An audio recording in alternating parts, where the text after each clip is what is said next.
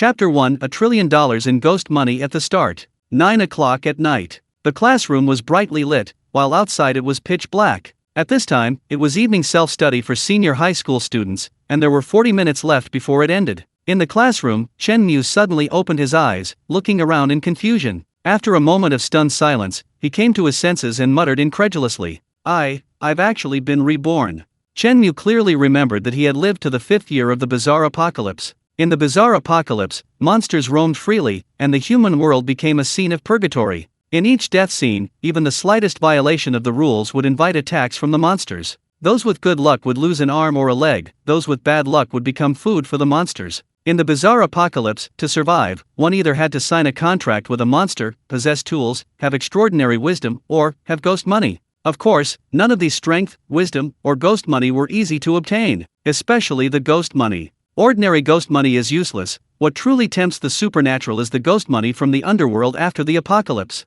Obtaining this ghost money is incredibly difficult. Once you have this supernatural ghost money, you'll be in your element in the apocalypse. As long as you offer enough ghost money, even the king of ghosts will submit to you. In his previous life, Chen Mu survived for 5 years by chance and found the underworld bank. In the apocalypse, rumors circulated that the underworld bank held trillions of ghost money. With trillions of ghost money, the apocalypse would be paradise. The fierce monsters would all be your servants. At the time, Chen Mu was driven mad by the bizarre scenes he witnessed. He decided to go all out and rob the underworld bank. Having survived for 5 years in the apocalypse, Chen Mu possessed some skill. He had a spatial ring, one of the rarest items, capable of holding countless ghost money. Unexpectedly, Chen Mu's actions alerted the mechanisms of the underworld bank and the Demon King. In an instant, countless hellfires raged, and the enraged Demon King soared into the air, intending to devour Chen Mu completely. Seeing his end was near, Chen Mu made a desperate decision and used his spatial ring. With a roar, he actually sucked the entire underworld bank into the ring. However, Chen Mu was quickly killed by the raging flames and the Demon King. Before dying, Chen Mu gave a self-deprecating laugh.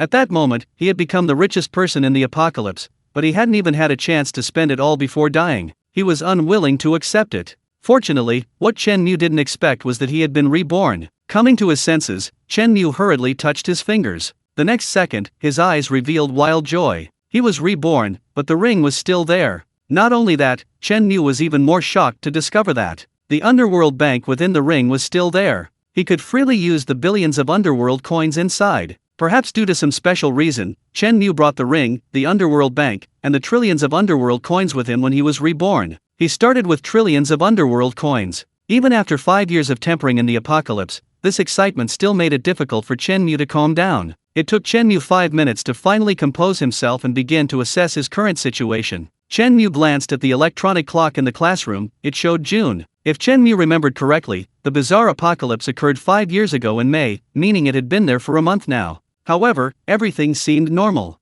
Students were still studying, the homeroom teacher was grading papers, and banners wishing everyone good luck on their exams hung around. The playground outside the classroom was also quiet. Chen Mu wasn't surprised. The bizarre apocalypse had been there for a month, but its impact was still relatively small. Most people hadn't been affected, and normal order was being maintained. Chen Mu knew that the impact of the bizarre apocalypse was gradually expanding. Initially, only a few people worldwide might be affected, forced to participate in bizarre scenarios and struggle to survive within their rules. Those who received bizarre missions needed to arrive at the bizarre scenario at a designated time. The bizarre scenarios varied in size, some were single-player missions, others were multiplayer missions. Even in the final stages, 2 years after the bizarre apocalypse, the entire population of a city will be forced into a bizarre scenario, a living hell. Completing tasks within this scenario will yield rewards, but such lucky individuals are few and far between. Even those who survive will face even more bizarre scenarios in the future. As time passes, more and more people will be drawn into these scenarios, leading to the collapse of order, widespread fear, and the devastation of the apocalypse. If Chen Mu remembers correctly, this is the calm before the storm. In at most a month, order will spiral out of control, and people will witness the horrors of this bizarre apocalypse. Bizarre scenarios can be purchased, and monsters can be hired. Within a month, I need to buy as many bizarre scenarios as possible, hire as many monsters as possible, and acquire as many items as possible. Chen Mu knows that in the apocalypse, having a lot of ghost money is important, but you also need the strength. Otherwise, before his rebirth, Chen Mu had trillions of ghost money, yet he still died on the spot. Chen Mu glanced at the classroom. A closer look revealed that in just 1 month, the bizarre apocalypse had already begun to change everyone. Although books were spread out on the desks, few students were actually reading. Most were whispering amongst themselves, their faces showing fear and unease. Clearly, they had heard about the strange events and had gained a basic understanding of some of the rules of this bizarre apocalypse within the past month. For example, receiving a bizarre mission meant mandatory participation. Failure to participate would result in death. Bizarre missions appeared randomly, whether or not one would receive one, when one would receive one, and how many times one would receive one, all depended on luck. However, no one had yet realized that the bizarre apocalypse had arrived. They were still hoping for stability and that everything would pass. Therefore, the students were still attending school, the teachers were still giving lessons, and a semblance of normalcy was being maintained. Suddenly, a scream rang out in the classroom. A girl who had been chatting happily with her deskmate just moments before now looked terrified, pointing a trembling finger at her desk. On her desk lay a blood-red note that read, "Mysterious Mission, Midnight Diner." Meanwhile, 2 other students in the classroom found the same notes on their desks. The appearance of such notes meant they had been unfortunately chosen for a bizarre mission and needed to complete it in a bizarre setting. Chen Mu looked at his desk. A note had also appeared there, "Bizarre Mission, Midnight Diner." Chen Mu wasn't surprised, because before his rebirth, he had also received this bizarre mission at this time. Unlike the fear of the others, Chen Mu wasn't afraid. Instead, a hint of excitement shone in his eyes. Chapter 2 Midnight Diner. The blood-red slip of paper clearly stated the mission description. In the dead of night on campus, there exists a cafeteria that opens at midnight. As the midnight bells ring, a pungent, fishy smell wafts from the cafeteria's kitchen. Plates of red dishes sit on tables, and dim candlelight flickers in the dining room, awaiting a group of strange guests. You are a waiter at the midnight cafeteria. Please arrive at the school cafeteria before midnight. As a qualified waiter, being late is an unforgivable offense. Chen Mu glanced at the time. It was 9:30 p.m., 2.5 hours before the mission began. The journey to the cafeteria was only 10 minutes, enough time to get there. Compared to Chen Mu's composure, the others appeared terrified. The entire classroom erupted in chaos. The rumors of the eerie mission had been circulating for the past 2 weeks, but now, it was actually happening right before their eyes. Oh my god, this is actually true. What do we do? Quick, go get the teacher. I heard they say that these weird missions can kill people. What's the use of getting the teacher?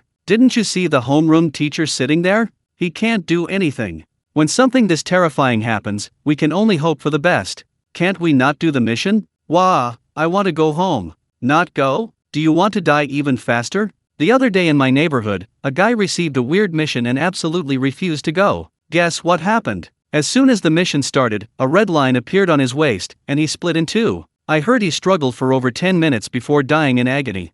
Those who get chosen are so unlucky. Such a terrifying mission, I wonder how many will survive tomorrow morning. I hope I don't get chosen. I've always been very lucky. Chen Mu noticed that his deskmate gave him a pitying look, as if watching from the sidelines, while quietly moving aside, afraid of catching Chen Mu's bad luck. Chen Mu was already used to this. He had seen through it all. It was human nature. Those who weren't chosen thought they could watch from the sidelines, unaware that they themselves were not immune. Chen Mu knew that his deskmate would receive a bizarre mission in 2 weeks, only to be torn to pieces by a vengeful spirit during the mission. As the school bell rang, students left the classroom one by one, bags on their backs. Those who hadn't been chosen for the mission ran as fast as they could, fearing the midnight cafeteria would find them. The school dwindled, classroom lights went out one by one, until only Chen Mu's classroom remained lit. A few students who had received the mission huddled together, each holding a slip of paper, their faces filled with terror and despair, their hands trembling. Besides Chen Mu, the others were all girls from his class. Chen Mu wasn't surprised. Because Chen Mu was in a humanities class, there were far more girls than boys. At this moment, the girls were all deathly pale, trembling with fear, and 2 of them were even sobbing softly. In contrast, Chen Mu appeared remarkably calm. 5 years of apocalyptic experience had forged Chen Mu's incredibly strong will. What storms hadn't he weathered? Besides, he possessed trillions of ghost coins, and he'd completed this mission before his rebirth. What was there to fear? Chen Mu was plotting how to buy the Midnight Diner. If Chen Mu remembered correctly, the Midnight Diner was a promising investment with significant appreciation potential. In the later stages of the apocalypse, the Midnight Diner hired many top-tier ghost chefs, becoming a renowned high-end restaurant. Countless hungry ghosts flocked to it, some even willing to act as its henchmen for a meal. Therefore, Chen Mu planned to conquer the bizarre apocalypse, starting with buying the Midnight Diner. The diner was located opposite the school playground. To avoid being late, the group arrived early to wait at the entrance. The diner was dark and quiet at night, showing no signs of life. Time passed slowly. With 3 deep chimes, midnight arrived. In the pitch-black cafeteria, a few candlelight flickered, and eerie shadows could be vaguely seen flashing by. At the same time, a faint smell of blood wafted from the cafeteria's entrance. "Welcome to the midnight cafeteria, young waiters." A figure in uniform stepped out of the cafeteria. Chen Mu knew she was the cafeteria manager, a female ghost. The cafeteria manager wore a red uniform and a pencil skirt. If one ignored the traces of blood at the corner of her mouth, she would be a very beautiful woman. The female manager sized up Chen Mu and his companions. Among the trembling crowd, Chen Mu's calm expression stood out. The female manager glanced at Chen Mu, seemingly surprised by his composure. "It's time for your shift, new waiters. I am the manager of the Midnight Diner. To ensure the smooth operation of your work, I need to explain the rules of the Midnight Diner. Please be sure to abide by them. 1. You cannot disobey the manager's orders. You must faithfully carry out my orders. 2. Those who come to dine are customers. Treat customers politely. Whatever a customer asks for, you must unconditionally fulfill their request, even if it's me. 3. Your shift is 2 hours. You are not allowed to leave the diner during this time, and you must not damage the diner's property, otherwise, you will be punished." After explaining the rules, the manager waved to Chen Mu and his group, signaling them to enter the diner. Chapter 3: Dangerous Guest. Upon entering the cafeteria, the stench of blood grew even stronger. Several private rooms appeared in the dimly lit cafeteria. Several grotesque, rotting creatures, carrying plates of red dishes, moved back and forth between the dining area and the kitchen. The female ghost manager said to Chen Mu and the others, "You have 3 minutes to change into your waiter uniforms." After speaking, the female ghost manager pointed to a room next door, with a sign on the door that read "Changing Room." Chen Mu took the lead, pushing open the door of the changing room and entering. The others exchanged bewildered glances, trembling with fear, and gritted their teeth as they followed Chen Mu. The changing room was filled with a pungent, bloody stench. Several uniforms hung on the wall, all stained with blood to varying degrees. Chen Mu went in first to choose the cleanest one to wear. The others arrived late and could only choose what Chen Mu had left over. Just over a minute later, the group was dressed in their uniforms. Seeing them in their work clothes, the female manager nodded, satisfied with their speed. Then, she led them to a private room and said, "There's a guest in the room. For the next hour, as waiters, you need to meet their needs." She opened the door and gestured for Chen Mu and the others to enter. In the center of the room was a round table, where a bizarre creature with only half a head sat. The creature was eating, its head bowed, a putrid stench emanating from it. The creature was using a spoon to pour a bowl of sticky soup into its broken mouth, some of it spilling onto the table. "You, help me wipe up the spilled soup." The creature pointed with its remaining half finger at one of the girls. The girl, Zhao Mengmeng, turned pale upon being called upon, looking at Chen Mu with pleading eyes. Chen Mu noticed her gaze. Zhao Mengmeng put on a pitiful expression, her body unconsciously pressing against Chen Mu, slowly squeezing against his arm, and whispering in a pitiful voice, "Chen Mu, I'm so scared, can you help me?" As a classmate, Chen Mu knew Zhao Mengmeng's character. This woman looked innocent and cute, but was actually quite cunning, knowing how to use her beauty to gain maximum benefit. She was dating several boyfriends in other classes simultaneously, a true master of time management. Hearing this, Chen Mu showed a disdainful expression. Having survived 5 years in this bizarre apocalypse, he was certainly no saint. Wanting him to die for her? Only someone with a screw loose would do that. Zhao Mengmeng thought that Chen Mu, a naive young man, could be easily manipulated by her feminine charm, making him work for her like a sycophant. Zhao Mengmeng had used this tactic many times before, easily manipulating several naive boys from other classes. However, Chen Mu wasn't buying it. After being decisively rejected by Chen Mu, Zhao Mengmeng felt a surge of resentment towards him, but outwardly remained pitiful. Frustrated, she could only take a deep breath, grit her teeth, and walk towards the strange creature. Upon arriving beside it, Zhao Mengmeng discovered that there was no rag nearby. To avoid disobeying the eerie orders, she could only use her uniform sleeves to painstakingly wipe up the spilled soup on the table. The cold soup soaked her cuffs, emitting a foul stench that nearly made Zhao Mengmeng vomit. Suppressing her nausea, she finally finished cleaning the table. The eerie creature seemed satisfied. It pulled a banknote from its pocket and handed it to Zhao Mengmeng, saying, "This is your tip." Zhao Mengmeng's eyes lit up instantly. A month had passed since the eerie apocalypse began, and Zhao Mengmeng had naturally heard rumors about the banknote. She had heard that in eerie missions, the banknote was an extremely powerful tool. With it, many problems could be solved. Some even claimed online that they had broken the rules in eerie missions but had been given a break by using the banknote. Such a powerful banknote naturally attracted countless people.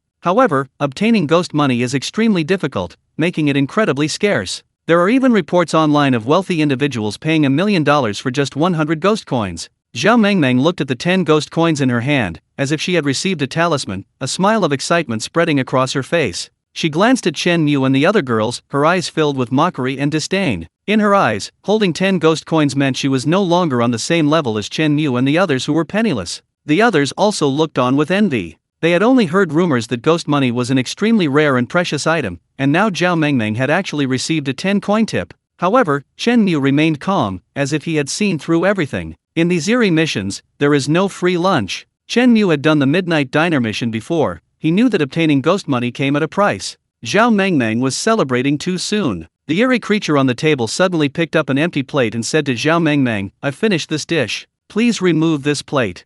In her excited state, Zhao Mengmeng didn't hesitate. Holding the ghost money in one hand, she took the plate and started to walk out. However, she didn't notice that the eerie foot emerged from under the table, blocking her path. Zhao Mengmeng had only taken 2 steps when she tripped over the eerie foot, stumbled, and fell to the ground, the plate slipping from her hands. A crash was heard as the plate shattered on the floor. A few seconds later, the door to the private room opened, and the female eerie manager, having heard the commotion, entered. Upon seeing the shattered plate on the floor, the manager's expression immediately darkened. He glanced at the waiters and said angrily, "Who broke this plate? Damaging restaurant plates is punishable." Zhao Mengmeng's face turned deathly pale. She looked at the strange guest at the table. At that moment, a mocking expression appeared on half of the guest's face. Clearly, the strange guest was no pushover. He had deliberately tripped Zhao Mengmeng, wanting to see a good show. Zhao Mengmeng glanced at Chen Mu, who was standing not far away. The broken plate was right at Chen Mu's feet. Suddenly, Zhao Mengmeng gritted her teeth and pointed at Chen Mu, saying, "It was him.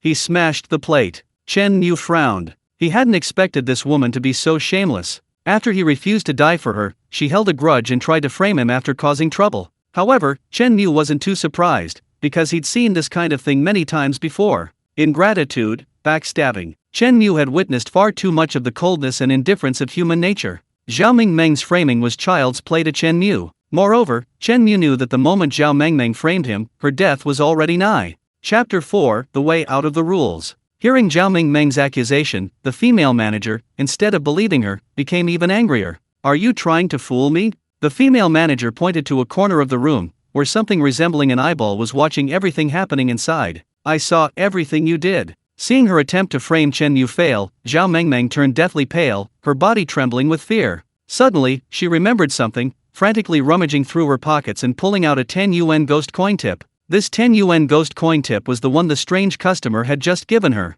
Despite her extreme reluctance, to save her life, Zhao Mengmeng had no choice but to reluctantly part with the 10 yuan ghost money tip, shouting to the female ghost manager, "I have ghost money. I'll pay for the broken plate." Seeing the ghost money in Zhao Mengmeng's hand, the female ghost manager said, "Are you sure you want to use your ghost money to pay for the restaurant's plate?"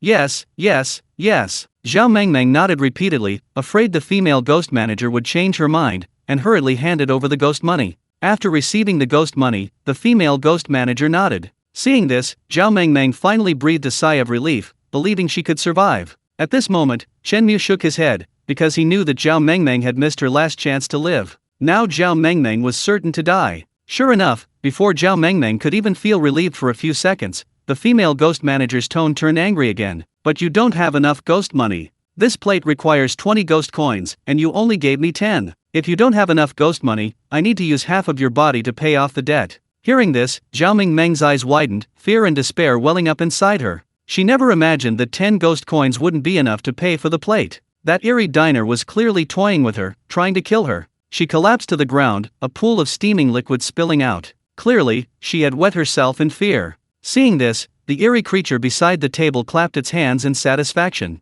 It was very interested in the scene before it. It loved seeing the waitress's expression shift from fear to joy to despair. The others were all terrified, their faces pale. They realized this eerie diner was dangerous. It wanted to kill the waiter. And the cafeteria was extremely biased towards its customers. Even if a customer deliberately tripped and broke a plate, the waiter still had to pay for it. Zhao Mengmeng was the unlucky one. If the eerie diner chose them, their fate would be the same as Zhao Mengmeng's. This was an unsolvable deadly predicament. Would the eerie diner make another move? Could they really survive until the mission ended? A wave of despair washed over them, a sense of powerlessness and fear engulfing everyone, except for Chen Mu. His confidence stemmed not only from the ghost money, but also from his knowledge of the core law of this bizarre apocalypse. Every bizarre mission must leave a way out. Sometimes, the way out lies hidden within the rules. And Chen Mu had already discerned the way out for the Midnight Diner. The bizarre diner licked half its lips, seemingly unsatisfied. The despair and collapse of one waiter was not enough to satisfy it, it wanted to see more. Suddenly, the eerie diner pointed at Chen Mu,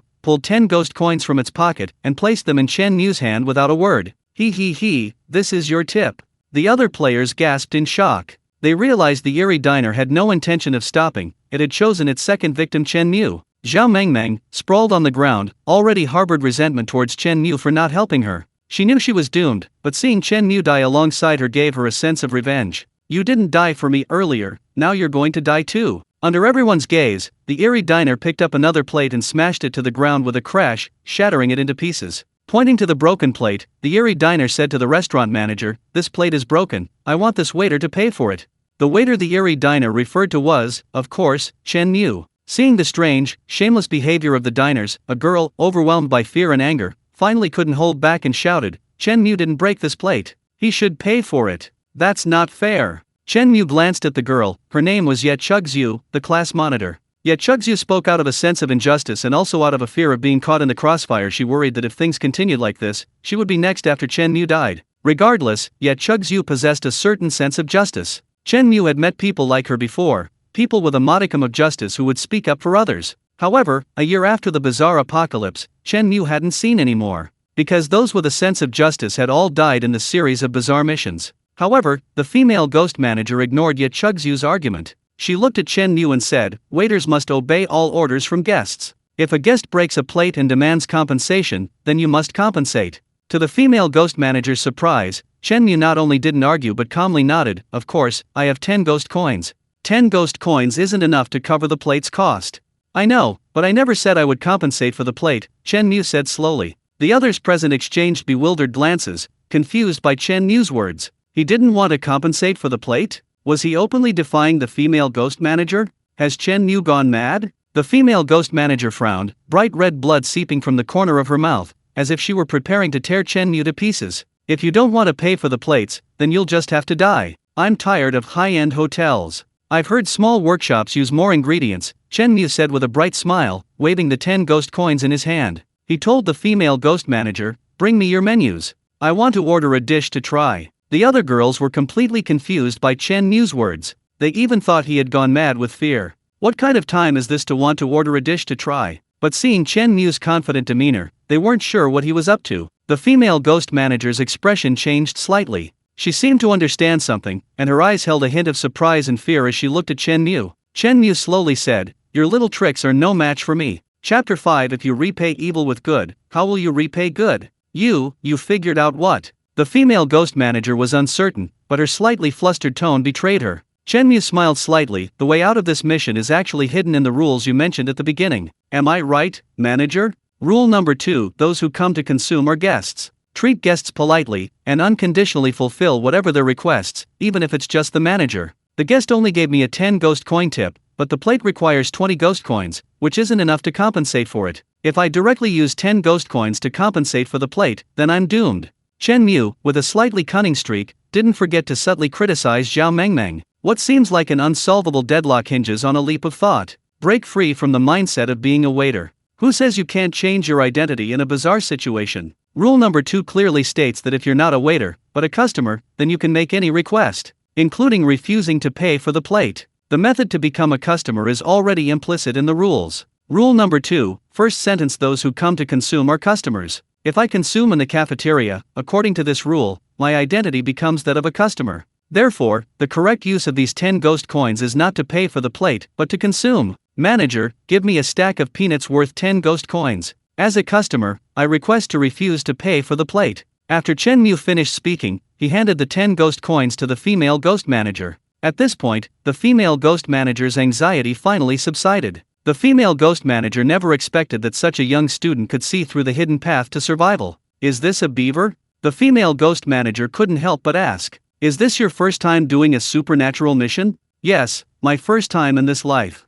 Chen Mu wasn't lying, this was indeed his first supernatural mission since his rebirth. Actually, this survival strategy was something Chen Mu figured out after reviewing a mission he'd completed in his previous life. Back then, that supernatural diner killed 2 waiters before stopping. Chen Mu was lucky enough not to be chosen, which is why he survived. However, in other words, with his past life's experience, even without prior knowledge, Chen Mu was confident he could find a way to survive. It would just be a bit more troublesome. Besides, Chen Mu had trillions of ghost coins. He had originally planned to buy the Midnight Diner anyway. In his eyes, the Midnight Diner was already his property, so what was there to panic about? He could simply use his money power. I admit, you're very capable. The female ghost manager took 10 ghost coins, her tone softening considerably as she spoke to Chen Mu. Capable and intelligent people are respected everywhere, even in the supernatural. After witnessing this unbelievable scene, Zhao Mengmeng on the ground finally reacted. She hurriedly shouted to the female ghost manager, "Give me my 10 ghost coins. I won't accept the loss, I want to order food too. I want to be a distinguished guest too." However, the female ghost manager coldly refused her. "You've already given me your 10 ghost coins, they can't be returned." The light of hope on Zhao Mengmeng's face vanished, replaced by resentment and despair that twisted her features horribly. She glared at Chen Mu viciously, saying resentfully, "Chen Mu, you saw through the escape route long ago, why didn't you tell me? You bastard!" As she spoke, she didn't consider how she had tricked Chen Mu into dying for her and then tried to frame him. Chen Mu shrugged. "Why should I save you? Besides, you wanted me to die for you and tried to slander me. What good is repaying evil with good? Besides, the moment you framed me, your death was already sealed." Rule number 1: the cafeteria manager's orders cannot be disobeyed. You must faithfully carry out the cafeteria manager's orders. When the cafeteria manager asked you who broke the plate, you didn't tell the truth, violating the rule of faithfully carrying out the cafeteria manager's orders. You were already a dead man. Hearing Chen Mu's words, Zhao Mengmeng finally fell silent. Chen Mu's words surprised the female ghost manager again. She hadn't expected Chen Mu to be so observant and to have noticed that Zhao Mengmeng had violated the first rule. Such meticulous observation skills, could a student really possess that? Meanwhile, the others had also recovered. Such a seemingly hopeless situation had been easily resolved by Chen Mu. Two of the younger girls looked at Chen Mu with eyes full of admiration. It was easy to imagine how many more people would have died here tonight without Chen Mu. In fact, it could be said that Chen Mu had saved them. Just as the female ghost manager was about to leave, Chen Mu suddenly called out to her, "Don't rush off, I have something to do." "What is it?" The female ghost manager stopped, her tone much gentler than before. "Have those girls leave for a while." Chen Mu pointed to the girls, gesturing for them to go outside, then said to the female ghost, "Call your boss, I have something I want to discuss with him." "Boss?" The female ghost manager looked troubled. "Our boss doesn't usually show up. If you have any requests, you can tell me, and I'll fulfill them. My appetite is huge, you can't satisfy it. For example, I want to buy your cafeteria." Chen Mu's tone was calm, as if he were talking about a trivial matter. Upon hearing this, the female ghost manager wondered if she had misheard. For a moment, the female ghost almost laughed in anger. She didn't know if Chen Mu was ignorant or fearless. A mere human, just surviving was something to be grateful for. He wanted to buy the midnight cafeteria? It was utterly delusional. If anyone else had said that, the female ghost manager would have rolled her eyes, given him the middle finger, and then thought about finding a chance to eat him. However, Chen Mu was still in the bazaar mission, with the guest status buff. The female ghost manager could only smile, give Chen Mu the middle finger, and patiently explain, "Dear guest, the rules state that I must fulfill all your requests. However, please note that if it exceeds my capabilities, I cannot fulfill it." In the female ghost manager's view, Chen Mu was trying to exploit the rules to take over the midnight diner without any investment, expecting her to give it to him for free. This was clearly impossible. The boss had considered this loophole when formulating the rules, which is why he had the female ghost manager explain them. The female ghost manager said she wanted to comply. What business was it of the boss? However, Chen Mu's next words shocked her even more. "I know you don't have that authority, and you've misunderstood me. What I mean is, I'll buy this cafeteria," giving the boss an irresistible reason. Like, ghost money.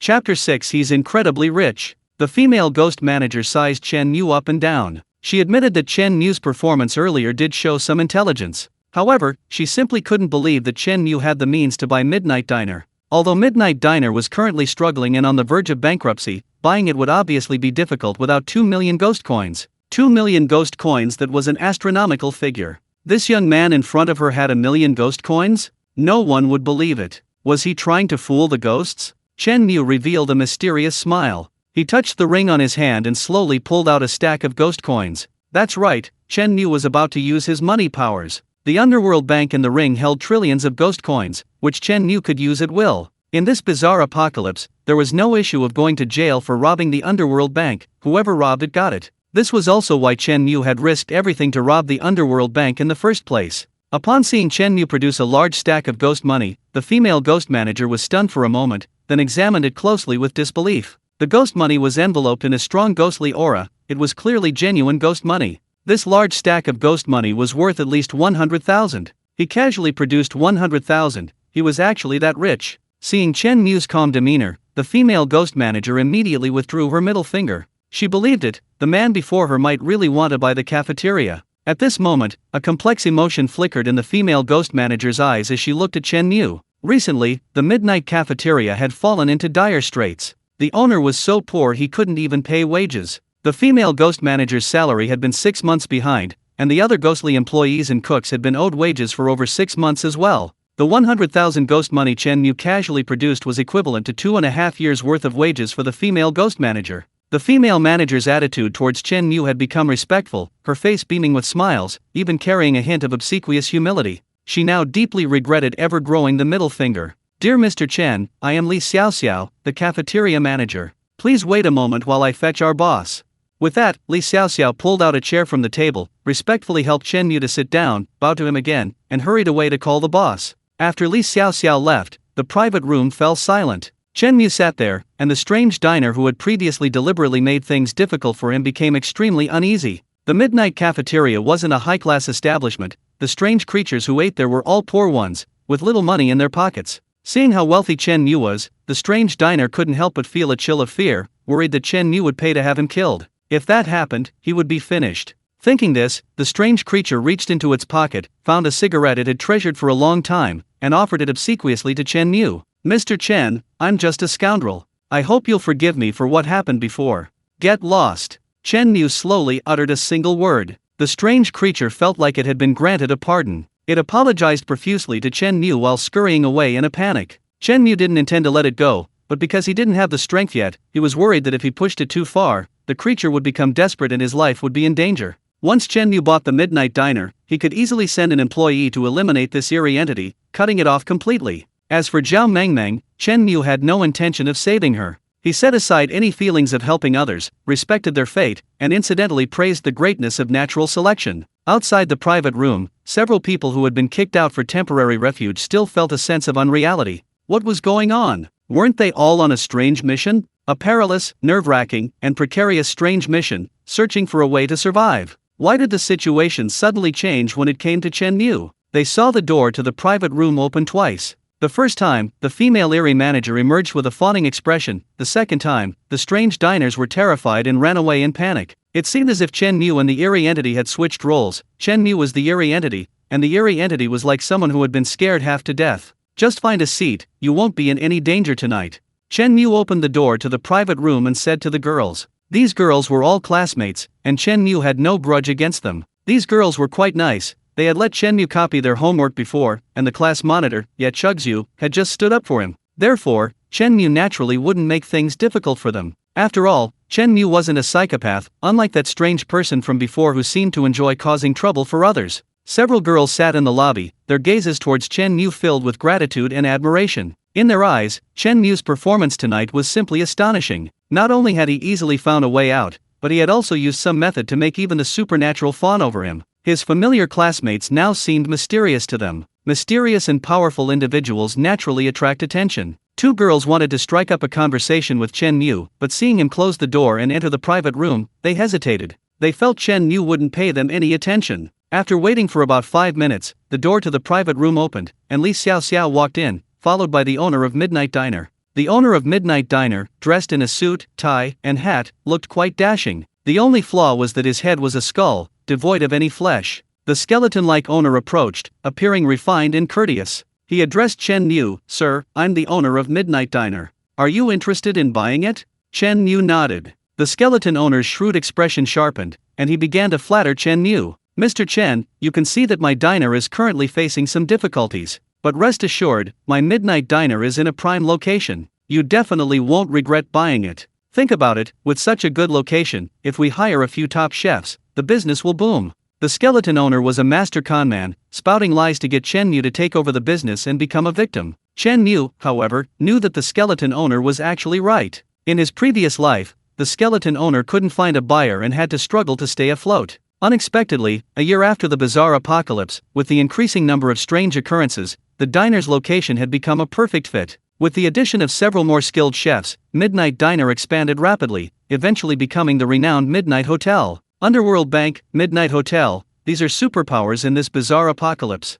Relying on novel dishes and delicious food, as well as Midnight Hotel's unique creations, countless monsters flocked to it. In this vast world, the ultimate in delicious food exists only at Midnight Hotel, one of a kind, with no other branches. Once, Midnight Hotel held an event, offering a chance to win a top-tier buffet prepared by Midnight Hotel's top chefs using the finest ingredients, a one-time opportunity. To win this free meal, 10 monsters at the level of Monster General, a high-ranking Monster General, joined forces, willingly becoming Midnight Hotel's henchmen. Midnight Hotel used them ruthlessly, treating their Monster Generals as disposable commodities. It's rumored that one even perished. Someone conducted a survey: if you could go back to the beginning of this bizarre apocalypse, what would you most want to do? 9 out of 10 people would answer like this: I'd sell everything I own to buy the Midnight Diner. Chapter 7, he bought Midnight Diner in one fell swoop. Dude, I'm honest, Midnight Diner is just a small workshop. Your words put me in a difficult position. Chen Mu shook his head and sighed, looking exasperated. The skeleton boss was slightly taken aback, then quickly changed his tune.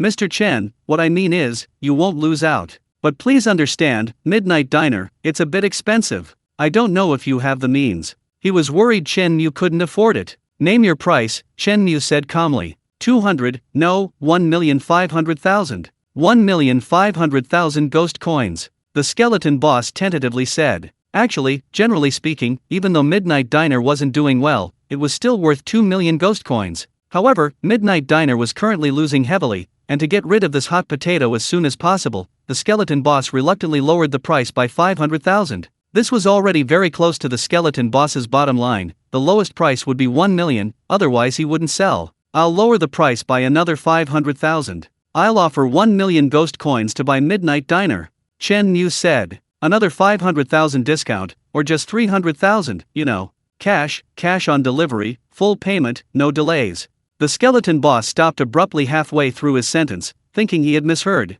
What? Cash? The buyer is offering full payment upfront? It thought Chen Mu would drag things out, pay a down payment or something, and then delay for a few years. It hadn't expected Chen Mu to be so straightforward, which left the skeleton boss completely bewildered. If it hadn't seen Chen Mu casually pull out 100,000 ghost coins, it would have thought Chen Mu was joking. Chen Mu nodded. That's right, but I have a small request: all the employees of Midnight Diner must stay, you can't take them away. Now, the skeleton boss was dumbfounded again. The Midnight Diner was struggling, and its employees were over 6 months behind on their wages. Chen Mu could have simply fired these employees, thus avoiding the back pay. The skeleton boss, naturally, wouldn't have wanted them either. He could have just packed up and run. As for the employees owed wages, he could have just abandoned them, letting them fend for themselves. But now, Chen Mu was actually offering to keep these employees, willingly taking on this hot potato. This meant that Chen Mu would need to at least pay the employees back wages, a staggering 500,000 ghost coins. First, he paid the full 1 million, and now he had to take on these employees. 1.5 million was gone in a flash.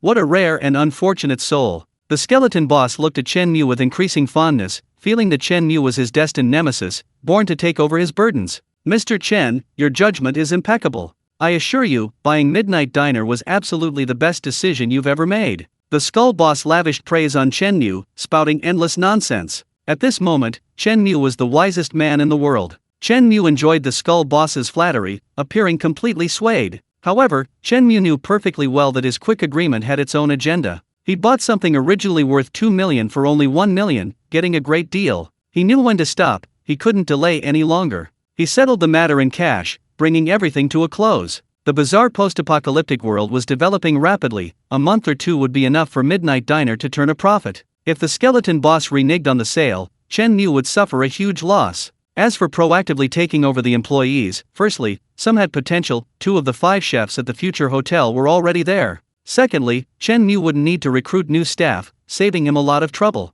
Chen Mu believed that he had helped these employees during their time of crisis, preventing them from becoming lost souls, and their loyalty to him was definitely high. All things considered, the 1.5 million was well spent. It was a huge profit. Just as Chen Mu had predicted, the person beside him looked at him in disbelief after hearing his words. Chen Mu's short sentence saved them from the tragic fate of becoming wandering ghosts. Thinking of this, Li Xiaoxiu's eyes filled with gratitude. Mr. Chen, when would you like to pay? the skeleton boss asked cautiously. In its eyes, Chen Mu had become a huge victim, someone it had to treat well and absolutely couldn't anger. Thus, a peculiar scene unfolded in the bazaar mission. The skeleton boss, the ultimate boss of the bazaar mission, looked at Chen Mu with a fawning expression, as if Chen Mu were the real boss, and it was a cautious waiter afraid to break the rules. "I'll pay you right now, not a penny short." Chen Mu stroked the ring on his hand, and with a thought, stacks of ghost money appeared in the private room, neatly stacked against the wall. A rich ghostly aura emanated from them. These were brand new ghost banknotes from the Underworld Bank, exuding unparalleled allure. The skeleton shopkeeper stared wide-eyed at the sheer amount of ghost money. After a moment, it looked at Chen Mu and clicked its tongue in amazement. "Are humans all this rich now?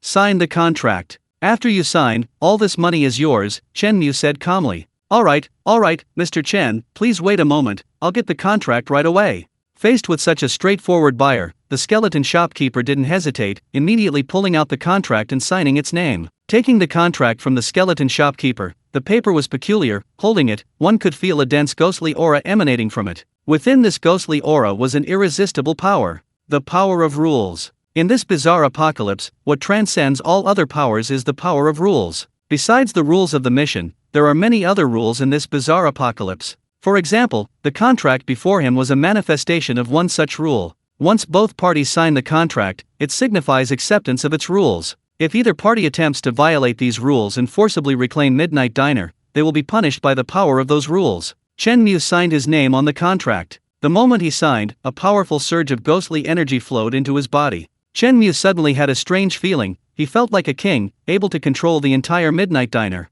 Midnight Diner has been bought by Chen Mu. At this moment, Chen Mu has become the biggest boss in Midnight Diner, and his words are the rules of this bizarre place. Chapter 8 My words are the rules. Feeling this powerful sense of control, Chen Mu was somewhat intoxicated. He was now the owner of Midnight Diner, and in this bizarre apocalypse, perhaps no one understood better than Chen Mu what that meant. Chen Mu's purchase of Midnight Diner didn't mean it would disappear from the bizarre world. In other words, others would receive missions from Midnight Diner in the future. The rules those people followed after entering Midnight Diner would ultimately rest with Chen Mu. With Chen Mu's experience and knowledge, if he wanted someone dead, they would definitely not leave alive. This sense of control made countless people flock to it. It's conceivable that as the bizarre apocalypse develops, more and more people will receive missions from Midnight Diner, and their lives will be in Chen Mu's hands. Suddenly, Chen Mu had a feeling that he was becoming one with the eerie apocalypse. If one day he could buy all the eerie scenes and hire all the eerie creatures, wouldn't that mean he would become the sole ruler of the apocalypse? Of course, that was still a long way off. Chen Mu wasn't overly ambitious, everything had to be done step by step. With his experience from his previous life, Chen Mu had no doubt that he could quickly transform Midnight Diner into Midnight Hotel. After signing the contract, Midnight Diner and the skeleton boss were no longer related, it became Chen Mu's territory completely. The skeleton boss was quite sensible. After taking 1 million ghost coins, he left in a flash. At this moment, outside the private room of Midnight Hotel, only Chen Mu, Li Xiaoxiao, and the other girls who had participated in the mission remained. As for Zhao Mengmeng, she had already died for violating the rules. The remaining girls looked at each other, bewildered. They had been waiting outside and didn't know what had happened inside the private room. But they noticed that the skeleton boss had just disappeared with a grin. And why was the female manager standing so respectfully next to Chen Mu? Could it be? A ridiculous thought flashed through their minds that Chen Mu had reversed the heavenly gang and become the big boss in this bizarre scene? Before they could figure out what was going on, Chen Mu spoke. The fourth rule of the Midnight Diner in this bizarre mission. He paused, glancing at his watch. It was 1:04 a.m. At 1:04 a.m., all waiters may leave the Midnight Diner. Leaving the Midnight Diner constitutes mission completion. If this rule conflicts with other rules, this rule shall prevail. Chen Mu calmly announced his first rule, and declared with an air of authority that his rule would prevail. The girls, upon hearing this, were completely bewildered, not yet understanding what was happening. A moment later, class monitor Ye Chugzhu cautiously asked, "Chen Mu, can we leave now?" Chen Mu nodded. He still had to deal with the staff at the midnight cafeteria. These girls were useless here, so it was better for them to go home early. "Thank you, Chen Mu." The girls thanked Chen Mu gratefully. Having escaped death, they left the cafeteria, still shaken. Sure enough, they didn't receive any punishment after leaving the cafeteria. This meant that Chen Mu had indeed taken control of this bizarre situation. Having narrowly escaped death, they belatedly realized that their absurd assumptions had now been proven true. Chen Mu, he really took control of Midnight Diner? One of them gaped, utterly baffled as to how Chen Mu had managed it. Meanwhile, the Midnight Diner employees, following Chen Mu's instructions, gathered in the main hall. When Chen Mu emerged from his private room and entered the hall, over 20 bizarre creatures stood there. The creatures' appearances were incredibly diverse. Some were rotting corpses, others were ghosts floating in the air, and still others were humanoid figures with 2 heads. Seeing a human approach, the creatures began to whisper amongst themselves, occasionally casting strange glances at Chen Mu. Li Xiaoxiao, as the manager, addressed the employees. "This is our new boss, Chen Mu. The boss said he'll pay us the back wages we're owed. As long as you all work hard for him, he won't treat you unfairly." Upon hearing this, the employees, who had been owed wages for over half a year by their former boss, erupted in sharp, explosive cries after a brief moment of astonishment. In their eyes, Chen Mu not only hadn't fired them, but had actually paid them. This was simply unbelievable. Considering their former boss's harshness, Chen Mu's treatment of them was 100 times better. "Don't call me boss.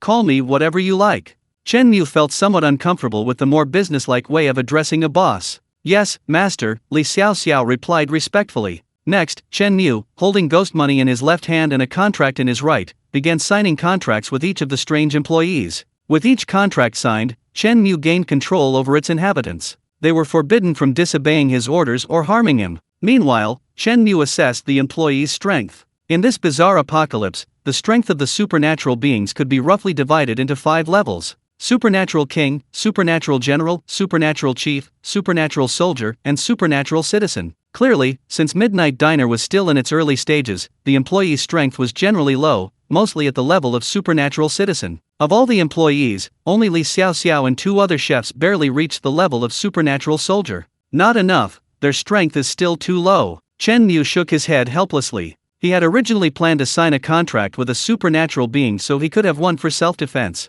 Although Chen Mu had signed so many contracts, each contract was different. This contract only limited the scope of this bizarre scenario. Within Midnight Diner, these employees had to obey Chen Mu's commands and could not harm him. However, once outside the Midnight Diner, the contract becomes ineffective. The best way to ensure a monster's permanent obedience is to sign a contract. However, one can only sign a contract with one monster, so Chen Mu cherishes this opportunity. After purchasing the Midnight Diner, Chen Mu's strength has also increased a buff effect from the diner. Chen Mu now possesses strength equivalent to a common monster. The monsters before him are too weak, signing contracts with them would be a waste. Chen Mu doesn't want to waste his opportunity on low-level monsters, they must at least be monster generals. Li Xiaoxiao left for a while the contract was being signed. A short while later, Li Xiaoxiao returned, but this time she was carrying a strange creature. Chen Mu looked closely and realized that the strange creature Li Xiaoxiao was carrying was none other than the strange guest who had tried to kill him earlier. "Master, I've brought it back. Please dispose of it as you see fit," Li Xiaoxiao said respectfully.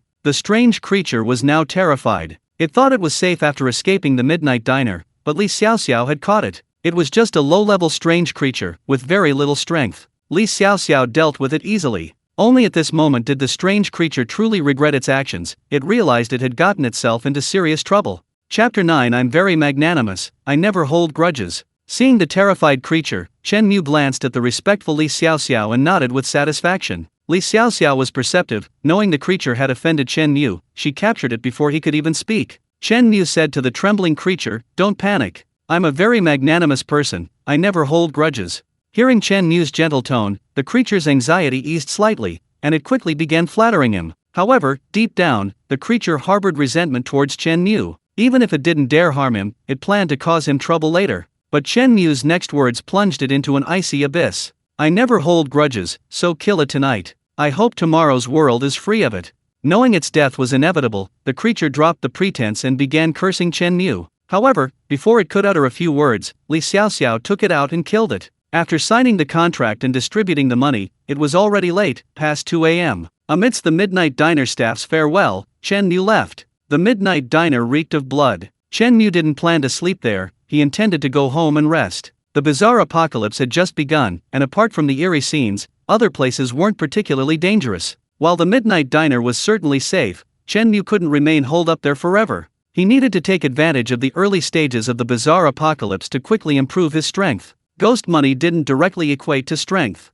Otherwise, if Chen Mu had been strong enough during the Midnight Diner mission, he would have killed the bizarre customer on the spot, instead of waiting for Li Xiaoxiao to capture it again. So, for the next month, Chen Mu decided to use his previous memories to search for items, improve his strength, and form contracts with powerful supernatural beings in eerie locations. Leaving the midnight diner, a cool evening breeze blew against his face, washing away Chen Mu's fatigue. Before Chen Mu lay the peaceful campus. In the distance, the city lights shone brightly, the night quiet and serene. But behind Chen Mu lay the midnight diner, steeped in bloodshed, tranquility and terror, separated by a fine line. Unbeknownst to most, a bizarre apocalypse was slowly descending, familiar order gradually collapsing. Perhaps this was the calm before the storm. At the school gate, the security guard's light was still on. Seeing Chen Mu emerge from the school gate, the old man in the guard's room said, "Young man, studying so hard? Studying in the classroom until 2 a.m.? Chen Mu smiled. Studying? His grades weren't good. Before the bizarre apocalypse began, Chen Mu's grades, while not at the bottom, were certainly not outstanding. But when the bizarre apocalypse descended, none of that mattered. Academic grades and exam scores were worth less than a single ghost coin in this bizarre apocalypse.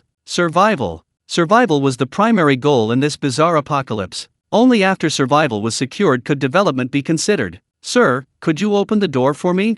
Chen Mu said to the old man in the security room. "Sure thing. It's rare to see a student as diligent as you," the security guard remarked, opening the door for Chen Mu. Even after Chen Mu had walked a distance, the security guard was still sighing. "Are students these days all so diligent? They're studying until 2 a.m. before going home. I wish my grandson were this hardworking." After leaving the school, Chen Mu prepared to hail a taxi home. Chapter 10 Ghost Taxi. Chen Mu went out onto the street, searching for a taxi. The streets were deserted in the early morning, most people were still fast asleep, and the sky was still pitch black. Sigh, it's really inconvenient not having a car. I need to find a way to get one, Chen Mu sighed. After waiting for 5 minutes, finally, a taxi slowly pulled up on the dark street. Before Chen Mu could even wave, it stopped beside him. Chen Mu opened the car door and sat in the back seat. Driver, to Wanjiang Residential Area. Wanjiang Residential Area was Chen Mu's home, an old residential area built over 10 years ago. The houses were small and old, and he had always lived alone.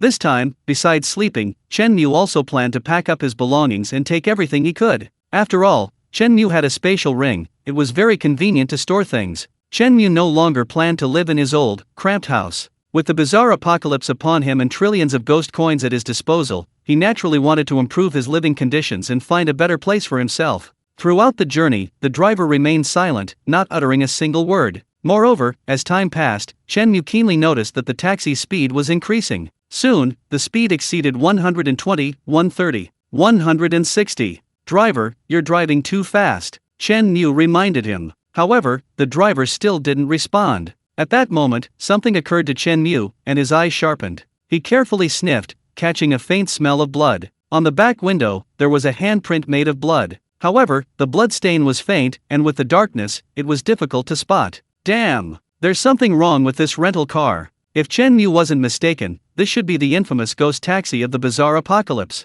In this bizarre apocalypse, humanity faces 3 main threats. First, bizarre missions. Those chosen for a bizarre mission receive a small, blood-red note. They must complete the task according to the note's instructions, or they will die. These bizarre missions usually have clear rules, allowing them to find a way to survive. However, the path to survival is obscure and difficult to find, and the mortality rate is high. The mission Chen Mu just participated in was of this type. Second, wandering ghosts. With the invasion of the bizarre apocalypse, many wandering ghosts will appear in the world. If a person doesn't break the rules, the ghosts cannot harm them. However, the rules of these ghosts are generally very vague. The ghosts won't tell you the rules beforehand, you have to figure them out yourself or rely on the experience of others. For example, a ghost might disguise itself as an old woman and ask you to take out the trash. If you help it, the ghost can attack you. In this situation, unless you are stronger or manage to escape, you will be killed by the ghost. Third, eerie scenes. Besides entering eerie scenes according to the instructions on the small note,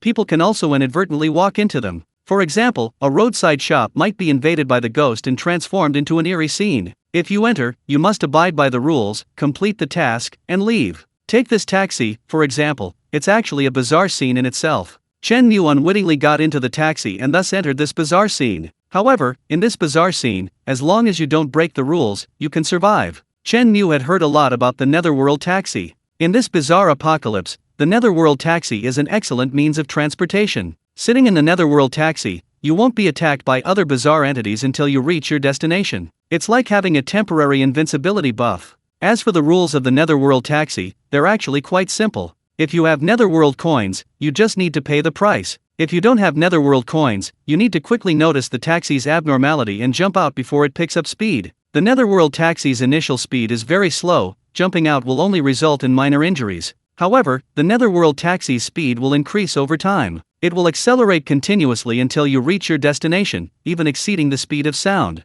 At a certain speed, jumping out of the car is tantamount to suicide. In that case, you'll have no choice but to stay on until you reach your destination and pay the fare. What if you don't have ghost money to pay? Actually, it's not a big problem, just be more careful in your next life. In this bizarre apocalypse, some people will even actively seek out a ghost taxi to get somewhere quickly. As long as the rules are followed, ghost taxis can provide great convenience for travel. At this moment, the taxi's speed has already exceeded 190 kilometers per hour. Soon, they arrived at Chen Mu's home Wangjiang residential area. Finally, the taxi driver spoke, "We're here. Pay 10,000 ghost coins." 10,000 ghost coins is a huge sum for many people. Moreover, at the beginning of this bizarre apocalypse, very few people have ghost money. Asking a passenger to pay with 10,000 ghost coins is something no one but Chen Mu could possibly afford. However, Chen Mu, sitting calmly in the back seat, didn't pay. Seeing Chen Mu's lack of intention to pay, the taxi driver became enraged. His head suddenly turned abruptly 180 degrees at an unsettling angle, staring intently at Chen Mu. "Pay up, or die." Chen Mu saw the driver's face clearly. It was that of a middle-aged man, but his eyes had been gouged out, leaving 2 bloody holes. Driving so steadily without eyes, tisk, you supernatural beings do have some skill. Enough nonsense, if you don't pay, you're going to die. The driver suddenly reached out and tried to grab Chen Mu by the neck. "Sir, I want to ask, what do you do for a living?"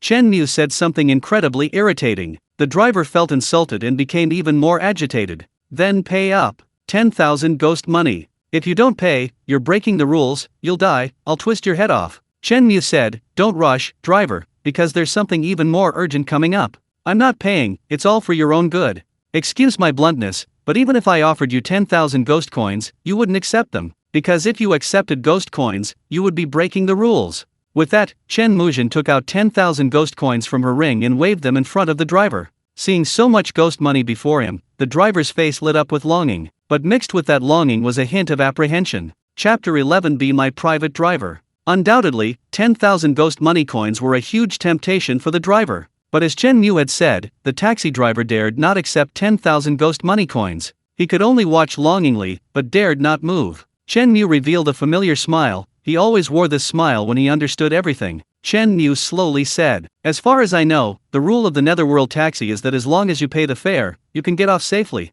Obviously, a short journey of a few minutes definitely doesn't require 10,000 Netherworld coins. The 10,000 Netherworld coins you mentioned aren't the fare, they're just something you use to scare customers. If a customer has 100 Netherworld coins, enough to pay the fare, but you've intimidated them into thinking they don't have 10,000 and choose not to pay, then you can kill them. Right, sir driver? Trying to play these little tricks on me? You're still too green. The real fare is the number displayed on the meter. So, sir driver, please lean to the side and show the meter you're covering." Hearing Chen Mu's words, the driver's face showed surprise. It looked Chen Mu up and down with its eyeless eyes. It suddenly realized that when Chen Mu asked him what he did for a living, he was actually teasing him, implying, "Master, are you a robber? Asking for an exorbitant price.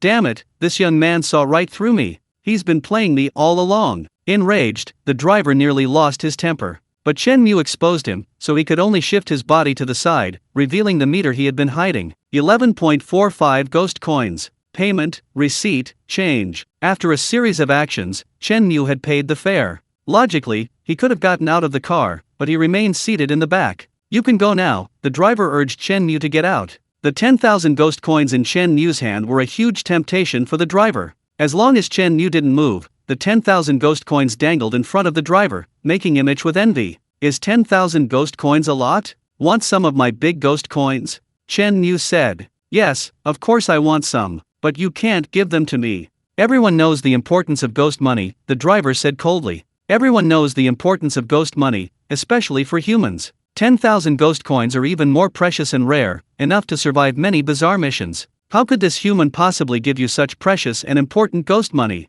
It felt Chen Mu was showing off or teasing it, hence its icy tone. "Who said I couldn't give it to you?" Chen Mu smiled. "Not only can I give it to you, but I can give you even more. As long as you're willing to pay a price." The driver was somewhat tempted, but reason told it that it was impossible, humans wouldn't be so generous. What price? The driver asked. Be my driver. I'll give you 20,000 ghost coins a month, and performance bonuses if you do well. Ghost taxis are very rare in this bizarre apocalyptic world. There's only one in a city at most. Chen Mu currently lacks a driver on call. If he urgently needs a car and wants to find a netherworld taxi in the city, he might wait for 7 days and 7 nights and still not find one. Now, Chen Mu has just found one. The driver in front of him is quite skilled, and his strength is at the ghost soldier level. Sitting in the car, he can enjoy a temporary invincibility buff. If he hires this car, it's like having a driver on call and a bodyguard with ghost soldier strength attached. Extremely cost effective for Chen Mu right now. What did you say? 20,000 netherworld coins a month? Plus bonuses? The driver looked shocked. He only earns a little over 3,000 netherworld coins a month driving this netherworld taxi, and his wages are often delayed. Even working himself to the bone year-round, he only earns a little over 30,000 netherworld coins a year. Chen Mu has increased his salary almost tenfold, plus other bonuses. And he doesn't even have to work every day, he only needs to serve Chen Mu.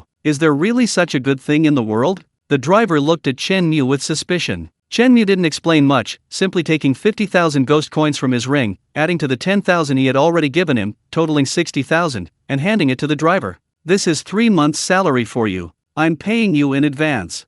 Only then did the eerie driver realize this young man wasn't joking. He really was that rich. The driver stared at Chen Mu in disbelief, reaching out to take the 60,000 ghost coins, its hand even trembling slightly. It simply couldn't believe its luck. It had encountered a tycoon who had hired it as a private driver on a whim. Take out the contract, let's sign it, Chen Mu said. The driver snapped out of its shock, carefully putting away the ghost coins, then quickly took out its own contract and signed its name. Chen Mu signed his name as well. At that moment, the netherworld taxi became Chen Mu's personal vehicle, and the driver his private chauffeur, available at his beck and call. Mr. Chen, this is my phone number. You can call me anytime if you need anything, and I'll be there within 5 minutes. The driver eagerly handed Chen Mu a black cell phone with a blood-red button. As long as Chen Mu was in the city, pressing the blood-red button would bring his personal netherworld taxi within 5 minutes. After putting away the phone, Chen Mu prepared to get out and go home. The driver quickly got out first, went around to Chen Mu's car door, and eagerly bent down to open it for him, placing his hand on the roof to prevent Chen Mu from bumping his head. The driver knew that if other netherworld taxi drivers in other cities knew they had landed such a great job, they'd be green with envy. Such a generous and wealthy boss, he had to serve him well. Chen Mu enjoyed the driver's service with complete ease. If others saw a vengeful ghost eagerly opening the car door for him, they'd probably be utterly astonished. Mr. Chen, if you have any luggage, feel free to ask me to help you carry it downstairs, the eerie driver said obsequiously, bowing low. Chen Mu nodded indifferently. Come pick me up here at 10 o'clock sharp this morning. I have some business to attend to. Okay, boss, don't worry, I'm always reliable. A short while later, escorted by the driver, Chen Mu returned to his familiar home. For the past 5 years of this bizarre apocalypse, Chen Mu had been constantly on the run, never daring to return home, fearing he might encounter something supernatural. Now, returning home again, the familiar atmosphere enveloped him. This long-lost familiarity and warmth made Chen Mu feel somewhat intoxicated. He took a shower, then lay comfortably on his bed, recharging his energy. Chapter 12. I have plenty of money. It was 9:30 a.m. Chen Mu woke up from his sleep. The bed at home was so comfortable, the pillow was just the right height, but Chen Mu tossed and turned, not sleeping very well, though he did feel refreshed. After brushing his teeth and washing his face, Chen Mu took a piece of bread from the refrigerator and ate it for breakfast while thinking about his next steps. At this time, the bizarre apocalypse had just begun, and many hidden items in the strange scenes remained unclaimed. People now avoided strange scenes like the plague, let alone actively entering them to search for hidden items. Only a year later, when people realized that without items and power, they would inevitably die, would many risk their lives to actively enter strange scenes in search of hidden items. During this process, some found rare king-level items and soared to great heights. Chen Mu was slow to realize this. 2 years into the bizarre apocalypse, he finally began to grit his teeth and actively explore various strange scenes. However, it was too late, all the rare items had already been looted. Having been reborn a month into the bizarre apocalypse, Chen Mu naturally couldn't repeat the same mistakes. At this time, the number of bizarre scenes was gradually increasing, and the items within them remained untouched. Treasures were hidden everywhere. And Chen Mu, as a reborn individual, knew the locations of these treasures and how to obtain them. If he didn't sweep away all the king-level items, he would be wasting his second chance at life. Therefore, Chen Mu's immediate priority was to seize the time, before anyone else reacted, to actively enter the bizarre scenes, obtain the rare items, and enhance his strength. Which bizarre scene should I go to first? Chen Mu carefully recalled which bazaar scene in his city contained king-level items, and which he desperately needed. After a moment's thought, Chen Mu suddenly remembered a place. The Mist Museum. This place was originally a city museum, but after the bazaar apocalypse, it transformed into a strange scene called the Mist Museum. The Bazaar Duke and his family reside within the Mist Museum. The entire family is extremely powerful, even their servants are at the level of ghost soldiers, and the butler's strength has reached the level of a ghost chief. As for the Duke himself, he is a powerful ghost general. Besides the Ghost King, ghost generals are the strongest beings in the Bazaar Apocalypse. The strongest ghosts in many small cities possess the strength of ghost generals. With such a powerful boss, one can imagine how dangerous the Mist Museum is. High risk contains high opportunity. Within the Mist Museum, there is also a ghost general level item, the Death Heavy Armor. According to the bazaar scene's description, the Duke was originally a powerful ghost general, having fought countless battles throughout his life. Now, he has left the battlefield and retired to the museum. The Death Heavy Armor is the armor the Duke wore back then. The protective effect of armor belonging to a ghost general level general is self-evident. The Death Armor grants immunity to unseen damage. It's important to know that items that grant immunity to unseen damage are rare. No matter how sturdy human-made objects are, they cannot withstand unseen attacks. Many powerful individuals, even those at the level of a master of unseen attacks, do not possess a single defensive item. Lacking defense, it's common for a human of the ghost chief level to be ambushed and killed by wandering ghosts after violating the rules. In this bizarre apocalypse, due to the existence of rules, defensive items are more important than offensive ones. Wearing this armor grants immunity to damage from ghost citizens and ghost soldiers, and mostly immunity to ghost chiefs. This means that ordinary ghosts will find it difficult to harm Chen Mu. Unless he breaks the rules in eerie scenarios, Chen Mu is no longer afraid of encountering wandering ghosts. Not only that, the heavy armor has an incredible effect. It grants immunity to 1 instance of damage from breaking the rules. The cooldown is 1 month. You see, eerie scenarios have many rules. Even the strongest person can make mistakes. No matter how strong, it's impossible to stay vigilant all the time. There will always be times when you break the rules. At this point, the death armor could save one's life, granting immunity to the consequences of violating the rules once. It was this effect that made countless powerful individuals flock to it. A year and a half into the bizarre apocalypse, countless powerful individuals came seeking this item within the Misty Museum. However, despite their intelligence and ability to complete the tasks, the rewards were quite ordinary. None of them were the death armor. Some even attempted more difficult tasks within the Misty Museum, facing near-death experiences. Yet, upon completion, the Duke still did not award the death armor as a reward. Finally, some couldn't resist and resorted to stealing or robbing. However, the Duke, as a powerful general, was not to be underestimated. Those who tried to rob him all perished. In the end, someone did obtain the death armor. The way this man obtained it shocked everyone. After completing the bizarre mission and meeting the Duke, he directly offered to buy the Duke's death armor with ghost money. Only then did everyone realize. The Duke was actually a fallen nobleman, and what he needed most was money. After rereading the descriptions of the Mist Museum, someone exclaimed that even the descriptions of the bizarre scenes contained a clue. The Duke was once a general, now retired and in seclusion. These descriptions subtly hinted that the Duke was once glorious, but now fallen, a fallen nobleman. A fallen nobleman needs money most. This person bought a ghost general level item directly using ghost money, a deal hailed as the biggest bargain of the year. Later, the price of ghost general level items skyrocketed, until someone offered 500 million ghost money and still couldn't buy a single one. A fallen nobleman needs money? Perfect timing, I have plenty. Chen Mu immediately decided that his next target for the eerie scene would be the Misty Museum. Speaking of which, the Duchess was actually quite beautiful, a middle-aged woman with undiminished charm. Chen Mu had seen her once before during a ghostly quest in the Misty Museum. Thinking of this, Chen Mu decided to go to the mall first and buy some gifts. They say you're beholden to someone who feeds you. If he just showed up without any reason, they definitely wouldn't give him a good look. But if he brought some gifts, their attitude would definitely change, making it much easier to buy the death armor later.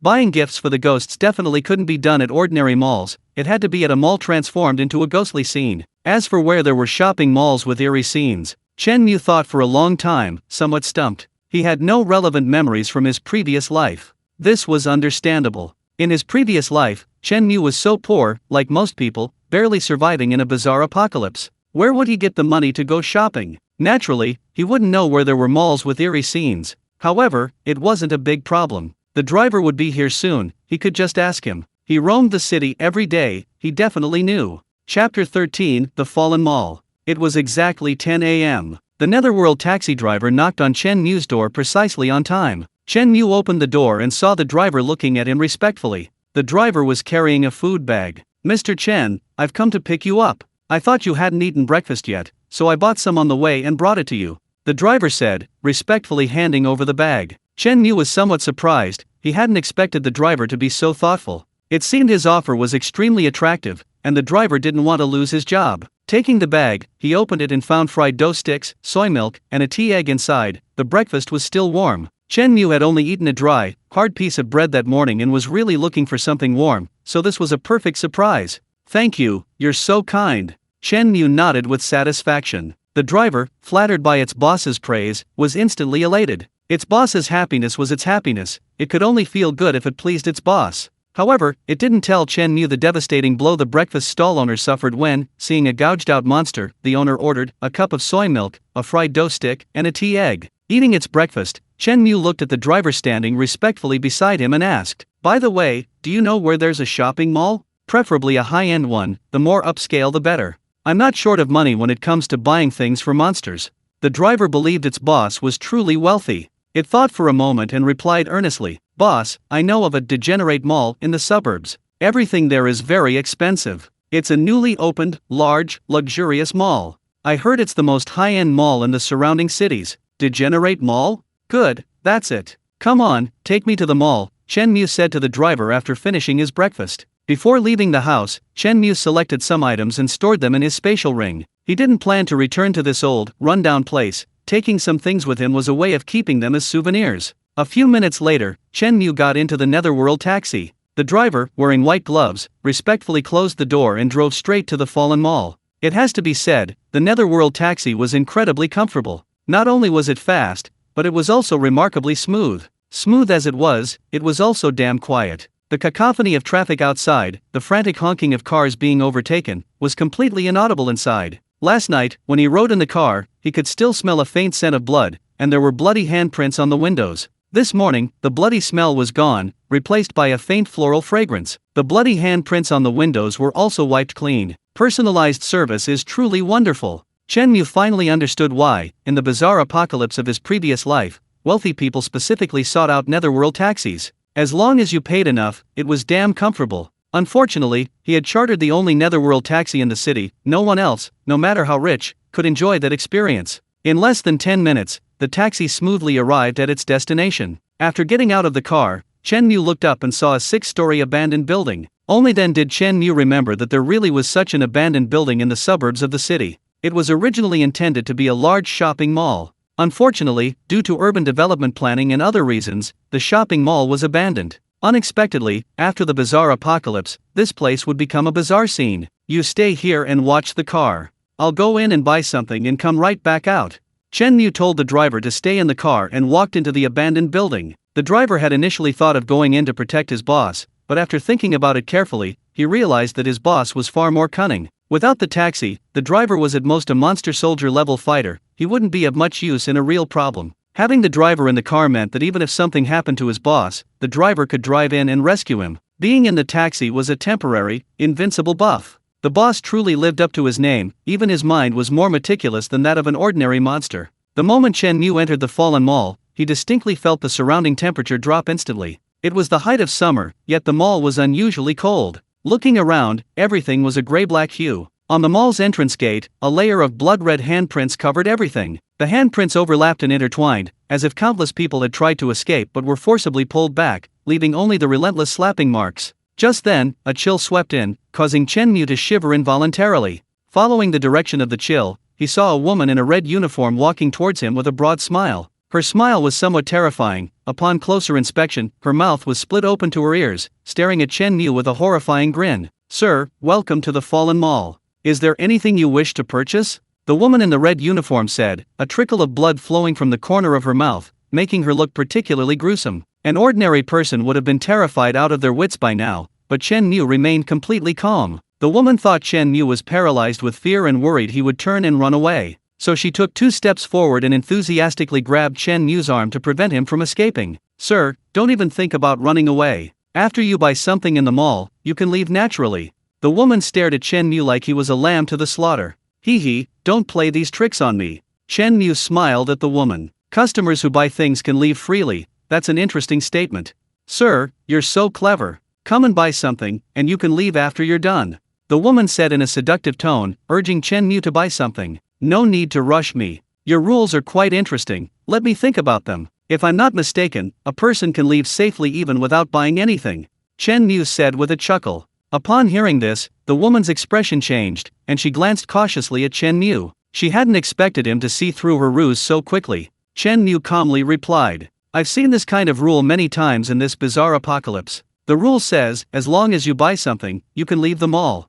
This is actually a misleading rule, implying you should buy something quickly. But once you buy something, you fall into the trap of the rules. Some people, encountering this rule for the first time, panic and buy something against their will, just wanting to leave as soon as possible. However, those people either don't have enough ghost money or the items they buy are too expensive. I guess you have a second rule: if you don't have enough money to pay, you'll die in the fallen mall. These two rules form a trap, and I bet quite a few people have fallen into it. Being reborn gave Chen Mu the feeling of accidentally entering a beginner's village. Chapter 14. This young man is a bit arrogant. Chen Mu saw through her act at a glance, and a look of surprise appeared on the woman's face. She dropped her wide smile and said in a helpless tone, Sir, you're very clever. Quite a few unlucky souls have indeed died here. But since you've already figured out the way to survival, please leave. I won't stop you. After saying this, the woman released Chen Mu's arm, indicating that he could leave. Leave? Why should I leave? Chen Mu shrugged. I'm just here to buy things. What I told you earlier was just practice. I'm afraid that if I get too arrogant, I won't even be able to see the way to survival within the rules anymore. The woman looked at Chen Mu in astonishment. This young man had seen through the secret of the rules so easily, and it was just practice? What an arrogant tone. And more importantly, he could see through the way to survival at a glance. This young man seemed to have the right to be arrogant. You said you're here to buy things? The woman asked. Of course, take me to your most expensive shop.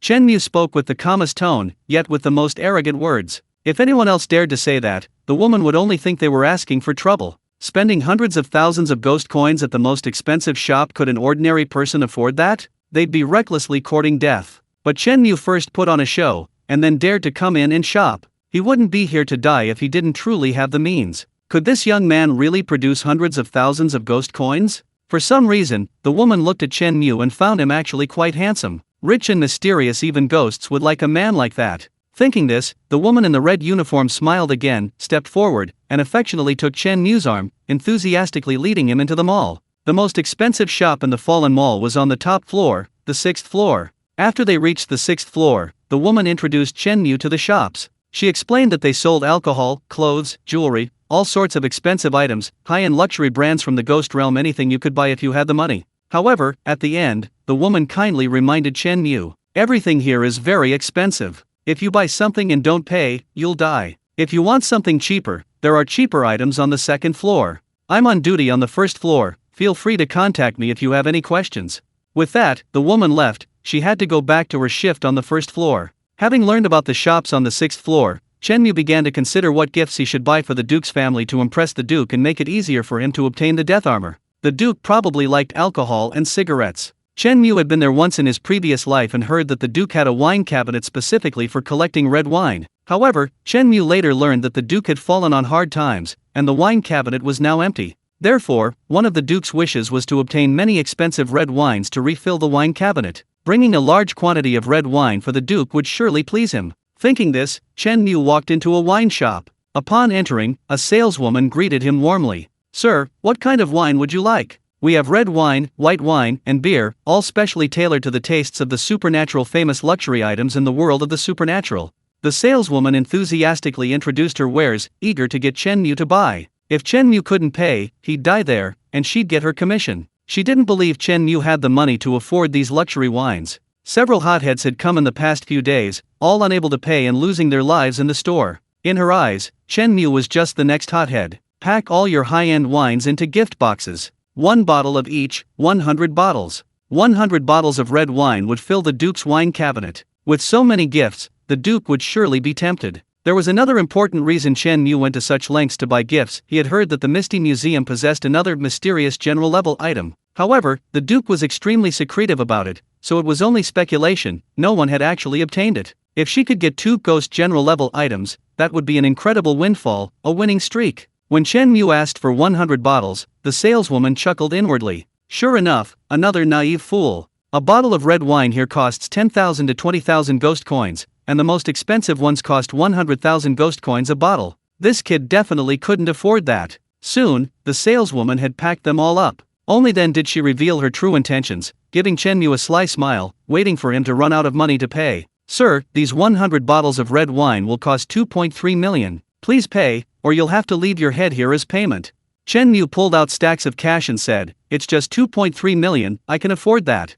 The saleswoman didn't even look at it. "Sir, it's ghost money. You need to pay this 2.3 million in ghost money." A few days ago, a rich second-generation idiot, just like Chen Mu, bought over $1 million worth of goods in one go. But when it came time to pay, the rich second generation realized he had to pay in ghost money, specifically ghost money from a bizarre apocalyptic world. At that moment, the rich second generation froze on the spot, completely terrified. The saleswoman thought Chen Mu was also a rich second generation, full of money but lacking the ghost money from the bizarre apocalypse. However, Chen Mu wasn't terrified. He calmly replied, "Yes, what I gave you is ghost money."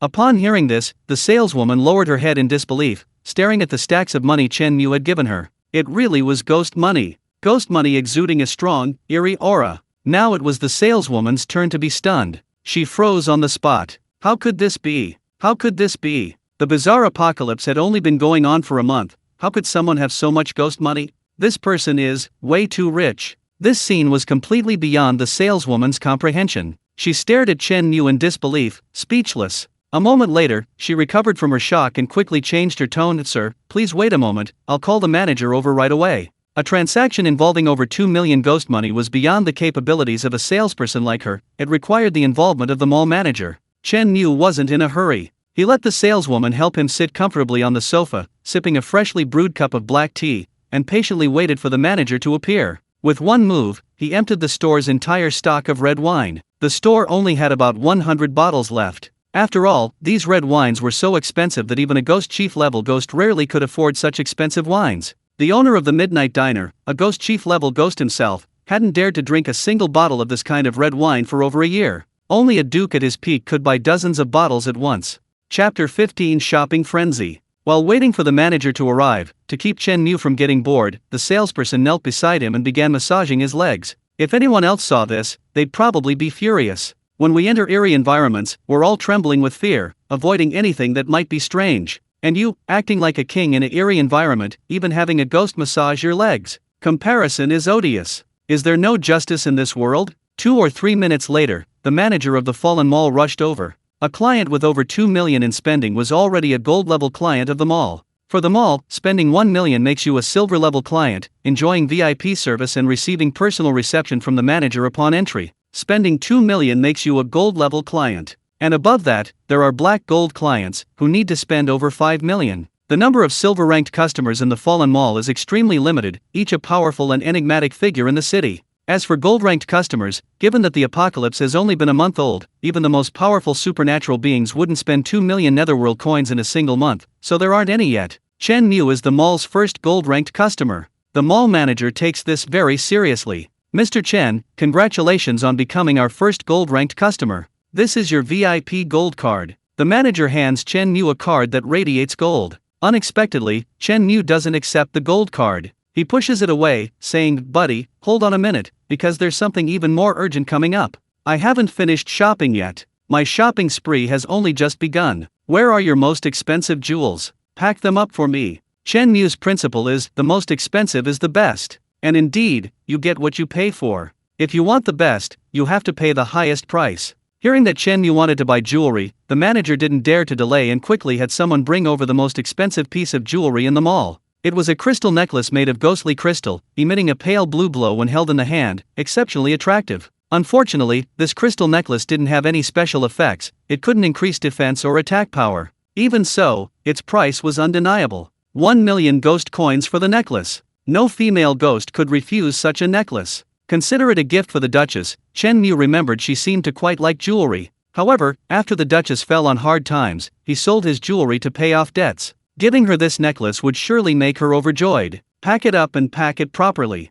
Chen Mu tossed the 1 million ghost coins to the manager, who quickly had the necklace packed up and placed in an ornate gift box. After thinking for a moment, Chen Mu also bought several watches, each one extremely valuable, spending another 2 million. In the end, Chen Mu had spent over 5 million yuan of ghost money in the fallen mall in just half an hour. Indeed, just as its name suggests, it truly was a fallen mall, where money flowed like water. After packing up the gifts, Chen Mu put them into his spatial ring. The mall manager looked at the spatial ring in Chen Mu's hand with envy. Such a spatial ring was a ghost general level item, with an enormous interior space, making it incredibly convenient to store all sorts of things. To possess such a powerful ring, this young man's identity must be extraordinary. He absolutely couldn't afford to offend such a customer with such a powerful background. After buying everything, Chen Mu suddenly felt that this mall was quite good. Many strange beings would definitely come to shop here in the future. Why didn't he just buy the entire mall outright? Thinking this, Chen Mu said to the manager, "Is your boss here? I want to buy this decadent shopping mall.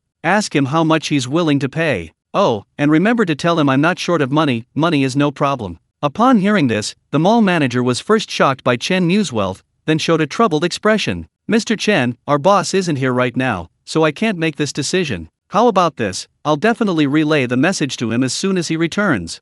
Chen Mu didn't mind. When Chen Mu bought Midnight Diner, it was because the diner was still small, so the owner wasn't very powerful and stayed at the store all day. With an owner of such a large shopping mall, their power must be immense, at least at the level of a ghost general. For a ghost general of this level, traveling for business is perfectly normal. Let's wait until it gets back from its business trip. The mall's right here, Chen Mu can afford a price that satisfies it. At this moment, the manager cautiously asked, "Mr. Chen, how about this? I'll issue you a Supreme Black Gold card." Supreme Black Gold card? What's that? Chen Mu was somewhat puzzled. He admitted that in his previous life he was a country bumpkin, thoroughly understanding rules and survival strategies, but he had never had the opportunity to access such high-end items. It's like this: the VIP cards in the Fallen Mall are divided into 3 types: silver, gold, and black gold.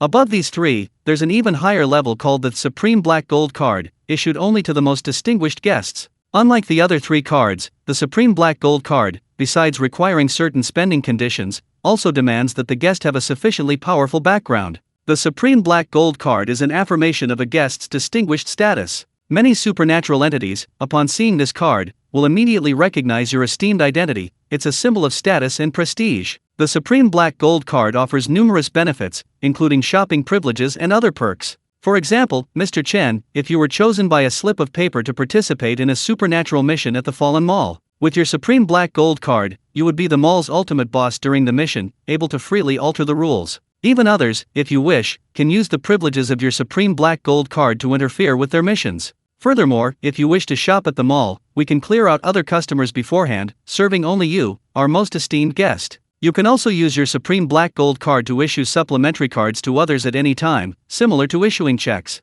Those holding your supplementary card can enjoy the same Black Gold card benefits upon entering the mall. And if you want to see our boss, as long as he's in the mall, he can see you anytime you want, thanks to your Supreme Black Gold card status. As the mall manager, I only have one authorization to issue a Supreme Black Gold card to someone. If Mr. Chen is willing, I'll issue it to you. Hearing the manager say this, Chen Mu thought for a moment and nodded. Then please issue one for me. Chen Mu wasn't very knowledgeable about these things. What he didn't know was that the Supreme Black Gold card he could issue with a simple word was something many supernatural beings dreamed of, something they wouldn't even dare to dream of. Chapter 16, Swearing Loyalty to the Boss to the Death. Soon, a large pile of gifts was packed up. Chen Mu checked them and felt he had bought enough. These were all gifts intended for others. Money buys the way, jewels pave the way. Chen Mu shrewdly employed this tactic. However, Chen Mu didn't buy anything for himself. Firstly, these were for the supernatural beings. Chen Mu himself didn't need them. Secondly, Chen Mu was a staunch pragmatist. Could things like red wine, jewelry, or ornaments increase strength? No. These things were readily available in stores. Anyone with money could buy them anytime. I already have enough money. What I lack is strength. If they can't make me stronger, what use are they to me? Chen Mu only wanted things that could increase his strength. If there was an item that could boost his strength, Chen Mu was willing to spend a fortune to buy it. After finishing his shopping, Chen Mu thought for a moment and then asked the manager to issue him 50 shopping cards, each worth 5,000 ghost coins. Chen Mu planned to use these shopping cards to incentivize the employees at the Midnight Diner. He wanted them to know that as long as they worked hard for him, he wouldn't treat them unfairly. The mall manager was very generous. Regarding Chen Mu's 50 shopping cards, the manager immediately said that Chen Mu didn't need to pay. The 5,000 yuan limit on each card would be considered a gift from the mall to Mr. Chen. For a big client like Chen Mu, the mall manager was naturally willing to curry favor. Chen Mu didn't refuse and accepted the mall manager's kindness. The mall manager respectfully saw Chen Mu off, escorting him all the way to the first floor. The young woman in the red uniform on the first floor, seeing Chen Mu come down, initially wanted to strike up a conversation. However, upon seeing the obsequious manager following behind Chen Mu, she immediately abandoned the idea. She had initially thought Chen Mu was just someone with some money, but she hadn't expected his background to be so powerful that even the mall manager had to personally escort him away. It's important to understand that the mall manager is already at the level of a ghost chief. The next level up is a powerful ghost general. For a ghost of this level to personally escort Chen Mu speaks volumes about the depth of Chen Mu's background. Was she a bit too fierce just now? Did she scare Chen Mu when he first arrived? The red-clad female ghost felt a pang of regret. She should have used some of her feminine charm to seduce Chen Mu. Someone like Chen Mu with his background, wealth, mystery, and somewhat handsome is a rare resource wherever he goes. If she could latch onto Chen Mu's coattails, Chen Mu was unaware that simply passing by the female ghost had triggered such a strong reaction from her. Outside the fallen mall, the driver had been waiting for quite some time. Seeing that Chen Mu hadn't come out yet, the driver couldn't help but feel nervous.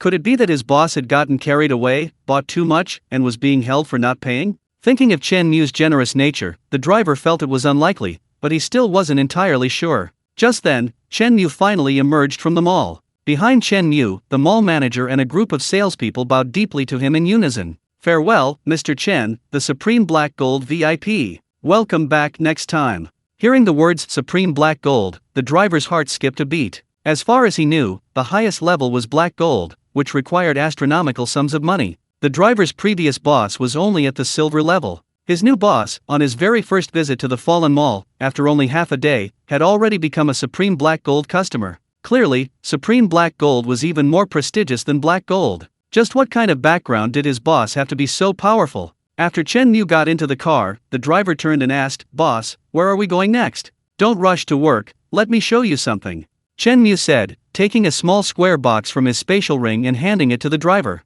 "What's this?" the driver asked, somewhat puzzled. "Open it and see, it's a gift for you," Chen Mu said with a smile. The driver opened the box and saw a black watch inside. The watch's surface gleamed with a black sheen, clearly crafted from expensive materials. The second hand ticked, and holding it in his hand, he could feel the mechanical quality inside. It was obviously very valuable. On the watch band, a line of small characters was engraved, "Ghostly Jadeite." Ghostly Jadeite, a renowned luxury brand in the supernatural world, is famous for its exquisitely crafted watches. Naturally, the price is not low. The cheapest one costs over 20,000 ghost coins. Owning a ghostly jadeite watch is something many supernatural beings would never dare to dream of in their entire lives. Coincidentally, he enjoys watches and can speak fluently about all the different ghostly jadeite models. Unfortunately, as a taxi driver, his monthly salary is only a little over 3,000 yuan, leaving him with virtually no savings after expenses. Ghostly jadeite is an unattainable dream for him. He can only satisfy his dream by buying counterfeit goods. He never imagined that the boss he had only known for a day, on his first visit to the fallen mall, would actually buy him a ghostly jadeite watch as a gift. And not just the entry-level model costing 20,000 yuan, but a mid-range model costing over 50,000 yuan. Suddenly, the eerie driver felt an urge to cry. As an eerie being, he had lived for decades. For decades, he had always been at the very bottom of the eerie world, forced to greet everyone with a smile, never experiencing respect. His previous boss had always been arrogant and condescending. Not only did he pay him the bare minimum, but he also frequently delayed wages, sometimes for 6 months at a time. After the eerie apocalypse began, his boss's exploitation intensified, increasing his monthly targets. This forced him to take desperate measures, extorting more ghost money from passengers just to barely meet his boss's demands. He knew his former boss had never respected him, so, when Chen Mu wanted to recruit him, he agreed without hesitation. But he never expected that Chen Mu, his new boss, would give him the coveted ghost jadeite on his very first day of work. Had his boss been watching him all along, knowing he liked watches? It must be. The boss has always been calm and observant, he must have noticed me. It's normal for the boss to notice my liking for watches, but the fact that he actually bought one for me is something I never expected. At that moment, the eerie driver truly understood what it meant to be respected. With Chen Mu, he not only received higher pay, but also, for the first time in his decades as a ghost, experienced respect. With a boss like this, what more could he ask for? If he couldn't be utterly devoted to his boss, the eerie driver would feel like an ingrate. Thank you, boss, the eerie driver said, trying to control his sobs and speak in as normal a tone as possible. Good that you like it, Chen Mu said. Then, next stop, take me to the City Museum. It's said to have become a place of eeriness, the Mist Museum.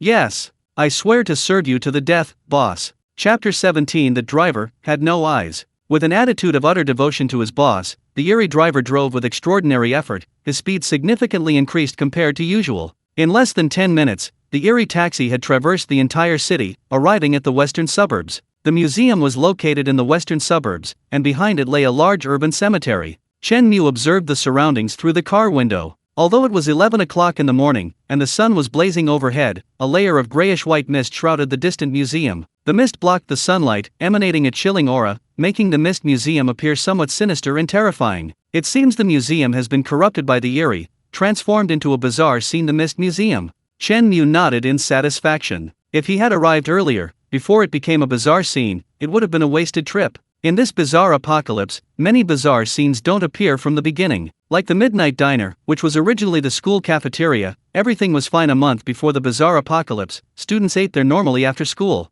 2 days before Chen Mu and his group received the bizarre mission, the school cafeteria was corrupted, turning into the Midnight Diner every night. Similarly, the Mist Museum underwent a transformation a week after the bizarre apocalypse, becoming the Mist Museum. The road to the Mist Museum passes through a forest road. Driving on the forest road, the trees overhead completely block out the sunlight, making the road dark and cold, filled with a gray, chilling mist. Even with high beams on, ordinary vehicles cannot penetrate the mist. Visibility drops beyond half a meter. Under these conditions, one either has to drive at a snail's pace through the dark mist, careful not to overturn off the road, or get out of the car and grope one's way forward on foot. Both options are psychologically and physically torturous. However, Chen Mu, sitting in the ghostly taxi, wasn't worried about this at all. Since the ghostly taxi was a strange creature, its headlights could easily penetrate the fog, providing a clear view ahead. However, Chen Mu felt that for a ghostly driver without eyesight, vision seemed irrelevant. This ghostly driver didn't seem to drive by sight. This, however, made things easier for Chen Mu, allowing him to clearly see his surroundings.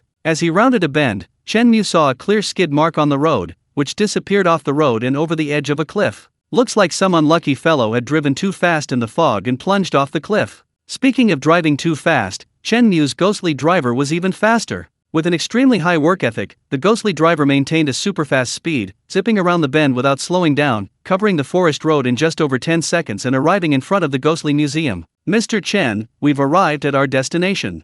The Erie driver turned to Chen Mu and said, "Mr. Chen, are you really going to go any further? You didn't receive the blood-red note, so you don't need to participate in the Erie mission at the Mist Museum. But I must warn you, if you continue forward and enter the area of the Mist Museum, you will be forced to participate in a bizarre mission. Only by completing the mission alive can you leave." Chen Mu nodded at the bizarre driver's well-intentioned reminder. "I know, but I have to go to the Mist Museum."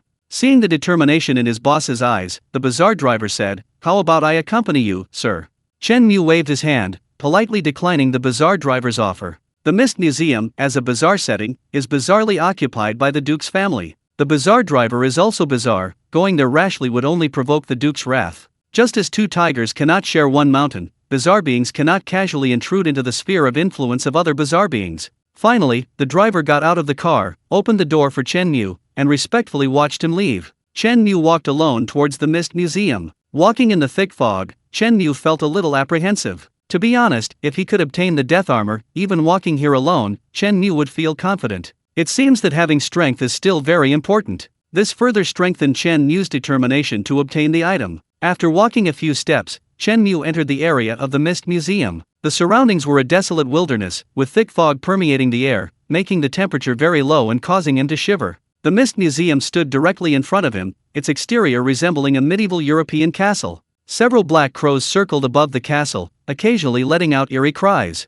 Outside the entrance to the Misty Museum stood several people dressed in modern clothes. Chen Mu wasn't surprised. If he wasn't mistaken, these people had received the blood-red note and were forced to participate in the bizarre mission, gritting their teeth in desperation. The group consisted of 3 men and 1 woman, all looking pale and clearly tense and frightened. One of the men was in his 40s or 50s, bald and with a large belly. Chen Mu recognized him immediately. He was Wang Deifu, a well-known local tycoon, frequently seen in the local newspapers. When the bizarre apocalypse arrives, even the wealthy are not spared. Everyone trembles in the shadow of death. Of course, those with enough ghost money are an exception. Besides Wang Deifu, there were 2 young men. One had dyed yellow hair, the other green. Clearly, they were friends with the other. The last one was a young woman. The young woman, fashionably dressed, in revealing clothes, and heavily made up, was trembling in Wang Deifu's arms. Judging by her age, she was old enough to be Wang Deifu's daughter. But Chen Mu knew she wasn't Wang Deifu's daughter. If nothing unexpected happened, she was probably Wang Deifu's mistress. When the group saw Chen Mu arrive, they all turned to look at him. Two young men, seeing someone their age, quickly greeted Chen Mu, seemingly trying to recruit him. "Hey buddy, you also got this weird mission called Mist Museum?" one of the young men asked. Chen Mu didn't answer. Experience told him that there were no friends in bizarre missions. Not only strangers, but even brothers, once as close as family, would turn against each other. Betrayal, these were commonplace in bizarre missions. Sometimes, companions were more terrifying than the monsters themselves. Only at the very beginning of this bizarre apocalypse did some people think of forming teams and finding partners, believing that friends could help each other and increase their chances of survival. Little did they know, these were the people who died the fastest. Seeing that Chen Mu didn't answer, the two young men, realizing they'd been rebuffed, turned away and continued talking, ignoring Chen Mu. However, the woman in Wang Deifu's arms looked at Chen Mu with a terrified expression. "Baby, are you scared? Don't be afraid, I've seen it all. I'll take care of this little thing." Wang Deifu spoke cheesy sweet nothings, comforting the woman in his arms, even though his voice was trembling. The mistress pointed at Chen Mu and said in a trembling voice,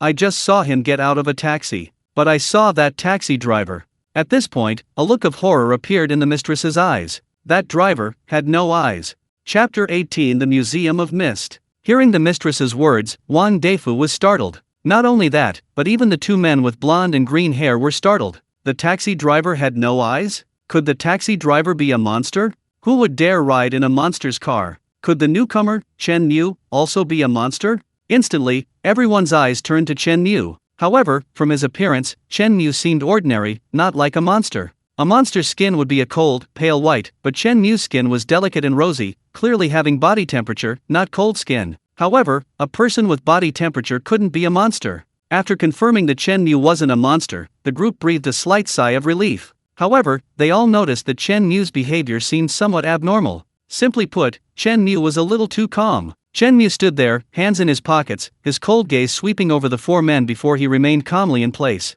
Composure. A stark contrast to the trembling four. This young man didn't seem like someone entering a strange scene for the first time. This calmness put even Wang Deifu to shame. He could sense a completely different aura emanating from Chen Mu. This aura was honed through countless life or death experiences, something far beyond what a boy his age could possess. Feeling uncomfortable under their gaze, Chen Mu frowned slightly and said calmly, "Stop staring at me. If I were a monster, would you still be standing here alive? Instead of guessing my identity, think about yourselves, how you'll survive the next mission." His words carried a hint of arrogance, coupled with his calm demeanor. Green hair curled his lip at Chen Mu, then said to yellow hair beside him, "TCH, this guy's a real idiot. He's already in a weird mission and he's still acting all high and mighty." Yellow hair nodded. "Exactly. We tried to recruit him, but he acted all high and mighty and refused. Without brothers to back him up, let's see how he survives in this weird mission. Those who go it alone die the fastest. We're good brothers, we'll support each other, we'll both survive." Wang Deifu was also a little annoyed. He comforted Xiao San in his arms. "Don't be afraid, he's just a show-off, a hothead. Young people without ability or resources are just fearless newborn calves. You stick with me, I have resources that this kid can't compare to." Hearing Wang Deifu's words, Xiao San calmed down a lot. Thinking of Wang Deifu's immense influence and ability to handle anything, Xiao San's face showed more admiration. She, a woman in her early 20s, was willing to become Wang Deifu's mistress because she was attracted to his extensive resources and connections. This time, her luck ran out. She was chosen for a bizarre mission by the Mist Museum. The mistress thought she was doomed, but unexpectedly, Wang Deifu was also chosen. The mistress heard that Wang Deifu, leveraging his connections and status, had spent a great deal of money to acquire extremely rare ghost money. With ghost money in hand, it was said that one could move freely in bizarre missions. This gave the mistress a sense of security. To ensure Wang Deifu wouldn't abandon her, this morning she used all her charms to make him feel comfortable. She was counting on Wang Deifu's ghost money to help her during the bizarre mission. "Brother Fu, you have to let me spend your ghost money with you. I like you so much, you can't abandon me," the mistress pleaded with Wang Deifu. "Of course, how could I abandon you? As long as you behave well, I'll divorce my wife and marry you after this bizarre mission." Wang Deifu had spent millions acquiring ghost money, which he currently hid in his crotch. He hid it there mainly to prevent theft. His shirt pockets and pants pockets were too unsafe. If someone stole it, he would suffer a huge loss. After much thought, he realized that only his crotch was safe from being discovered. Therefore, he had a pocket sewn into his underwear, filled with his precious ghost money. Chen Mu, standing some distance away, overheard their entire conversation. Chen Mu figured that after buying the midnight diner, his strength increased to that of a supernatural being, which incidentally improved his hearing. Wang Deifu actually had ghost money? This surprised Chen Mu somewhat. However, considering Wang Deifu's status and position, it was still possible for him to acquire several hundred ghost coins at a high cost. What Chen Mu didn't know was that the ghost money Wang Deifu possessed was only a 10 yuan note. If Chen Mu knew, he would absolutely laugh his head off. Ghost money is valuable, that's true, but trying to bribe the Duke's supernatural abilities with 10 ghost coins? What a joke! Showing off 10 ghost coins? The Duke would think you're humiliating him. I advise you to keep it hidden in your crotch, and ideally, don't take it out during the entire supernatural mission, lest it backfire. Just then, Chen Mu felt something in his hand. He looked down and saw a small, blood-red note in his hand. Chen Mu wasn't surprised. He had entered the territory of the Misty Museum. Even if he hadn't received the Bazaar quest before, he would now. Bazaar quest, Misty Museum. Quest description: deep in the dark mountains, shrouded in mist, lies an ancient museum. Every night, screams echo from the old museum. Those who approach the museum say they smell a strong stench of blood. The Duke was once a skilled general, but in his old age, he retired from the battlefield and lived in seclusion here with his family and servants. The ancient museum became the Duke's residence. You are a friend of the Duke, and having heard of your old friend's seclusion, you have come to visit. Inside the Misty Museum, the hospitable Duke and his family, hearing of your arrival, have prepared a warm dinner for you. After several days of travel, you have arrived at the Duke's doorstep. The butler is waiting for you at the gate. Please knock on the door. The butler will open it for you, and you will enjoy fun games and a cozy dinner. By the way, the Duke doesn't like late guests, so please get going as soon as possible. While Chen Mu was reading the note, the others had already stepped forward and arrived at the entrance to the Mist Museum. The gate before them was ancient and imposing, exuding the style of castle architecture. In Chen Mu's memory, the museum didn't look like this. Clearly, after the museum transformed into this eerie scene, the exterior decorations changed accordingly. Bang, bang, bang. Green Hair stepped forward and knocked on the door of the Misty Museum. As he knocked, Yellow Hair, who considered himself his best friend, quietly took a step back and hid behind him. With a creak, the museum door opened from the inside. Through the crack in the door, an old, pale arm emerged. Chapter 19: A Precious Gift. The excited old butler. It was clearly a bizarre hand. Upon seeing this, everyone's expression changed slightly. Aside from Chen Mu, this was the first time they had ever seen something so strange. As the door fully opened, the owner of the arm stepped out. A bizarre figure with graying hair, dressed smartly in a butler's uniform. This bizarre old man was the Duke's butler. More new guests have arrived. Please come in. Although the butler's tone was friendly, his expression was calm, lacking enthusiasm, behaving as if it were just routine. It was clear that the old butler was only giving these new guests a perfunctory welcome. Chen Mu understood the reason perfectly. The reason was simple: there were just too many guests. Since this place became a bizarre scene, 20 or 30 groups of guests had arrived in just half a month. Handling so many guests had worn off the old butler's initial enthusiasm, leaving him numb. Furthermore, these guests didn't have a good impression of him. It's said that one shouldn't visit empty-handed. It's basic courtesy and respect, and the same applies in the supernatural realm. However, these 20 or 30 groups of guests, without exception, all arrived empty-handed. They have absolutely no sense of courtesy or respect. Actually, the old butler misunderstood these people. These people are here on supernatural missions, struggling to survive on the brink of death. Bringing gifts? Not bringing a few knives for self-defense is already a sign of respect for the supernatural. The old butler recalled the days when the Duke was still in power. Every guest who came to visit brought a large amount of gifts. Even he, the old butler, could get a gift worth several hundred ghost coins. It's truly a case of a tiger fallen into the plains being bullied by dogs. After the Duke's downfall and retirement, even the guests are so rude. Green Hair, Yellow Hair, Wang Deifu, and Xiao San, the four of them, entered the gate one by one. Because the old butler was an eerie being, the group was quite wary of such beings, avoiding eye contact and keeping their heads down at a distance. This behavior, in the old butler's eyes, was interpreted as a sign of alienation and contempt. Another group of rude guests. The old butler shook his head helplessly, preparing to close the door. Just then, he suddenly noticed that one guest hadn't entered. Chen Mu was standing outside, smiling at him. Why aren't you coming in? If you don't come in, I'm closing the door, and you'll never be able to come back. The old butler frowned, speaking bluntly. Not being allowed in meant failing the eerie mission and facing certain death. It was clear that the old butler also had a bad impression of Chen Mu, who was also among the guests. Old butler, please don't be angry. I'm coming in now. Chen Mu chuckled, took 2 steps forward, entered through the door, and stood smiling before the old butler. Then hurry up and sit in the hall. What are you standing in front of me for? Don't get in my way of closing the door. Old butler, this is my first time here. I apologize for disturbing you. This is just a small token of my appreciation. Chen Mu's words were impeccable. As he spoke, he took a small box from his spatial ring and smilingly placed it in the old butler's hand. A spatial ring? The old butler recognized its value immediately. Someone with a spatial ring must be someone of considerable status and background. Seeing Chen Mu being so considerate, offering him a gift right away, the old butler's brow immediately relaxed, his impression of Chen Mu improving considerably. This young man is quite good, he has connections and is polite. Oh, it's nothing at all. Don't be so polite.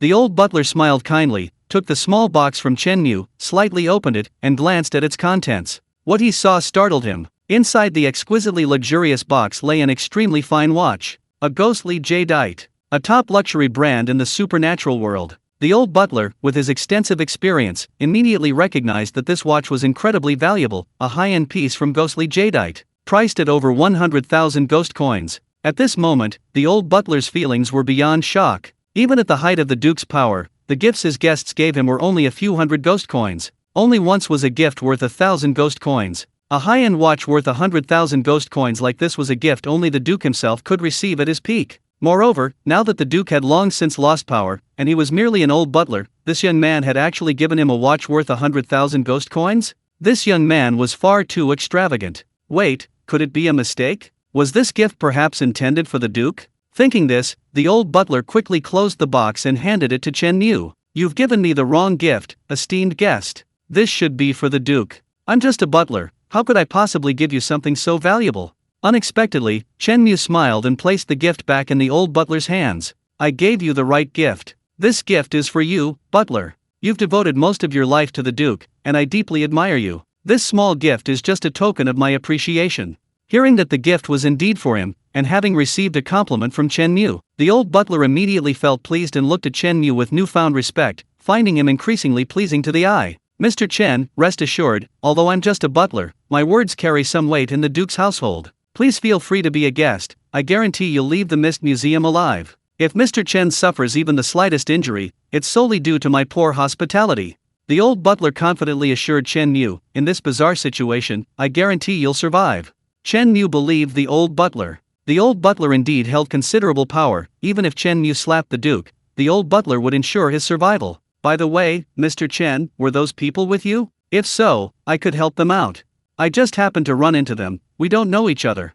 Chen Mu replied. Chen Mu wasn't a saint. Those people clearly disliked him, how could he possibly use his personal connections to help them? In other words, Chen Mu was already being incredibly kind in this bizarre mission by not letting the old butler cause them any trouble. Hearing Chen Mu's words, the old butler naturally understood what he meant. Since those people didn't know Chen Mu, there was no need to take care of them. Carefully putting away his watch, the old butler warmly gestured for Chen Mu to come in. Mr. Chen, please come this way. Those people are already seated in the hall. The Duke's banquet will be a while longer. Before then, there will be a small game to help the guests pass the time.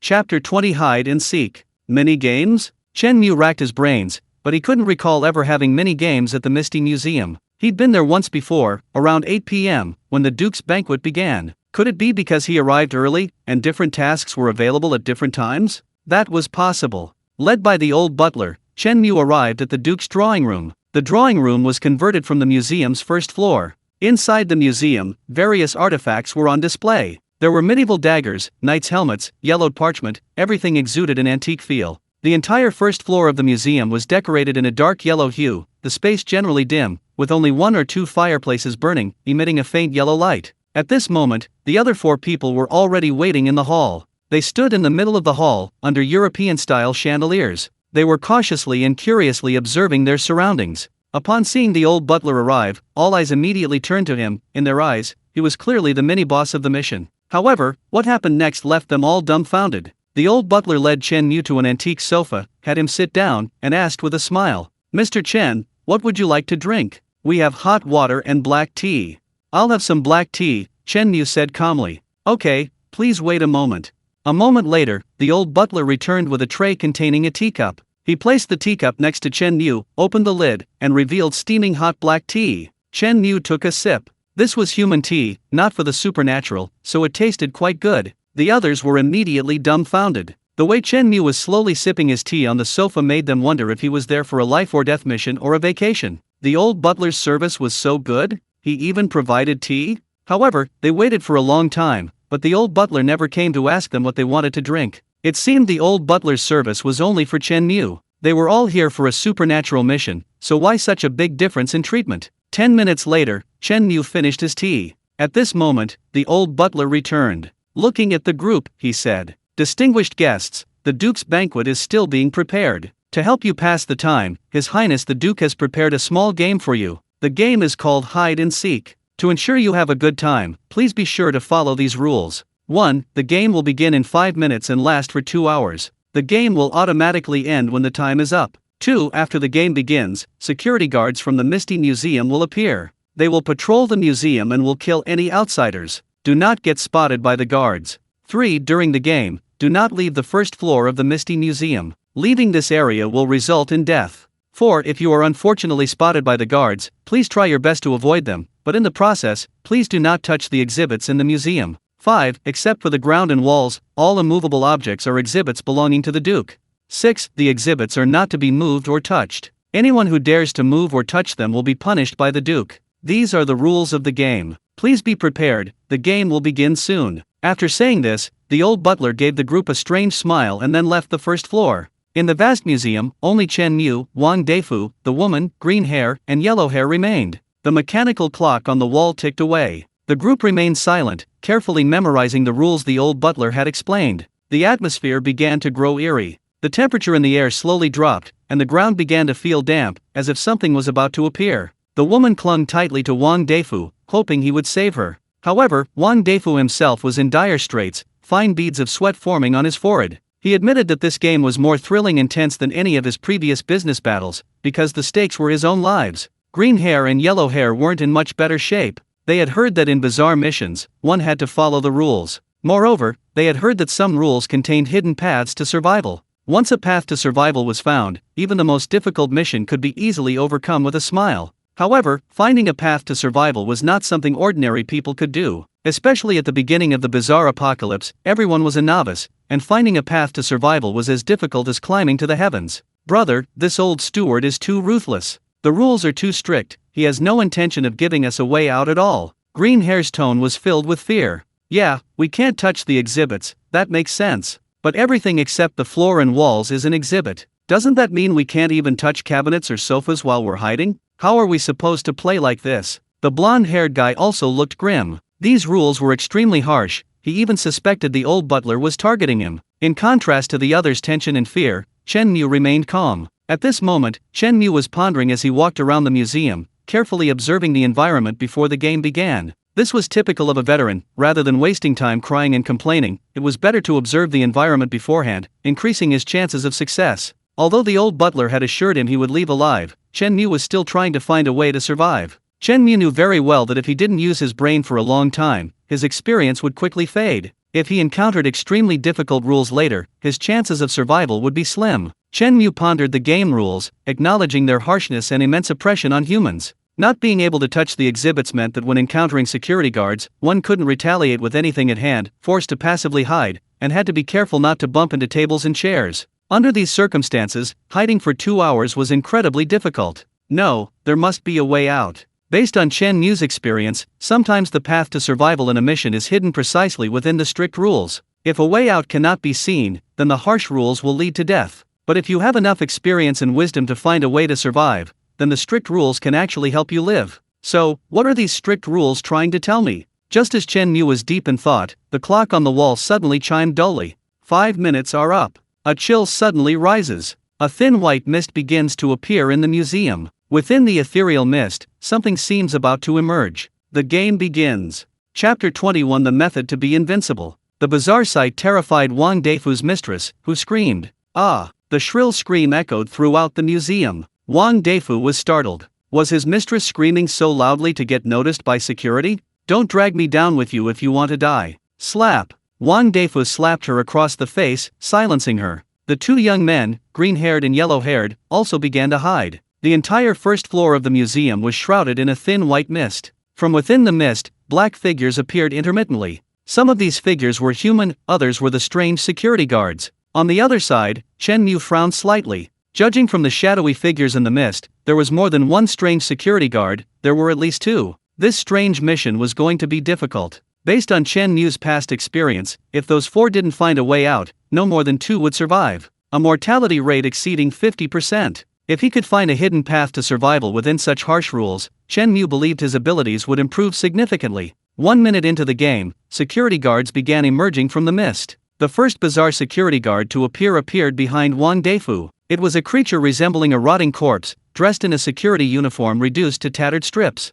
Its body was severely decomposed, exposing its internal organs. With each step it took, putrid pus oozed out, mixing with a pungent stench that made one want to vomit. This pungent odor alerted Wang Deifu. He turned around, following the scent, and saw the bizarre security guard with its gaping maw open, staring at him. Damn it! Wang Deifu cursed, without thinking, grabbing his mistress and shoving her at the security guard. He then turned and ran. After being pushed out, the mistress belatedly realized what had happened. She stared at Wang Deifu in disbelief, unable to believe his heartlessness. Before the mission began, the two had been exchanging vows and sweet words. Just minutes later, everything had changed drastically. Birds of a feather flock together, but in times of trouble, they fly away separately.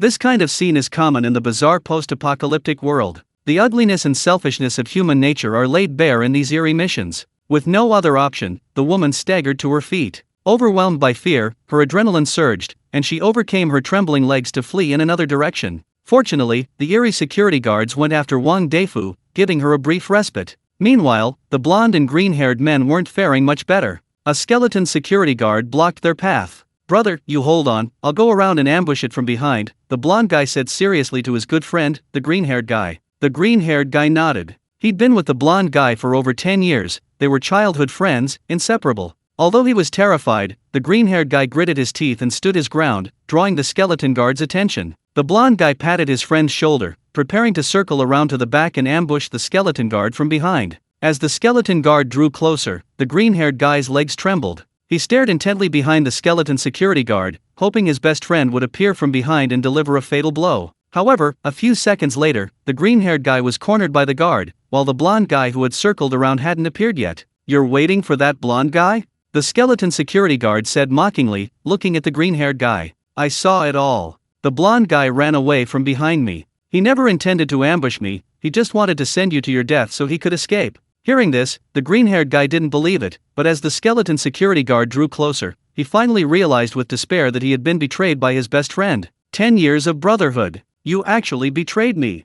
The green-haired guy cried out in bitter resentment, but he only managed one cry before his body was torn apart by the skeleton security guard. Hearing the shouts behind him, the blonde-haired man, already far away, revealed a mocking expression. "What kind of time is this to still trust your good brothers? Good brothers are just for betraying." At this moment, Chen Mu stood before a clock, his face calm. Watching a strange security guard approach him more and more through the white mist, Chen Mu showed no panic or attempt to escape. After 5 minutes of deep thought, Chen Mu looked at the clock before him, and a sudden realization dawned on him. Exhibits. Things that can't be touched. No one can touch them. The Duke's punishment. Each crucial clue, like pearls, strung together in his mind like a necklace. Recalling those harsh rules, Chen Mu suddenly understood. Sure enough, behind the harsh rules lay a way out of the mission. This joy of escaping from a desperate situation filled Chen Mu with an indescribable feeling. He watched the strange figure approach step by step, a hint of anticipation even creeping in. As the shadowy figure in the mist drew closer, Chen Mu took a deep breath and made an extremely unusual move. He stood motionless, like a statue. This was the path to survival Chen Mu had discovered. The secret to survival lay hidden in the 6th rule. The exhibits cannot be moved or touched. Anyone who dares to move or touch them will be punished by the Duke. This rule, at first glance, seemed designed to restrain humans, preventing them from touching the exhibits and increasing the difficulty of hiding. Chen Mu was initially misled by this rule, finding it too harsh and the task too difficult. However, Chen Mu knew that the harsher the rule, the more likely it was to contain something fishy. Sure enough, after careful consideration, Chen Mu discovered the trickery in the rule. Anyone who dares to touch them, the key was in anyone who. This anyone who included not only humans but also the strange security guards. In other words, even the eerie security guard cannot touch the exhibits, or he will be punished. This contains an exciting implication in this game of hide-and-seek. One can be invincible. How can one become invincible and evade the eerie security guard's capture? It's simple, become an exhibit yourself. So, is it possible to become an exhibit? Chen Mu discovered that this was possible, and the method was hidden in another rule. Chapter 22 Sir, your tea. The fifth rule. Apart from the ground and walls, all immobile objects are the Duke's exhibits. On the surface, this restricts human movement. Aside from the ground and walls, people cannot touch anything else. However, viewed from another angle, this rule actually contains a metaphor, a method to turn people into exhibits. If a person doesn't move, then under this rule, they become the Duke's exhibit in a museum. Therefore, combining these rules, Chen Mu derived the way to survive the mission. When encountering the strange security guard, there's no need to run or hide, simply stand still, and you become the Duke's exhibit. The strange security guard cannot touch the exhibits, so naturally he cannot touch you, let alone catch you. By standing still for 2 hours, you can remain undefeated in this game of hide-and-seek and survive peacefully until the end. However, Chen Mu also sensed something different in these rules. This mission's rules include, for the first time, a misleading rule. So-called leading rules are designed to induce players to make mistakes and interfere with their search for the correct path to survival. For example, rule number 4. If you are unfortunately discovered by security guards, do your best to avoid them, but in the process, do not touch the museum exhibits.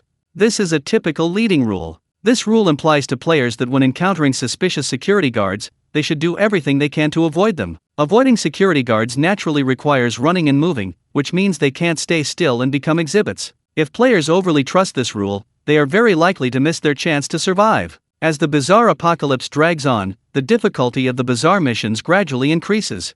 Chen Mu murmured to himself. This didn't surprise Chen Mu at all. After all, Chen Mu had experienced the hardships of life before. In his previous life, over such a long period, the missions in the bizarre apocalypse had become incredibly difficult and perverse. Leading rules? That's child's play. There are contradictory rules, and even erroneous rules. The most difficult mission Chen Mu had ever encountered involved 23 rules. Even more absurdly, all 23 rules were erroneous. Believing even one of them meant certain death. To find a way out, Chen Mu could only deduce the hidden path to survival based on these flawed rules. By combining several pieces of erroneous information, finding the contradictory parts, and making inferences, he could search for the implied path to survival. That was a test of both physical and mental strength, which Chen Mu had endured. Therefore, the hide-and-seek game before him was child's play. With 2 hours allotted for the mission, he found a way out right at the start. Chen Mu was confident that his chosen path to survival in this bizarre and challenging mission was foolproof. Therefore, he remained calm as the eerie security guard approached him. Sure enough, the eerie security guard stopped a meter away, silently watching him, but dared not approach. Chen Mu stood right in front of it, yet it dared not come near him. This is the exhilarating feeling of discovering a way out. Once you grasp the secret to survival, you can navigate the bizarre missions with ease. After observing Chen Mu for a while, the bizarre security guard became quite wary of him. It dared not touch him, because under the rules, Chen Mu was now an exhibit for the Duke. It dared not kill Chen Mu. After a brief standoff, the bizarre security guard turned around, preparing to leave. Chen Mu finally breathed a sigh of relief. It proved that his deduction about the way out was correct. However, before Chen Mu could even relax, he suddenly felt a hand pat his back. What shocked Chen Mu even more was that this hand was pale and cold. It was clearly not a human hand. It was a bizarre hand. The bizarre was touching him. How could this be? Chen Mu's expression changed. According to the rules, he was currently an exhibit, and bizarre beings were not allowed to touch exhibits. Could it be that his deduction was wrong, leading him down the wrong path to survival? This thought flashed through his mind, and Chen Mu's heart sank. Just as Chen Mu was racking his brains, a strange voice suddenly came from behind him. Sir, your tea. Tea? What tea? Chen Mu was completely bewildered. The strange creature behind him stepped forward and appeared before Chen Mu. This creature wasn't a security guard, it was dressed as a waiter, carrying a tray. On the tray was a steaming cup of tea. The butler was worried you might be thirsty, so he asked me to bring you a cup of hot tea. The Misty Museum is cold and damp, so please keep warm, Mr. Chen. Those strange security guards can't harm you. If you don't want to participate in the game, you can leave at any time. After speaking, the strange waiter placed the hot tea beside Chen Mu. Looking at the scene before him, Chen Mu understood. This strange creature wasn't a security guard, it was the Duke's waiter. They've come to serve him tea and water. Wait a minute, what's with this weird atmosphere? The others are facing certain death in this bizarre mission, while he's receiving special treatment, served hot tea, and can leave at any time? A game of hide and seek, call it a game,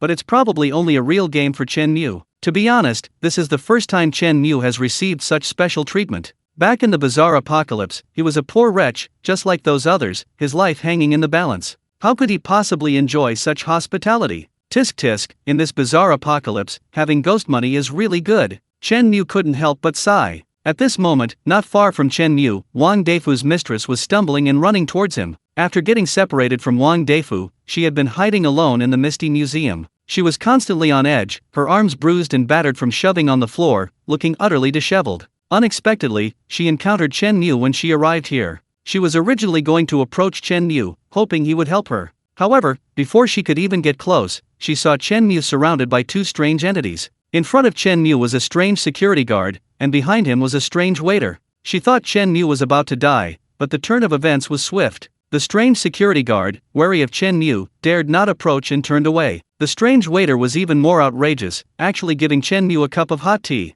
He was there to serve Chen Mu. Looking at her disheveled appearance, and then at Chen Mu's calm and composed demeanor, being served tea and water by a strange person. For the first time, the woman truly felt the stark contrast of this bizarre post-apocalyptic world. How could the difference between people be so vast? Chen Mu's image in her eyes had transformed from a naive young loser to a profound and unfathomable powerhouse. In comparison, Wang Deifu was utterly pathetic. Don't let Wang Deifu's usual arrogance and status fool you. In this bizarre post-apocalyptic world, he was instantly reduced to his original state. If Wang Deifu is unreliable, then she'll find another backer. Thinking this, the woman looked at her own body. She smoothed her hair, pulled her top down, and tried to appear as alluring as possible. She wanted to use her feminine charm, just in case Chen Mu took a liking to her. If she could get close to Chen Mu, wouldn't she be able to live a life of luxury in this bizarre apocalypse? What she didn't know was that in Chen Mu's eyes, her little tricks were nothing more than petty cleverness. Chapter 23. Why is there such a huge difference between people? After straightening her clothes, the mistress walked towards Chen Mu with a seductive air. Chen Mu had already noticed her, and a hint of wariness flickered in his eyes as she approached. "Handsome, I see you came alone. At that prime of your life, aren't you lonely?" The mistress reached Chen Mu's side. Although she didn't even know his name, she acted very enthusiastically, hugging him tightly. Chen Mu immediately understood.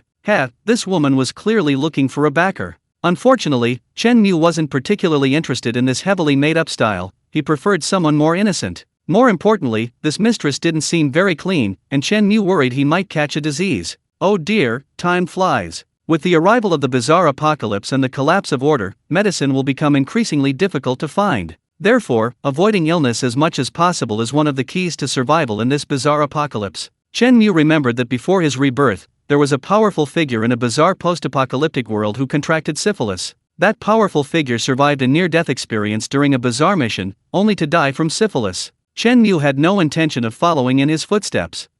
You should go find Wang Deifu. Don't even think about it, I won't use my resources to help you. Chen Mu rejected the woman without hesitation. Meanwhile, Huang Mao, having been hiding for a while, arrived near Chen Mu. Having experienced the betrayal of his friend, Huang Mao was mentally exhausted, and his body was drenched in sweat from hiding, looking even more disheveled than the mistress. When he saw Chen Mu's appearance, his temper flared up instantly. Chen Mu was impeccably dressed, holding a steaming cup of fragrant tea, showing no sign of dishevelment. Not only that, but a woman was even throwing herself at him. Damn it! Are you kidding me? This is a bizarre mission. I almost lost my life, only surviving by betraying my brothers, and you're living so comfortably? Are you here for a life or death mission, or to play a game? For Chen Mu, it was truly a game of hide and seek. And he even attracted Wang Deifu's mistress. The difference between people. The blonde-haired man's mental breakdown was no less than the mistress's. What abilities does this mysterious young man possess to live such a comfortable and carefree life? Thinking this, the blonde-haired man walked towards Chen Mu step by step.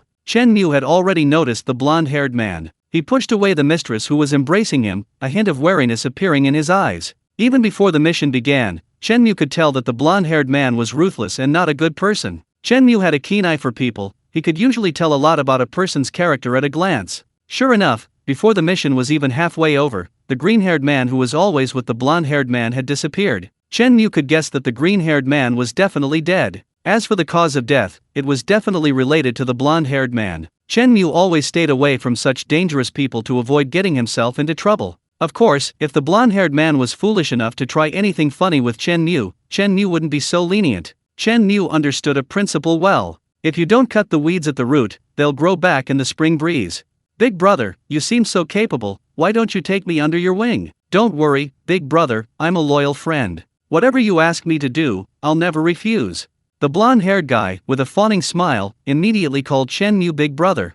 Chen Mu reacted coldly. He would never take such a ruthless person as a follower. That would be like inviting a wolf into the house. Then I'll tell you to die right now. Didn't you say you'd never refuse? Well, then go die, Chen Mu said calmly. The blonde-haired guy was speechless, taken aback by Chen Mu's retort. Just then, Xiao San was also rejected by Chen Mu. Looking at Xiao San's body, the blonde-haired guy felt a surge of desire and sent her a team-up invitation. The mistress was now isolated and helpless. Wang Deifu had dumped her, and Chen Mu ignored her. Left with no other choice, she thought for a moment and then accepted the blonde-haired man's invitation. The two of them, while dodging security guards, headed deeper into the Misty Museum, hoping to find a good hiding spot. Watching the two figures disappear, Chen Mu was indifferent. These two were at least perceptive enough not to provoke him. In Chen Mu's eyes, these kinds of teammates were low value. There was no need to get involved with them. Meanwhile, the waiter returned to the old butler with an empty tray. How is it? Has the hot tea been served? Chen Mu is our honored guest. We mustn't neglect him. The old butler stroked his expensive watch, praising Chen Mu's thoughtfulness. It was clear that this exquisite jade watch had given the old butler a very good impression of Chen Mu. The waiter was the one the old butler had sent to serve Chen Mu tea. Master butler, the tea has been served. When I went to deliver the tea, a strange security guard spotted Chen Mu, but Chen Mu didn't run away, he stood still. Chen Mu's expression was calm, showing no signs of being terrified. Therefore, I guess Chen Mu has already discovered the escape route in the mission. The strange waiter said. He's already discovered the escape route? The old butler was shocked. The escape route in the mission was simply to stand still. The old butler hadn't expected Chen Mu to actually discover the escape route, and so quickly at the very beginning of the mission. It seems Mr. Chen is quite intelligent.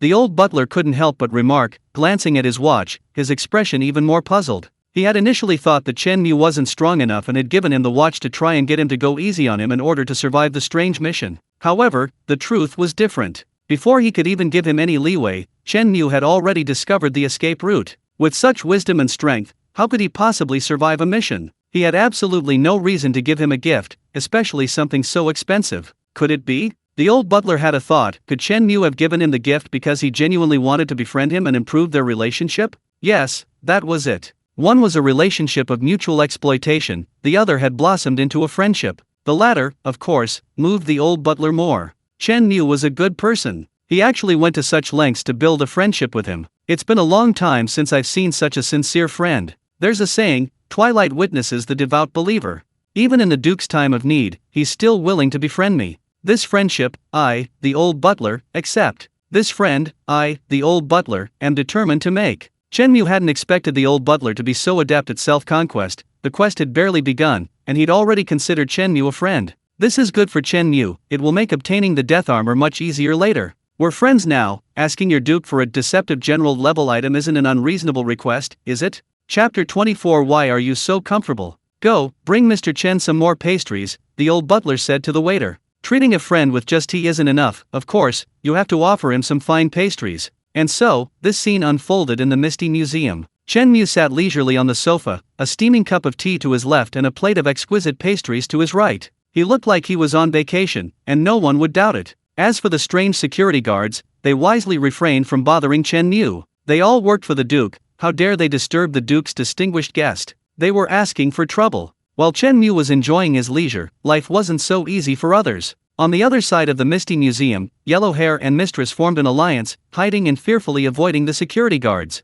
Wang Geifu, dragging his obese body, was also carefully hiding. Clearly, none of them had found a way out. As time passed, the security guards' searches became less rigorous. If the game had continued at its initial intensity, none of them, except Chen Mu, would have survived. The Misty Museum mission wasn't that insanely difficult. After hiding for half an hour without seeing any more security guards, Huang Mao and Xiao Xin both breathed a slight sigh of relief. In their eyes, the most difficult part of the mission was over. Now they could finally relax and wait for the mission to end. Relaxing, Huang Mao started having wicked thoughts. He had been lusting after Xiao San for a long time, and now that they were together and had just experienced the pressure of life and death, Huang Mao desperately needed to release his pent-up desires. Xiao San knew exactly what Huang Mao wanted, and in order to get his help in the upcoming mission, she was willing to cooperate. She had done this kind of thing many times before. However, what Xiao San didn't tell Huang Mao was that she had been too promiscuous and had contracted quite a few diseases. As for whether Huang Mao would get sick, that was up to fate. With fewer security guards around, the Misty Museum was eerily quiet. The sound of a pin dropping could be heard far. Therefore, even from a distance, Chen Mu could still hear Huang Mao and Xiao San's movements. Even the well-informed Chen Mu was utterly shocked. How could these two be so brain-dead as to dare to pull such a stunt in a bizarre mission? Are they trying to get themselves killed? You have to understand, bizarre missions are fraught with danger. Even experienced veterans must remain constantly vigilant. In bizarre missions, survival is the top priority. These two dared to pull such a stunt. Weren't they afraid of being distracted and failing to detect danger in time? It's hard to say whether these two were audacious or simply ignorant. Based on Chen Mu's experience, this hide-and-seek game was a typical example of a mission designed to put pressure on both ends. This means that at the start of the mission, extreme pressure will be applied, with many strange security guards appearing, making the mission extremely difficult. This process will last for about 10 minutes. Afterwards, for more than an hour, the mission difficulty will suddenly decrease, and the strange security guards will almost never appear. During this time, even if the player lies on the ground and falls asleep, they won't die when they wake up. However, don't mistake this for a strange change of heart. On the contrary, it's an extremely insidious move. The real trap lies ahead. With 10 minutes remaining in the mission, the difficulty will suddenly increase dramatically, even surpassing the initial difficulty. A large number of eerie security guards will suddenly appear. Because the players are relaxed and unable to detect the danger in time, deaths frequently occur. This is the truly insidious and ruthless aspect of the mission. Time ticked by. 10 minutes left, the mission will end. Sure enough, just as Chen Mu predicted, the mission difficulty suddenly increased. Wang Deifu was hiding in a corner. The peace of the past hour had only made him more vigilant. After all, Wang Deifu was a businessman, having navigated the business world for decades, far more cautious than Huang Mao and Xiao San. This caution saved his life. Suddenly, out of the corner of his eye, he noticed a black figure appearing in the mist behind him. The eerie security guards. Without a second thought, his heart leaped into his throat, and he dusted himself off and fled. The blonde-haired man and his mistress weren't so lucky. The mistress, nestled in the blonde-haired man's arms, was still whispering sweet nothings in his ear, trying to get him to take better care of her. The blonde-haired man readily agreed. After all, promises didn't cost money, and he'd made far too many of those. Suddenly, the mistress screamed, her eyes wide with terror as she looked behind the blonde-haired man. "What's wrong? Why are you so jumpy?" The blonde-haired man was getting impatient. He glanced behind him. That glance sent chills down his spine. A strange security guard. Behind him stood a strange security guard. "Run!" The blonde-haired man yelled, trying to get up and run. But he was horrified to realize that he'd been too relaxed and hadn't even put his pants on yet. Those few seconds could be fatal. As the eerie security guard drew closer, the blonde-haired man glanced at the mistress beside him, gritted his teeth, and shoved her towards the guard. "Ah, what are you doing?" The mistress was stunned by the sudden turn of events. She stumbled and fell at the eerie security guard's feet. "If someone has to die, it can't be me." The blonde-haired man had already put on his pants and ran away without looking back. The mistress never imagined that in just 2 hours, she would be betrayed by two people. She looked up and saw the eerie security guard looking down at her with a mocking expression. The next second, blood splattered everywhere. 10 minutes isn't a long time, but it's not short either. For Chen Mu, it was just the time it takes to drink half a cup of tea. For Wang Deifu and the blonde-haired man, it felt like an eternity. Finally, as the heavy bell rang, 2 hours were up. The game of hide-and-seek was over. The thin white mist gradually dissipated, the temperature inside the museum warmed slightly, and the damp stains on the floor slowly disappeared. Wang Deifu and Huang Mao, exhausted, returned to the hall. In the hall, Chen Mu finished the last sip of tea and the last bite of pastry, wiping his hands with a damp towel. Elegance never goes out of style. It must be said, the Duke's taste was impeccable. The tea and pastries were both delicious, making it a proper afternoon tea. Watching Chen Mu finish his afternoon tea, Wang Deifu and Huang Mao glared at him with envy. "We're both about to die, and you're enjoying an elegant afternoon tea. Is there any justice?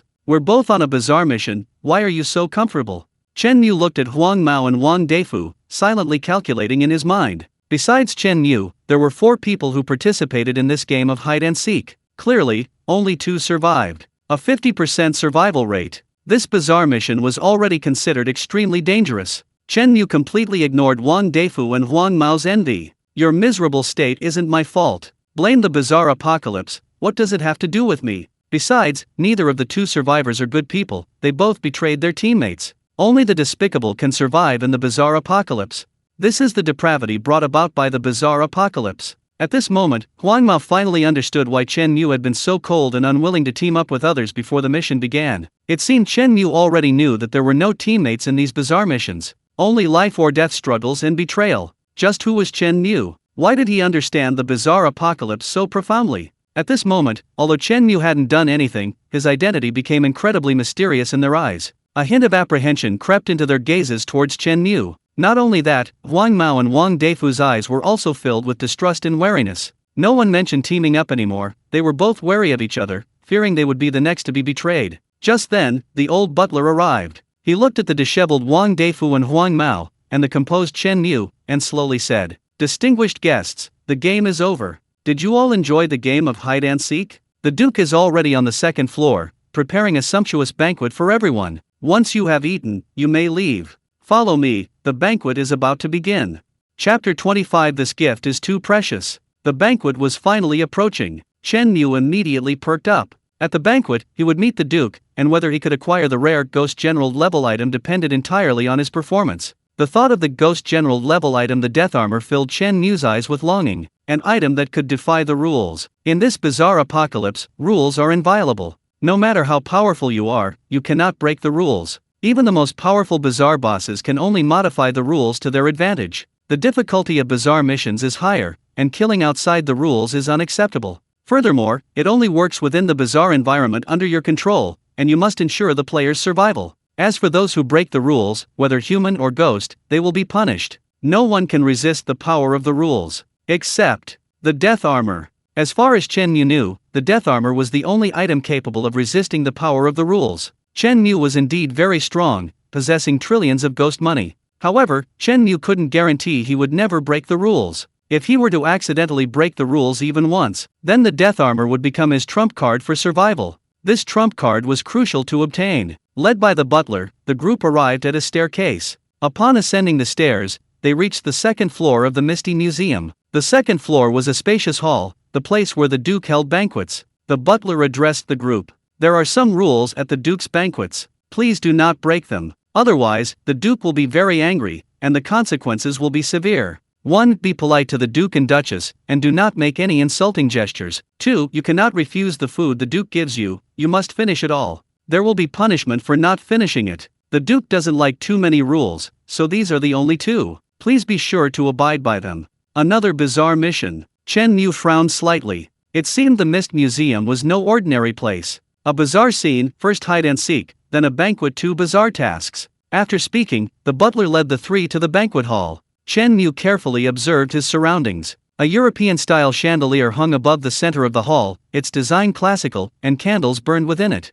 In the center of the hall stood a long crystal table, set with tableware and candles. The old butler led the group to the table and assigned them seats. Chen Mu's seat was at the very head of the table, near the Duke's main seat. This was the old butler's way of showing Chen Mu hospitality, making it easier for him to speak with the Duke. As for Wang Deifu and Huang Mao, they were seated further away, clearly ordinary guests. After a short while, the Duke and Duchess finally arrived. The Duke's attire was typical of medieval Europe, exuding an air of nobility. If you look closely at his face, you'll find it's deathly pale and cold, a distinctly eerie complexion. The Duchess, dressed in a flowing gown, is also in medieval attire. However, the Duchess looks very beautiful. In her 40s, she still retains her charm. "Distinguished guests, you have come from afar. I have prepared a dinner for you." The Duke and Duchess exchanged formulaic smiles, clearly having gone through this routine many times before. Without much pleasantry, the Duke instructed a waiter to bring out tonight's dinner. A group of eerie waiters, wearing aprons splattered with blood, carried plates of food to the table.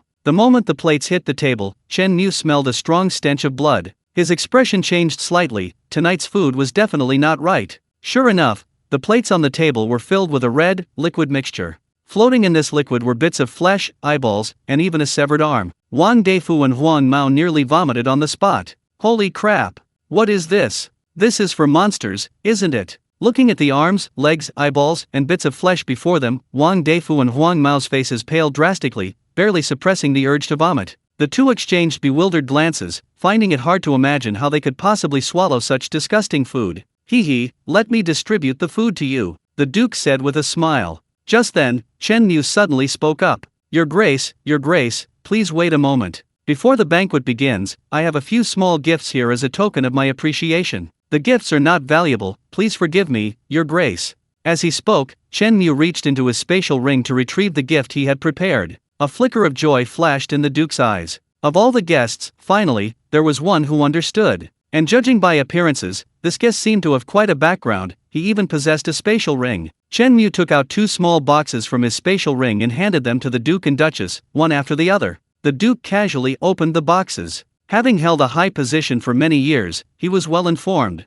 Chen Mu had said the gift wasn't expensive, so the Duke naturally didn't have high expectations, only satisfaction with Chen Mu's thoughtfulness. However, when the Duke opened the box, his expression changed. A rare, limited edition Gaida Quife watch, worth 1 million hell coins. The Duke stared at Chen Mu in shock. This wasn't considered expensive? The strange ghost money didn't come from thin air. For a first meeting, a gift worth tens of thousands of ghost coins was already considered very valuable. Is this young man so wealthy that his definition of valuable is different? He's offering a gift worth 1 million ghost coins as a greeting. You know, even at his peak, the Duke only received gifts worth 700,000 to 800,000 ghost coins. Chen Mu's first gift was a 1 million ghost coin crystal necklace. The Duchess, standing beside him, was even more shocked after opening the small box. As the Duchess, the gifts she received were always less impressive than the Duke's. Guests mainly gave gifts to the Duke. Gifts for the Duchess were merely tokens, tens of thousands of ghost coins. However, the Duchess never expected that Chen Mu would give her a crystal necklace worth 1 million ghost coins.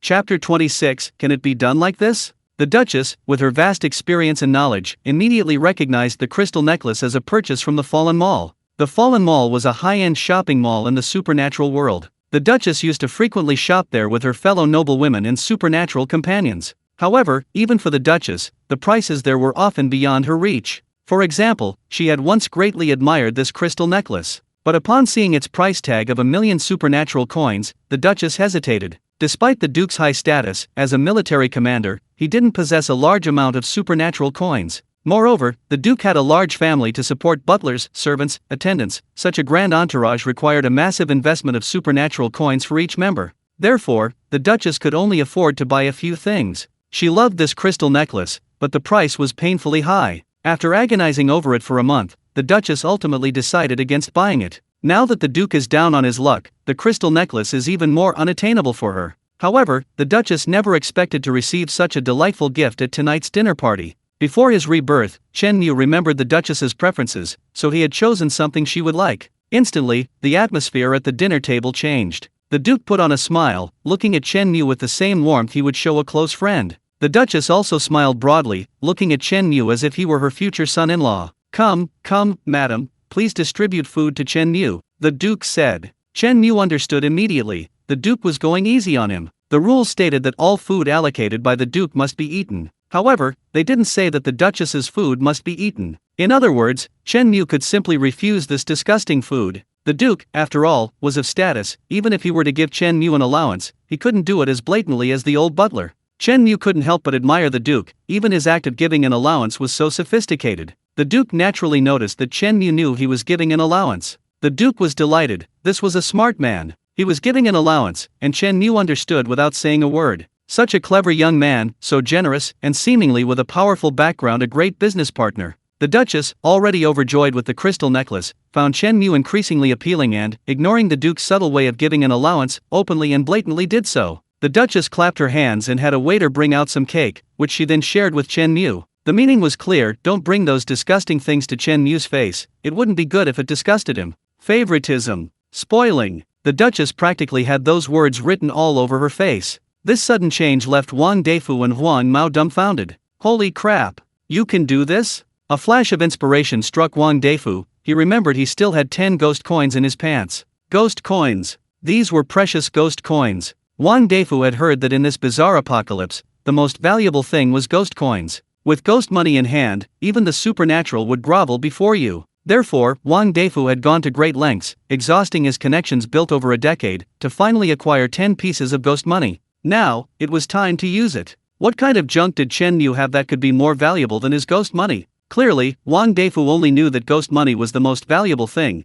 believing that nothing else could compare. Chen Mu's 2 gifts had delighted the Duke and Duchess. Wouldn't his even more precious ghost money make the Duke grovel before him? Thinking this, Wang Deifu cleared his throat and stood up. Your Excellency, Duchess, I have an even more precious gift for you. With that, in front of everyone, Wang Deifu reached into his pants. He pulled out something stained with urine and placed it before the Duke like a treasure. The Duke looked down and his eyes nearly popped out of their sockets. Damn it! 10 ghost coins. Are you trying to humiliate me? Although the Duke was down on his luck, he was still a nobleman among the supernatural. Even a fallen camel is bigger than a horse. He still had hundreds of thousands of ghost coins in his household. What do you mean by bringing me 10 ghost coins? Humiliation. You're humiliating me. What humiliated the Duke even more was that Wang Deifu actually pulled the 10 ghost coins out of his crotch. This series of outrageous actions immediately turned the Duke's face red. Seeing the Duke's fury, the butler immediately shouted to the attendant beside him, "How dare you humiliate the Duke at the banquet?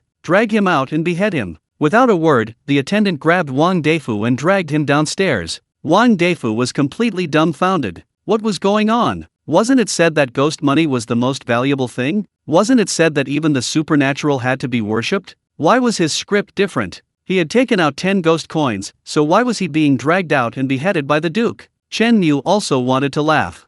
Wang Deifu's actions were truly absurd, shocking even Chen Mu. Wang Deifu's actions broadened Chen Mu's horizons. After Wang Deifu was dragged out and beheaded, the banquet continued. The Duke and Duchess still looked at Chen Mu with smiling faces, serving him cake. When it was time to serve the food to the blonde-haired man, the Duke looked at Chen Mu and asked, "Is this person your friend?" Chen Mu shook his head. "I don't know him." Again, Chen Mu and the blonde-haired man were complete strangers, and the blonde-haired man even harbored hostility towards Chen Mu, so there was no way Chen Mu would help him. Without Chen Mu's help, the Duke followed protocol and directly distributed a large pile of rotten flesh, eyeballs, to the blonde-haired man. Looking at the disgusting food on his plate, and then at the exquisite cake on Chen Mu's plate, the blonde-haired man was on the verge of tears. It was one thing to be treated differently during the game of hide-and-seek, but how could his treatment be so drastically different from Chen Mu's at the banquet? He had to eat such disgusting food, while Chen Mu had cake to eat, and Chen Mu didn't even have to eat if he didn't want to. The blonde-haired man's mentality exploded again, and his eyes were filled with intense jealousy as he looked at Chen Mu.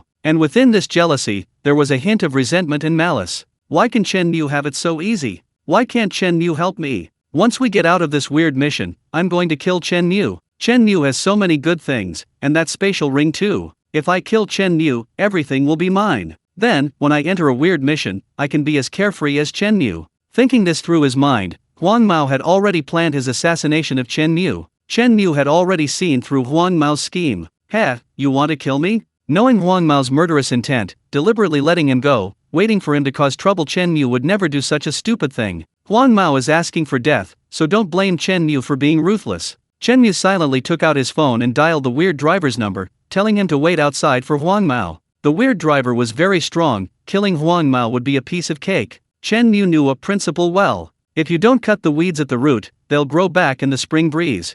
Chapter 27. Is there something wrong with your taxi? The banquet continued. The blonde-haired man, covering his nose, gulped down the disgusting food. Chen Mu, on the other hand, chatted and laughed with the Duke and Duchess, showing no signs of having entered a bizarre scene. During the conversation, Chen Mu frequently flaunted his wealth, making the Duchess's eyes light up. The Duke was equally interested in Chen Mu's ghost money. The Duke was currently down on his luck and desperately needed a large amount of ghost money to maintain a semblance of dignity. Chen Mu, appearing at this moment, happened to possess a large quantity of ghost money, clearly a man who didn't lack money. So, how could he obtain ghost money from Chen Mu? What did he have that could attract Chen Mu? Someone with Chen Mu's background would certainly not be interested in ordinary things. If he offered something too inferior, wouldn't that be humiliating Chen Mu? Suddenly, the Duke remembered he possessed a ghost general-level item, the death armor. Chen Mu should be interested in this ghost general-level item. The Duke silently prayed that Chen Mu would be interested. Otherwise, he really didn't know how he could exchange it for a large amount of ghost money.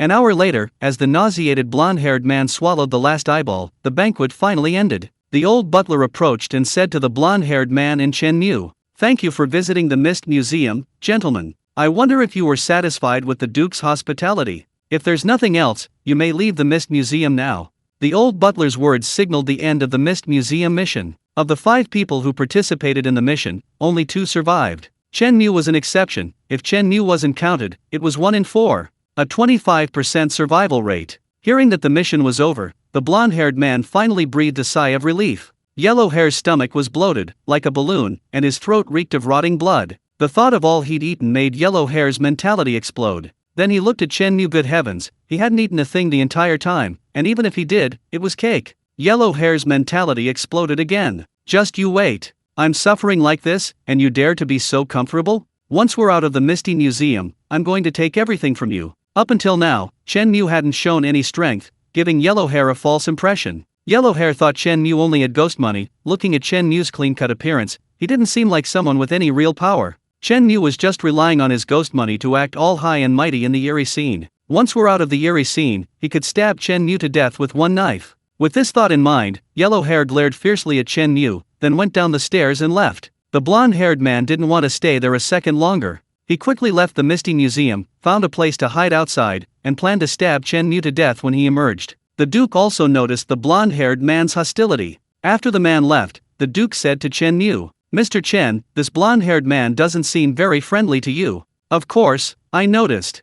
Chen Mu nodded. Then, Chen Mu said, "And he was planning to kill me. Your Grace, didn't you notice? He secretly took a knife from the table. He was probably already planning to kill me." Upon hearing this, the Duke was somewhat surprised. The Duke had been chatting with Chen Mu and hadn't noticed when the blonde-haired man had taken a knife. Yet Chen Mu, who was simultaneously chatting with both the Duke and Duchess, had still noticed the blonde-haired man's subtle action. Such keen observation made the Duke feel ashamed of himself. "Mr. Chen, if you're worried, I can send someone to take care of him." The Duke offered his help, extending a gesture of goodwill to Chen Mu. Chen Mu smiled and politely declined. "Thank you for your kindness, Your Grace, but I think it's unnecessary. My men are already waiting for him outside." Hearing that Chen Mu had men, the Duke couldn't help but look at Chen Mu with even greater respect. He thought to himself that his guess was indeed correct. Mr. Chen had connections and power. "Mr. Chen, I have something good here. I wonder if you'd be interested." Oh, Chen Mu was secretly pleased. It seemed the Duke was getting impatient and was offering to take out the general level item. "Mr. Chen, don't rush. I'll take you to see it right away," the Duke said. At this moment, the blonde-haired man had already left the museum. Behind him, the museum doors clicked shut, and Chen Mu didn't follow. The blonde-haired man frowned. Had Chen Mu been left behind? He was waiting to kill Chen Mu, but now Chen Mu hadn't come out for ages. How long was he going to have to wait? The blonde-haired man glanced around. The Misty Museum was surrounded by a vast, dense jungle. It was late, and a thick fog filled the air, making it damp and cold. The blonde-haired man was only wearing a short-sleeved shirt and was already shivering from the cold. And worse, due to eating too much rotten flesh, his stomach was churning. A sharp, excruciating pain shot through his stomach. Fine beads of sweat appeared on blonde hair's forehead. The discomfort in his stomach was intensifying. What on earth had the Duke given him? No, if he waited here any longer, he'd die from the pain. He'd barely survived. He couldn't die of agony after the mission. His stomach churned violently. He knew he had to get to the hospital quickly.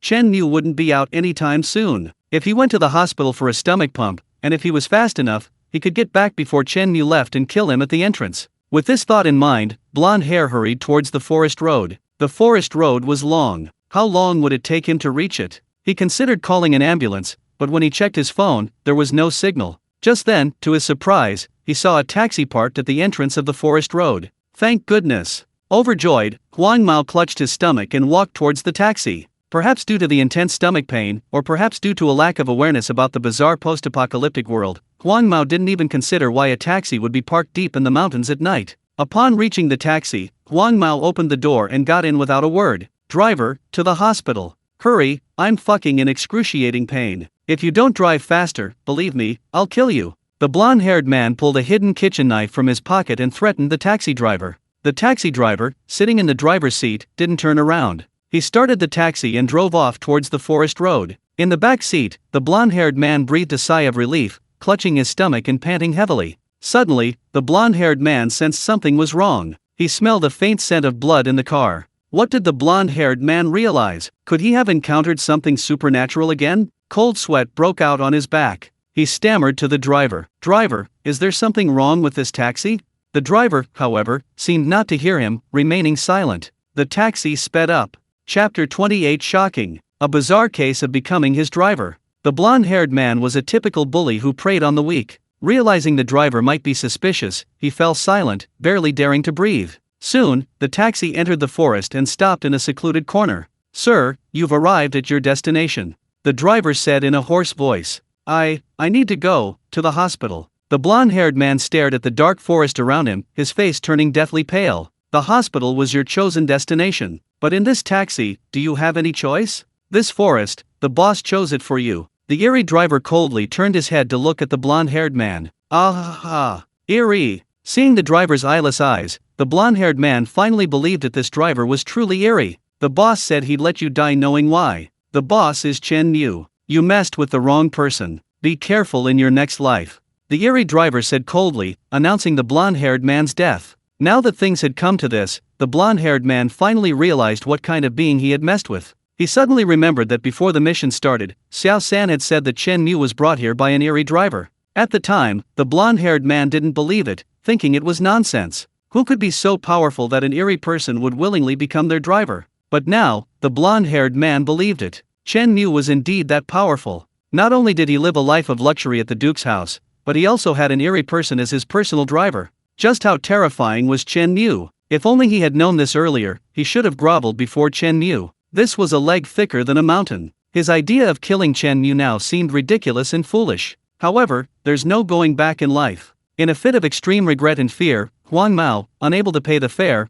ultimately died in the dark forest. Inside the misty museum, Chen Mu, led by the Duke, arrived at the Duke's office. Along the way, the Duke pondered how much he should sell it for. The Duke knew how rare the death armor was. To be honest, selling such an item was painful for him. If he weren't truly desperate for money, the Duke would never have sold it. In the office, the Duke sat at his desk, Chen Mu opposite him. Chen Mu immediately noticed the Duke's wine cabinet on the right wall of the office. The wine cabinet was now completely empty. All the wine was gone. Chen Mu knew the Duke's tastes. Just as the Duchess loved necklaces, the Duke's favorite thing was wine. Your Grace, let's not rush into business. Besides the gift I just gave you, I've also prepared some small presents for you. With that, Chen Mu touched his spatial ring, and with a flash of his mind, bottles of red wine appeared, neatly arranged on the wine cabinet. 1 bottle, 2 bottles, 5 bottles, 10 bottles, 20 bottles. Bottle after bottle of red wine appeared on the cabinet. The Duke was instantly dazzled. In a full 2 minutes, over 100 bottles of high-end red wine filled the cabinet. The once empty wine cabinet was now completely overflowing. Each bottle of these red wines was incredibly valuable, none costing less than 10,000 yuan. The most expensive bottles even cost 100,000. Even at the height of his power, the Duke had never bought wine so extravagantly. Thinking of his current state of decline, and the fact that Chen Mu had gifted him so much wine, the Duke's eyes welled up with tears. His former subordinates had all stopped visiting him. In comparison, every action Chen Mu took was undoubtedly a lifeline. Many offer help when things are going well, but few offer help when things are really tough. The world is cold and indifferent, and so are the supernatural. In the Duke's eyes, Chen Mu was unaware of the death armor. Therefore, in the Duke's view, Chen Mu's series of acts of kindness were entirely selfless. Good wine indeed. Mr. Chen truly considers me a friend. The Duke couldn't help but sigh. After a moment, the Duke understood. Chen Mu had helped him in his time of need. If he were to be stingy, wouldn't he make a fool of himself? Just because Chen Mu had helped him in his time of need, the Duke knew that Chen Mu was a loyal and righteous person. This friend was worth having. The Duke moved the wine cabinet, revealing a hidden compartment behind it. Opening the compartment, the Duke pulled out a suit of armor taller than a person. The death-heavy armor. Mr. Chen, to be honest, this is a treasure I've collected for most of my life. A Ghost General level item, the death-heavy armor. This heavy armor is incredibly powerful, possessing the strength to defy the rules of the game. Back on the battlefield, I killed 2 Ghost Generals to obtain it. I have few friends now, and Mr. Chen has shown me such kindness, I have no way to repay you. Consider this death armor a gift from me. The Duke was a man of honor, as were most generals in the supernatural realm, generous and loyal. Therefore, the Duke readily gifted the death armor to Chen Mu. Now it was Chen Mu's turn to be shocked. This Duke was incredibly generous. This death armor could now fetch at least 20 million netherworld coins. Moreover, as the supernatural apocalypse deepened, people became increasingly aware of the power of the rules, making any power to defy them even more precious, and the value of the death armor would continue to rise. Such a valuable item, and the Duke actually gave it to him? Receiving the death armor from the Duke, Chen Mu was filled with excitement. The death armor appeared heavy, but in his hand, it felt as light as a cicada's wing. He could lift it with one hand. Chen Mu took off his coat and donned the death armor. The moment the death armor touched Chen Mu, the heavy armor suddenly transformed into a mass of light, merging into his body. Chen Mu felt a warm current flow into his body, adding a surge of immense power. The powerful force to defy the rules. Chen Mu's own strength was also rapidly increasing, upgrading from a commoner to a soldier. Not only that, Chen Mu could clearly feel his defensive capabilities had been greatly enhanced. The death armor had become one with Chen Mu. From the outside, he was still wearing a short-sleeved shirt, undetectable as if he were wearing armor. However, if someone were to stab Chen Mu with a knife at this moment, they would be shocked to find that the blade felt as if it were striking steel when it touched his body. The death armor merged into Chen Mu's body. From this day forward, this weapon, the only one capable of resisting the power of the rules, belonged solely to Chen Mu. No one could take it away. Feeling the immense power within him, Chen Mu was overjoyed. He finally possessed the strength to protect himself. All those gifts he bought at the Fallen Mall hadn't been in vain. Not only had the Duke considered him a friend, but he had also received such a precious item as a gift. Chapter 29. A cunning general will be my backer. Chen Mu understood the principle of reciprocity. The Duke had been so generous, gifting him the death armor, so he felt he had to reciprocate. Chen Mu touched his spatial ring and took out 10 million ghost coins. Your Grace, the death armor is far too valuable, I can't accept it for free. Consider these 10 million ghost coins as payment for it. Chen Mu's action once again astonished the Duke. The 10 million ghost coins, neatly stacked, covered most of the wall. Seeing Chen Mu's generosity, the Duke couldn't help but sigh. Chen Mu is a good friend. You see, even without paying, Chen Mu could have taken the death armor. But to avoid the Duke being taken advantage of, at least that's what the Duke thought, Chen Mu had actually spent 10 million ghost coins. In the Duke's mind, his opinion of Chen Mu rose another notch. He doesn't take advantage of others, and he doesn't let his friends suffer. Chen Mu is a worthy friend. This 10 million ghost coins solved the Duke's immediate crisis, filling his financial gap. Grateful, the Duke took out a token and handed it to Chen Mu. Chen Mu, you're my good brother. This token is for you. If you ever encounter difficulties in the future, just crush this token, and I'll know your location and rush to your aid immediately.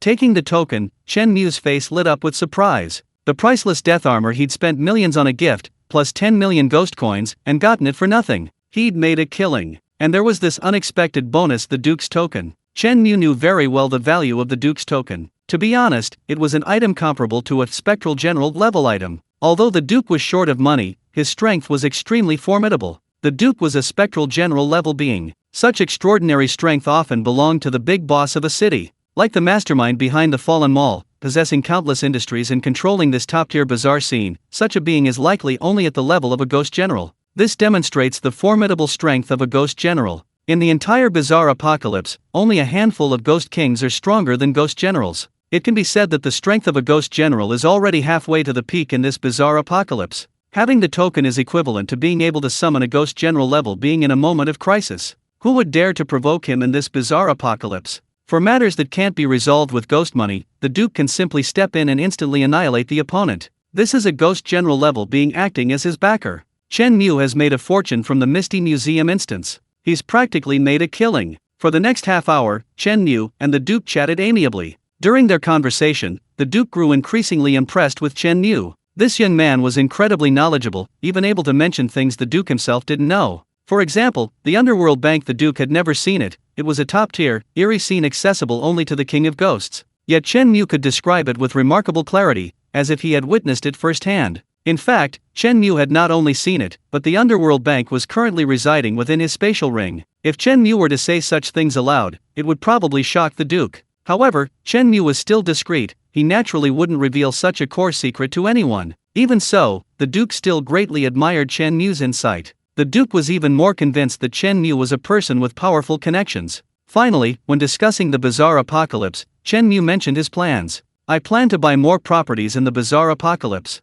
It's just that I have too much ghost money, and I don't know which ones to buy first. So much money he didn't know what to do with it. It was blatant showing off. If others heard this, they'd be bursting with envy. But Chen Mu was innocent. He wasn't showing off. This was genuinely his concern. Sigh, maybe this is the dilemma of the rich. High-quality resources are always scarce. Chen Mu has a lot of ghost money, but time is limited. He can only participate in one eerie scene at a time, so acquisitions have to be done one at a time. So, which eerie scenes are worth investing in? Otherwise, if the eerie scenes appreciate in value in a year or two, or if some are no longer for sale, Chen Mu might miss a golden opportunity to acquire them. In this regard, the Duke, as a member of the eerie world, certainly knows more than Chen Mu. After a moment's thought, the Duke said, I think schools are a worthwhile investment in a bizarre scenario. In the bizarre apocalypse, those powerful bizarre beings almost all have children and descendants. And those children and descendants need to go to school, right? Don't you humans all scramble to get your children into good schools?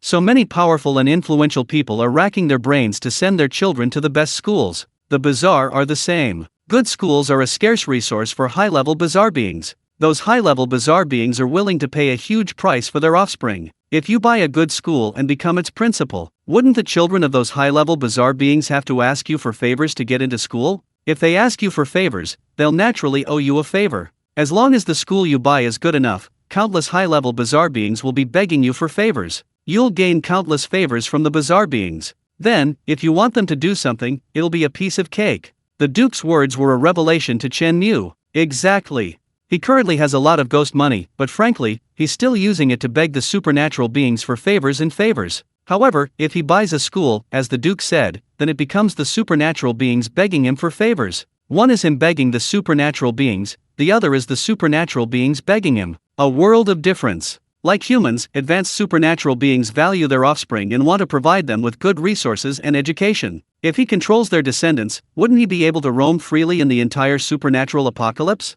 In fact, in Chen Mu's memory, those famous supernatural schools were all-powerful forces renowned throughout the supernatural apocalypse. For example, the high school Chen Mu is currently attending transformed into a supernatural scene Dark Knight High School about a month into the supernatural apocalypse. In the bizarre post-apocalyptic world, Dark Knight Academy developed rapidly, becoming a top-tier institution renowned throughout the region in less than 6 months. Looking at dozens of surrounding cities, Dark Knight Academy was the best school. Seeing Chen Mu's sudden realization, the Duke continued to enlighten him. And hospitals are also a scarce resource. Which bizarre creature doesn't get injured? And when they're injured, don't they need to go to the bizarre creature hospital for treatment? If you become the director of the bizarre creature hospital, all those injured bizarre creatures will beg you to treat them, and you'll gain a huge amount of favors. In that case, in the bizarre post-apocalyptic world, who would dare offend you? Aren't you afraid no one will treat them? Chen Mu was immediately filled with excitement, marveling at the Duke's shrewdness, which had immediately pointed out the key. It seemed that his trip to the Mist Museum had yielded far more valuable results than he had imagined.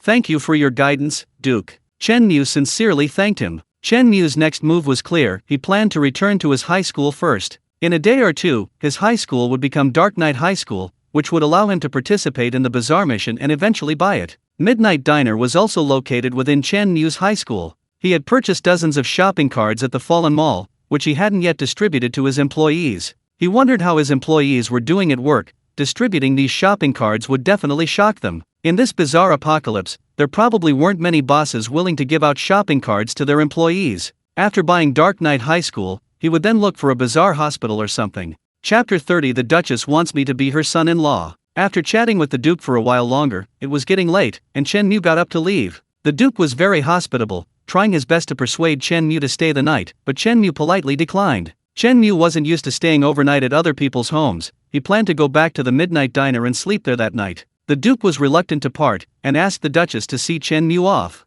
The Duchess led Chen Mu down the stairs to the main entrance on the first floor. As he left, Chen Mu thought for a moment and took out a card from his ring. This card was entirely black, with hints of dark gold interspersed within. That's right, it was the black gold card from the Fallen Mall. After obtaining the Supreme Black Gold card, Chen Mu could use its privileges to issue black gold cards to 10 people. Chen Mu opened one black gold card with a 1 million credit limit, as a farewell gift for the Duchess. The Duchess's eyes lit up at the sight of the black gold card. Having frequented the decadent shopping mall, she knew the prestige of the black gold card. In the past, during the Duke's heyday, the Duchess couldn't afford a black gold card and had to rely on her silver card. A strange noblewoman had accompanied the Duchess on her shopping trips. This woman, relying on her black gold card, always acted arrogantly, much to the Duchess's displeasure. Now, at their parting, Chen Mu had actually given her the black gold card she had longed for. Chen Mu's image in the Duchess's mind reached its peak. Such a sensible young man, so capable, and quite handsome too.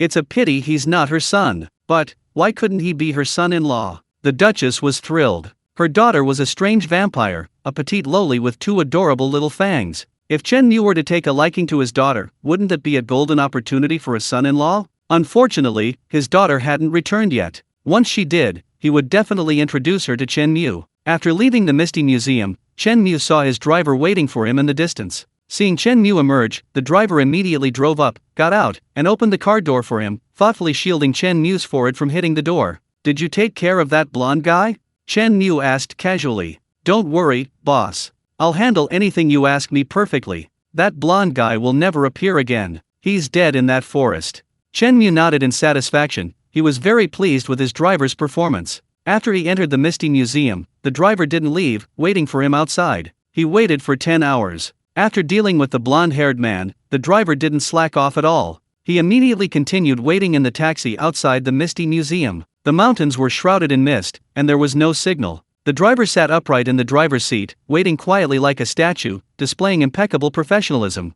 A good subordinate. Chen Mu took out a packaged cake from his spatial ring and handed it to the driver. "This is cake from the Duke's banquet. It tasted pretty good. I brought you a piece to try." Hearing this, a warm feeling welled up in the driver's heart. The boss was so good to him, even at a banquet, he remembered him and brought him a piece of the good food. Through Chen Mu's series of acts of kindness, the driver had become completely loyal to him, vowing to follow him to the death. Even if someone offered him a higher salary, he wouldn't switch jobs. The driver carefully put the cake away, he'd eat it later, not wanting to delay his boss's business. "Boss, where would you like to go next?"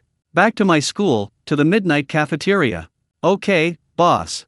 The return journey from the Misty Museum to the city involved traversing a mountain road. The taxi sped off, the driver skillfully navigating the forested mountain road. The mountain road at night was eerie and unsettling, countless unknowns seemed to be hidden within the dark woods. A car passed by the taxi, but that car was heading towards the Misty Museum. Through the car window, several young men and women could be seen inside. The eyes of these men and women, without exception, revealed terror and despair. Undoubtedly, they were the latest batch of unlucky souls, chosen to participate in the bizarre mission at the Misty Museum. For them, the Misty Museum was hell. But for Chen Mu, he even felt a touch of warmth. The Duke and Duchess treated him well, and the old butler was kind to him as well. Looking at the scene outside the car window, Chen Mu lay in the back seat, watching the bizarre vehicle driving him, and couldn't help but feel a surge of emotions. In this bizarre apocalypse, the differences between people were truly vast. The taxi drove on, quickly passing through the forest and returning to the familiar city. When they reached a night market street, Chen Mu asked the driver to stop and wait in the car.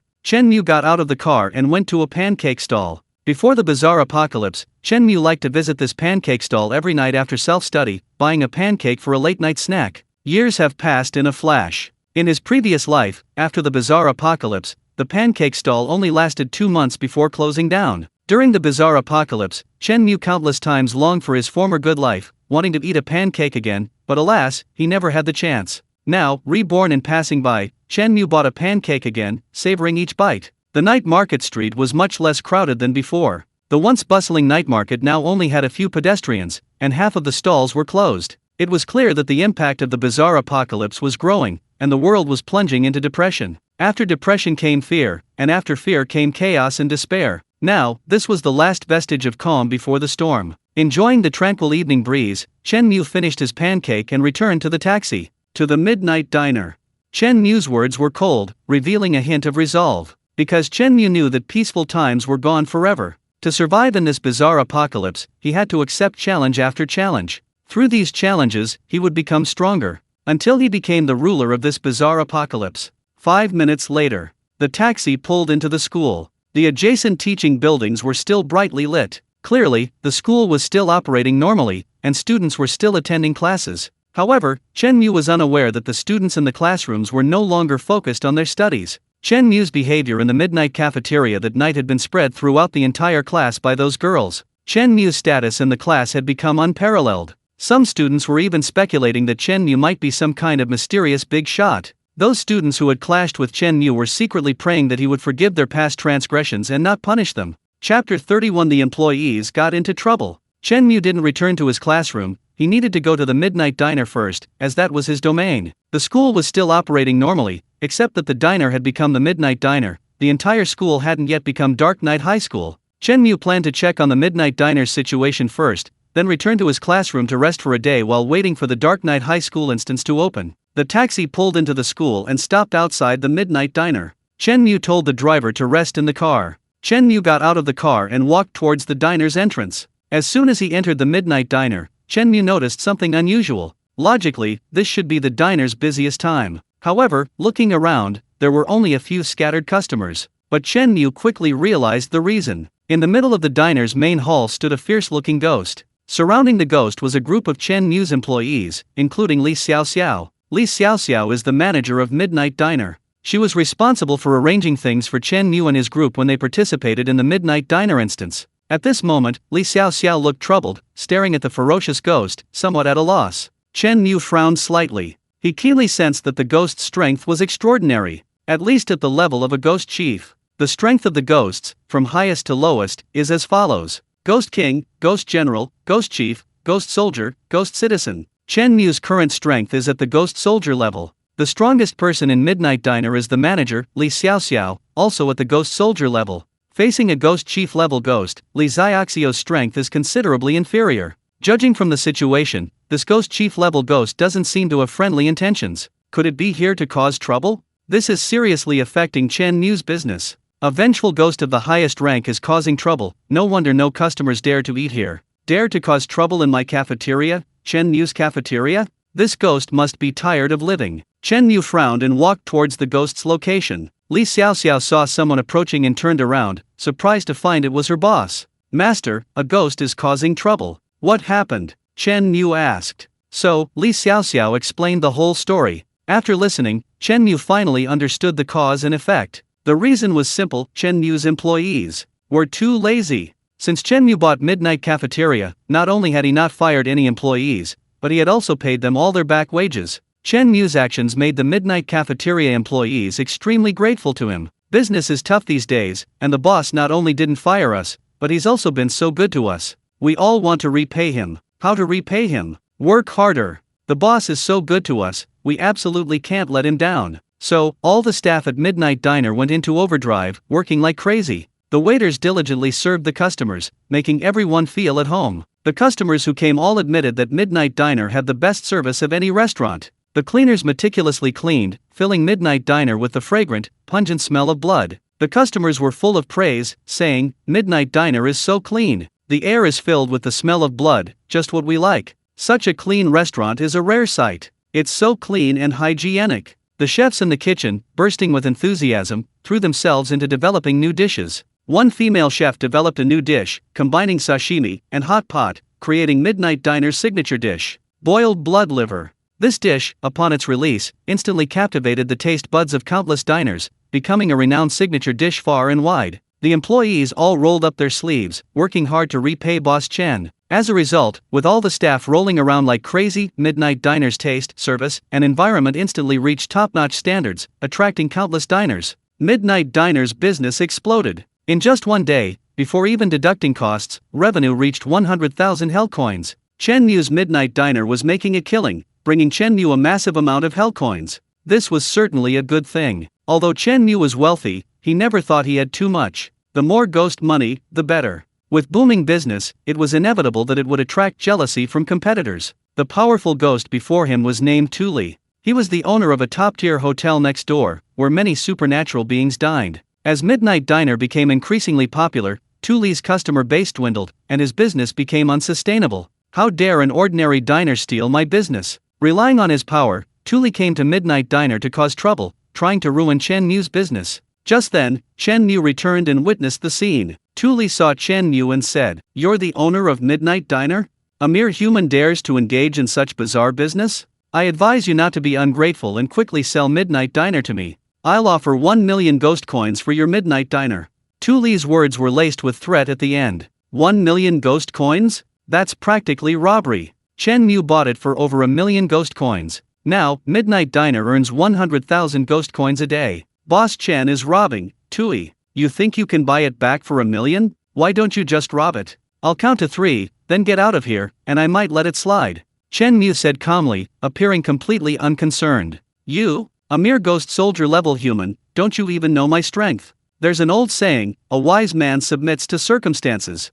You're the chairman now, how can you be so clueless? Tuli finished speaking and was about to roll up his sleeves. Watch out! Li Xiaoxiao noticed the abnormality and quickly tried to shield Chen Mu. The surrounding employees also picked up their weapons, ready to fight Tuli to the death at Chen Mu's command. Even though they were all at the ghostly citizen level, essentially moths to a flame, they knew that if it weren't for Chen Mu, they would have long since become lost souls. Now that Chen Mu was in danger, they couldn't abandon him. The employees' behavior pleased Chen Mu greatly. Even humans wouldn't be so loyal in this bizarre apocalypse. However, Chen Mu gently pushed Li Xiaoxiao aside, facing Tuli's attack directly without the slightest fear. Chen Mu's eyes revealed determination and confidence. Bang! Without a word, Tuli punched Chen Mu. However, Chen Mu stood rooted to the spot, completely unmoved. Tuli, on the other hand, was thrown back several steps by the powerful recoil before finally stopping. A mere ghost chief, overestimating yourself, Chen Mu said calmly, completely disregarding Tuli.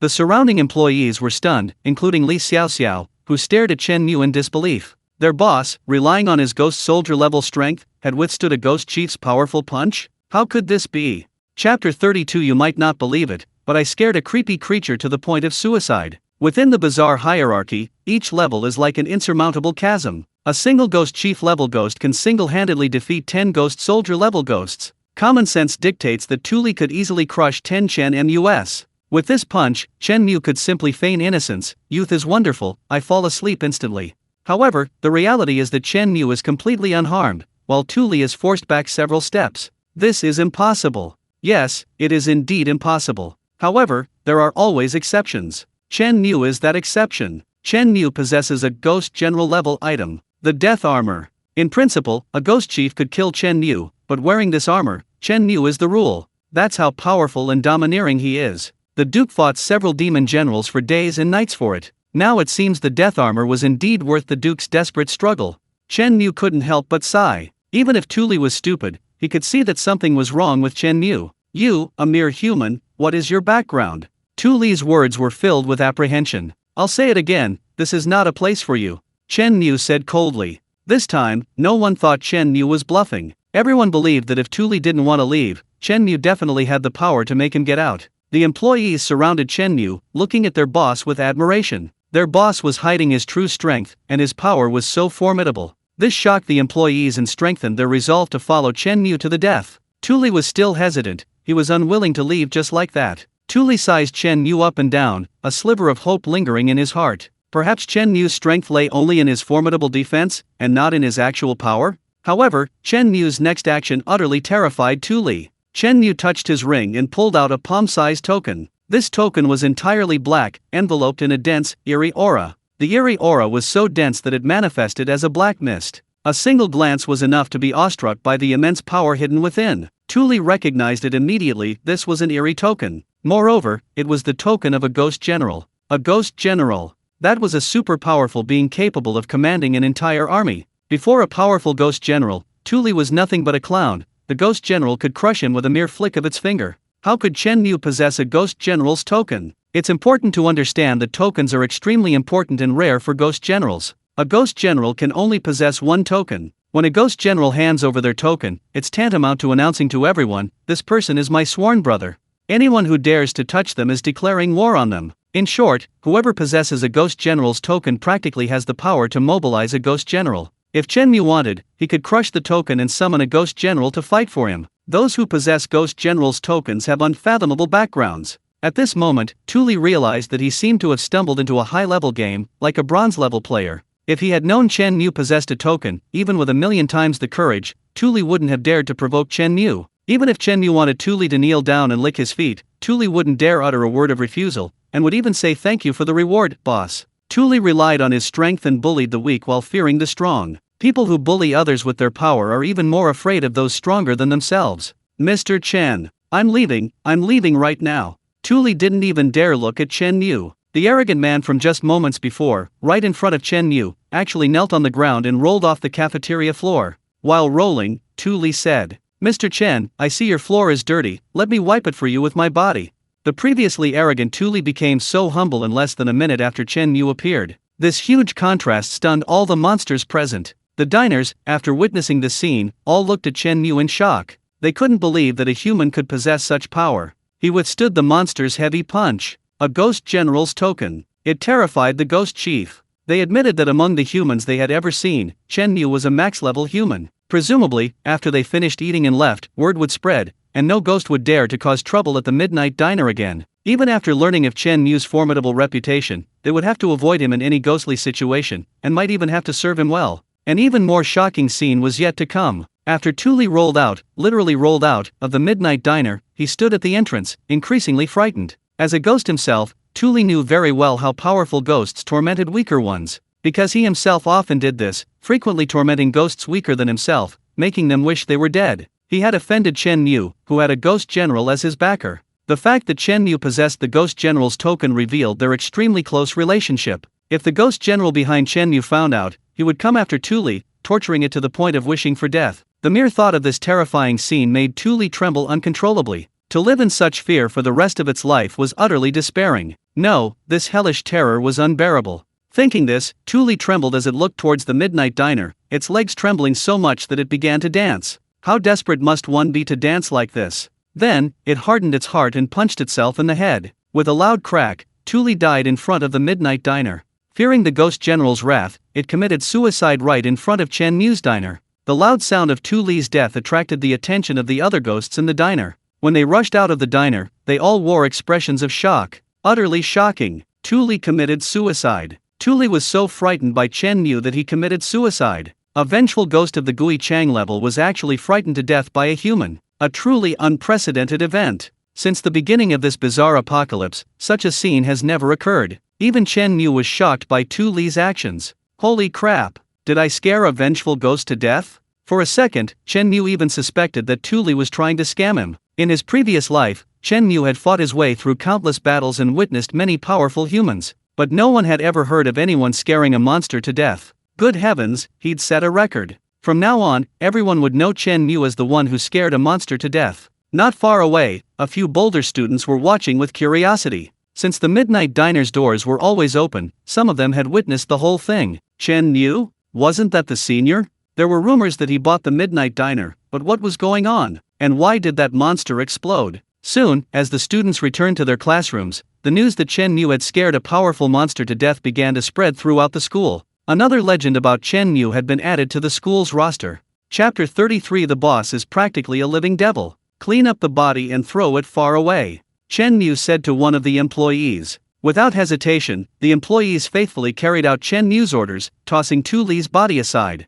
After Tu Li's death, the high-end hotel under his control was naturally taken over by Chen Mu and turned into a branch. In this way, Midnight Diner gained another branch, at least doubling its daily revenue. After dealing with the troublemaker Tu Li, Chen Mu returned to the cafeteria to check on the employees and the cafeteria's operations. What surprised Chen Mu most was the new dish developed by the Midnight Cafeteria's kitchen, stir-fried blood liver. This dish became a bestseller at the cafeteria. In Chen Mu's memory, after the Midnight Cafeteria evolved into the Midnight Hotel, this dish became a timeless classic. Conservatively estimated, this dish will generate hundreds of millions in profit for Chen Mu in the future. How could such a classic dish be developed so quickly? Keep in mind, from Chen Mu leaving Midnight Diner to attending the Mist Museum and then returning to Midnight Diner, only 1 day had passed. Creating a famous dish in just 1 day? That speed is simply unbelievable. Soon, Chen Mu found the chef and asked her how she did it. The chef's answer was exactly what Chen Mu expected. It turned out that the chef had already developed this famous dish.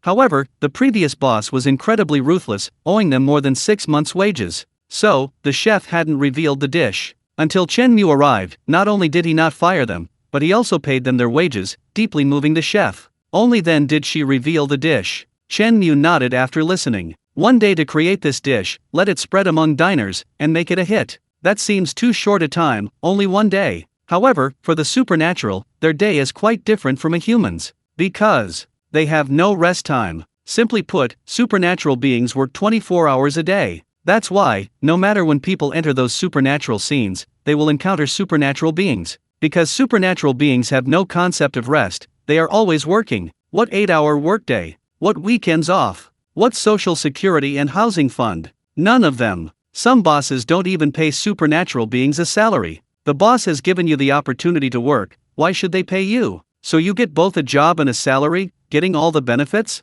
This is the logic of many supernatural bosses. In this bizarre world where strength reigns supreme, the bizarre employees, lacking the necessary power, are exploited by their boss. The competition and oppression in this bizarre world are far more ruthless and brutal than in the human world. Therefore, 24 hours in this bizarre world is equivalent to 4 days of work in a human world. 4 days is a reasonable amount of time to promote the dishes. Looking at the diligent employees, Chen Mu felt that necessary rest was essential. Working 24 hours a day is simply too cruel. As Chen Mu's employees, as long as they are loyal to him and work hard for him, Chen Mu will not treat them unfairly. It's time to distribute those shopping cards back to the employees. Thinking of this, Chen Mu said to Li Xiao Xiao, "Call all the employees over, I have something to announce."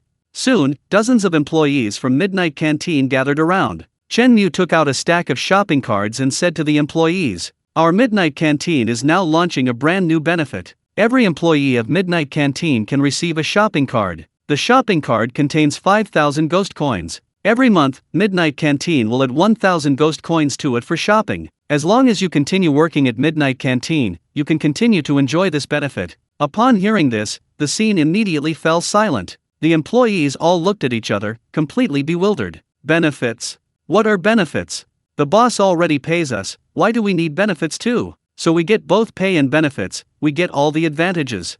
Then how does the boss make money? Listening to the employees' whispers, Chen Mu was completely speechless. What a bunch of perfect, a metaphor for easily exploited people. Used to being oppressed by their weird boss, they've started to self-castrate, starting the self-hypnosis of, a metaphor for easily exploited people. Other places don't have benefits, that's because of other weird things. In my midnight diner, every employee enjoys benefits. And as long as you work hard, the benefits will only get better, Chen Mu said loudly. After speaking, Chen Mu had Li Xiaoxiao distribute shopping cards to the employees. Only after receiving the shopping cards did the employees come to their senses, their faces showing shock. The boss really did give them benefits. And these shopping cards were from the infamous Fallen Mall. If it weren't for the boss's shopping cards, most of these employees would never have been eligible to shop at the Fallen Mall in their entire lives. The boss is actually so good to us. In an instant, all the strange employees present were moved to tears. They truly felt that Chen Mu was completely different from other strange bosses.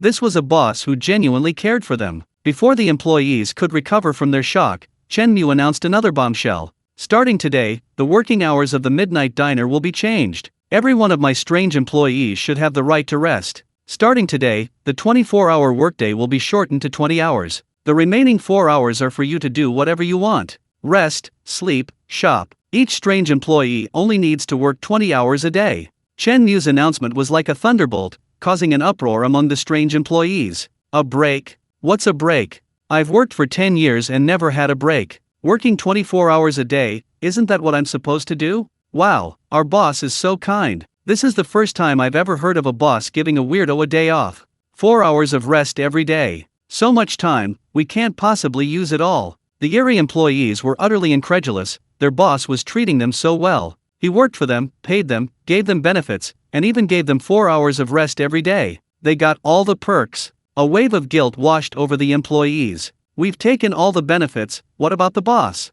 Our boss is so considerate, there's no one like him before or ever again. In the entire eerie world, there's no boss this good. Seeing the employees' excited expressions, Chen Mu felt a surge of excitement himself. Chen Mu was excited because he'd discovered a bunch of easy targets. Excellent targets. The eerie beings in this eerie apocalypse are the best targets. The oppression in this eerie world is so severe that so many eerie employees have been molded into highly qualified targets. Working 20 hours a day, in the human world, is utterly inhumane. But for these bizarre creatures, the prime targets for exploitation, it's an immense blessing. They've never heard of having time to rest before. Chen Mu can't imagine the impact his business will have on the bizarre apocalypse once it's established, implementing an 8-hour workday, weekends off, insurance, and healthcare. These seemingly ordinary benefits are unimaginable treasures to these oppressed bizarre creatures. These benefits will become Chen Mu's weapons, helping him sweep through the bizarre apocalypse. Imagine a powerful bizarre creature working 007 every day with no benefits. If Chen Mu were to offer an 8-hour workday, weekends off, and triple the salary, any bizarre creature with a sound mind would flock to Chen Mu, serving him and showering him with gratitude. Chen Mu will possess the most loyal and dedicated subordinates in this bizarre apocalypse. It's practically a game changer. Sometimes, enticement is more effective than coercion. If other bizarre entities want to eliminate Chen Mu, his numerous subordinates will be the first to object, fighting to the death for him. He's one big. The main reason Chen Mu hasn't immediately implemented an 8-hour workday is that he wants to gradually improve benefits. If he maxes out the benefits all at once, what will these bizarre employees look forward to in the future? Giving them a 20-hour workday is already making them this excited. What if he adds 12 hours, then 8 hours, plus weekends off? Then these bizarre employees will be begging Chen Mu for mercy. Ahem, of course, there's another important reason. These bizarre leeks are too easy to harvest, and Chen Mu wants to harvest them too. With such high-quality leeks, a metaphor for easily exploited people, right in front of him, not harvesting them would be utterly inhumane. Chen Mu's business is just starting out and he's severely understaffed, but he can't hire too many employees right away. So, he'll make his current subordinates work hard, having these weirdos work 20 hours a day to fill the manpower gap. After all, the development of Chen Mu's business is the top priority. Chen Mu wanted to dominate the bizarre apocalypse, not do charity work in it. Boss Chen only made them work 16 hours a day, with a full 8 hours of rest, and they were already incredibly grateful. Amidst the cheers, Chen Mu felt like a truly great person, too kind to his employees. Suddenly, one of the bizarre employees, overly excited, shouted, "Boss Chen, you're truly our living llama." This shout echoed the sentiments of the other bizarre beings. Immediately, a chorus of agreement followed. Yes, Boss Chen, you truly are the living Yama. Living Yama. In the mouths of the bizarre beings, living Yama is a compliment used to praise. When a bizarre being tells you you're a living Yama, please note, it's not insulting you, on the contrary, it sees you as a savior. Conversely, if a supernatural being tells you, you're truly my little angel, don't be happy, because it's maliciously cursing you. Perhaps this is the cultural difference between the supernatural and humans in a supernatural apocalypse. Chen Mu felt that the title Living Yama sounded somewhat like something out of hell. Chapter 34. It's time to move houses. Amidst the cheers of his employees, Chen Mu felt a surge of exhilaration. He clenched his fist, and for the first time, he truly understood the feeling of power. Indeed, the feeling of wielding power and being surrounded by others was intoxicating. With a single thought, Chen Mu could control the fates of his employees. When he was pleased, their lives improved. When he was angry, they suffered. In this bizarre apocalyptic world, power was especially alluring. With power in hand, one could not only survive but also control the destinies of others. In his previous life, Chen Mu spent 5 years in this bizarre apocalypse. He couldn't even decide his own survival, let alone control the fates of others. Sometimes, a single powerful monster could take Chen Mu's life. Reborn, this time, Chen Mu was determined to seize supreme power in this bizarre apocalyptic world. Soon, Chen Mu adjourned the meeting and told his employees to get back to work. The eerie employees returned to their posts and resumed their work. Although it was already past midnight, they remained highly motivated. If the bosses of other eerie scenarios saw this efficiency, they would undoubtedly be envious. As for Chen Mu himself, he planned to get a good night's sleep. It was already midnight. Exhausted from a long day, Chen Mu desperately needed a good night's rest. He chose to find a staff dormitory in the midnight diner to spend the night in. To be honest, sleeping in a dormitory wasn't as comfortable as in a hotel, much less at home. Lying in bed, Chen Mu began to ponder whether he should buy a nice house. He didn't want to live in his old, dilapidated neighborhood anymore. His status in this eerie apocalypse would rise higher and higher. He needed at least a large villa with a swimming pool. Where in the city could he find such a villa? Chen Mu thought for a moment. In the suburbs, there was indeed a villa like that, called Mountain and Water Courtyard. It used to be the city's villa district, the residence of the city's wealthiest residents. Before the bizarre apocalypse, when Chen Mu was in school, he often heard about the luxury of Mountain and Water Courtyard. Back then, one of Chen Mu's dreams was to one day live in Mountain and Water Courtyard and own his own villa. Obviously, for Chen Mu at that time, it was just a dream, perhaps forever remaining only a dream. After the bizarre apocalypse, Mountain and Water Courtyard seemed to have encountered some problems. It had been taken over by the supernatural and become a bizarre scene. While others feared the supernatural, Chen Mu was the opposite. Only the supernatural feared Chen Mu. With billions of ghost money in hand, Chen Mu wasn't afraid of ordinary supernatural beings. Chen Mu pondered, he quite liked the environment there. If he bought that bizarre scene and made it his property, he would at least have a place to stay. Of course, right now, his priority is to complete the Dark Knight High School instance and acquire it. That's the most important thing. After a good night's sleep, he'll go to his class tomorrow to familiarize himself with the situation. If Chen Mu remembers correctly, the Dark Knight High School instance should start tomorrow night. Tomorrow night, all teachers and students will receive a small, blood-red note, forcing them to participate in a mission at Dark Knight Academy. That will be the perfect opportunity for Chen Mu to acquire Dark Knight Academy. Chapter 35. A superior status in the class. The next morning, Chen Mu woke up refreshed and invigorated. The pressure accumulated during the bizarre apocalypse was released overnight, leaving him feeling completely energized. All fatigue vanished. After getting dressed, Chen Mu ate breakfast at the midnight diner. At Chen Mu's request, the midnight diner's dishes contained no human flesh. They were all made with various animal organs. After all, Chen Mu was human, and the idea of his own business serving human flesh made him feel somewhat uncomfortable. Moreover, human flesh wasn't the preferred food for the bizarre creatures. Only lower-level creatures who couldn't afford other meats would resort to human flesh to fill their stomachs. The Midnight Diner aimed to become the high-end restaurant and the best hotel in the bizarre apocalypse. Ceasing the sale of human flesh early would benefit its future development. For these reasons, the Midnight Diner no longer sold human flesh. Therefore, Chen Mu felt at ease eating in the cafeteria early in the morning, unafraid of being disgusted. Breakfast consisted of steamed buns, fried dough sticks, and soy milk, all carefully prepared by the kitchen according to Chen Mu's tastes. After finishing breakfast, Chen Mu left the midnight cafeteria and headed towards the teaching building. Returning to the long-missed campus, Chen Mu felt a sense of peace and relaxation. It was currently morning self-study time, and the playground was deserted, without a single student. The students were all in the teaching building, and the sound of reading aloud echoed from the classrooms. Cherish these last precious moments. Tonight, the Dark Knight High School instance opens, and the school will become a living hell. Chen Mu couldn't help but sigh. Just then, a bald, pot-bellied middle-aged man walked over from the other side of the playground. This man was the dean of students. Upon seeing Chen Mu loitering on the playground, he flew into a rage and roared at Chen Mu. "Hey student! You come here! What class are you in? I'm going to write your name down." However, as Chen Mu drew closer, he recognized Chen Mu's face. This face looks familiar. This student's name, it seems to be Chen Mu? Holy crap! The dean of students was startled. Over the past 2 days, the rumors about Chen Mu at school have intensified. It's like Chen Mu isn't afraid of the supernatural, and he bought the midnight cafeteria. It scared a weirdo to death. The head of the teaching department had heard quite a few of these rumors. Everyone in the school knew that Chen Mu was no ordinary person. The head of student affairs had initially considered cultivating a relationship with Chen Mu. After all, the bizarre apocalypse was becoming increasingly dangerous, and many people sensed the impending crisis. Being friends with someone like Chen Mu would be like having a talisman in this bizarre world. Not only the head of student affairs, but even the school principal wanted to get on Chen Mu's good side. However, Chen Mu hadn't returned to school, and his phone was unreachable. There was no way to establish a connection. And now, Chen Mu had returned to school, and the head of student affairs had actually run into him. Thinking back to how he had yelled at Chen Mu earlier, the head of student affairs felt a chill run down his spine. If Chen Mu held a grudge and wanted to kill him, it would be a piece of cake. Thinking of this, the head of student affairs quickly put on a smile, bowing obsequiously. "Oh, isn't this Chen Mu? Hello, my apologies for not recognizing you earlier. I'm Zhang Chengzhou, the dean of students for the senior year. You can just call me Xiao Zhang. Chen, if you encounter any difficulties at school, like being bullied by a classmate or treated badly by a teacher, just tell me. I'll definitely help you resolve it." Looking at the obsequious dean, Chen Mu was speechless. He'd only been gone a day, and the dean was already fawning over him? One second he was yelling at him, the next he was groveling. He really knew how to switch between his attitude perfectly. "Okay, Director Zhang, you go ahead and get busy. I'll just take a look around."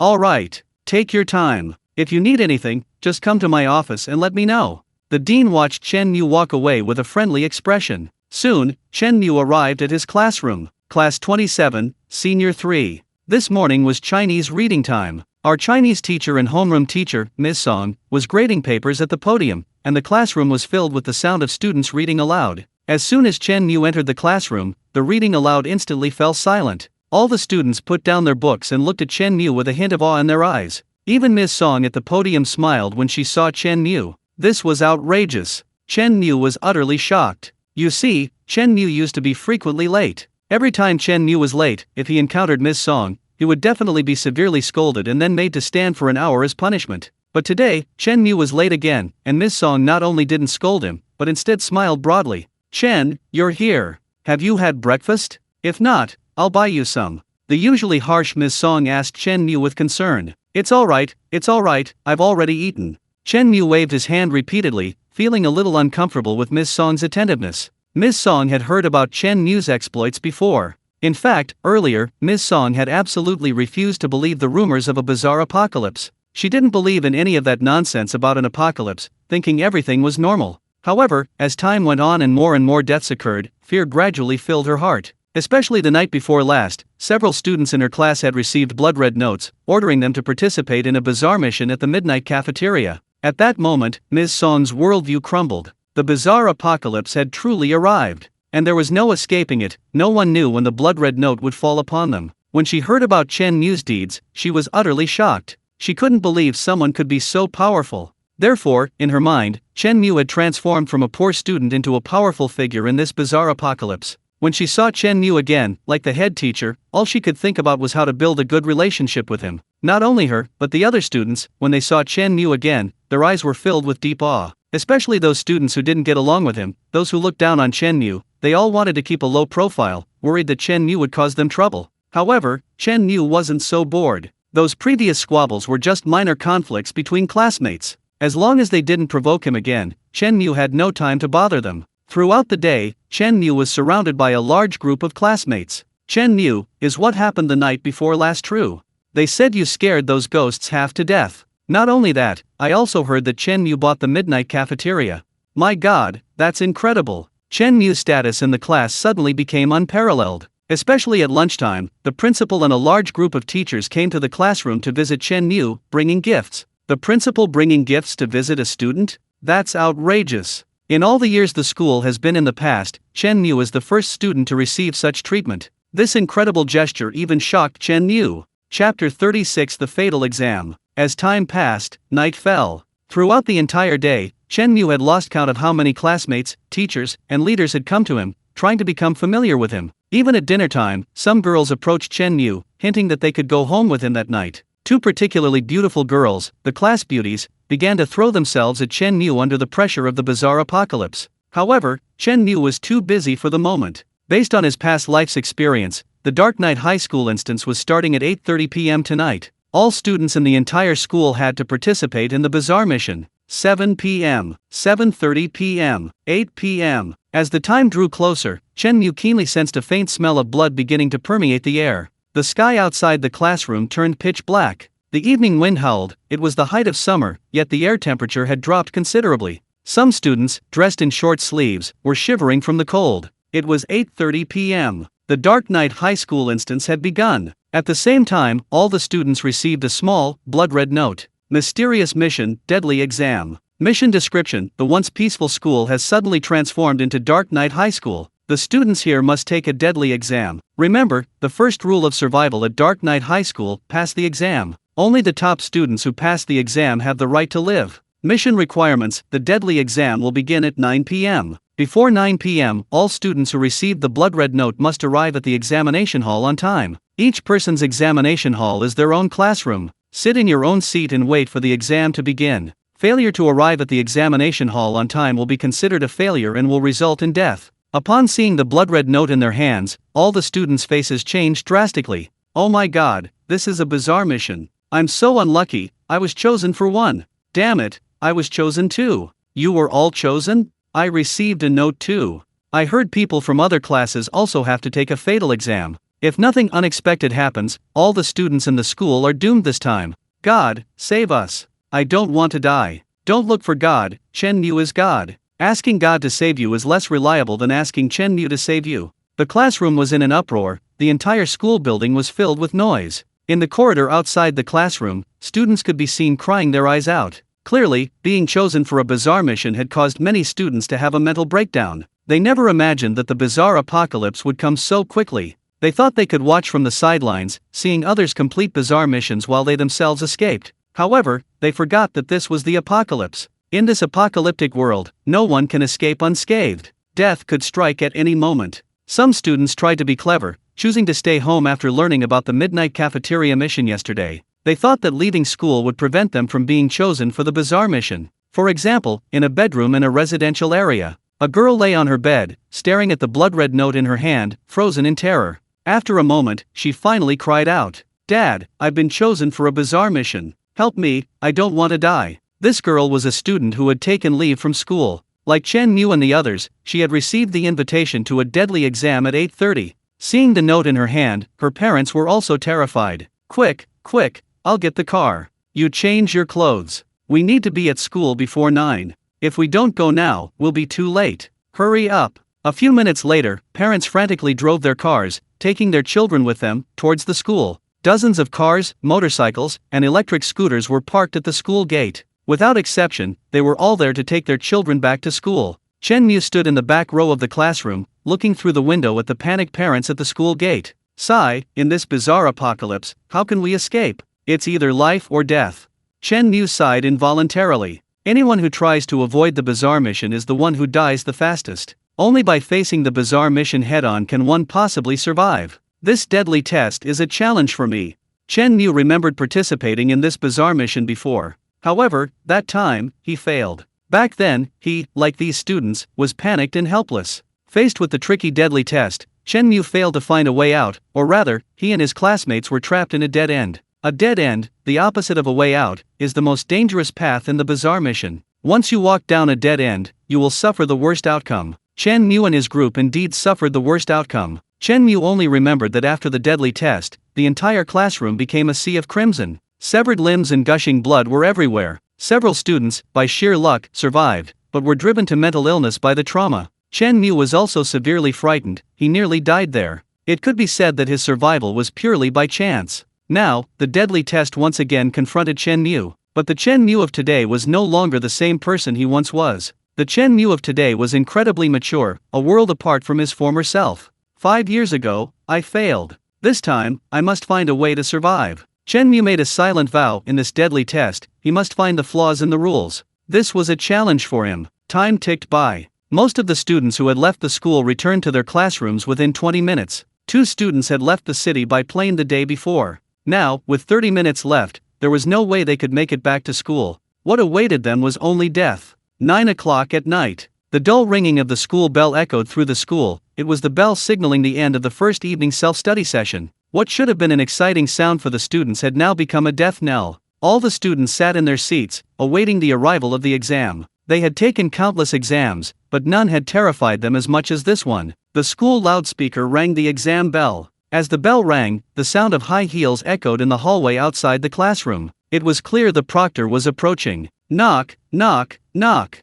3 knocks sounded, and the classroom door was pushed open from the outside. A woman in a uniform, carrying a stack of exam papers, walked in. Good morning, students. I am your proctor. The deadly exam begins now. Chapter 37 Rules that Conceal Danger. As the female teacher announced the start of the exam, the students in the class held their breath in tension. The teacher walked to the podium, unfolded the stack of exam papers in her hand, and divided them into individual sheets. I am a strict teacher. During my exams, anyone who violates the invigilation rules will be executed. The invigilation rules are as follows. 1. No one may view the contents of another person's exam paper. If you leak the contents of your exam paper, you will be executed. 2. You may not leave the classroom during the exam. 3. You may not harm the invigilator. These are all the rules for the exam. Now I will distribute the exam papers. The students present were seasoned test takers, having taken hundreds, if not thousands, of exams throughout their lives. Therefore, after hearing the exam rules, a perceptive student immediately noticed that the invigilator had omitted the most crucial rule, the foundation of all exams.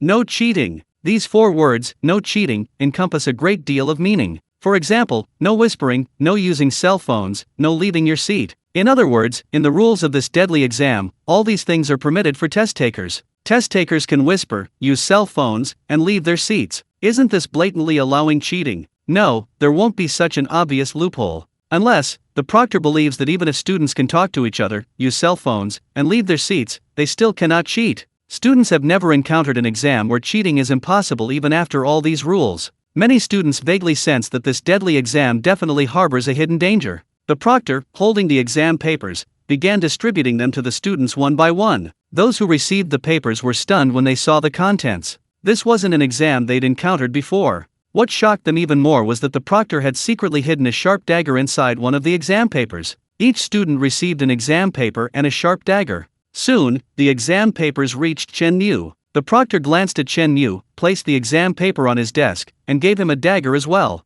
Chen Mu picked up the exam paper and quickly scanned it. Sure enough, the content was unchanged, the same as the one he'd received in his previous life. Deadly exam paper. Student class, Senior 3, Class 27. Student name, Chen Mu. Dear student, welcome to the deadly exam. Please familiarize yourself with the contents of this exam paper before taking the deadly exam. Have you noticed that your classmates seem a little different than usual? Yes, a strange creature has infiltrated your class. It is now lurking in the exam room, silently watching you. Exam content, please find and kill this strange creature within 2 hours to pass the exam. Failure to find and kill the strange creature constitutes failure. After the exam ends, half of the surviving students in the class will be randomly killed. Before starting the exam, please be sure to read the following rules carefully, this is very important to you. Rule 1, the bazaar will not attack you unless it is harmed. It will attack when it is injured. Rule 2, during the deadly exam, all students' strength is suppressed. When the bazaar attacks you, no one can kill it. Rule 3, the dagger in your hand, if plunged into the bazaar's body, will cause fatal damage. Rule 4, this rule applies to you personally 1 hour and 30 minutes into the exam, you must shout it out. Afterwards, you cannot answer anyone's questions about the reason. Rule 5, when you believe you have found the answer, the whole class can vote on whether to hand in the paper. After the vote passes, submit the paper to the invigilator, who will check your answers. If you answer incorrectly, you fail the exam. Rule 6, when the number of students remaining in the class is less than or equal to half, the exam is considered passed and automatically ends. Congratulations, you can go home now. I will tell you how to identify eerie phenomena. Generally, eerie phenomena have the following characteristics. 1. Eerie phenomena are lazy, they usually won't move until you notice them. 2. The eerie creature occasionally emits strange cries. Pay attention to the sounds around you, you'll find traces of it. 3. Like humans, the eerie creatures have 2 arms and legs. It's difficult to identify them by appearance alone. 4. A useful trick for identifying the eerie creature: use your dagger to stab its body. If it's a creature, black smoke will billow out. This is all the content on the exam paper. This is an unusual exam. After reading the exam, the students in the class were all shocked and incredulous. Someone in the class has become a creature? Who is the creature? Find the creature, and you'll pass the exam. Immediately, the students looked around, trying to discern anything unusual in each other's eyes. However, no one dared to speak, they all communicated with their eyes. The old exam rules were still in effect. Although talking wasn't explicitly forbidden, no one dared to be the first to try. After all, talking during an exam was a violation of exam regulations. Looking at the rules on the exam paper, Chen Mu began to ponder. These rules were far more complex than before. If you included the few that involved judging strange situations, there were already 10 rules. This was a sign of increased mission difficulty. The deadly exam was more difficult than the Midnight Diner and the Mist Museum. The scale of the mission also indicated that this deadly exam involved far too many people. If they couldn't find the correct way to survive, the consequences would be unimaginable. Chen Mu's mind flashed back to the deadly exam of his previous life, a bloody and brutal ordeal. In the entire high school, not a single class successfully found a way to survive. The price was, of course, extremely high. After the fatal exam, the entire Dark Knight High School was reduced to a mountain of corpses and a sea of blood. No one dared to imagine the horrific scene. Chen Mu still felt lingering fear every time he recalled that moment. So, now he would take the exam seriously and try to find a way to survive. Chen Mu looked at the rules on the exam paper and began his reasoning. Soon, Chen Mu began to extract a conclusion from rules 1, 2, and 3. Rules 1, 2, and 3, in essence, state that, before being attacked, the supernatural cannot harm anyone. Once discovered, it will begin its slaughter, no one can resist it, not even a dagger. Therefore, naturally, a conclusion can be drawn. Upon discovering a supernatural being, one must act swiftly and ruthlessly, killing it with a single blow, giving it no chance to retaliate. If the supernatural retaliates, everyone will die.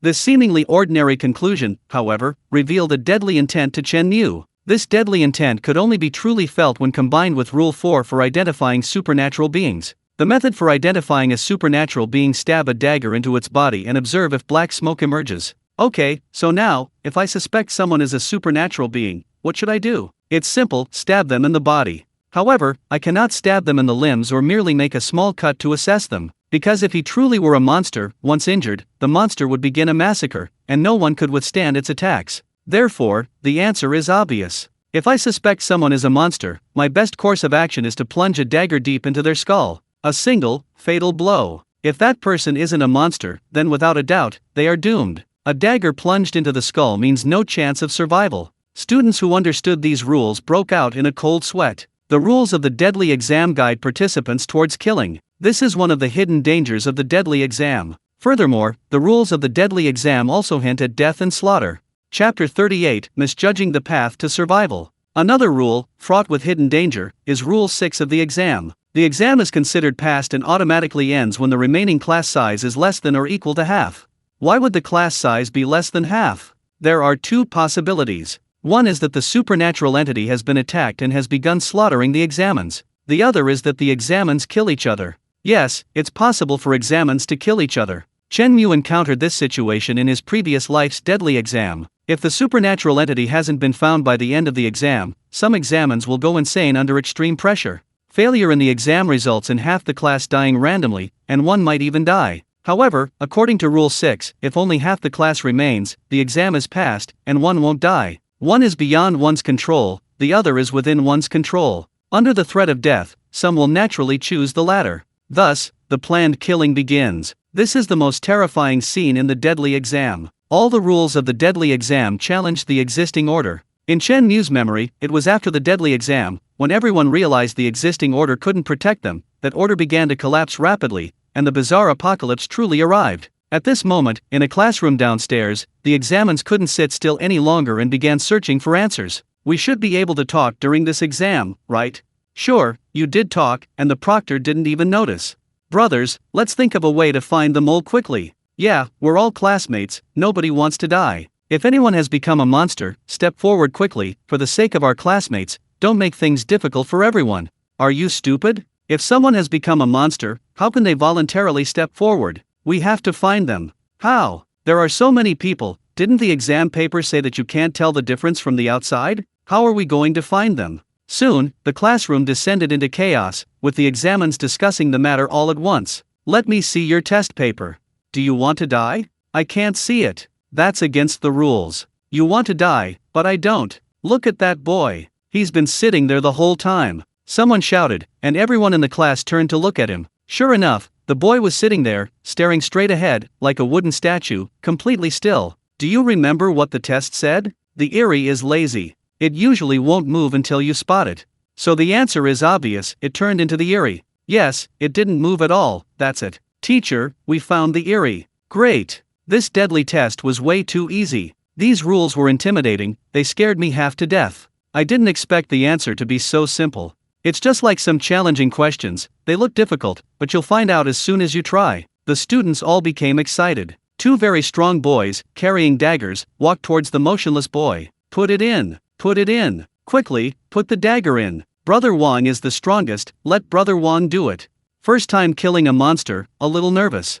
Amidst the cheers around him, Brother Wang mustered his courage and plunged the dagger into the boy's head. However, what happened next stunned everyone. The dagger pierced the skull, but instead of black smoke, bright red blood gushed out. The cheers stopped abruptly, and the entire classroom fell silent. All the students stared wide-eyed, their eyes filled with fear and disbelief. Ah, murder. Someone's dead. Wait a minute, if he wasn't acting strangely, why didn't he move? Yeah, he didn't say anything either. When Brother Wang walked up to him with the dagger, he didn't say anything either. How could a normal person react like that? No, look at his exam paper. The boy was dead, and his exam paper was being looked over by the surrounding students. One student pointed at his exam paper and shouted loudly. Two bolder students walked over and looked through the murdered boy's exam paper. One of them shouted, "His fourth rule is wrong. Personal rule: once the exam begins, you must remain completely still for half an hour. During this time, no matter what anyone says or does to you, you cannot respond in any way,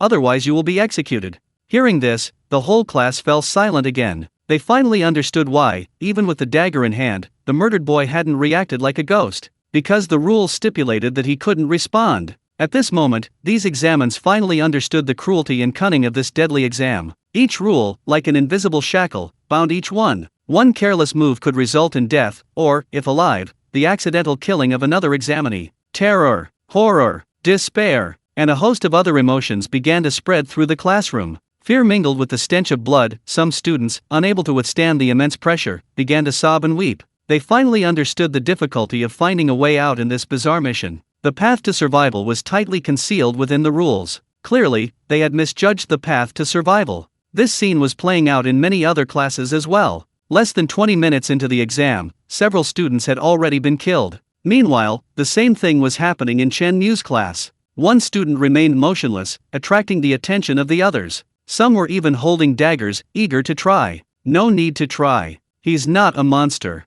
Chen Mu spoke. He's just bound by the fourth rule and can't speak. Chen Mu said this because in his past life, the examiners had been in the same situation, stabbing themselves with daggers only to realize they'd killed the wrong person. Some examiners were skeptical after hearing Chen Mu's words. However, considering Chen Mu's prowess and the logic in his words, they stopped trying. Sure enough, 10 minutes later, as soon as the fourth rule lifted, the examinee shouted, "I'm not a monster. I can speak now. Chen Mu, thank you for saving me." Chen Mu waved his hand, indicating it was nothing serious. The other students looked at Chen Mu with a newfound respect and shock. Some students had initially been skeptical, thinking Chen Mu's abilities were exaggerated. However, after witnessing this scene, they all changed their minds and admired Chen Mu even more. It seemed Chen Mu truly possessed ability. However, Chen Mu's expression didn't relax much, because, so far, Chen Mu hadn't found a way out. Half an hour of the exam had passed, a quarter of the time was gone. Restlessness and unease began to permeate the air.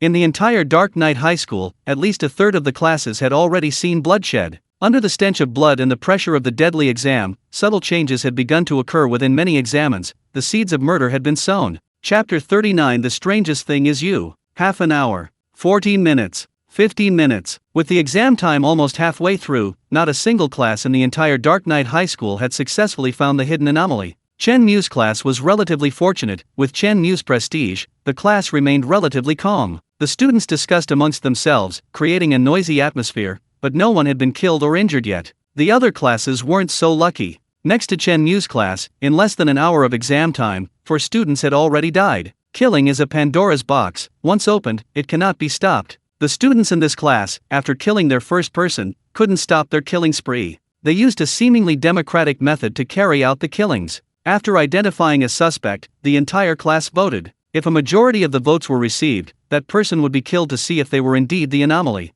Everyone wanted to find the supernatural entity, not wanting to die. Therefore, almost every vote resulted in 90% approval. This effectively created a mob dictatorship. Everyone was on edge. Kill him. He hasn't said a word, it must be the supernatural entity. Yes, I'm his friend. He's not usually like this, he must be possessed. Everyone, start voting. Raise your hand if you agree. Whoosh. A huge number of hands shot up. Without a doubt, more than half the votes were cast. Kill him. Kill him. Kill him. The students in the classroom were nearly driven mad by a frenzied shouting. They were venting their fear and despair in this frenzied manner. Finally, after killing another boy, a bespectacled boy stood up. He was the class's top student, consistently ranking at the top of his class. The top student stood up and said in a calm tone, "Class, quiet down. Listen to me. I've found the anomaly." Upon hearing this, the frenzied classroom fell silent, and all eyes turned to the top student. "You found the eerie creature? Who's the eerie creature? Tell us. You're the best student, the smartest in the class, you can't be wrong." Urged by the surrounding classmates, the top student said, "The eerie creature hidden in the classroom is actually right in front of each of us. She's sitting right there, everyone can see her. Our proctor, you are the eerie creature hidden in the classroom. The eerie creature we're looking for is you." The surrounding classmates looked at each other in bewilderment. "Hey genius, what nonsense are you spouting? The rules clearly state that the proctor is weird." "Yeah, we all know the proctor is weird." The genius smiled slightly, revealing a mysterious smile, and confidently said, "Yes, the truth is often that simple. Everyone's overthinking it, forgetting that sometimes the truth is right in front of you. The rules only say there's a weird one in our classroom, but the rules also state that a weird one is the proctor, right? That wasn't said. The rules didn't mention the identity of the supernatural being at all. There's a supernatural being in our classroom, and the proctor is a supernatural being, so it's natural to draw a conclusion. The supernatural being we're asked to find in the exam rules is the proctor." After the top student confidently finished speaking, the class erupted in excitement. "Oh my god, no way, it's really that simple.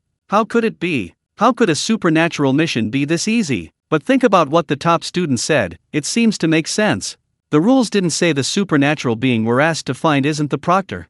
Wow, that actually makes sense. The top student added, "That's the insidious part of the rules. The rules told us from the very beginning that the proctor is a supernatural being. Therefore, everyone's thinking was skewed, believing that the supernatural being we were asked to find in the exam would require tremendous effort, and couldn't possibly be as simple as the proctor. If the answer is the proctor, wouldn't that mean the answer was given to us at the very beginning of the exam? After taking exams for over a decade, our thinking has become rigid, subconsciously thinking, how could there be such an easy exam? Therefore, we've all fallen into a mental trap, ignoring the simplest answer. Not only that, I can find evidence to support my claim. Please look at the third characteristic of the strange phenomenon. The strange phenomenon, like a human, has 2 arms and legs. Upon seeing this, everyone subconsciously assumes the strange phenomenon has transformed into their classmate. So, for the past hour, everyone has been observing their classmate. However, have you considered that this statement actually implies the weirdo is the proctor? The proctor, like everyone else, has 2 arms and legs.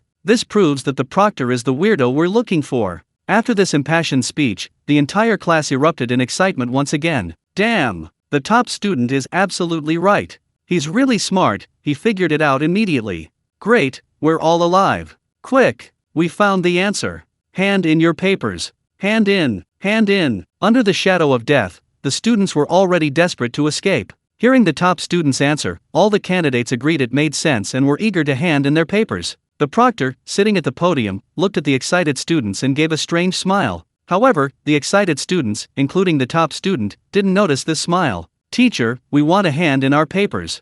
"Are you sure you want a hand in your papers?" the proctor asked. Yes, almost all the students shouted in unison. Alright, collect the papers. The proctor gave a strange smile. After collecting the papers, I will announce the answers, and you will know whether you answered correctly or not. Meanwhile, in Chen Mu's class, a student's eyes lit up, and he suddenly shouted, I know! The proctor is the weirdo we're looking for. In fact, after an hour of adjustment, many students' brains had begun to work quickly. Like the top student, many students concluded that the proctor was looking for the weirdo. Chen Mu looked at the excited student, coldly shook his head, and said, No, your answer is wrong. Why? The student protested. Believe me, the person who submitted this answer can already await their doomed failure in the exam. Chen Mu said. As soon as he finished speaking, a chorus of gasps and screams erupted from the class next door where the top student was. Chapter 40, The Path of False Life. These screams and exclamations weren't cheers. They were mixed with fear and despair. Just half a minute ago, the proctor had finished collecting the exam papers. Every student's face showed joy, eagerly awaiting the end of the exam and going home. The exam is finally over. I can finally go home. Yeah, thanks to the top student this time. The top student is amazing. No matter the exam, they're always so awesome. I never managed to copy from the top student before. I never thought I'd hitch a ride this time and get their answers for free. Haha, I bet our class is the first to finish. Isn't Chen Mu from the next class? Why haven't they finished yet? We've all handed in our papers. In my opinion, Chen Mu is just hyped up. If we're talking about truly impressive people, we have to look to our top student. Exactly. Chen Mu is nothing compared to our top student. Amidst the cheers of his classmates, the top student also smiled, basking in the praise from his classmates. But then, the proctor's face suddenly turned icy cold. I announce that your exam answers are wrong. The moment these words were spoken, the entire classroom fell silent. All the students stared at the podium in disbelief. They thought they had misheard. Wrong answers? How could this be? How could the answers be wrong? Half of the students will die randomly. The exam is over. Congratulations to the surviving students, you can go home. The proctor coldly uttered these words, like a death sentence. In an instant, thin red lines appeared on the bodies of half the students in the classroom. The red lines grew longer and longer, and from within them gushed forth large amounts of blood. Their bodies split open. Amid screams and despair, those who had miraculously survived, witnessing such a horrific scene, all fled in terror. They were lucky, they had survived. But the price was death, half the examines were dead. For those who survived, the scene they witnessed would be a lifelong psychological trauma. Several examines were so terrified they collapsed to the ground. 2 examines, seeing their former classmates torn to pieces before their eyes, blood gushing out, were driven insane by the horror, sitting on the ground and babbling incoherently. Those who rushed out of the classroom screamed in terror and despair in the corridor. Not the answer. The proctor isn't the answer. These desperate cries echoed throughout the entire school building. Besides this class, at least 2 other classes failed the exam for the same reason. These screams and cries of horror also reached Chen Mu's class. When they heard the cry, the proctor isn't the answer, all the students in Chen Mu's class looked at Chen Mu in shock. The student who had been stubbornly insisting was now deathly pale, speechless with fear. If Chen Mu hadn't flatly rejected it, many students in the class would have actually considered voting to hand in their papers. If they had, the consequences would have been unimaginable. It could be said that Chen Mu saved their lives. Indeed, experience counts. Chen Mu is truly unfathomable. Chen Mu, how do you know the proctor isn't the answer key? A student couldn't help but ask. This was also the question on the minds of the other students in the class. It's simple, a rule conflict. The rules state that the proctor must not be harmed under any circumstances, but a later rule says that to determine if someone is a ghost, you need to slash them with a dagger. So these 2 rules conflict. If I suspect the proctor is a ghost and want to identify them, then I have to slash them with a knife, but the proctor cannot be harmed. Therefore, I have no way to prove whether the proctor is a ghost. The only way to prove it is by voting and submitting the papers. Once you submit your answer, you're gambling with your life. As far as I know, this doesn't comply with the rules of the Bazaar mission. While the rules of the Bazaar mission are sometimes very difficult, and may contain flawed or misleading rules, remember this. There is always a hidden path to survival within the rules. A path to survival is a guaranteed way to live. Once you find this path, you can be 100% certain that you will survive. It's not about gambling on whether you can survive. A path to survival that cannot be verified is a false path. The true path to survival must be something else entirely. What Chen Mu said was based on his past experience. The proctor's answer was a typical example of something that couldn't be proven. It was clearly a false path to survival. It's called a pseudo-life path because it's not a real path to survival, it's a dead end disguised as one. Generally, such pseudo-life paths are extremely treacherous. They're usually paths to certain death. Only someone as experienced as Chen Mu can see through it at a glance. Students like the top students easily fall into the trap and are doomed. After hearing Chen Mu's explanation, the students in the class were all shocked. It was the first time they'd ever heard of the concept of a pseudo-life path. Chen Mu is amazing. He knows so much. If it weren't for Chen Mu, we would have been dead this time. Chen Mu is the backbone of our class. Let's stick with him. I declare myself Chen Mu's most loyal supporter. Everything he says is right. The proctor on the podium also looked at Chen Mu with surprise after hearing his explanation. She hadn't expected Chen Mu to see things so clearly, to see through the pseudo-life path. This is true intelligence. Time ticked by, and after the false escape route, the situation returned to a stalemate.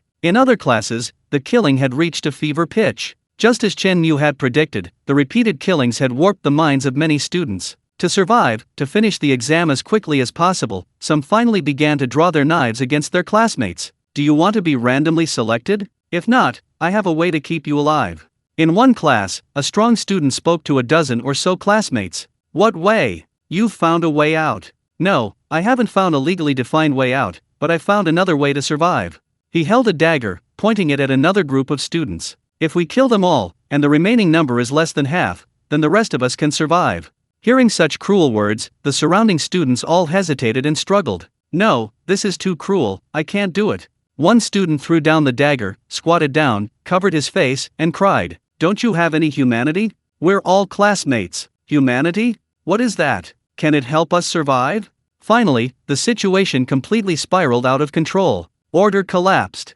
Chapter 41. It's a pity you met me. In the chaos and disorder, the killing began. Once order is out of control, people behave far more erratically than they imagined. Just 10 minutes later, another class passed the exam. This class passed using Rule 6. When the remaining students in the class are less than or equal to half, the exam is considered passed and automatically ends. Congratulations, you can go home. When the students, covered in blood and carrying their backpacks, left down the corridor, the students in the other classes immediately understood what had happened. Holy crap! Look at them, they actually got back. They passed the exam? They're covered in blood. If I'm not mistaken, they killed people. You mean, they killed half their classmates and then passed the exam? My God, demons. They're demons. Witnessing this tragedy, the students in the other classes were completely stunned. Perhaps only at this moment did they realize. This is the apocalypse. A bizarre apocalypse. The world they knew had crumbled step by step. They had fallen into a bizarre, apocalyptic hell.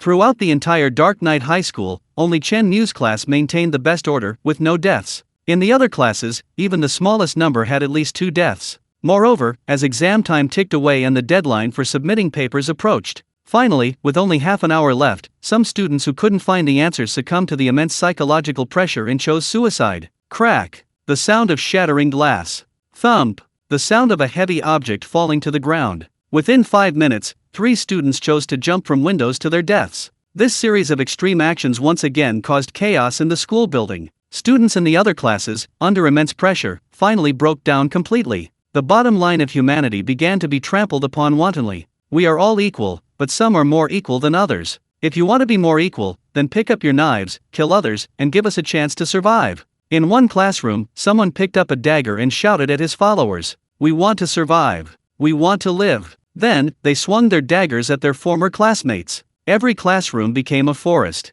Survival of the fittest. Of course, amidst the extreme chaos, a few classes maintained stability. The students in these classes were desperately searching for the answer. Invigilator, we all agreed to hand in our papers. Our answer is there is no supernatural phenomenon. The real answer to this exam is that there is no other supernatural phenomenon in the classroom besides the invigilator, which is why we can't find it. Hearing the student's answer, the invigilator sneered and collected the papers. Your answers are wrong, die. With a series of screams, half the students were reduced to pieces. It's not fair to say these students didn't try. They've exhausted all their efforts to survive, searching for every possible answer. The simplest explanation is that the strange person is a classmate. Countless students perished at the hands of their classmates in an attempt to verify this answer. Then, a top student, after careful consideration, concluded that the mystery was the proctor. This was already an imaginative answer, breaking free from conventional constraints, yet it was still wrong. Later, some students even speculated that there was no mystery at all. The result, of course, was wrong. No matter how conventional or outlandish the answer, it wouldn't pass the exam. The exam tells you that the answer is there, an answer does exist. But even with all your might, you can't find it. like a drowning person, clearly seeing a lifeline, but unable to grasp it. That's true despair. 1 hour and 30 minutes. 1 hour and 45 minutes. Attention all candidates, the exam will end in 15 minutes. Candidates who have not yet answered, please do so as soon as possible. The cold, detached announcement came over the classroom's loudspeaker. Finally, even Chen Mu's class began to tremble with unease. Chen Mu, is it absolutely impossible to pass this exam? I suspect there are no answers at all. This is a bizarre mission with no way out. Yes, even someone as smart as Chen Mu can't find a way out. There's definitely no way out. We're doomed, half of us are going to die here.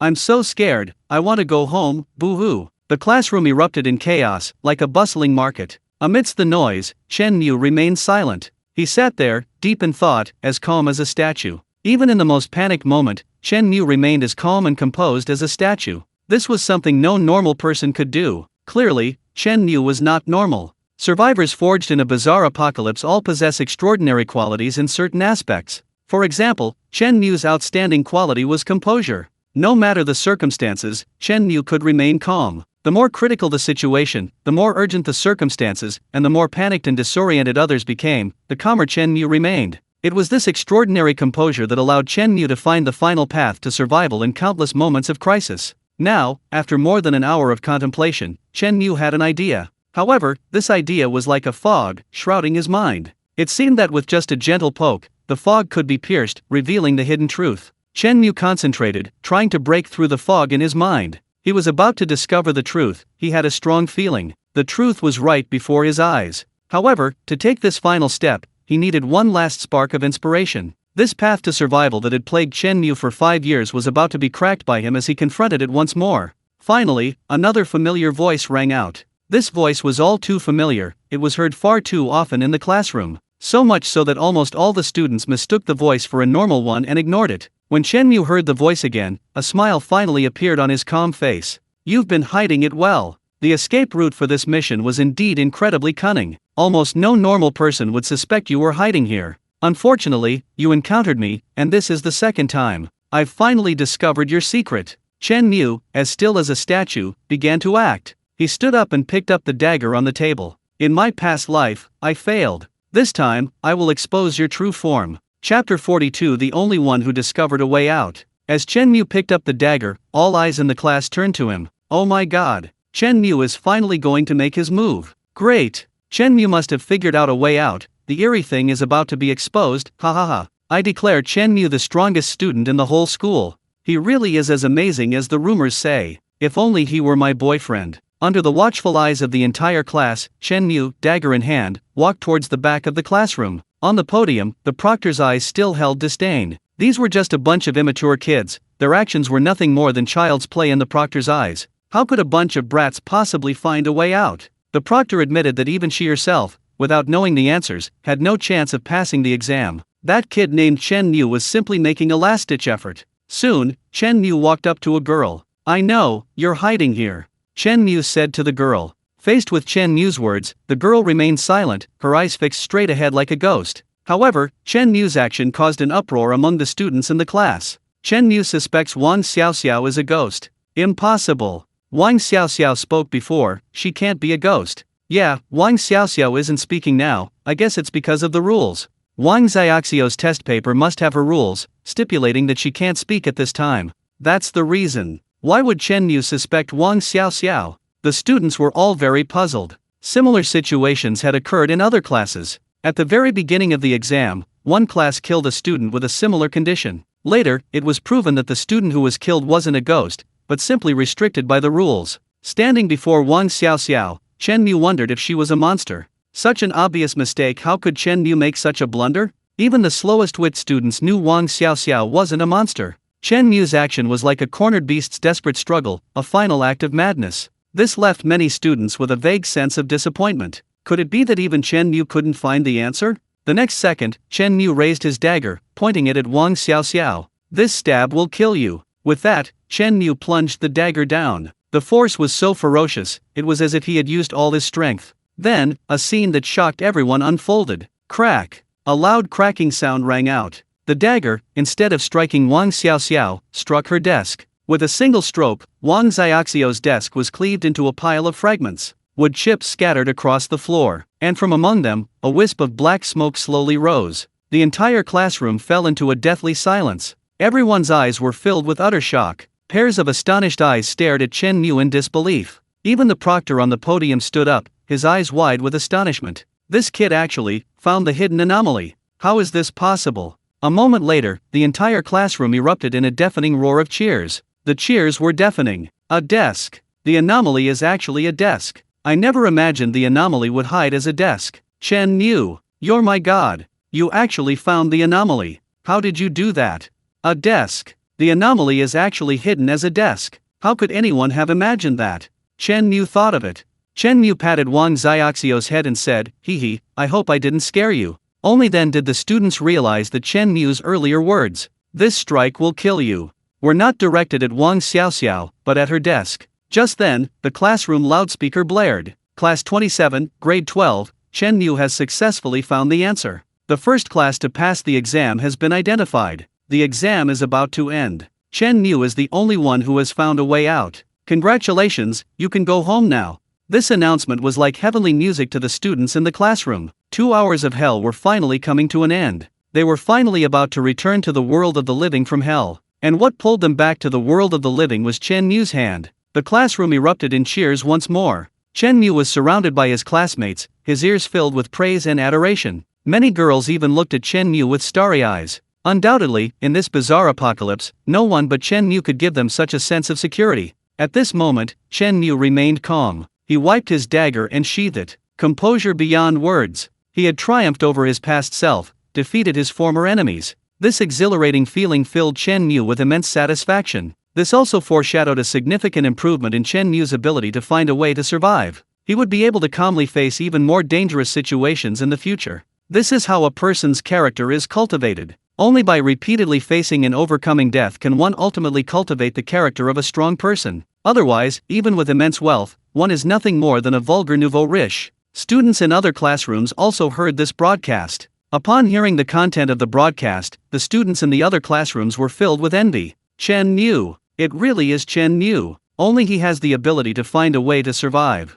I told you long ago, Chen Mu is the best. You all said he was just hyped up, now you've been proven wrong. So what if you were proven wrong? You and Chen Mu aren't even in the same class, can he save you? Damn it, why am I not in Chen Mu's class? If I survive this, I'll definitely ask my dad to change my class, to be Chen Mu's deskmate. If I survive, I'll win Chen Mu over and make him my boyfriend. You guys should focus on surviving first. Meanwhile, in Chen Mu's classroom, on the podium, the proctor stepped down and walked towards Chen Mu. Chen Mu. The proctor approached Chen Mu. If she weren't the eerie figure, she would have been a very pretty woman in uniform. You actually found a way out, that's incredible. I admit, I underestimated your abilities. Even I couldn't have found that way out. So, I'd like to ask you a question. How did you find the way out? And how were you so sure that among all the desks in the classroom, the eerie figure was definitely Wang Xiaoxio's desk? A bizarre teacher actually asked a human student a question. If word got out, it would be absolutely shocking. The proctor's words perfectly represented the questions all the students had. Instantly, pairs of eyes turned to Chen Mu, filled with curiosity and doubt.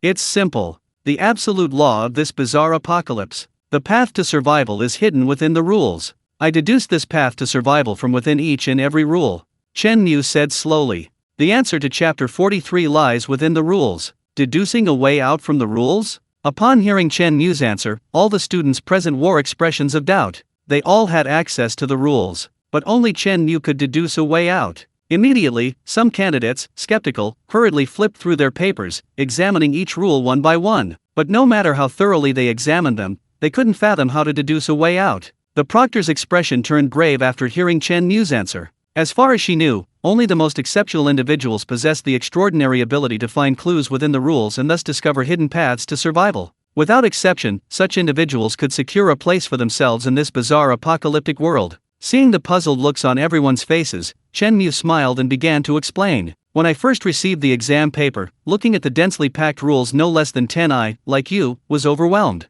Faced with this complex situation, the simplest method is to abandon irrelevant distractions and find the core, the most essential objective. In this exam, as test takers, our core objective for survival is to find the hidden anomaly. So, I began to analyze, categorizing the dazzling dozen or so rules, and selecting the most crucial ones. These crucial rules tell us how to find the anomaly. Understanding these rules is the key to survival. Therefore, I quickly searched and ultimately identified these key rules. 1. The Eyrie is lazy, it generally won't move until you spot it. 2. The Eyrie occasionally emits strange cries. Pay attention to these cries, you'll find traces of the Eyrie. 3. Like humans, the Eyrie has 2 arms and legs. It's difficult to identify an Eyrie from its appearance alone. These 3 rules alone on the entire test tell us how to find the Eyrie. I call them the source rules. All other rules are secondary rules, either interfering or serving as supporting evidence. In short, besides the source rules, all other rules are subrules. However, after finding the source rules, I quickly encountered a dilemma.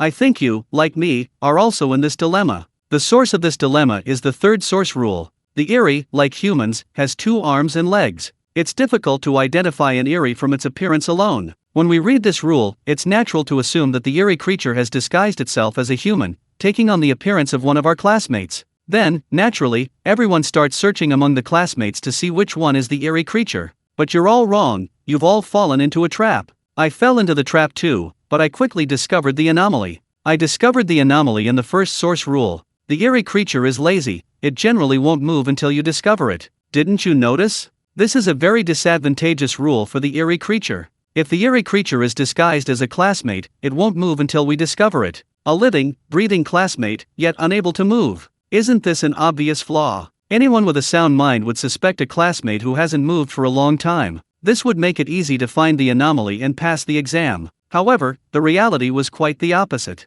Not a single class passed the exam. This precisely demonstrates that we misunderstood Rule 3. Once I understood this, my thinking became much clearer. I began to repeatedly read Rule 3 silently, trying to find clues. Finally, I discovered the crucial flaw. Rule 3 actually played a word game. Anomalies, like humans, have 2 arms and legs. It's difficult to identify an anomaly from its appearance. These 2 sentences are separated by a period. This means that these 2 sentences do not have a necessary logical causal relationship. It's not because an anomaly, like a human, has 2 arms and legs that it's difficult to identify it from its appearance. These 2 sentences have no causal relationship. We should understand each sentence separately. And the correct order of understanding is to understand the second sentence first, then the first. Let's look at the second sentence first. From appearance alone, it's difficult to tell which is the Eyrie creature. So, what must the Eyrie creature take to become so that it's impossible to tell from appearance alone? It's simple. Besides taking the form of a human, it can naturally take on other forms. It can become air, a liquid, an object. Imagine if the Eyrie creature becomes air, can you tell from its appearance? Obviously, no. So the question arises, what will the Eyrie creature actually take on? At this point, we should go back and understand the first sentence. In the first sentence, look for clues. The Eyrie creature, like a human, has 2 arms and legs. This is actually a very obvious clue, telling us that the Eyrie creature has limbs. Limbs aren't just arms and legs, benches and tables also have limbs. Having reached this point, I could already make a general guess. The strange thing might be the desks and chairs. So, with so many desks and chairs in the classroom, which one is the strange thing? That depends on the second rule of the source. The strange thing occasionally makes strange noises. Pay attention to the strange noises around you, and you will find traces of the strange thing. This is actually an extremely crucial rule. The strange thing makes sounds. The desks and chairs that make sounds are very likely the strange thing. So I started paying attention, looking for any desks or chairs making sounds. Finally, I heard it 3 times. All 3 sounds came from Wang Xiaoxio's desk. It was the creaking sound of an old desk. Even if someone heard it, they would take it for granted. Only after fully understanding the rules can you find clues in the most ordinary sounds. So, as you can see, I picked up the dagger. In my final moments, as I picked up the dagger, I had to answer a crucial question. Is this a false path to survival? A false path to survival is one derived from the rules, but it cannot be proven. Even if it could be proven, it would cost you your life. When a path to survival requires you to gamble your life on whether it's right or wrong. So, this path to survival isn't a true path to survival, but a false one. It will lead us to death. In some classes, the guess that the strange entity is the proctor was mistaken. Then everyone handed in their papers, gambling their lives on whether this path to survival was correct. Some classmates in my class wanted to do the same, but I stopped them, because I could tell at a glance it was a false path to survival. So, was the path to survival I guessed a false one? The answer is no. If I wanted to verify my path to survival, I only needed to chop down that desk. Chopping down the desk wouldn't endanger my life. And the rules were protecting me. Even if the desk really was a strange entity, it couldn't harm me before I chopped it down. Another rule also stated that the dagger in my hand could kill the strange entity. These two rules were actually protecting me, protecting this path to survival. This forced me to verify that this path to survival was completely safe.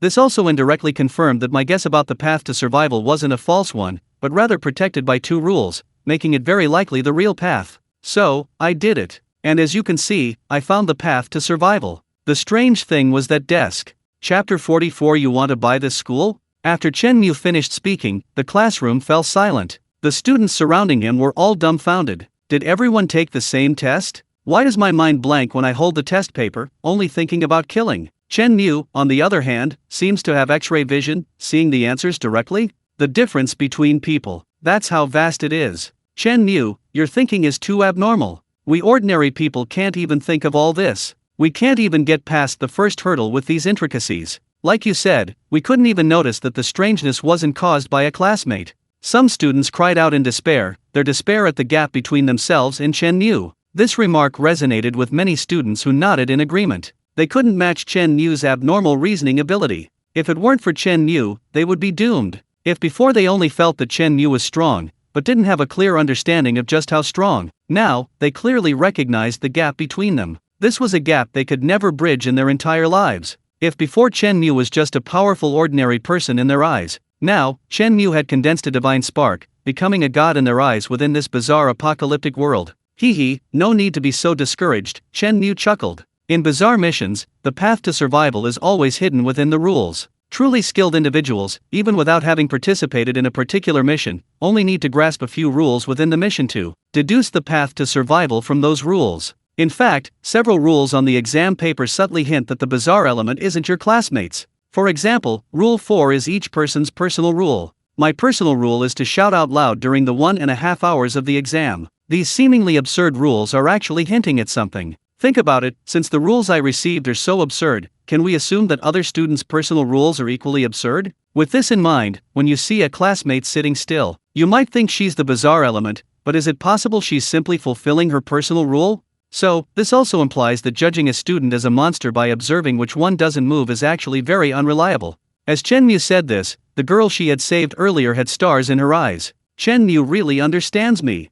Back then, she was just following her personal rule. If Chen Mu hadn't stopped her, she would have been killed by her classmates as a monster. The more Chen Mu analyzed it, the more shocked and admiring the students looked at him. It was as if, in the monster mission, Chen Mu had become an omniscient and omnipotent god. There was no trap that Chen Mu couldn't see. After listening to Chen Mu's explanation, the proctor couldn't help but gasp. She admitted that among all the humans she had ever met, Chen Mu was definitely the smartest. Your strength is beyond my imagination. I admit, I underestimated you just now, the proctor said. A haughty, eerie being actually told a human, you are more powerful than I imagined. If others saw this, they would be utterly astonished. You flatter me, Chen Mu replied, his expression still calm and composed. Even having just passed the exam, even being the center of attention among his classmates, even being impressed by the eerie being's praise, Chen Mu's face showed no trace of pride or arrogance. Calm, composed, mature. The proctor had to admit that she had never seen anyone of Chen Mu's age possess such composure.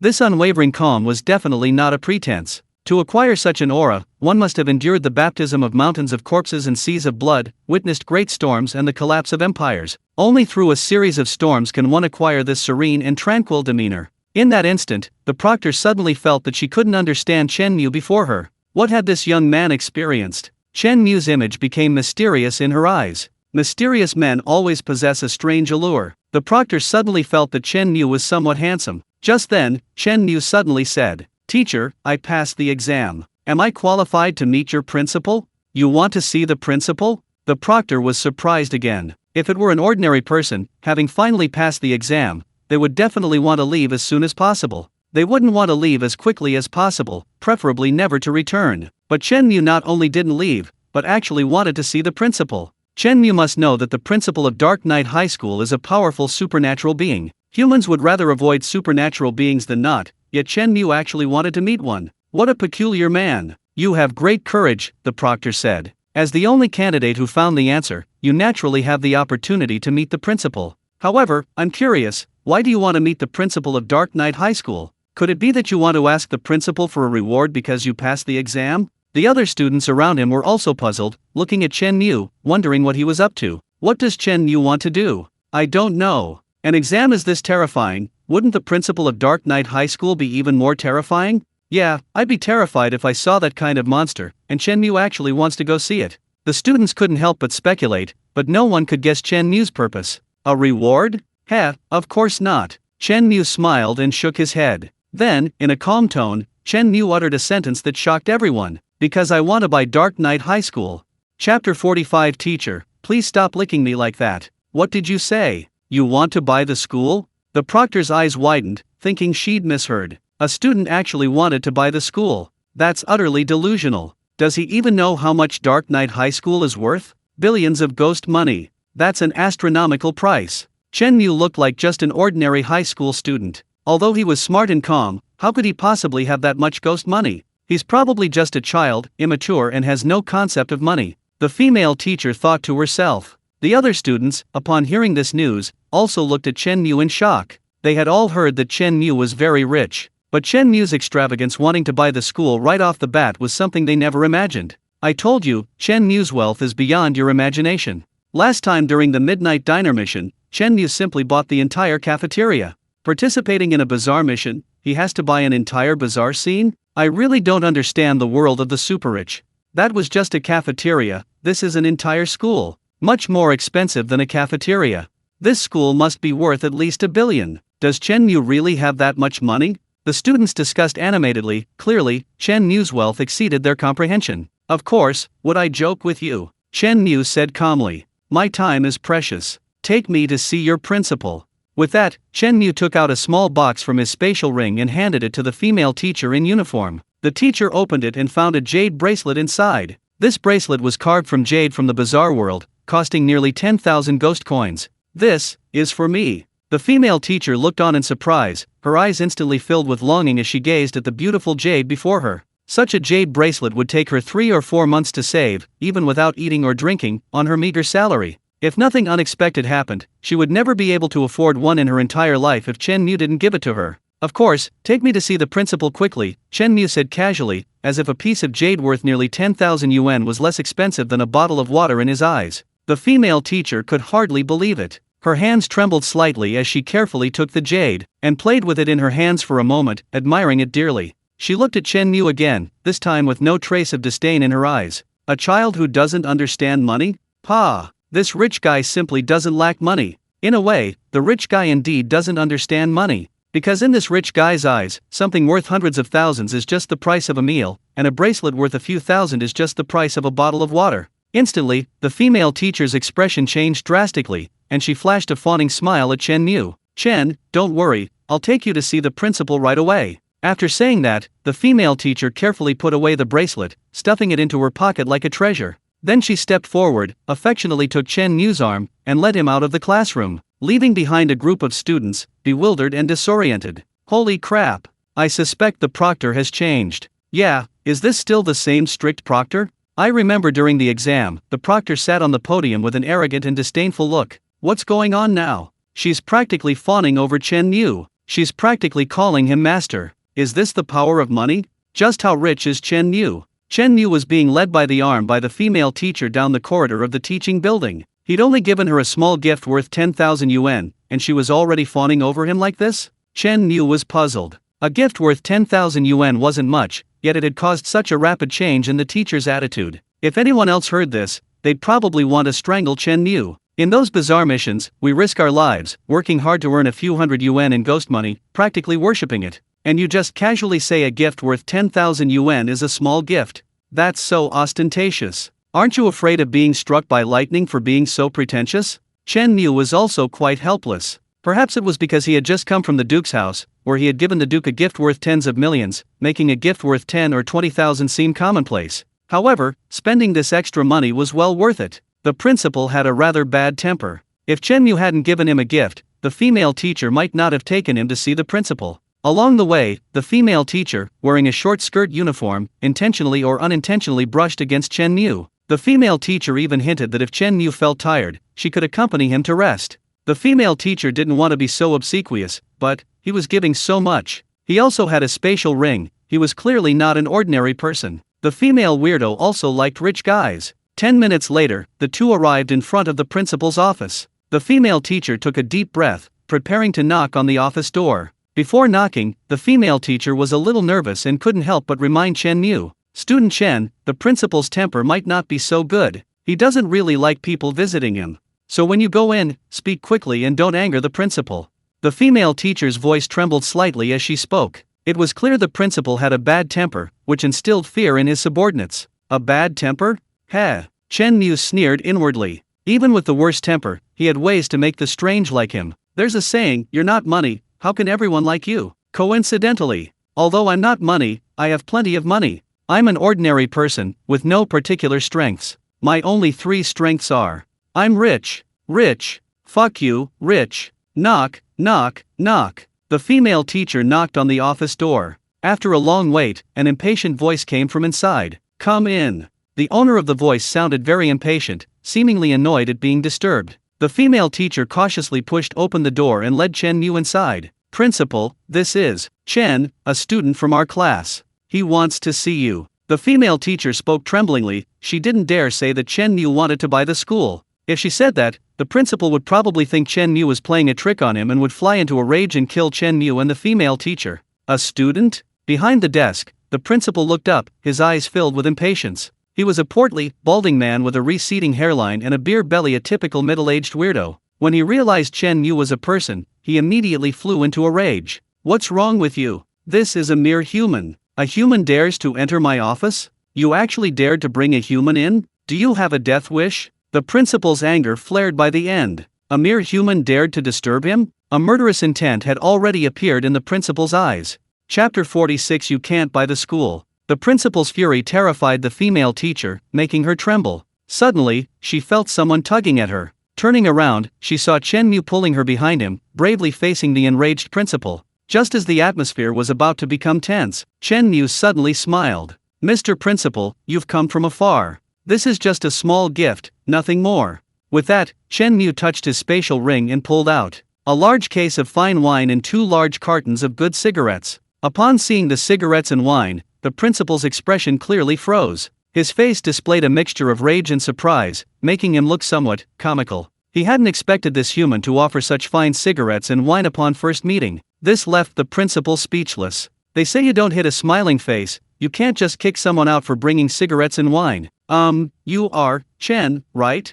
The principal's tone softened considerably, and the impatience in his eyes diminished. Chen Mu wasn't finished yet. After leaving the Duke's house, he bought several more watches, the ones he'd previously bought for him. The strange creatures seemed to really like these things. Buying a few more might come in handy later. Chen Mu then took out a small box from his spatial ring and handed it to the principal with a smile. The small box was wrapped in gold thread crafted from strange gold, exuding an air of opulence. Seeing the luxurious packaging, the principal's eyes changed. He realized the contents of the box were extraordinary. Upon opening the box, inside lay a magnificent watch. A strange jadeite. The principal's pupils constricted sharply. He thought he was seeing things. A watch worth over 300,000 yuan. Holy crap! Are people all this rich these days? No, it should be that Chen Mu in front of me is incredibly rich. After showering him with gifts worth hundreds of thousands, even the most pretentious principal couldn't hold back anymore. "Oh, Chen, why are you being so polite?" As the principal, I love students who are diligent and inquisitive.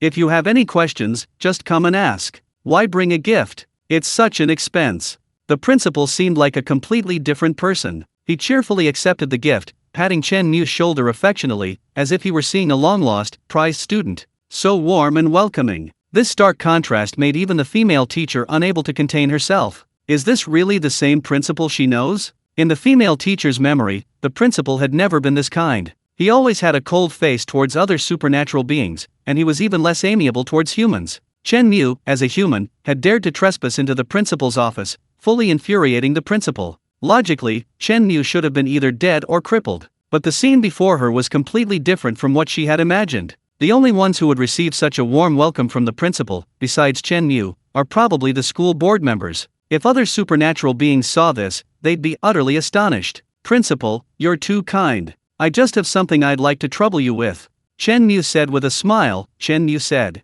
Hearing Chen Mu's polite words, the principal was even happier. So rich and so polite, Chen Mu had won the principal's favor in just a few minutes. What trouble do you have? Just tell me. There's nothing I can't handle in the entire Dark Knight High School. Did some teacher offend you? Don't worry, I'll deal with her right away, the principal said, patting his chest. No, principal, please don't worry. I have a case of fine wine for you, Chen Mu said, taking a case of wine from his spatial ring. However, perhaps accidentally, Chen Mu pulled out a small token along with the wine. Clang! The token hit the ground with a crisp sound. The principal looked down and almost popped his eyes out. A Ghost General's token. Chen Mu actually has a Ghost General's token. What this means, the principal knew very well. It means that Chen Mu has at least one Ghost General backing him. This human is not to be trifled with. I'm a young man, clumsy, and I dropped everything. Please don't mind, principal. Chen Mu smiled, lowered his head apologetically, picked up the token, and put it back into his spatial ring. At this moment, the principal's expression became serious and solemn. Deliberately tossing the token out to imply he had powerful backers. Damn it, he'd pulled off that stunt.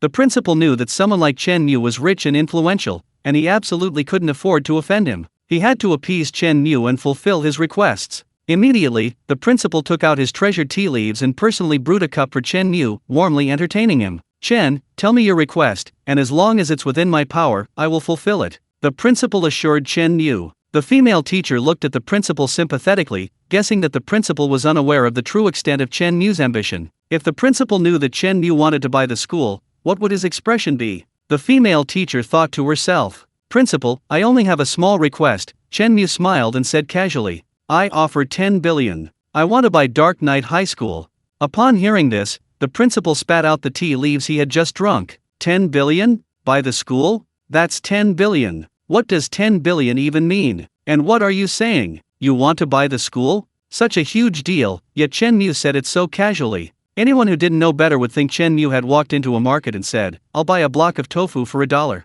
Why didn't Chen Mu show a trace of nervousness on his face for such a large deal? Buying a school for 10 billion seemed like a trivial matter to Chen Mu. Ahem. The principal couldn't help but cough twice. If Chen Mu hadn't given him gifts worth hundreds of thousands, he would have thought Chen Mu was joking. Chen, our school is only worth about 7 billion. I know, Chen Mu nodded. That's why I'm offering 10 billion to buy it. You have no reason to refuse. Chen Mu knew that in the later stages of the bizarre apocalypse, Dark Knight Academy would develop into a behemoth, almost comparable to the Underworld Bank. At that level, it wouldn't be something that could be bought with Underworld currency. Even trillions of Underworld currency wouldn't be enough to buy it. Now, taking advantage of the fact that the bizarre apocalypse had just begun, he bought it for 10 billion. It seemed like he'd lost out, but in reality, he'd gotten a huge bargain. Ahem, so much ghost money. The principal hesitated. I'm full of flaws, but the one thing I have plenty of is money. Chen Mu clapped his hands, and with a whoosh a pile of brand new ghost money filled half the office. 100 million ghost money. Chen Mu produced it with a flick of his wrist. Seeing Chen Mu's immense wealth, the principal was shocked. Half of his office was stuffed with ghost money. He'd never seen so much money in his life. The female teacher beside him was so shocked she sat down on the floor, her eyes practically gleaming as she looked at Chen Mu. What a tycoon! It took the principal several minutes to recover from his shock. He looked at Chen Mu, took a deep breath, and said, Chen, your wealth exceeds my imagination. I admit, you have enough money to buy Dark Knight High School, but I can't sell it to you, because it's not about money. Let me tell you the truth, if you buy Dark Knight High School, you'll break the rules. Breaking the rules means you'll die. Chapter 47. You actually managed to defy the rules. Rules? What rules? Chen Mu asked, somewhat puzzled. In his previous life, he had never bought a school, so he naturally didn't understand the intricacies. The principal said, actually, the school isn't mine. I'm just managing it on behalf of the board of directors. The board has established a series of rules, one of which is the sale of the school. The board stipulates that Dark Knight High School, originally priced at 7 billion Netherworld coins, will only cost 100 million Netherworld coins when a human buys it. But you're so smart, you should have realized it's a trap. The board also stipulates that once a human buys Dark Knight High School, they will die the moment they sign the contract. Originally, I shouldn't have told you about the second rule, but considering how much you've given me, I'll kindly remind you. Chen Mu's expression changed drastically. The board of directors of Dark Knight High School were truly ruthless. A school worth 7 billion Netherworld coins, sold to a human for 100 million. This was an extremely tempting lure, no one could resist it. Once people sign the contract, violating the second rule will result in their forced execution by the power of the rules. Naturally, the 100 million ghost coins in this person's possession become ownerless and are pocketed by the school board. This is a meticulously planned trap targeting wealthy humans. If Chen Mu remembers correctly, in his previous life he had heard of a very wealthy human who earned 100 million ghost coins in just 2 years. Then, this human set his sights on Dark Knight High School. Just at that time, Dark Knight High School was being sold at a 0.1 discount, for 100 million. This wealthy human naturally bought Dark Knight High School. At the time, many people, including Chen Mu, were envious, saying that this wealthy man had really struck gold, buying Dark Knight High School for 100 million, truly enviable. Later, this wealthy human suddenly disappeared, along with his 100 million ghost coins. Now Chen Mu understood, this wealthy human had been executed for violating the rules after signing the contract. His 100 million ghost coins had been pocketed by the board of directors of Dark Knight High School. What a trap! If Chen Mu hadn't been generous, giving the principal hundreds of thousands in gifts and befriending him, the principal wouldn't have kindly warned him. With such a rule in place, it seemed impossible for Chen Mu to buy Dark Knight High School. The first law of this bizarre apocalypse: no one can defy the rules. However, since it's a rule, there are exceptions. Chen Mu was going to be that exception. 100 million ghost coins could buy Dark Knight High School, a force later equivalent to a bank in the underworld. The temptation was simply too great. Even Chen Mu couldn't resist this temptation. After a moment's thought, Chen Mu looked up at the principal and gave a calm smile. "Principal, I want to buy Dark Knight High School for 100 million. Hearing Chen Mu's words, the principal was stunned. "What did you say?" The principal naturally assumed he had misheard. Chen Mu wanted to buy Dark Knight High School even knowing he would die? Either Chen Mu had lost his mind, or he had misheard. The principal chose the latter, thinking he had misheard. Unexpectedly, Chen Mu said, word by word, with absolute certainty, "I said, I want to buy Dark Knight High School." The principal was stunned again. So he hadn't misheard, Chen Mu had lost his mind. This kid's risking his life for money? They say people die for money, birds die for food, but this isn't how it works. Buying Dark Knight High School would be a violation of the rules for Chen Mu. He'd be dead for sure. What use would Dark Knight High School be if Chen Mu were dead? The female teacher beside him was also stunned. Are all rich people this unconventional? Giving away a 10,000 yuan jade pendant like that, throwing away his own life just like that. What a character! Have you thought this through? 100 million is indeed cheap, but I'm afraid you might have the life to buy it, but not the life to spend it. The principal, being somewhat kind, gave Chen Mu another reminder. Chen Mu, his mind made up, nodded and said, "The 100 million for this room is what I paid. Bring out the contracts, let's sign them." Although the principal wasn't a board member, the board granted him the authority to sign contracts. This was for the sake of convenience, otherwise, having the board members travel thousands of miles to hold a meeting just to sign a contract would be too much trouble.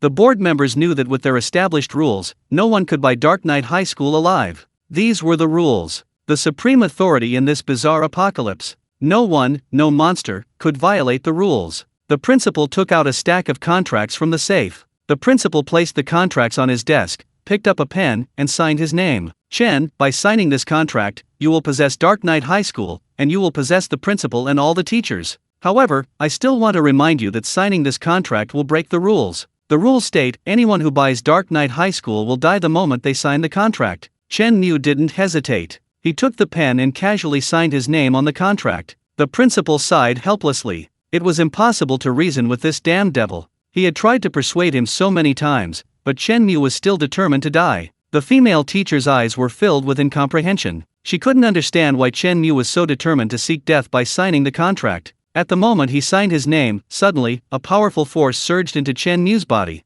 This force, carrying darkness and violence, rampaged through Chen Mu's body, trying to tear him apart. This was the power of the rules. The rules had begun to take effect, determined to kill Chen Mu. However, before this force could tear Chen Mu apart, invisible armor suddenly appeared within his body, protecting all his internal organs. The violent power clashed from both sides, yet it couldn't break through the armor. Finally, after a brief clash, this force of rules began to slowly dissipate. The energy collision within his body manifested outwardly as Chen Mu merely trembling twice before quickly returning to normal. The expected carnage didn't occur. Chen Mu held the contract. At that moment, the entire Dark Knight Academy became Chen Mu's property. The principal and the female teacher waited for over 10 seconds, but Chen Mu didn't explode. Chen Mu, on the contrary, stood before them as if nothing had happened, smiling broadly at them. Why, are you still alive?" The principal's face was filled with shock. The principal couldn't even remember how many times he had been shocked today. Ever since meeting Chen Mu, this young man had consistently surprised him, one after another. The female teacher also stared at Chen Mu in disbelief, as if she had seen a ghost. At this moment, Chen Mu's behavior had exceeded the principal's and the female teacher's comprehension. How could anyone defy the rules? The rules tell you to die, so why are you still alive and well? This is impossible. This defies common sense. Could it be that in this bizarre apocalypse, someone can truly defy the rules? This is simply defying the heavens. Chen Mu smiled, looking at the two envious and shocked individuals, and said calmly, "Have you two heard of a ghost general level item called the Death Heavy Armor?" Chapter 48. I am not very talented, but I happen to have a prop. Death armor? The female teacher was completely bewildered. Clearly, at her level, she couldn't access such a powerful item. However, the principal, already a half-step ghost general, had heard of the death armor's formidable reputation. Legend has it that there is such an item, capable of resisting the supreme power of rules. This item is called the death armor. And in the entire bizarre apocalypse, there is only one such item capable of resisting the rules. Death armor, this is a legendary, powerful item that can defy fate. In this vast world, there is only one. The principal exclaimed in amazement. The death armor was an item coveted by countless people. I happen to possess a piece of death armor, Chen Mu said with a smile. As Chen Mu finished speaking, his entire body was enveloped in the faint glow of the death armor, appearing exceptionally dreamlike. You actually have the death armor. The principal couldn't help but exclaim. No wonder. No wonder he dared to defy the school board's rules. He dared to sign the contract. He actually possessed such an overpowered item. Even though he was already numb with shock tonight, this news still left the principal utterly stunned. In the entire bizarre apocalypse, there was only one item capable of defying the power of the rules, and that item was actually in Chen Mu's possession. It could be said that Chen Mu was the only person in the entire bizarre apocalypse who could defy the rules. What kind of heaven-defying ability was this? And he calls this "I am but a humble person"? Then wouldn't everyone else be useless? Why use such a humble tone to say such arrogant things? Damn it, he's pulled off another show-off. But I remember the death armor is in the Duke's possession. Back then, the Duke fought a bloody battle with over a dozen treacherous generals for it. How did you obtain the death armor? The principal couldn't help but ask. I'm not very capable, I just have a little connection with the Duke, Chen Mu chuckled. The principal suddenly realized that the token Chen Mu had dropped earlier was the Duke's token. You got the Duke's token, and you call that a little connection? Damn it, he's pulled off another stunt. Just how many more tricks does this young man have up his sleeve? The principal could see that Chen Mu, seemingly calm and collected, actually loved to show off. He'd only met him for half an hour, and he'd already shown off several times? But every time Chen Mu showed off, it was so smooth and natural. He genuinely had the ability. Those powerful board members hiding behind the scenes had really messed up this time. Their attempt to steal a chicken had backfired. Not only did they fail to swindle Chen Mu out of his ghost money, but they also sold Dark Knight High School for a mere 100 million. To put it bluntly, Dark Knight High School is the best school in the entire bizarre apocalypse. It's the best of the best schools. And because of the rules, no one other than Chen Mu, no matter how rich, can buy a school. If they did, they would break the rules and be executed.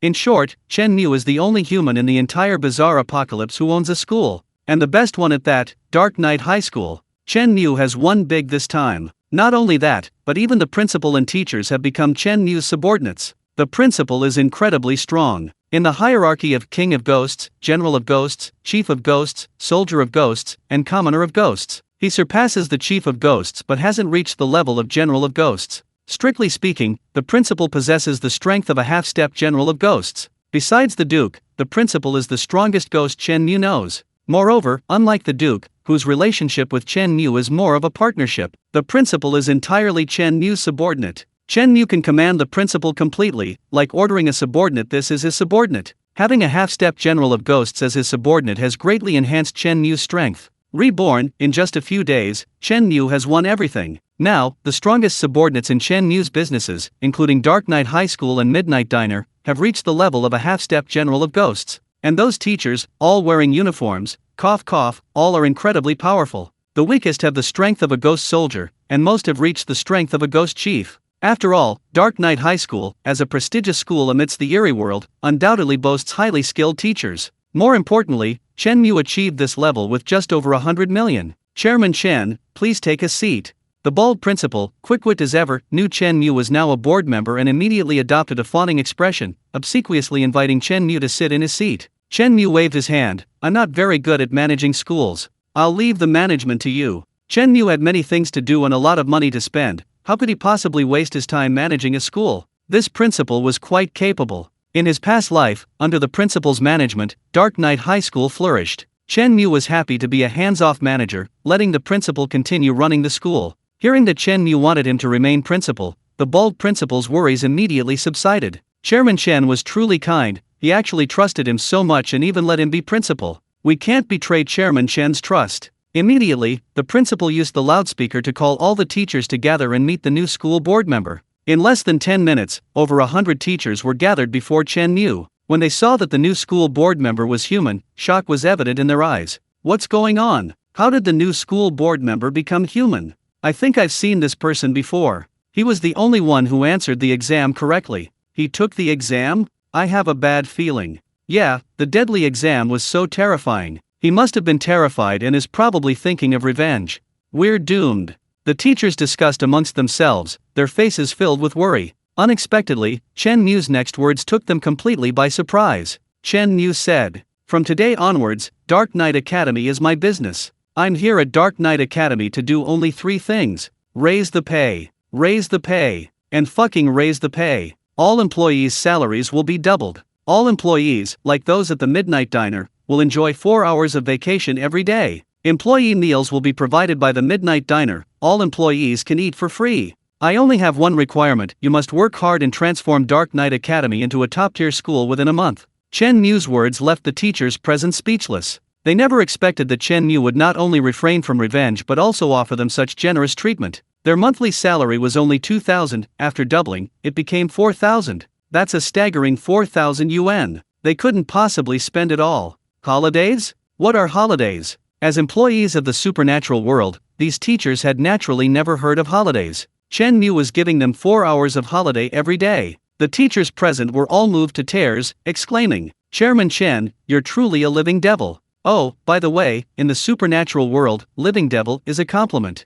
Chapter 49. Everyone wants to pledge allegiance to Chen Mu. After the announcement, amidst cheers from the teachers, Chen Mu adjourned the meeting. The meeting had barely ended when the principal went to the broadcasting room, turned on the loudspeaker, and announced, "Chen Mu, a contract has just been signed to acquire Dark Knight High School. I am the principal of Dark Knight High School, and I hereby announce that the name of the school's board member is now Chen Mu. Board member Chen becomes the supreme leader of Dark Knight High School." The crucial exams had just ended, and some students hadn't yet left. Some parents had also rushed in to pick up their children. Therefore, there were still quite a few students in the school. Naturally, they all heard the school's announcement. The first time they heard it, the students thought they had misheard. Board member? Wasn't that the highest authority in the school? Chen Mu? Wasn't that a student's name? How could a student become a board member? What a joke! However, the principal didn't just broadcast it once. Being the principal of Dark Knight High School, his flattery skills were already maxed out. Praising the leader once isn't enough, is it? Not praising enough is disloyalty. The principal unleashed his flattery prowess, announcing 3 times over the loudspeaker. Chen Mu has become the sole board member of Dark Knight High School, the highest controller of Dark Knight High School. Chen Mu has become the sole board member of Dark Knight High School, the highest controller of Dark Knight High School. Chen Mu has become the sole board member of Dark Knight High School, the highest controller of Dark Knight High School. Say it 3 times, far from enough. The principal then had a banner quickly made and hung directly on the school gate. Then, the students and parents witnessed a shocking scene. Several eerie figures frantically hung a black banner on the school gate. In this eerie world, black represents celebration and praise. The black banner read, "Chen Mu, the school's board member, has purchased Dark Knight High School for a hefty sum, becoming its sole board member." This publicity stunt ensured that everyone in the school, human and ghost, knew Chen Mu had become the school's highest leader. Suddenly, a student exclaimed, "Chen Mu! I remember now, didn't he just buy the Midnight Diner? If I remember correctly, he also took the fatal exam." Yes, he was the only one who answered the questions correctly. We were all students just a moment ago, how come he's a board member in just over 10 minutes? The gap between people is bigger than that between humans and ghosts. Can anyone really be that rich? My worldview has been shattered. Chen Mu stood by the principal's office window, looking at the distant school gate, where a large group of students were gathered, waiting for him to come out. Without a doubt, these former classmates now harbored the idea of siding with Chen Mu. The boys were asking around if brother Chen Mu was taking on any followers. The girls were gossiping about whether Chen Mu was still single. Chen Mu was both amused and exasperated. Good heavens, he'd only been reborn for about 3 days, and how had he gone from an unknown high school student to someone everyone adored? This change was too fast. However, as a low-key, reserved person with a little money, Chen Mu had no plans to take on so many followers, because Chen Mu knew all too well that in this bizarre apocalypse, human nature could sometimes be more terrifying than the supernatural itself. At least his supernatural subordinates were bound by contracts and wouldn't betray him, but people were unpredictable. Yesterday they were brothers as close as siblings, husbands and wives living in perfect harmony. Today they might be turning against each other. Human nature is unfathomable. Alright, let the teachers go eat. I should leave too, I have other things to do, Chen Mu said, leaving the principal's office. Behind him, the principal and a group of teachers bowed and saw him off. On his way home, Chen Mu pondered his next plan. According to his previous plan, after buying Dark Knight High School, Chen Mu owned 2 major businesses, a hotel and a school. He was now a man with a little money. It was time to buy himself a mansion. In his previous life, Chen Mu was an ordinary person, living in an old, dilapidated neighborhood. The house was dark and damp, and the appliances were old and yellowed. Reborn into a bizarre apocalypse, while everyone else is destitute and constantly worried about survival, Chen Mu, on the contrary, rises to prominence, aiming for a luxurious mansion of several thousand square meters, complete with a swimming pool and garden. Chen Mu has already chosen his target, the city's upscale villa district Shanshui Courtyard. Before the bizarre apocalypse, the price of a villa in Shanshui Courtyard had already soared to hundreds of thousands per square meter. Even if Chen Mu worked for 1,000 years without eating or drinking, he still couldn't afford one. Now, with the bizarre apocalypse upon him, and rumors circulating that Shanshui Courtyard is haunted, becoming a truly eerie place, if he could buy it, he would finally own a luxury villa. Without property, there is no stability, only with a secure home can one find peace of mind. Chen Mu has decided first, he'll go to Shanshui Courtyard and buy himself a luxury villa. Then, he'll go to the hospital and buy it too. Then, countless bizarre beings seeking medical treatment will have to beg him for help. With hotels, schools, hospitals, villas, and powerful supernatural beings as his friends, he truly became the overlord of the city. His future was bright. Thinking this, Chen Mu took out his phone, ready to call his driver to pick him up. Meanwhile, after Chen Mu left, the teachers at the school prepared to go for lunch. It was already 11 p.m. For supernatural beings, it was time for lunch. What did Chairman Chen Mu just say? Work for Chairman Chen, and he'll provide you with good food and drink. Teachers can eat lunch for free at the Midnight Diner. The teachers had heard of the Midnight Diner's reputation. It was said that not long ago, the Midnight Diner was a low-end canteen, only frequented by supernatural beings with no money. However, it was rumored that 2 days ago, the Midnight Diner was bought by a big boss. After that, the Midnight Diner's status rapidly improved. One after another, wildly popular dishes were developed. The staff at Midnight Diner were incredibly warm and hospitable. It felt less like working for the boss and more like working for their own father. I heard that a hotel owner tried to cause trouble at Midnight Diner the day before. But as soon as the owner of Midnight Diner appeared, the hotel owner was so terrified he wet himself and committed suicide to appease the diner owner's anger. What powerful background does this person have? Since then, Midnight Diner has undergone continuous upgrades and is now renamed Midnight Hotel, the most upscale hotel in the entire city. Just then, a teacher suddenly remembered something and said, I remember now, I heard them say that the owner of Midnight Hotel is also named Chen Mu. Called Chen Mu. Called Chairman Chen. Yes, Chairman Chen. The owner of Midnight Hotel is also Chairman Chen. Just how much money does our new school board member have? I heard that the food at Midnight Hotel is excellent. Chairman Chen is so generous, actually letting us eat our staff meals at Midnight Hotel. A strange teacher, seeing his colleagues so excited, couldn't help but pour cold water on the idea. The food at Midnight Hotel is good, but that's for customers. We're going to eat our staff meals. What do you think we'll get to eat? We're lucky if we get anything to eat at all. You don't really think that Chairman Chen is so generous that he's giving us some high-class staff meals, do you? Chapter 50 Mr. Chen, do you have some misunderstanding about working meals? It's no wonder this eerie teacher thought that way. After all, in the eerie world, those who work as elves have no human rights. The boss doesn't even pay wages, let alone holidays. With such appalling working conditions, you're telling me about the meals? What other bosses provide isn't work meals, it's an unidentified viscous liquid that won't kill you. The school board members at Dark Knight High School previously provided meals worse than swill. Therefore, some teachers developed PTSD just from the mention of work meals.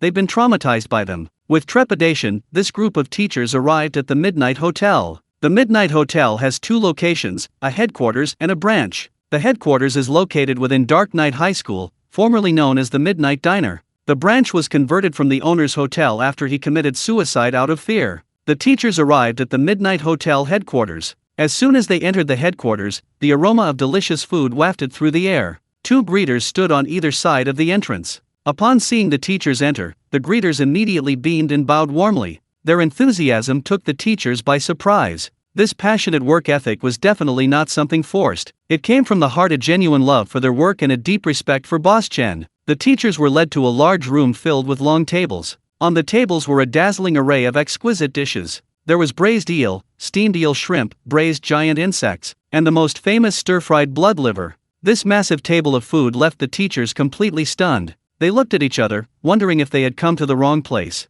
This entire table was filled with top-quality dishes. Even these teachers themselves, when dining out to entertain distinguished guests, would never dare order such exquisite dishes. It's not that they don't want to, it's that they simply can't afford it. A table full of food like this wouldn't cost 2 years' salary. Manager, did you bring us to the wrong place? The teacher who had questioned Chen Mu earlier asked Li Xiaoxiao, who was standing beside him. Li Xiaoxiao, the hotel manager, explained with a smile. I'm sorry, the host gave us a last-minute notice, so the working meal we prepared is a bit simple. Please forgive us. Although the food is a bit simple, it's all buffet style, so please eat as much as you like. We'll add more if you're not full. This is a perk from the host. The host Li Xiaoxiao referred to was, of course, Chen Mu, the school board member. Upon hearing this, all the teachers present were stunned. These expensive, exquisite dishes were actually prepared for them? According to the old standards, this was food only served when the principal entertained VIPs. Now that Chen Mu is a school board member, he's treating this as a working meal. Not only that, it's a buffet? Is this considered poor hospitality? A bit shabby? Chen Mu's generosity far exceeds their comprehension. Does such a good boss really exist in the world? In an instant, the teacher who had just questioned Chen Mu had tears in her eyes. After so many years as an eccentric teacher, this was the first time she had experienced being respected. Looking at the enthusiastic hotel staff around him, the teacher instantly understood why Chairman Chen's employees were so dedicated. Chairman Chen truly treats you like a brother. A scholar will die for one who understands him. Imagine if, right now, a supernatural being declared he would overthrow Chen Mu. Then all the staff present, even with brooms in hand, would fight the supernatural being to the death. Moved, the teachers began to eat at the buffet. While getting their food, some of the supernatural teachers took out their phones and started filming the food in front of them. Don't misunderstand, even in this supernatural apocalypse, supernatural beings keep up with the times. They also have mobile phones and other electronic devices. Just like in some horror movies, supernatural beings can emerge from the television.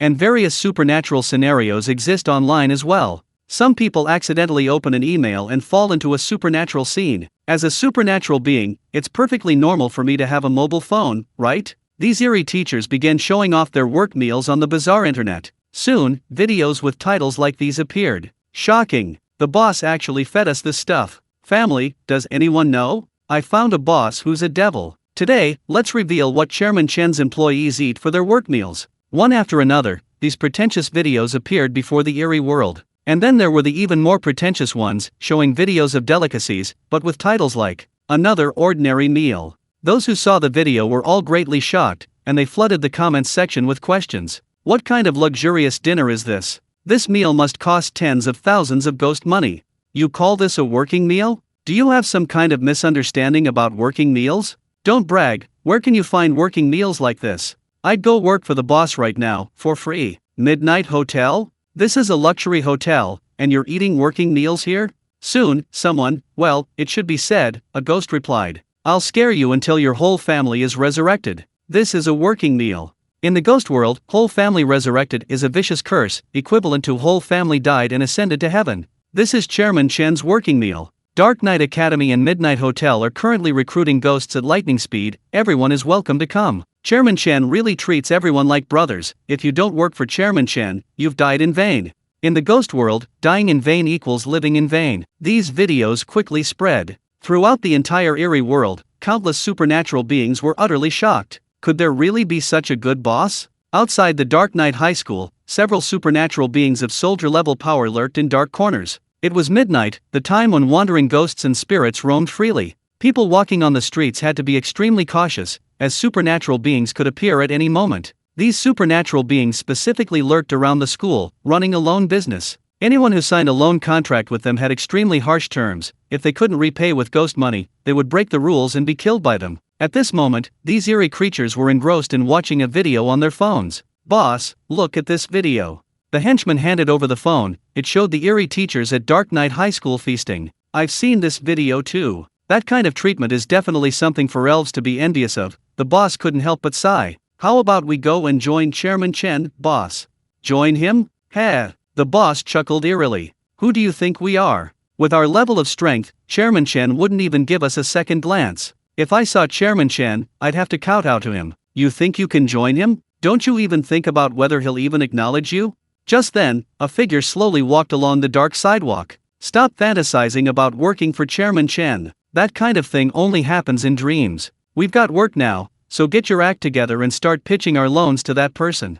The eerie boss urged. The person walking towards him was Chen Mu. He deliberately avoided the school gate to prevent being bothered by classmates and parents, taking a detour through a side path to leave the school. Chen Mu keenly sensed that several eerie figures were watching him from the darkness ahead. Moreover, they were about to attack him. Chapter 51. The mysterious one will never be slaved. Unless, on the dark path, besides Chen Mu, there wasn't a single pedestrian. A cold wind suddenly rose, and the surrounding temperature slowly dropped. For some reason, the dim streetlight ahead flickered twice and then went out. Chen Mu knew that all these unusual signs meant he was being haunted by wandering spirits. These wandering spirits were ghosts that lingered outside of eerie scenes. The time and place of their appearance were random. You might encounter one while shopping in a mall, going to the restroom. You might close your eyes and wash your hair in the bathroom, and one would silently appear behind you. As the eerie apocalypse progressed, this would become more and more common. Walking at night was no longer safe. Encountering wandering spirits on even the paths outside the campus was a sign that the eerie apocalypse was getting worse. Chen Mu stopped and stood still. Under the dim streetlights, several dark figures emerged. They were dressed in suits and ties, carrying briefcases, looking like salesmen. But upon closer inspection, their faces were deathly pale. Clearly, they were monsters. Sir, excuse me. We're here to sell loans. Do you need a loan? The leader of the monsters said, forcing a stiff smile on its pale face. In the darkness, its expression was particularly eerie. I'm sorry, I don't need one. Chen Mu frowned and declined. He had important business to attend to. His driver was already waiting for him at the intersection ahead. He was going to buy a large house in Shanshui Courtyard. He didn't have time to waste chatting with a few monsters. Sir, our interest rates are incredibly favorable. Look at our contract. If you borrow 100,000 from us, the annual interest is only 100 less than the price of a bottle of water. You could just deposit it in the bank and earn thousands in interest every year. The salesman used enticing language to try and entice Chen Mu into taking out a loan. People like Chen Mu, who look like students, are easy to fool. Unexpectedly, Chen Mu chuckled and saw through their scam at a glance. Playing word games with me, huh? If I sign the contract and borrow money from you, it will be human money, but when I try to repay it, you'll tell me I have to pay back 100 ghost money. For an ordinary person, 100 ghost money is an amount they couldn't afford even if they sold themselves. Then, according to your rules, you can take their life, right? Don't try to teach me such a simple trick. Chen Mu saw through the trap in just a few words. Several salesmen were immediately shocked, staring at Chen Mu in disbelief. How could he have imagined that the borrowed and repaid money were different? They couldn't understand how someone who looked like a student could possess such insight. He could actually see through the mystery in a single sentence. Seeing their astonished expressions, Chen Mu smiled calmly. For ordinary people, encountering such a strange phenomenon would surely terrify them. But for Chen Mu, ordinary wandering spirits could no longer harm him. Whether in terms of knowledge, wisdom, or strength, Chen Mu could easily crush these spirits. This is a testament to Chen Mu's increased strength. In this bizarre apocalypse, within 2 weeks, countless wandering spirits and monsters will appear. Then, the good days for ordinary people will be over. Others will live in constant fear, dealing with bizarre missions while praying they won't encounter any monsters. But Chen Mu is completely unconcerned. Ordinary monsters can't harm him at all. This is the difference between people. Hee, I see you're all quite strong, all at the level of monster leader. How about this? Are you interested in becoming my security guards? Chen Mu, seeing their impressive strength, has already begun recruiting them. To expand his influence, recruiting employees is essential. A few monster leader level employees would be perfect as security guards at the Midnight Hotel. Any outsiders who dare to cause trouble will have to think twice about the consequences. However, monster leader level monsters are already considered the elite among monsters. Using monster leaders as security guards? That's practically mocking them. As expected, upon hearing Chen Mu's words, the several monsters immediately flew into a rage. Mere humans. You've gone too far. You want us to be security guards? You think you're worthy? You, a mere human, dare to enslave monsters? The monster apocalypse has arrived. Humans will ultimately be enslaved by monsters. The monsters were filled with rage, their killing intent surging. The surrounding air temperature seemed to drop several degrees. Chen Mu remained calm. He said indifferently, "I know you're in a hurry, but don't rush. I haven't told you about the benefits yet. Free room and board, monthly salary of 10,000, 4 hours of vacation every day, paid leave every month. Enjoy midnight hotel meals, shopping cards, and year-end bonuses. Work hard with me, promotions and raises. Reaching the pinnacle of monster life is not a dream." After hearing Chen Mu's offer, the monsters exchanged bewildered glances. Their first reaction was, "This human is joking. How could such treatment be possible?" Even the superpowers of the supernatural world, like the underworld or the Bank of the Underworld, couldn't offer this kind of treatment. The only ones comparable to this are probably Chairman Chen's Midnight Diner and Dark Knight Academy. Wait, what did he say? The staff meals at the Midnight Diner? Could it be that he is Chairman Chen? I forgot to tell you, my name is Chen Mu. They call me Chairman Chen, or Boss Chen, Chen Mu said with a smile. At this moment, one of the supernatural beings suddenly remembered that he had seen Chairman Chen's photo in the video. He looked exactly like the young man in front of him. That's not surprising. No wonder he could see through the trap at a glance. Chairman Chen is so powerful, seeing through it with a single sentence is a piece of cake. After recognizing the person in front of them as Chen Mu, the supernatural beings were immediately filled with excitement. They dreamed of working for Chen Mu, but unfortunately, they couldn't find a way. Now that Chen Mu was actively recruiting them, it was like a windfall. "Chairman Chen, when do you plan to enslave us?"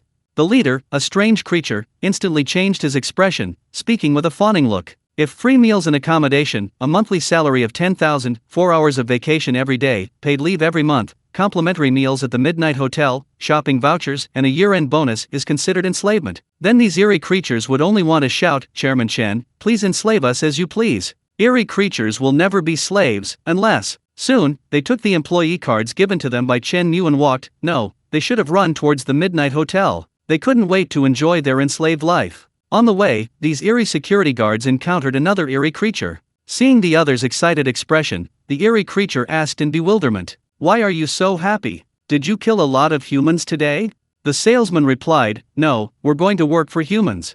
"Work for humans? Good heavens! You've disgraced the eerie world. You've been enslaved by humans. How have they enslaved you?" "Chairman Chen has given us these benefits," the eerie salesman said excitedly. Upon hearing this, the other eerie creature was utterly shocked. "Humans are truly despicable. This kind of enslavement is unbearable. We're all brothers, give me your employee cards, and let me bear this suffering for you." Chapter 52 Landscape Courtyard. Chen Mu recruited these few supernatural beings to form his own security team, partly as preparation for building his own power. He would start with this security team and slowly build his own army of supernatural beings. After the salesman left excitedly, Chen Mu continued walking and soon arrived at the crossroads. His private taxi was already waiting for him at the intersection. The driver got out and respectfully opened the car door for Chen Mu. After they were seated, Chen Mu said, "To the mountain and water courtyard." "Yes, boss." The driver stepped on the gas, and the taxi started moving smoothly. During the ride, the driver suddenly said, "Boss, I feel your aura is much stronger than before."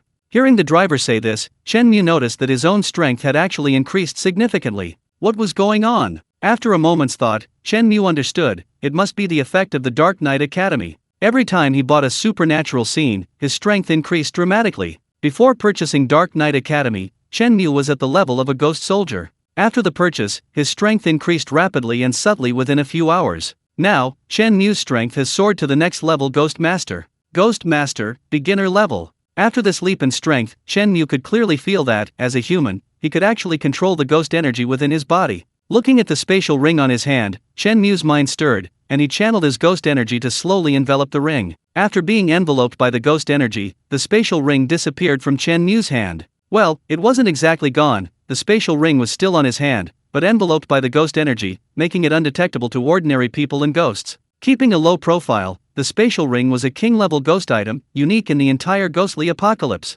It was better to hide it, lest someone covet it and try to steal it if he wore it every day. The taxi was fast. 20 minutes later, it arrived near its destination. Shanshui Courtyard, a high-end villa community, is located in the suburbs of the city. The suburban environment is excellent, with beautiful mountains and clear waters. There's no air pollution or horn noise like in the city. It's surrounded by verdant forests, with a moat winding through the mountains. Beautiful scenery. It truly lives up to the name, Shanshui Courtyard. Chen Mu opened the car window, and fresh air rushed into the car. He took a deep breath, feeling refreshed. What a wonderful place to live. Don't let its remote location fool you, as an affluent area, transportation is incredibly convenient. One of the subway stations on Line 1 is right at the entrance of Shanshui Courtyard. Just outside the community is the subway station. You can reach anywhere in the city within an hour. Don't want to take the subway? Driving is no problem either. A wide 6-lane avenue runs directly past the entrance of Shanshui Courtyard. This spacious driveway is usually deserted, used only by the wealthy residents of the mountain and water courtyards.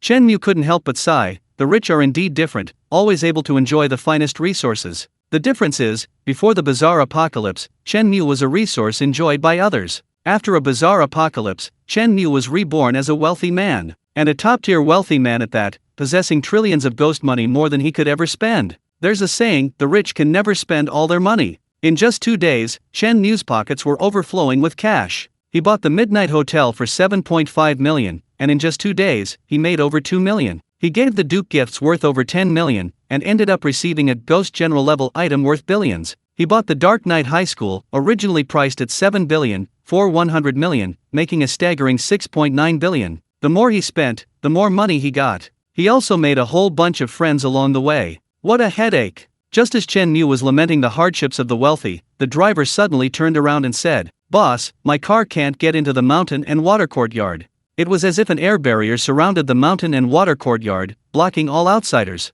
The driver's taxi was blocked outside by this barrier. No matter how hard the driver floored the accelerator, it wouldn't break through the barrier. Chen Mu got out of the car and walked to the air barrier. He took a deep breath and threw a punch. Bang! A loud bang was heard. The air barrier was completely unharmed. Chen Mu was somewhat surprised. Although he was only a beginner-level ghost chief, he still possessed the strength of a ghost chief. In the ranking system of Ghost King, Ghost General, Ghost Chief, Ghost Soldier, Ghost Citizen, he was already of elite strength. His punch had no effect whatsoever? Chen Mu pondered for a moment, then understood. This air barrier was definitely not an ordinary force. If Chen Mu wasn't mistaken, it was the power of rules. Yes, the entire mountain and water courtyard was firmly protected by a rule. Seeing this, the driver frowned, because he and his boss were blocked outside and couldn't get in at all. But Chen Mu's face showed a satisfied expression. The mountain and water courtyard was becoming more and more to Chen Mu's liking. There was actually a rule protecting the mountain and water courtyard, preventing outsiders from intruding. This meant that after Chen Mu bought the mountain and water courtyard, unless outsiders could see through the rules, even someone as powerful as the Ghost King wouldn't be able to enter.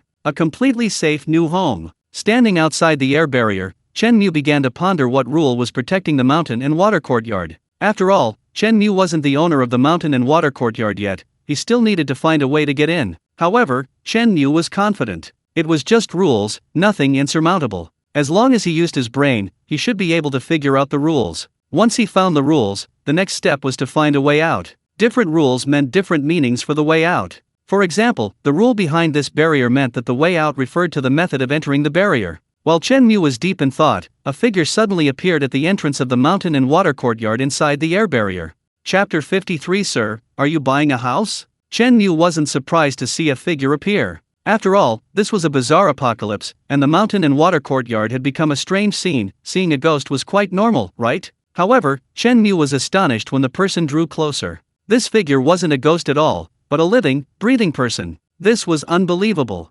Exclamation mark. How could there be someone in this desolate wilderness in the middle of the night? Shouldn't there be a ghost? The person was a young man in his 20s. When he saw Chen Mu, he rushed towards him frantically, as if he'd found a lifeline. As he rushed, he shouted, "Sir, are you buying a house?" Imagine, in the middle of the night, in the suburbs, a young man chasing after you asking if you're buying a house. This scene sent chills down one's spine. It was too abnormal. Chen Mu felt that encountering a ghost would have been better, at least that would be normal. The young man ran up to Chen Mu and crashed into the invisible barrier with a thud. Chen Mu realized that this invisible barrier was not only preventing him from entering, but also preventing the young man from leaving. Suddenly, Chen Mu seemed to understand something. The young man looked at Chen Mu pitifully with pleading eyes. "Sir, are you buying a house?" As he spoke, the young man handed Chen Mu a card. Surprisingly, the card could pass through the invisible barrier. Chen Mu's eyes lit up. He suddenly understood. Why was this young man here? Why ask Chen Mu if he wanted to buy a house? Why could the card pass through the invisible wall? Having figured these things out, Chen Mu had discovered a way out of the rules. Chen Mu reached out and took the card from the young man, saying, "Of course, I really want to buy a house. I came here to buy a house." After Chen Mu finished speaking, a line of blood-red words appeared before him. Strange mission, mountain and water courtyard. Mission introduction: luxurious villas are located in the suburbs of the city. This was once a paradise for the rich, until one day, disaster struck. Everything changed. Dilapidated villas, dried-up swimming pools, empty ballrooms, mountain and water courtyard awaits its new owner.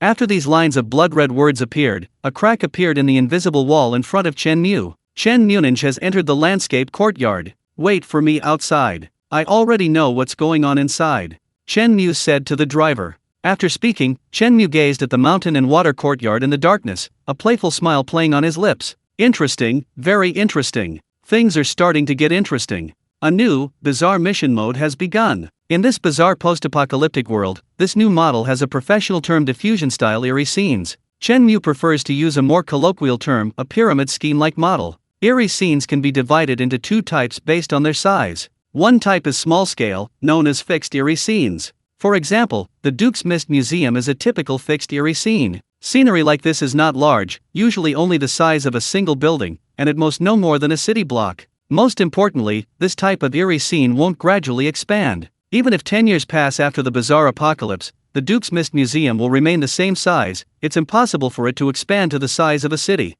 Another type is the expanding eerie scene. This is the most terrifying existence in the bizarre apocalypse. As the name suggests, expanding eerie scenes will gradually expand their area over time, as the bizarre apocalypse progresses. Chen Mu's Midnight Hotel and Dark Knight Academy are examples of this model. As the bizarre apocalypse progresses, Chen Mu's power will grow, more and more midnight hotels will open, and more Dark Knight Academy campuses will be built. In 50 or 80 years, the Midnight Hotel might even expand to the size of a city. Some later eerie scenes, capable of accommodating tens of thousands of people simultaneously, are examples of this expanding eerie scene. Before him, Chen Mu recognized the landscape and courtyard as an extreme example of a spreading, eerie scenario. This landscape and courtyard wasn't designed for killing, but for frantically expanding its scale. It forced participating victims to find more people, pulling them into the eerie scenario. Once a sufficient number of people were recruited, the victim could be freed and granted the right to leave. To find enough people, the victims might focus on those they knew, even their family.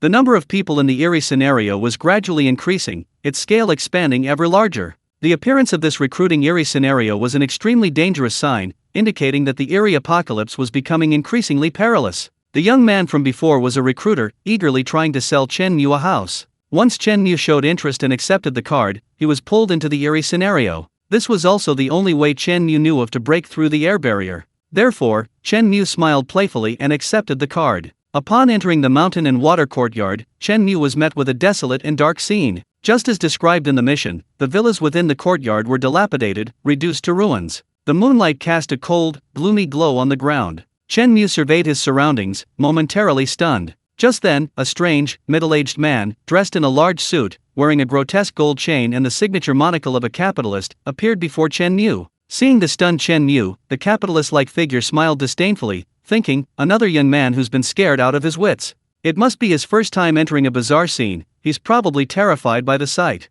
Young man, what are you thinking about? The capitalist-like figure asked. It had expected its sudden question to startle Chen Mu. However, Chen Mu merely glanced at it indifferently, showing no sign of panic. Chen Mu's next words left the capitalist stunned. Far from being afraid, Chen Mu sighed regretfully and said, "Sigh. I was just thinking, this villa's gotten so dilapidated, how much ghost money would I have to spend to fix it after I buy it?" Capitalist's eerie reaction? This guy's thought process is seriously off. Come on, you've entered a ghostly scene. Why don't you act a little scared? It makes me look bad. And what did you say? You want to buy the ghostly scene? Holy crap. You just entered the ghostly scene, and instead of thinking about how to survive, you're already thinking about how to buy it? Wait, judging from his tone, buying it seems like a piece of cake. He's thinking about how to fix it after he buys it? This young man is too arrogant. Are all young people this abstract these days? Chapter 54 gives it a little shock. This young man is too arrogant. He's utterly disdainful of everyone. No, he's utterly arrogant. The capitalist was very displeased. After all, he was the big boss of Shanshui Courtyard, a supernatural being of the Gui Chang level. He wanted to buy Shanshui Courtyard from him? And he was even thinking about how to decorate it?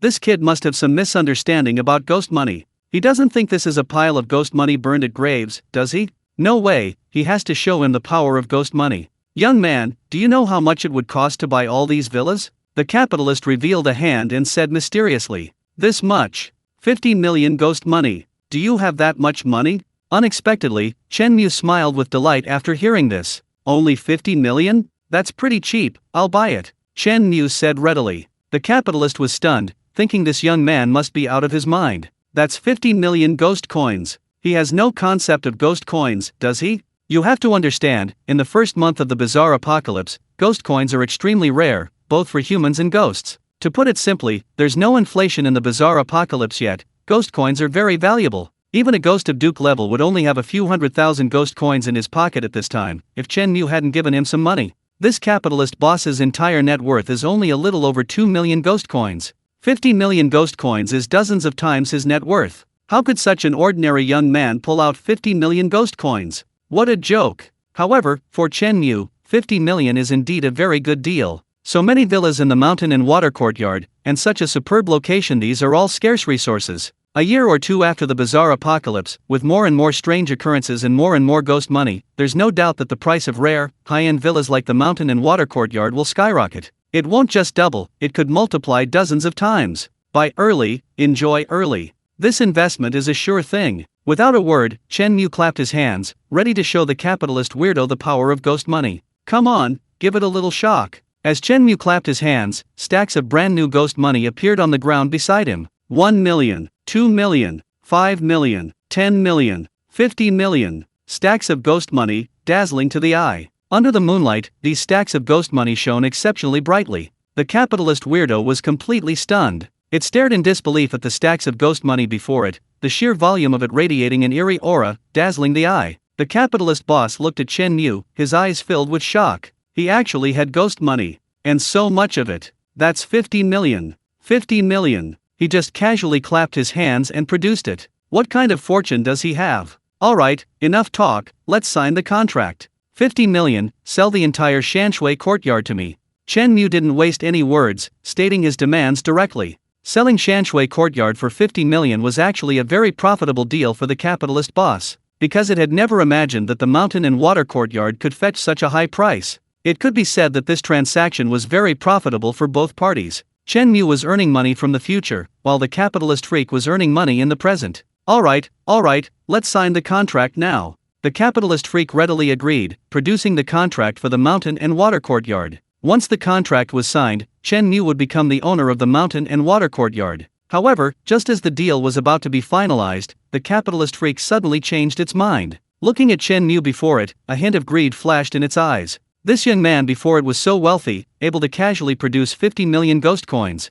Boundless greed began to surge within the capitalist freak's heart. Its gaze towards Chen Mu had changed. In its eyes, Chen Mu had become a lamb to the slaughter. Had it asked for too low a price? This young man's strength was at the initial stage of the ghostly realm. It itself was at the intermediate stage. In terms of strength, it was slightly stronger than the young man. Moreover, this was a ghostly realm, its own territory. The rules were things it could change. This young man before it was definitely no match for it on its own turf. Therefore, selling it to him for 50 million would be a loss. No, it had to raise the price. It wanted to make this young man bleed, make a killing off him. Thinking this, the capitalist revealed a greedy smile, looking at Chen Mu with ill intent. Young man, sorry, I haven't told you the rules of the mountain and water courtyard yet. To leave the mountain and water courtyard alive, you must fulfill the following 2 rules. 1. Purchase 1 villa in the mountain and water courtyard with 100 million ghost coins. 2. Invite at least 2 friends to your new home. Only if you do these 2 things and abide by the rules can you leave the mountain and water courtyard alive. Hearing the capitalist's insatiable words, Chen Mu's lips curled into a playful smile once more. Things are getting even more interesting. Originally, he spent 50 million to buy the entire mountain and water courtyard, a dozen villas. Now the capitalist has raised the price drastically, demanding 100 million ghost coins, and he can only buy 1 villa. The price has increased dozens of times. Not only that, but probably thinking Chen Mu was easy to bully, it assumed his friends would be too. The capitalist, in a bizarre move, adopted a sustainable, exploitative strategy, demanding Chen Mu recommend 2 more friends so it could continue to fleece him. If Chen Mu wasn't mistaken, these 2 rules were originally supposed to be an either-or choice. With money, buy the villa and leave the mountain and water courtyard. Without money, recruit more people, and once enough people are recruited, you can also leave the mountain and water courtyard. Now, good heavens, Boss Chen is giving it money, and it's increasing the difficulty for him? Chen Mu was shocked. Of all the bizarre things he'd encountered, none had been this audacious. This was truly unbelievable. Chen Mu suddenly wondered if he'd been too amiable, making him seem easy to bully. When a lion wears sheep's clothing, it doesn't necessarily mean the lion has become a sheep, it might just have finished eating one. The capitalist, seeing Chen Mu's sheep-like appearance easygoing and straightforward, became convinced Chen Mu was a sheep. Well, it's time to shed the sheep's clothing and give him a little shock. What started as a game of social niceties turned into a farce. Boss Chen was furious, and the consequences would be severe. Boss Chen didn't want to spend a single penny more. He wanted to make the capitalist in front of him obediently hand over the entire villa. Thinking this, Chen Mu instead revealed a kind smile and said to the capitalist in a strange way, "Great. I happen to have a few friends who are moving to a new house, so I'd like to invite them over for a visit."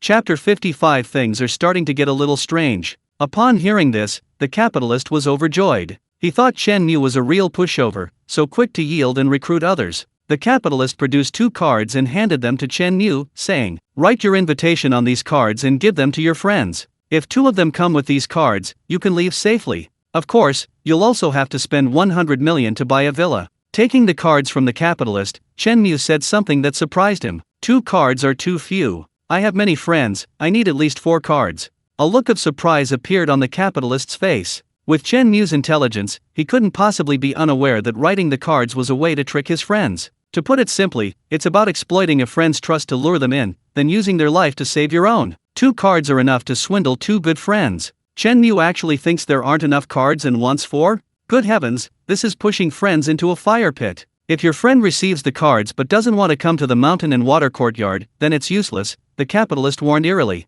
"Oh, of course. My friends trust me completely, they'll all come," Chen Mu answered confidently. He then opened the card and wrote an invitation. "Dear friend, I've encountered something incredible. The owner of Shanshui Courtyard is absolutely the strangest person I've ever met. He actually agreed to give me the entire Shanshui Courtyard. This is simply amazing. I want to share my joy with you. After receiving this card, please come to Shanshui Courtyard as soon as possible. I will show you around my new home. Your forever best friend Chen Mu." After seeing what Chen Mu wrote, the capitalist nodded with a strange satisfaction. Like many victims, to lure their closest relatives over, they would use lies to those they trusted most. In the capitalist's eyes, Chen Mu was such a person. To attract his friends, he deliberately lied to them, saying that the owner of Shanshui Courtyard was very kind and had given him the entire Shanshui Courtyard. Ha ha ha, Chen Mu is shameless. To lure his friends over, he's even willing to throw away his pride with his boasts. Who does he think he is? I'm not stupid enough to give you the entire Shanshui Courtyard. This is simply the funniest joke the capitalist had ever heard. In the capitalist's strange mind, Chen Mu was now labeled as a show-off. Young, rich, but powerless, and always trying to show off. If I didn't fleece Chen Mu, I'd be doing him a disservice. After writing the cards, the capitalist said eerily, "There are strange carrier pigeons in the mountain and water courtyard. Tell me the address, and I'll have them deliver them." Unexpectedly, Chen Mu shook his head and said, "No need. Someone's waiting for me outside. I'll have him deliver them." With that, Chen Mu took the 4 cards and walked out of the mountain and water courtyard. The capitalist, somewhat uneasy, secretly followed behind, peeking. He saw Chen Mu arrive at the air barrier. Outside the air barrier, a taxi was parked. Chen Mu tossed a few cards through the taxi window, and the taxi quickly turned around and drove away on the highway. So, when Chen Mu said someone was waiting for him, he was referring to a taxi. The capitalist, weird, breathed a sigh of relief. It seemed Chen Mu really didn't have much power. He was just a wealthy lone wolf. After all, the ghostly taxi looked no different from an ordinary taxi. Chen Mu only realized something was wrong after getting in. It was normal that the capitalist, weird, couldn't tell. While waiting for the cards to be delivered, Chen Mu returned to the mountain and water courtyard, where the capitalist, weird, was waiting for him. "Mr. Chen, who are your friends?" the capitalist, weird, asked. "My friends." Chen Mu thought for a moment and said, "They're just ordinary people, maybe with a little money and a little status, but not exactly wealthy."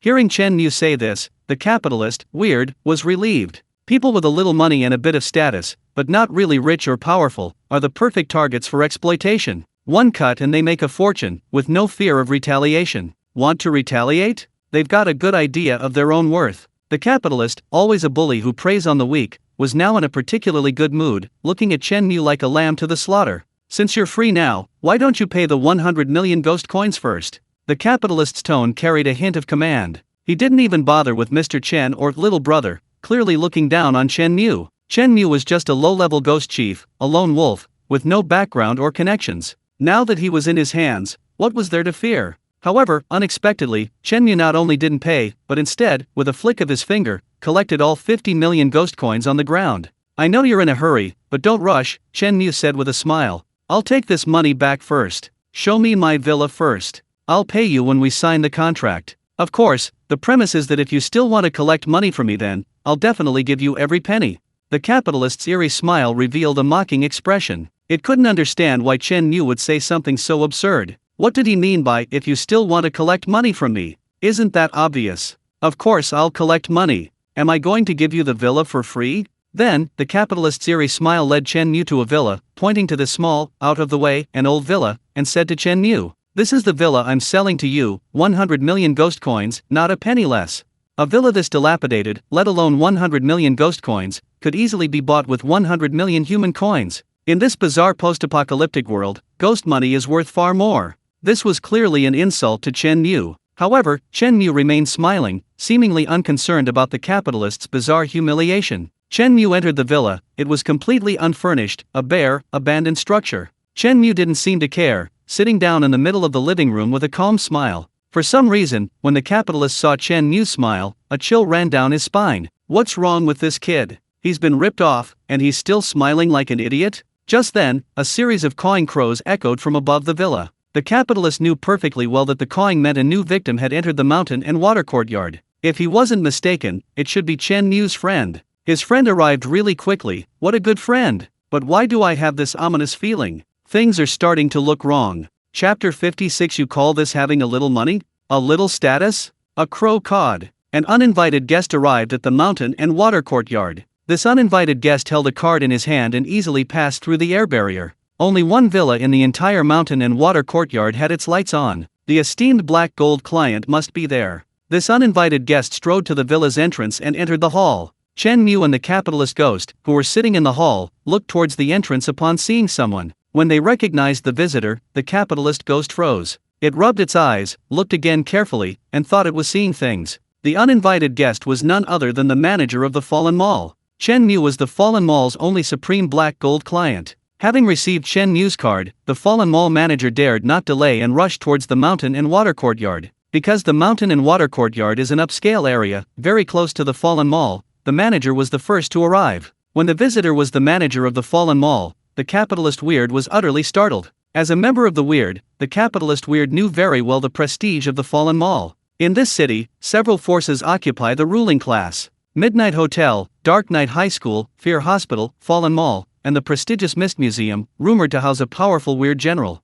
In any case, the Fallen Mall definitely holds a place among the city's top powers. The manager of the Fallen Mall naturally possesses considerable strength and status. The capitalist Weird has always wanted to become a member of the Fallen Mall, but unfortunately, he hasn't spent enough money and remains a regular customer. He's even been refused a meeting with the manager. Why would the manager suddenly appear here? Could it be he's Chen Mu's friend? Thinking this, the capitalist felt a chill run down his spine. What's wrong with Chen Mu? Didn't he say his friends were all ordinary people? Only a little money and status. You call that a little? The manager of Fallen Mall, a representative of a top-tier city power, calls that having a little status? Mr. Chen, you are our VIP black gold client. On behalf of Fallen Mall, I've come to congratulate you on your move. This is a small gift, representing Fallen Mall's goodwill. As he spoke, the manager took out a small box and handed it to Chen Mu. Inside the box was a piece of mysterious jade worth millions. Chen Mu accepted the gift with a smile. The capitalist, standing nearby, was startled after overhearing their conversation.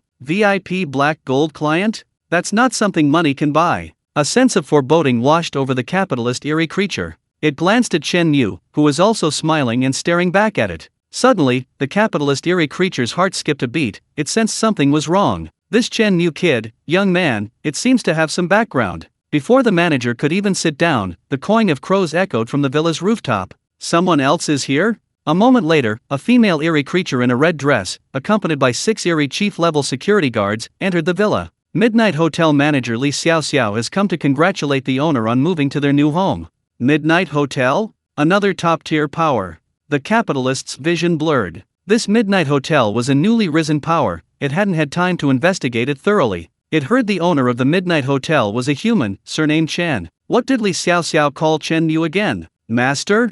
Could it be Chen Mu is the owner of the Midnight Hotel? The capitalist felt utterly betrayed, on the verge of tears. A little money.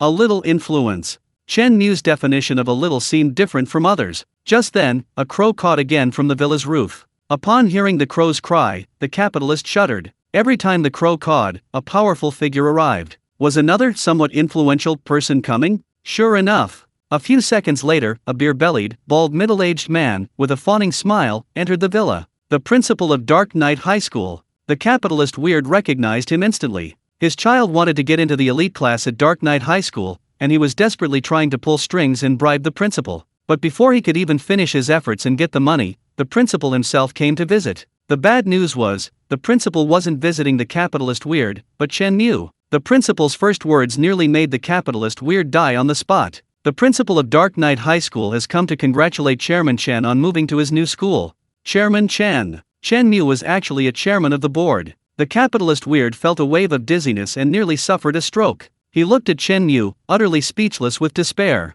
At that moment, only one sentence echoed in the capitalist Weird's mind. A little money, a little status, just ordinary people. In this moment, the capitalist Weird truly understood what the wickedness of the human heart meant. To put it bluntly, the capitalist Weird was just a businessman with no real power. His only reliance was the dozen or so villas he owned in the mountain and water courtyard. Everyone present, the manager of the Fallen Mall, Li Xiao of the Midnight Hotel, and the principal of Dark Knight Academy each had a powerful background. In short, he couldn't afford to offend any of them. The good news was, he hadn't offended any of those three. The bad news was, he had thoroughly offended their boss Chen Mu. Before the capitalist Weird could recover from his shock, another crow cawed from the villa rooftop. Damn it! Will this ever end? The capitalist Weird was completely numb. 3 guests had arrived, each more powerful than the last. He didn't even dare to think about the identity of the 4th guest. The capitalist Weird only knew one thing: he was probably going to die here today. A moment later, a powerful, eerie aura emanated from outside the villa. Even a ghost chief would find this aura difficult to resist. The capitalist sensed danger. The one possessing this eerie aura was far more powerful than a ghost chief. Could it be a ghost general? The next second, the Duke appeared at the villa's entrance. Brother Chen Mu, I received your invitation and came specifically to visit your new home and congratulate you on your move. The capitalist, Weird, was about to break down, almost bursting into tears. You're completely bullying Weird. The capitalist, Weird, instantly crumbled. I just asked you to recruit a few people, and you call 4 friends, 3 of whom are representatives of top-tier forces, and 1 is the strongest Weird general in the city. The top bosses in the entire city have all been summoned by you with a single sentence. Chen Mu, you're bullying Weird, playing the fool, aren't you? I'm just a villa seller, do you think I can afford to mess with you? At this moment, the capitalist, Weird, suddenly remembered something Chen Mu had once said. If you still want to take my money later, I'll definitely give you every penny. Back then, the capitalist, Weird, had laughed at Chen Mu for being stupid, thinking, how could he not take the money?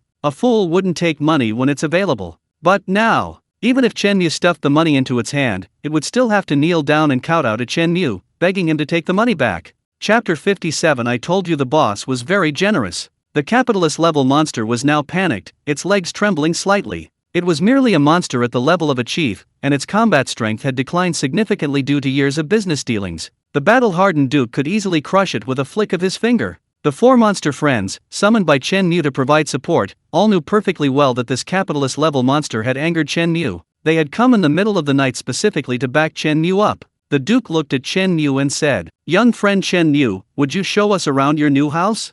Chen Mu smiled, aren't you in your new house? The monster boss just said he'd sell this villa to me for 100 million ghost coins. The Duke, playing along with Chen Mu's act, feigned surprise, saying, 100 million? You're saying this dilapidated villa is worth 100 million? Then, the Duke's face darkened, revealing displeasure as he looked at the capitalist-level monster. I heard you're planning to sell this dilapidated thing to my friend for 100 million? Grumbling at him, the capitalist was terrified. 100 million for this small, rundown villa, wasn't that blatant bullying? Besides, the Duke and Chen Mu's relationship was far from ordinary. The capitalist realized that these two were definitely not just ordinary friends, they were practically best buddies. The Duke was clearly going to stand up for Chen Mu. The capitalist knew that if he dared to answer, yes, that's exactly it, the Duke would probably fly into a rage and scatter his ashes before Chen Mu even had a chance to lift a finger. The capitalist silently prayed, I still have a chance to save myself. No way. Absolutely not. The capitalist, behaving strangely, quickly denied it, flashing a fawning smile at Chen Mu. I was just joking with Mr. Chen. Mr. Chen is so generous and kind-hearted. I'm just a real estate agent. How could I dare to bully Mr. Chen? With just one word from Mr. Chen, I'd give him not only this dilapidated villa, but the entire Shanshui courtyard for free. If I accepted even a single yuan, it would be disrespectful to Mr. Chen. Chen Mu waved his hand. That won't do. I'm not short of money. How can I take your things for free? The capitalist, behaving strangely, was almost in tears. His heart was filled with endless regret. Damn it! Why did he have to offend Chen Mu? If time could turn back to half an hour ago, when Chen Mu had just pulled out 50 million, he would have made the deal without hesitation. No, he would have even given Chen Mu a discount. He wouldn't have sold it to Chen Mu for 50 million, he would have sold it to him for 5 million. This way, he could do Chen Mu a favor and get on Chen Mu's good side. With such a powerful backer, his life would be set for life. Who would have thought that in a moment of madness, his greed would be insatiable, and he actually wanted to fleece Chen Mu? Chen Mu offered him such a great opportunity, but not only did he fail to seize it, he also thoroughly offended Chen Mu. The capitalist strangely admitted that offending Chen Mu was the worst decision he had ever made. But there's no going back. He could only blame his own greed and stupidity for his current predicament. The current situation is that, to survive, the only option is to desperately curry favor with Chen Mu, hoping he will spare their lives. Thinking this, the capitalist, in a flurry of activity, produced the contract for the mountain and water courtyard. It immediately knelt before Chen Mu with a thud, respectfully holding the contract above its head and placing it before him. Mr. Chen, this is the contract for the mountain and water courtyard. Mr. Chen has many friends and is known for his loyalty and integrity. I am deeply impressed by you and am willing to offer all 46 villas of the mountain and water courtyard American Samoa a token of my respect. Mr. Chen, please don't refuse. If you don't sign the contract, I will kneel on the ground and not get up. The capitalist, in a flurry of praise and sycophancy, practically shoved the contract in Chen Mu's face, afraid he wouldn't sign. Chen Mu was somewhat surprised. Oh dear, boss, you weren't like this before. I remember you said before 100 million ghost money, not a single penny less. He was so arrogant when he said that. How did he become like this so quickly? Chen Mu shrugged. He hadn't done anything special, just invited a few close friends. I still prefer your arrogant self from earlier, Chen Mu commented. The capitalist weird was far too enthusiastic. Even though Chen Mu didn't want to sign, it pleaded with him like its father had died. I told you the boss was very generous, offering to give me the villa. It wouldn't accept it if I didn't, Chen Mu said helplessly, picking up the pen and signing his name on the contract. Seeing Chen Mu accept the mountain and water courtyard, the capitalist weird finally breathed a sigh of relief. Boss Chen, the mountain and water courtyard is yours now. If there's nothing else, I'll be going now. The capitalist weird said cautiously. Alright, go ahead. Be careful on the road, Chen Mu said. Hearing Chen Mu agree to let him leave, the capitalist monster felt like it had been granted a pardon and hurriedly scurried away. However, it wasn't as good as the previous monster, that one had genuinely rolled out, while the capitalist monster simply walked away, lacking a certain sincerity.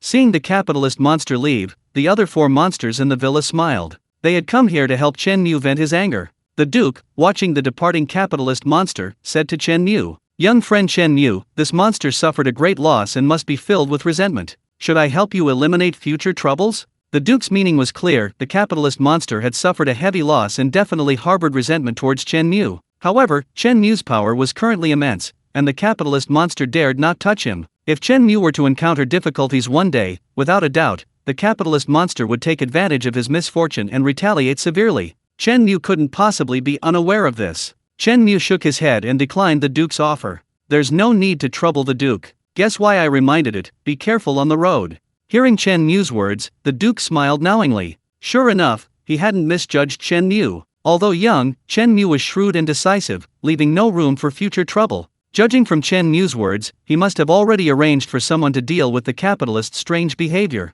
Being friends with a smart person like Chen Mu is so comfortable. You won't get screwed over by a terrible teammate. Through repeated interactions with Chen Mu, the Duke grew increasingly satisfied with him. Everyone makes mistakes. Learn from them, and be more careful next time, Chen Mu said earnestly, gazing in the direction the capitalist had mysteriously disappeared. Chapter 58 Chen Mu never treats his friends wrong. Just as the Duke had said, the capitalist weird felt a wave of fear after leaving the mountain and water courtyard. The relief of escaping death made it gasp for breath. Damn it! I finally escaped with my life.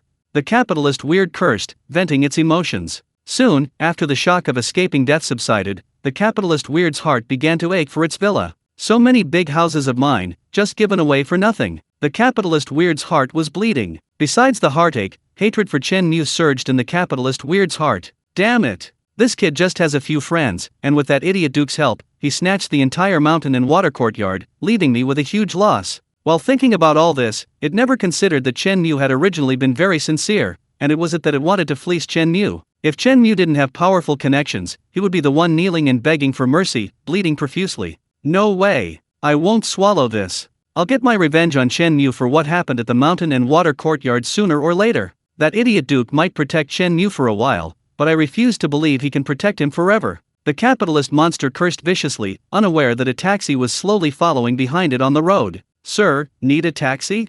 The taxi stopped beside it, and the driver rolled down the window, calling out to the capitalist monster. No, I'm furious right now. Get lost if you don't want to die. The capitalist monster said viciously, unaware that the taxi driver was also a monster. You look angry. Are you still upset about what happened earlier? What happened earlier? How would a driver like you know about my affairs? The capitalist ghost sensed something was wrong. It looked at the driver and was shocked to discover that the driver was also a ghost, and stronger than itself. My boss said, if you can't swallow this anger, then let me help you swallow it. The driver opened the car door and walked towards the capitalist ghost. Your boss. The capitalist ghost was terrified, it sensed danger. Suddenly, the capitalist ghost remembered that when Chen Mu delivered the card, he handed it to a taxi. At the time, it had laughed at Chen Mu, thinking he was weak and had only called a taxi to deliver the card. Unexpectedly, this taxi driver was Chen Mu's personal driver. And even one of his drivers was stronger than itself. The difference in strength was too great. How could it possibly fight Chen Mu? This time, however, no one forgave it. The driver faithfully carried out Chen Mu's orders, allowing the capitalist to enjoy a baby-like sleep, with 24 hours of sleep every day. Shanshui Courtyard. Inside the villa. After signing the contract, a powerful force flowed into Chen Mu's body. Chen Mu had experienced this feeling twice before. A moment later, Chen Mu could feel that at this moment, the entire Shanshui Courtyard was under his control. This was forcibly protected by the supreme power of this bizarre apocalypse, the rules. From this day forward, the entire mountain and water courtyard belonged to Chen Mu's power. Congratulations, young friend Chen Mu, on moving into your new home. The Duke congratulated him with a smile. Congratulations, boss. Congratulations, master. Congratulations, esteemed Supreme Black Gold client. Several of his bizarre friends offered their heartfelt congratulations to Chen Mu. At the same time, Chen Mu's strength had also improved considerably. From the initial novice bizarre leader, he had risen to the intermediate bizarre leader. However, that was all. Chen Mu quickly understood the reason. Firstly, because the mountain and water courtyard itself wasn't a large power, merely a luxurious villa complex, its residential function was primary. Therefore, the power boost it provided to Chen Mu was definitely less than that of large powers like the Midnight Hotel or Dark Knight Academy. Secondly, as Chen Mu's level increases, the speed of further leveling up will inevitably slow down. A landscape courtyard that helps Chen Mu level up by one small amount is already quite satisfactory for him. After all, thinking about it carefully, Chen Mu has only been reborn for a few days? In just 3 days, he went from an ordinary person to a mid-level ghost chief. This speed is beyond description. Watching Chen Mu's rapid increase in strength, the Duke was not only happy for Chen Mu but also a little envious. It's good to be rich. Back then, he fought desperately on the battlefield, breaking through enemy lines time and time again to improve his strength. From Ghost Commoner to Ghost Chief, it took the Duke 3 years. Chen Mu only took 3 days. Hundreds of times faster leveling up. Even fantasy novels wouldn't dare to do this. This speed is simply heaven-defying. Feeling the increase in strength and having gotten a landscape courtyard for free, Chen Mu was in a great mood. The entire Shanshui Courtyard complex comprises 46 villas. The largest and most luxurious of these is the penthouse, a sprawling space of several thousand square meters, complete with a swimming pool, tennis court, lawn, and a golf course. Chen Mu plans to live in this most luxurious villa. The remaining 45 villas vary in luxury and size. They surround the penthouse, forming a protective enclosure. Chen Mu certainly couldn't live in all these villas alone. Chen Mu glanced at his several strange friends, who were all incredibly loyal to him. Now, in the middle of the night, he had just sent them a card, and they had come to help him without hesitation. When the Duke received the card, he was hosting a banquet at the Misty Museum, accompanying a few unfortunate individuals on a strange mission. Upon receiving Chen Mu's invitation, the Duke grabbed his coat and left without a word, abandoning his strange mission altogether. Those unfortunate humans, watching their big boss hurriedly leave halfway through his meal, exchanged bewildered glances, wondering who could possibly have earned such attention from him. Since the Duke and his companions were so loyal, coming to support Chen Mu certainly wouldn't treat his friends unfairly. Chen Mu waved his hand, pointing to one of the villas, and said to the Duke, "Mr. Duke, if you don't mind, this villa is yours to use as a vacation home." Upon hearing Chen Mu's words, the Duke's face showed surprise. He and Chen Mu had a very good relationship. His help tonight was entirely out of friendship, and he had never expected anything in return. Chen Mu, with a wave of his hand, gifted him a villa worth millions. The Duke quickly refused. No, young friend Chen Mu, you're too kind. I was just helping out, there's absolutely no need for such an expensive gift. Chapter 59 Ordinary strange things are all poor guys, what money could they offer? It was perfectly normal for the Duke to refuse. Each villa here costs around 1,000,000 ghost coins. Chen Mu waved his hand, ready to offer the Duke a villa worth 1,000,000 ghost coins. The Duke asked himself honestly, he hadn't really done anything tonight, just come to make an appearance. Accepting $1,000,000 villa for just making an appearance? That wasn't appropriate, the Duke would definitely feel bad. Your Grace, given our friendship, please don't refuse, Chen Mu said with a smile, trying to comfort the Duke. After several rounds of refusals, the Duke finally accepted the villa with a sigh, after Chen Mu's enthusiastic persuasion. Young friend Chen Mu, you are so generous, I truly feel guilty. If there's anything you need from me, please just let me know. The Duke, deeply moved, said he had never met someone as generous as Chen Mu. He felt increasingly fortunate to be friends with Chen Mu. Of course, Chen Mu's generosity was not without reason. Was the Duke's trip worth a villa? Of course not. A meal would have sufficed.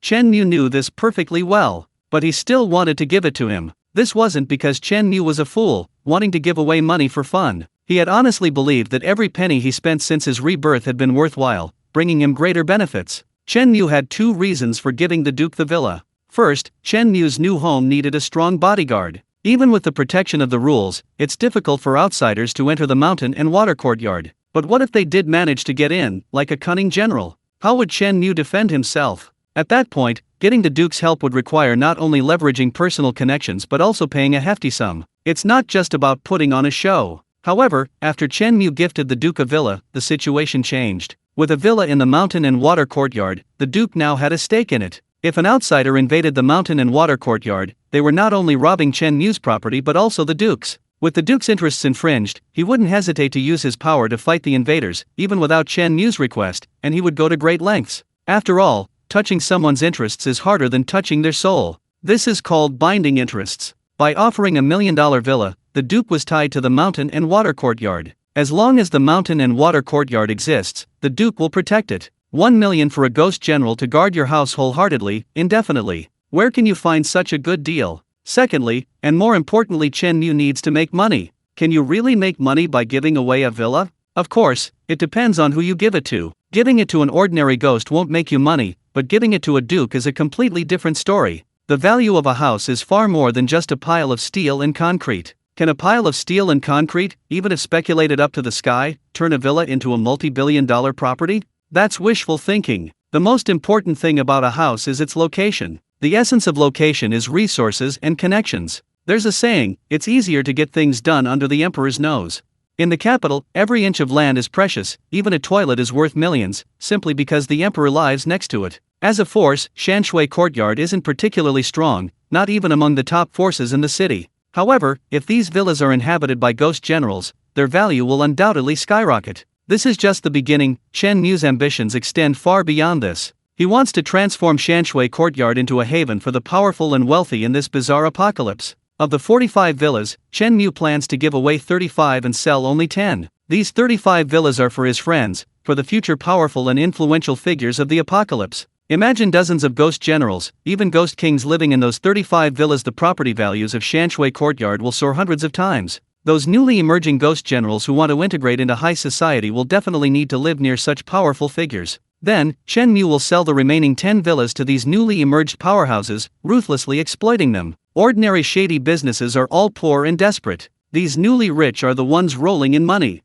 Only they can be squeezed for the biggest profits. For a capitalist to sell a villa to Chen Mu for 100 million is an insult to him. But when it really comes down to it, a villa for 100 million, or even 1 billion or 2 billion, those newly rich will snap it up without hesitation. They'll even be incredibly grateful to Chen Mu, thanking him for giving them the opportunity to join high society. 10 villas, each selling for 1 billion, that's tens of billions in net profit. Not to mention the favors involved. That's why Chen Mu took this opportunity to gift the Duke a villa. As for the Duke's assumption that Chen Mu was thanking him for his help and giving him the villa as payment, that was the least important reason. At most, it was just a favor, a way to deepen the relationship. The highest level of exploitation is to sell someone out and then have them count the money for you. They should be thanking you. What the Duke didn't know was that the moment he accepted the villa, he was deeply moved by Chen Mu, but he had already become a permanent security guard for Shanshui Courtyard, plus a bargaining chip for Chen Mu to exploit. However, on the other hand, this was also very beneficial for the Duke. He profited greatly. Chen Mu preferred win-win situations. Everyone could be friends amicably, and together they could exploit other cunning individuals. Wouldn't that be wonderful? There's no such thing as a true win-win situation in this world. Often, what's called a win-win is nothing more than two big fish teaming up to devour a small fish. Then the two big fish shake hands, declare to the outside world that they're satisfied with the cooperation, and that a win-win result has been achieved. Watching the Duke receive a villa, Li Xiaoxiao and the principal stood by, their eyes filled with envy. However, besides envy, they had no other thoughts. After all, he was a general, so it was normal for him to receive a villa. They were just chieftains. Even if Chen Mu gave it to them, they wouldn't have the face to accept it. Unexpectedly, Chen Mu looked at them and said, "Thank you both for tonight. There are many villas in the mountain and water courtyard. I've reserved them for you too. As long as you two work hard, I'll also give you villas for free. Li Xiaoxiao, if you can make the entire city's restaurants cater to midnight hotels within a month, then I'll give you a large villa. Principal, if you can make all the strange things in the city want to send their children to our school within a month, then I'll also give you a villa." Hearing Chen Mu say this, Li Xiaoxiao and the principal's faces first showed disbelief, then excitement. They knew Chen Mu's character. He wasn't a heartless boss who only made empty promises. He genuinely cared for his employees. Whatever Chen Mu promised, he would definitely keep. They never imagined that one day they would receive a villa as a reward from Chen Mu. This was not only a huge financial gain, but also an honor. Chen Mu was intentionally or unintentionally building the Shanshui Courtyard brand, linking it to the highest reward within his entire business empire, thus enhancing Shanshui Courtyard's value. If his two subordinates could achieve this, it would prove their abilities, ensuring they would become powerful figures in their respective regions. Giving them each a villa was also a way to elevate the prestige of Shanshui Courtyard. Li Xiaoxiao and the principal secretly resolved not to disappoint boss Chen's expectations. At this moment, Chen Mu turned his gaze to the degenerate mall manager standing to the side. Chapter 60 Overtime Pay? What is that? Undeniably, the manager's performance tonight was absolutely impeccable. He was even the first to arrive. However, Chen Mu had no intention of gifting the manager a villa. The reason was simple: Chen Mu was the customer. The manager was a small business owner at the Fallen Mall, while Chen Mu was its VIP customer. They had a business relationship. As a VIP customer, asking the mall manager for a favor was a perfectly normal transaction. You can't expect a customer to give their boss a villa in return for a favor, can you? Unless Chen Mu had lost his mind and developed a people-pleasing personality. But Chen Mu would definitely show his appreciation. A businessman should act like one. Chen Mu turned to the manager and said, "Mr. Manager, look at these dozens of villas I have. Many are still unfinished, bare shells. I want to renovate them all properly. I plan to purchase the building materials and furniture from your Fallen Mall. You'll have to give me a discount, won't you?" As he said the last sentence, Chen Mu smiled, using a joking tone to bargain. The manager immediately understood Chen Mu was giving him a favor, and trusting him with such a huge order. Renovating a single villa would cost at least several $100,000. Not to mention the penthouse Chen Mu lived in. Renovating it could easily cost tens of millions. This was a deal worth hundreds of millions. The manager's face beamed with joy. His big client, Chen Mu, was incredibly generous. This trip tonight was a steal. It was absolutely worth it. "Mr. Chen, you can rest assured. If I can't satisfy you, I'll risk my life." The manager, deeply moved, immediately made a solemn promise not to disappoint Chen Mu. Chen Mu nodded in satisfaction. After all, he would definitely have to find someone else to do the villa's renovation. Rather than letting a stranger profit, he'd rather patronize the manager's business. They were all acquaintances, and the manager had seen that Chen Mu had powerful backers. Logically and emotionally, he would be extremely attentive to the project and would certainly offer Chen Mu a discounted quote. Chen Mu also made a small profit, getting a discount and saving himself the trouble of supervising the work, convenient and effortless. However, suddenly, the manager seemed to remember something, and a troubled expression appeared on his face. "What's the difficulty?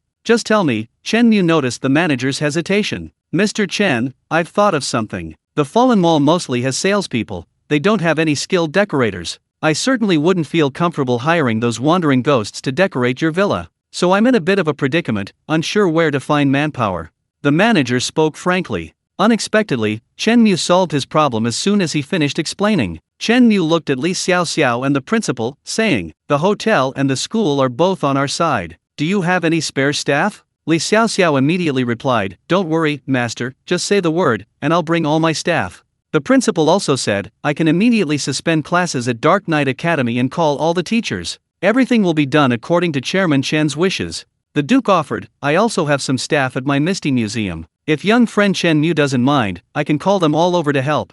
Chen Mu waved his hand, "Don't let it affect the development of the hotel and the school. Duke, you're short-staffed anyway, so there's no need to disrupt the operation of the Misty Museum." Li Xiaoxiao, quick-wit, said, "Boss, I just remembered. Our staff have 4 hours of leave every day. How about I call the staff on leave over and have them come over right after their shift? They can work at the mountain and water courtyard and then go back to work. That way, the hotel and renovations won't be delayed." Hearing Li Xiaoxiao's suggestion, Chen Mu's eyes lit up, and he looked at her with admiration. His hotel manager was truly ruthless when it came to profiting, a true successor to his own skills. Chen Mu waved his hand dismissively, "Well said. We'll do it your way. Have the employees of Midnight Hotel and Dark Knight Academy come to Shanshui Courtyard for renovations during their holidays." However, Chen Mu's tone shifted, "We can't let the brothers work for free. Every employee who comes to work will be considered to be working overtime. All employees who work overtime will receive triple pay as overtime compensation. Not just this time, but at any time in the future. As long as an employee works overtime for me and my businesses, I will pay triple overtime compensation."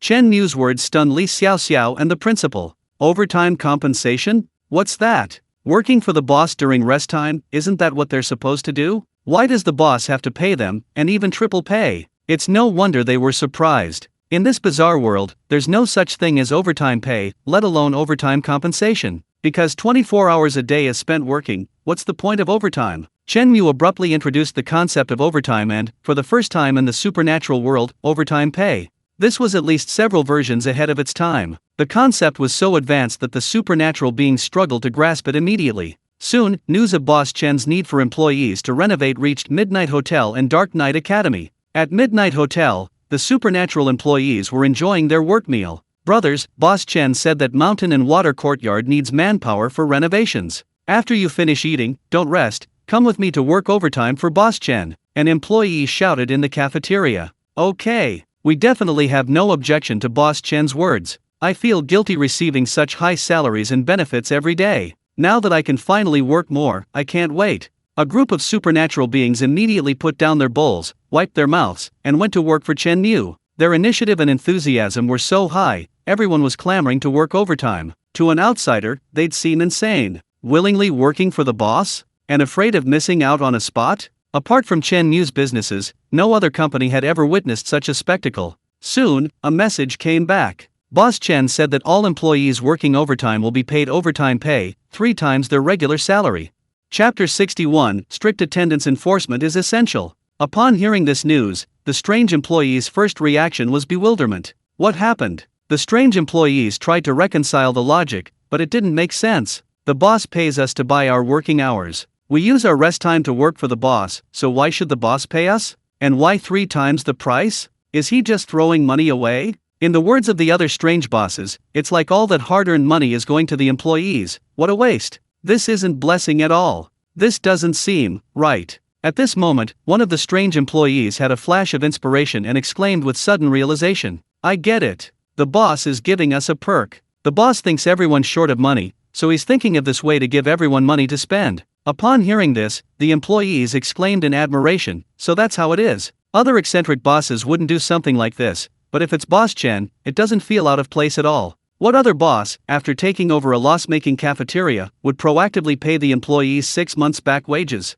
It's Chen Mu. What other boss would proactively double their employees' wages and proactively improve benefits and bonuses? It's Chen Mu. What other boss would actually allow employees to have 4 hours of rest, and every day is a day off? It's still Chen Mu. What other boss would provide employees with meals comparable to those at a 5-star hotel? It's still Chen Mu. That's not surprising. That's not surprising at all. Boss Chen is such a philanthropist, considerate of his employees, and always thinking of them first. He just maximized the benefits, and then, worried that employees wouldn't have enough money, he proactively used overtime as a way to give them extra rewards. To ensure employees didn't feel guilty and could collect their pay without worry, he euphemistically called it overtime pay. What a philanthropist! Boss Chen is truly a philanthropist. Brothers, tell me, are we short of money right now? One of the strange employees suddenly shouted. The other strange employees replied, no, of course. Chen Mu paid such high salaries and bonuses, even the lowest-ranking employees working under him had excellent benefits. While they might not be considered extremely wealthy, they were definitely not short of money. The employee shouted again, Boss Chen is currently starting a business, spending a lot of money to improve our benefits. He must be short of money himself. Even if he is short of money, he doesn't say a word. Instead, he's worried we won't have enough money and gives us overtime pay. Boss Chen treats us like brothers. Right now, during this startup phase, when Boss Chen is short of money, I feel uneasy taking this overtime pay. Boss Chen treats me like a brother, and I'll treat him like a brother too. I absolutely won't take this overtime pay. I'll work for Boss Chen for free. This strange employee's words expressed the feelings of the other employees. Yes, in the entire strange world, there's no better boss than Boss Chen. If Boss Chen goes bankrupt due to insufficient funds, where will they find such a good boss? We absolutely cannot let Boss Chen go bankrupt. When Boss Chen is in such dire straits, how can we possibly live with ourselves taking his money and sucking his blood? Is that something a human being could do? Oh no, is that something a monster could do? We absolutely cannot take this overtime pay. We can't add to Boss Chen's burden. The strange employees quickly reached a consensus. We can't take overtime pay, we'll work overtime for Boss Chen for free. Boss Chen treats us so well, this overtime is comfortable. Soon, a large group of strange employees who had finished work arrived at Shanshui Courtyard and joined the renovation army. These employees worked with extraordinary effort, each one as energetic as if they were on steroids. They renovated Chen Mu's house as if it were their own. One employee, looking at Chen Mu's large house, felt no envy, but instead couldn't help but exclaim, "Look, someone as wicked as Boss Chen deserves to make so much money and live in such a big house." After working hard for 4 hours, these strange employees, without exception, neither registered their overtime work nor claimed their overtime pay. Chen Mu quickly realized something was wrong. His villa was being renovated rapidly. Luxurious floors, crystal chandeliers, green lawns, decorations were springing up everywhere. However, a check of the work records revealed that no one was working. If no one was working, how could the house be renovated so quickly? Is this some kind of ghost story? Upon further investigation, Boss Chen discovered that his strange employees were not registering their overtime work or claiming it. This won't do. This isn't about saving money. Chen Mu's landscape garden alone cost over 100 million ghost coins to renovate. The employees' overtime pay, at most, was only a few 100,000 ghost coins. Chen Mu had already spent a fortune. What was a little extra money? The main reason was that this affected Chen Mu's authority. Chen Mu wanted to be the undisputed leader in his business. His every order had to be faithfully carried out by his employees. Although Chen Mu knew perfectly well that the employees' refusal of overtime pay stemmed from their respect for him, it still violated his rules. He absolutely couldn't set this precedent. So, Chen Mu summoned his security team and ordered them. From now on, every employee working overtime must clock in and out. No missed clock-ins. The security team faithfully carried out Chen Mu's order, while the employees who had received overtime pay were all dejected. Boss Chen is in such a difficult situation, and I'm still leeching off him? Am I even being a scoundrel?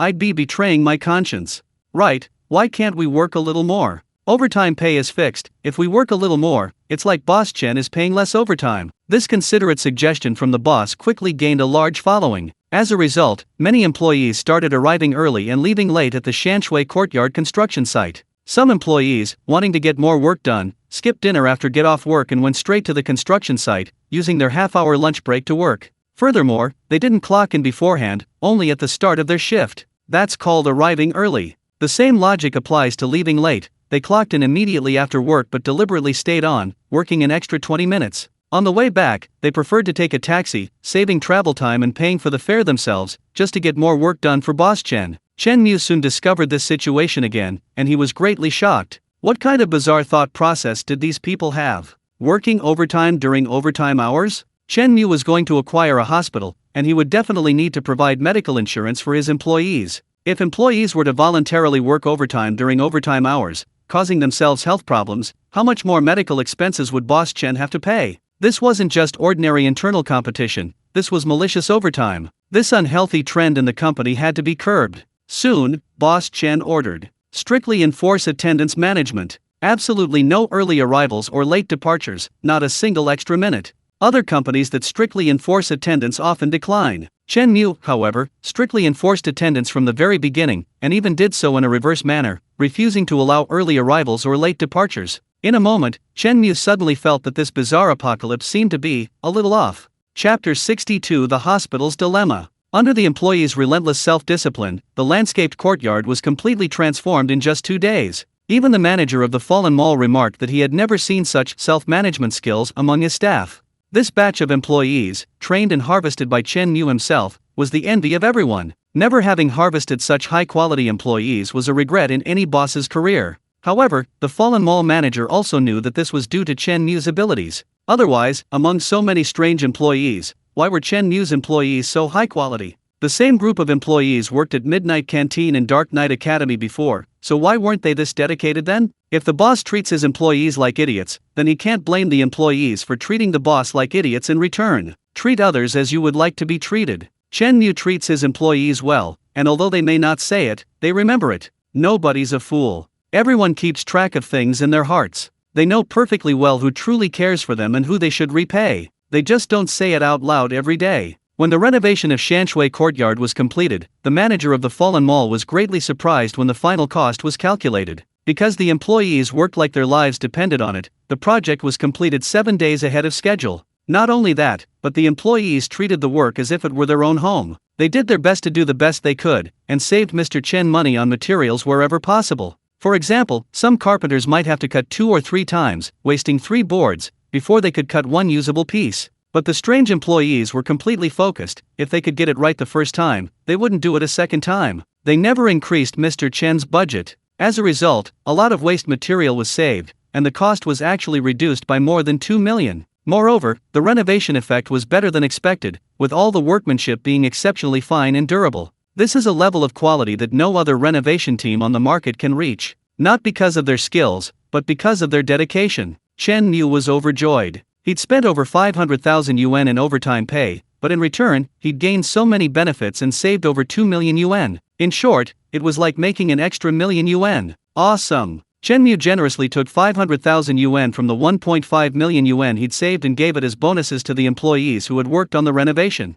Those employees who had worked overtime already felt guilty towards Boss Chen, having earned so much overtime pay and essentially leeching off him. They never expected Boss Chen to give them bonuses. What a devilish boss! A scholar would die for one who understands him. To have a boss like this, one would be willing to work their life away. Finally, his new home was finished. Lying in his several thousand square meter villa, Chen Mu couldn't help but feel a surge of emotions. Just a few days ago, he was still a poor young man. In just a few days, he had transformed himself into a mansion. Outside the door was a deep blue swimming pool and a wide, green lawn. The Duke had also moved into the villa next door. Although he was often at the Misty Museum, he would vacation at the villa whenever he had time. Such a life of luxury truly corrupts. Chen Mu took a deep breath. He knew now was not the time to rest. The bizarre apocalypse had begun for over a month. In the early stages, ghost money was scarce, and all industries were desperately short of it. This was the perfect opportunity to acquire it. Act fast. Chen Mu now owns 3 major businesses: Midnight Diner, Dark Knight High School, and Mountain and Water Courtyard. He's also established an excellent relationship with the Mist Museum and hired Netherworld Taxi.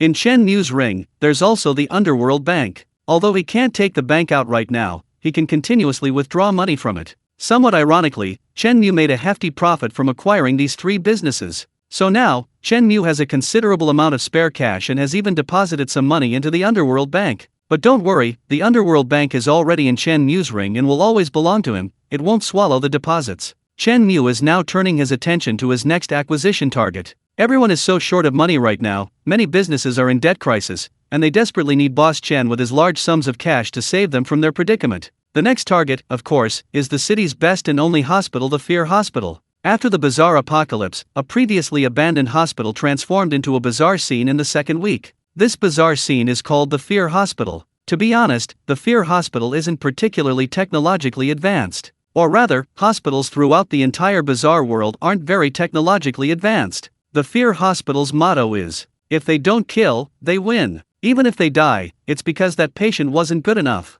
If they can cure just 1 out of 10 bizarre beings, that's a huge win. A massive win. Even so, hospitals are extremely sought after by bizarre beings. Even powerful bizarre beings dare not offend a hospital, because they're rare. Hospitals that can treat bizarre beings are incredibly scarce. Of the surrounding cities, only Chen Mu's city has the Fear Hospital, which can treat bizarre beings. Although the treatments weren't very effective, the supernatural beings, when sick or injured, had no choice but to pay exorbitant medical bills for treatment. There was simply nowhere else to get treatment. Even with the poor technology of the supernatural hospitals, in the later stages of the supernatural apocalypse, with the increasing number of supernatural beings, hospital beds were extremely scarce. Many powerful supernatural beings, when suffering severe and fatal injuries, could only line up to offer gifts to the hospital director, hoping to be treated. Therefore, by acquiring the Fear Hospital, Chen Mu essentially possessed food, clothing, housing, transportation, education, and medical care, and could practically control the entire city. Coincidentally, the Fear Hospital was currently in dire straits. Simply put, the Fear Hospital was in dire straits. Because the hospital's technology was poor, supernatural beings, unless they suffered fatal injuries, dared not easily go to the hospital, fearing that the doctors would kill them. Now, in the early stages of the supernatural apocalypse, the number of supernatural beings was not yet large, and many more had not yet appeared. Furthermore, human power is insignificant, many are unaware of the rules of the supernatural missions, let alone capable of harming them. The number of supernatural beings is small, and the probability of injury is low. Naturally, few supernatural beings go to hospitals. The deteriorating state of hospitals, fueled by fear, naturally leads to a severe deterioration. It's fair to say that the first 2 months of the bizarre apocalypse were the most difficult time for the Fear Hospital. If they could survive this period, with the increasing number of bizarre creatures, escalating conflicts, and more injured creatures, the Fear Hospital's status would skyrocket, and they could make a fortune. Therefore, Chen Mu has already set off. He's going to seize this opportunity and quickly buy out the Fear Hospital. Chapter 63 Fear of the Hospital.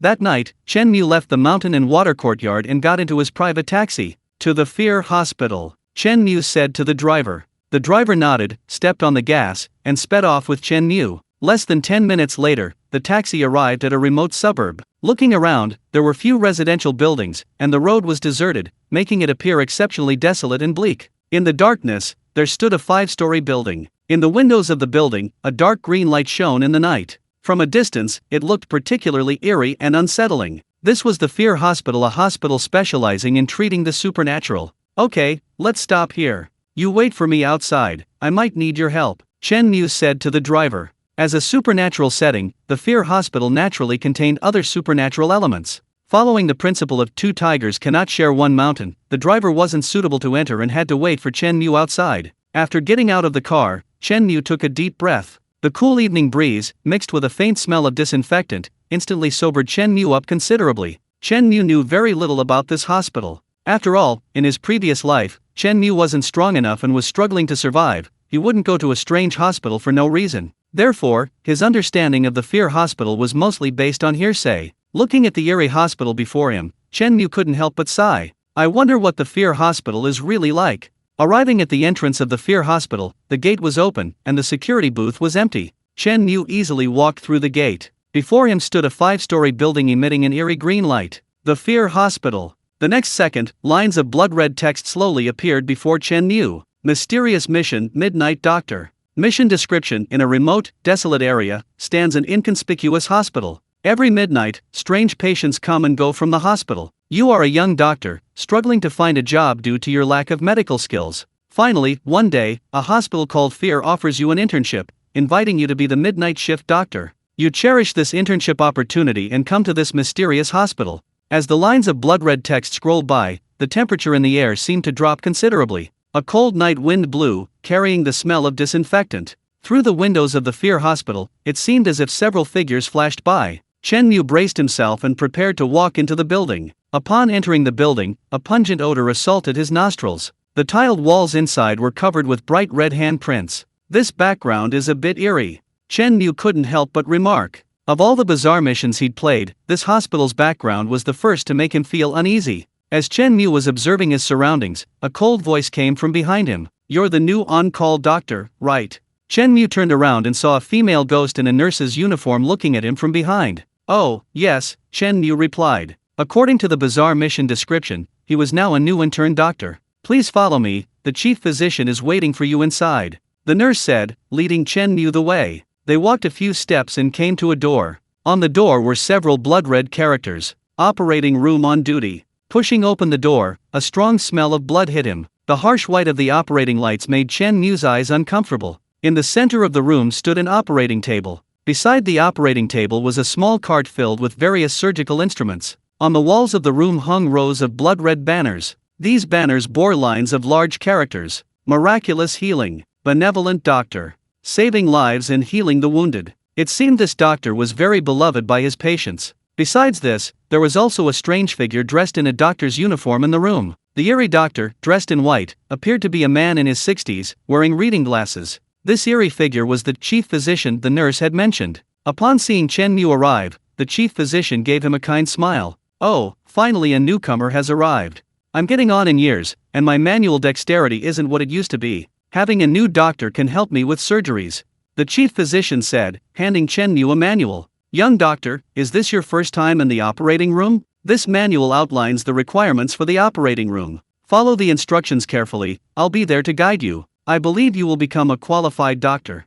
The chief physician's enthusiasm surprised Chen Mu. This was the first time Chen Mu had encountered such strangely friendly behavior without offering a gift. Chen Mu did have some gifts in his ring. However, due to his fear of hospitals, Chen Mu had never been before, unlike the Misty Museum, which he knew well in his previous life before daring to offer gifts immediately. Therefore, to be on the safe side, Chen Mu refrained from offering small gifts for now, waiting for an opportunity to assess the situation. Taking the handbook and flipping through its pages, Chen Mu found it contained a series of rules. As a new on-call doctor, you must abide by the following rules. 1. This hospital is a strict institution. Giving gifts to doctors, nurses, or patients is strictly prohibited and will be punished. Upon seeing the first rule, Chen Mu broke out in a cold sweat. Luckily, he had been cautious and hadn't immediately offered a gift, otherwise, he probably would be dead by now. His past experiences proved quite useful, at least making Chen Mu much more cautious. Continue reading. 2. The chief physician is a highly experienced and respected doctor with excellent medical skills. He won't deceive you and will always provide the correct treatment methods. 3. During your shift, you need to treat 5 patients. The task will automatically end after treating all 5 patients. 4. You need to cure at least 3 of the 5 patients, otherwise, the task is considered a failure. 5. A doctor's success depends on the patient's evaluation. Only the patients can answer whether their treatment was successful. 6. Some patients are withdrawn and difficult to deal with. You need to be patient and skilled with them to avoid negative feedback. 7. There are relatively few patients who are afraid of hospitals. You need to be patient and wait for them to come for treatment. Never leave the operating room until your task is completed. The manual contained these rules, which Chen Mu memorized one by one. From the descriptions of the rules, it seemed the chief physician was on his side. He wouldn't deceive him and could provide the correct treatment. After all, Chen Mu hadn't studied medicine and didn't understand strange treatments. Without the chief physician's guidance, Chen Mu would be completely lost. So, where was the danger hidden in these rules? Where was the path to survival? Chen Mu began to ponder this question. Chapter 64. The surgery begins. Based on Chen Mu's past experience, the first thing he could deduce was this: the chief physician was likely on Chen Mu's side, which would be crucial to the mission's success. The rules stated that the chief physician was honest and wouldn't deceive Chen Mu. Moreover, he was experienced and could provide the correct treatment methods. Does this mean that as long as he followed the chief physician's instructions, he could successfully cure the patient? Chen Mu kept this guess to himself for now. Looking at the rules, the most dangerous one was likely rule number 6. Some patients are withdrawn and difficult to deal with. You need to give them more patience and skill to avoid negative feedback. In other words, he might encounter difficult patients. These patients would create problems for Chen Mu and make things difficult for him. Once a patient gave a negative review, Chen Mu would have failed once. He could only fail a maximum of 2 times. More than 2 failures would result in mission failure. This was the information Chen Mu had tentatively deduced from the rules. As for more information, and what the way out was, Chen Mu had no way of knowing yet. After all, Chen Mu wasn't an omniscient god. He found the answer step by step through logical reasoning. The clues weren't complete yet, and his logical reasoning could only go this far. Next, he had to wait for the patient to arrive. As described in the rules, patients in the terrified hospital were pitifully few. When Chen Mu arrived, the kind head doctor told him to sit down and rest, reassuring him. There are fewer patients at night, so waiting a little longer is normal.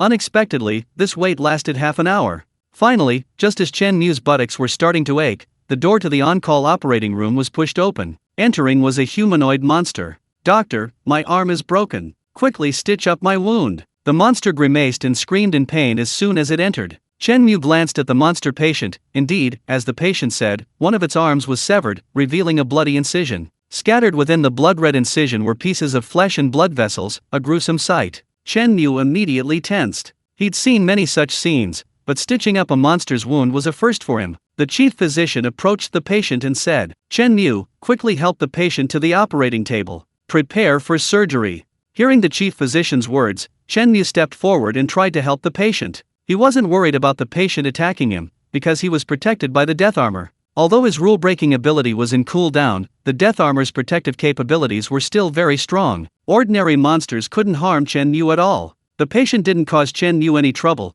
cooperatively getting onto the operating table and lying down. "You did a good job. Next, bring the disinfectant to disinfect the patient's wound," the chief physician said to Chen Mu, pointing to a bottle. As the chief physician said during their meeting, he was too old to perform the surgery himself, so he was only responsible for guiding Chen Mu in the operation. Following the direction indicated by the chief physician, Chen Mu went to the operating table and found the small bottle on the trolley. The bottle had no label and contained a clear liquid. Using disinfectant to treat wounds was something Chen Mu had never seen before. In his mind, shouldn't they use something like alcohol? Perhaps the supernatural was different from humans. Chen Mu picked up the bottle and asked the chief physician, "Is this the bottle?" "Yes, hurry up and clean the patient's wound," the chief physician urged. According to the rules, the chief physician wouldn't lie to him. Chen Mu temporarily believed him and began disinfecting the supernatural with the disinfectant. As Chen Mu began disinfecting, everyone in the operating room began to take their roles. The chief physician observed the patient's condition,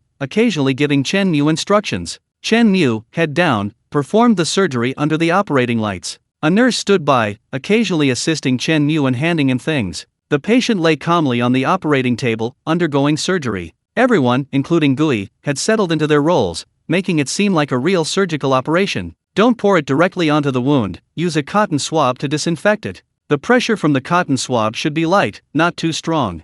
One disinfection isn't enough, at least 3 times.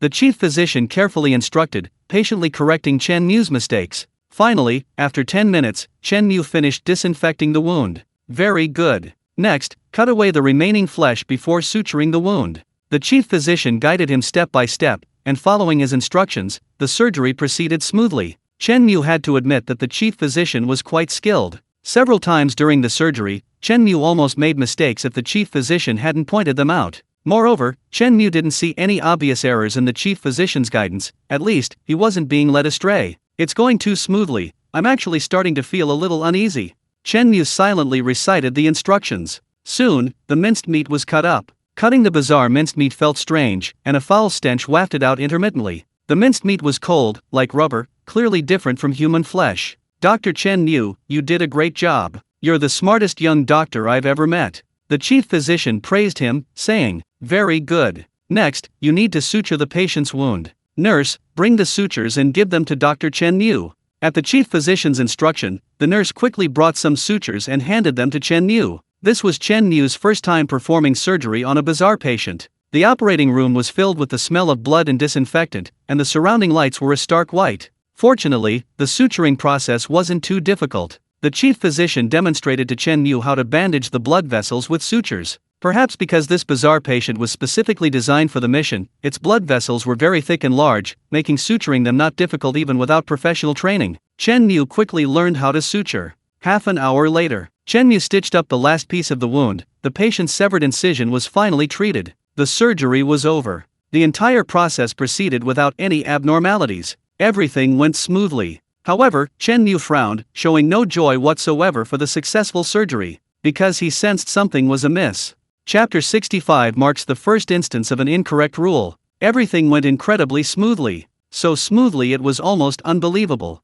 During the surgery, the patient didn't cause any trouble, the chief physician patiently guided the procedure, the nurses cooperated actively, and he himself didn't encounter any unexpected problems. 30 minutes later, a bizarre surgery was perfectly completed. This isn't right. Based on Chen Mu's understanding of the bizarre apocalypse, as the apocalypse progresses, the difficulty of the bizarre missions generally increases. Like the Midnight Diner, the mission rules were standard. In the Mist Museum, a misleading rule appeared for the first time, inducing players to move within a hide-and-seek game, making it impossible for them to discover the path to survival that could be achieved by remaining still. Clearly, the difficulty of the Mist Museum was higher than that of the Midnight Diner. Later, in the Fatal Exam, a misleading rule appeared for the first time. This wasn't just inducing players, it directly misled them, causing them to act strangely, making their classmates suspect that they were the apocalypse. The difficulty had increased to another level. 3 days have passed since the deadly test at the Fear Hospital. In these 3 days, the overall difficulty of the bazaar missions has increased.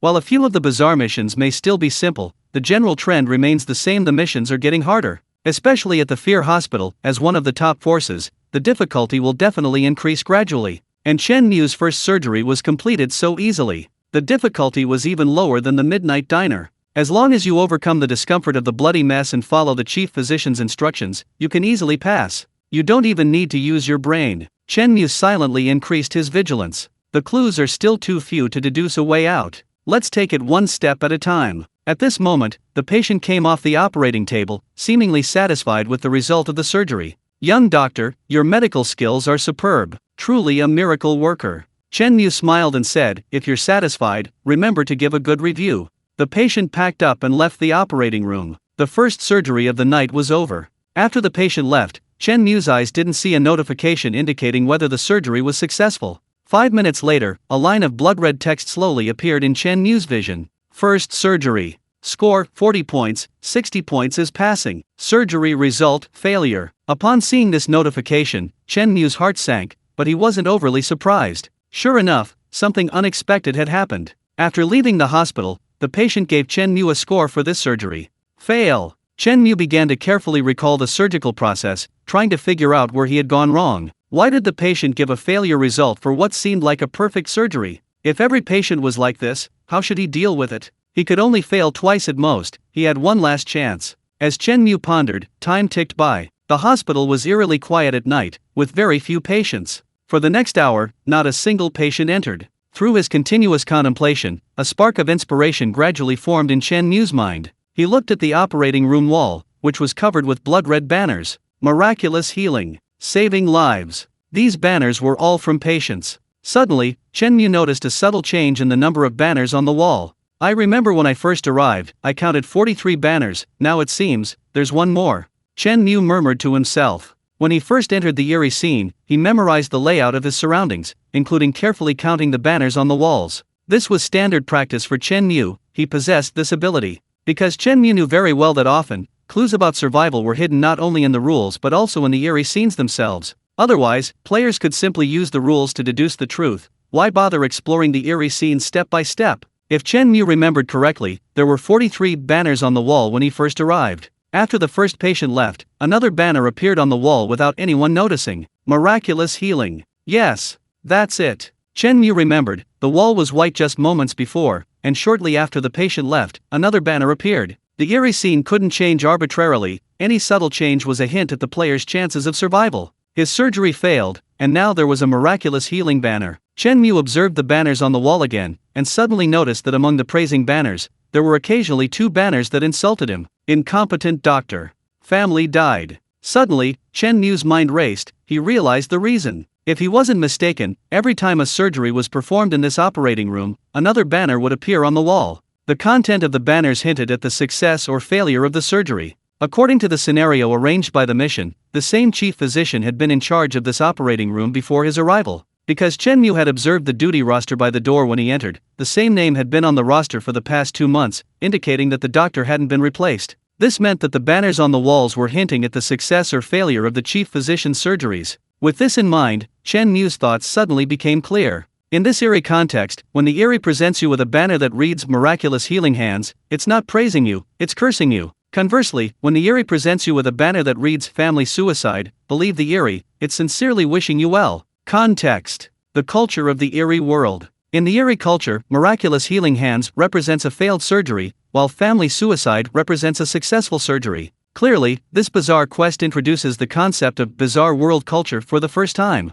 If players are unfamiliar with bizarre world culture, they will misunderstand the meaning of the banners or simply ignore them as background noise. Only when players clearly understand bizarre culture and realize that these banners are insulting the doctor will they notice the clues to the bizarre quest. Indeed, this bizarre quest is far more complex than it initially appears. Chen Mu hadn't expected the eerie mission in the terrifying hospital to be so difficult, even incorporating elements of the supernatural world's culture. This time, the eerie setting was being arranged according to this supernatural culture. So, the banners on this wall were actually telling the player, the chief physician's skills are terrible. In his 2 months on duty, he performed 43 surgeries, only 2 successful, the rest were all failures. I quack. A flaw has appeared. A look of surprise flashed in Chen Mu's eyes. He had finally discovered something amiss. Rule number 2. The chief physician is an experienced senior doctor, highly skilled and respected. He won't deceive you and will always provide the correct treatment. This rule mentions the chief physician's high skill level. However, in reality, the chief physician's skills are anything but high. He's a complete quack.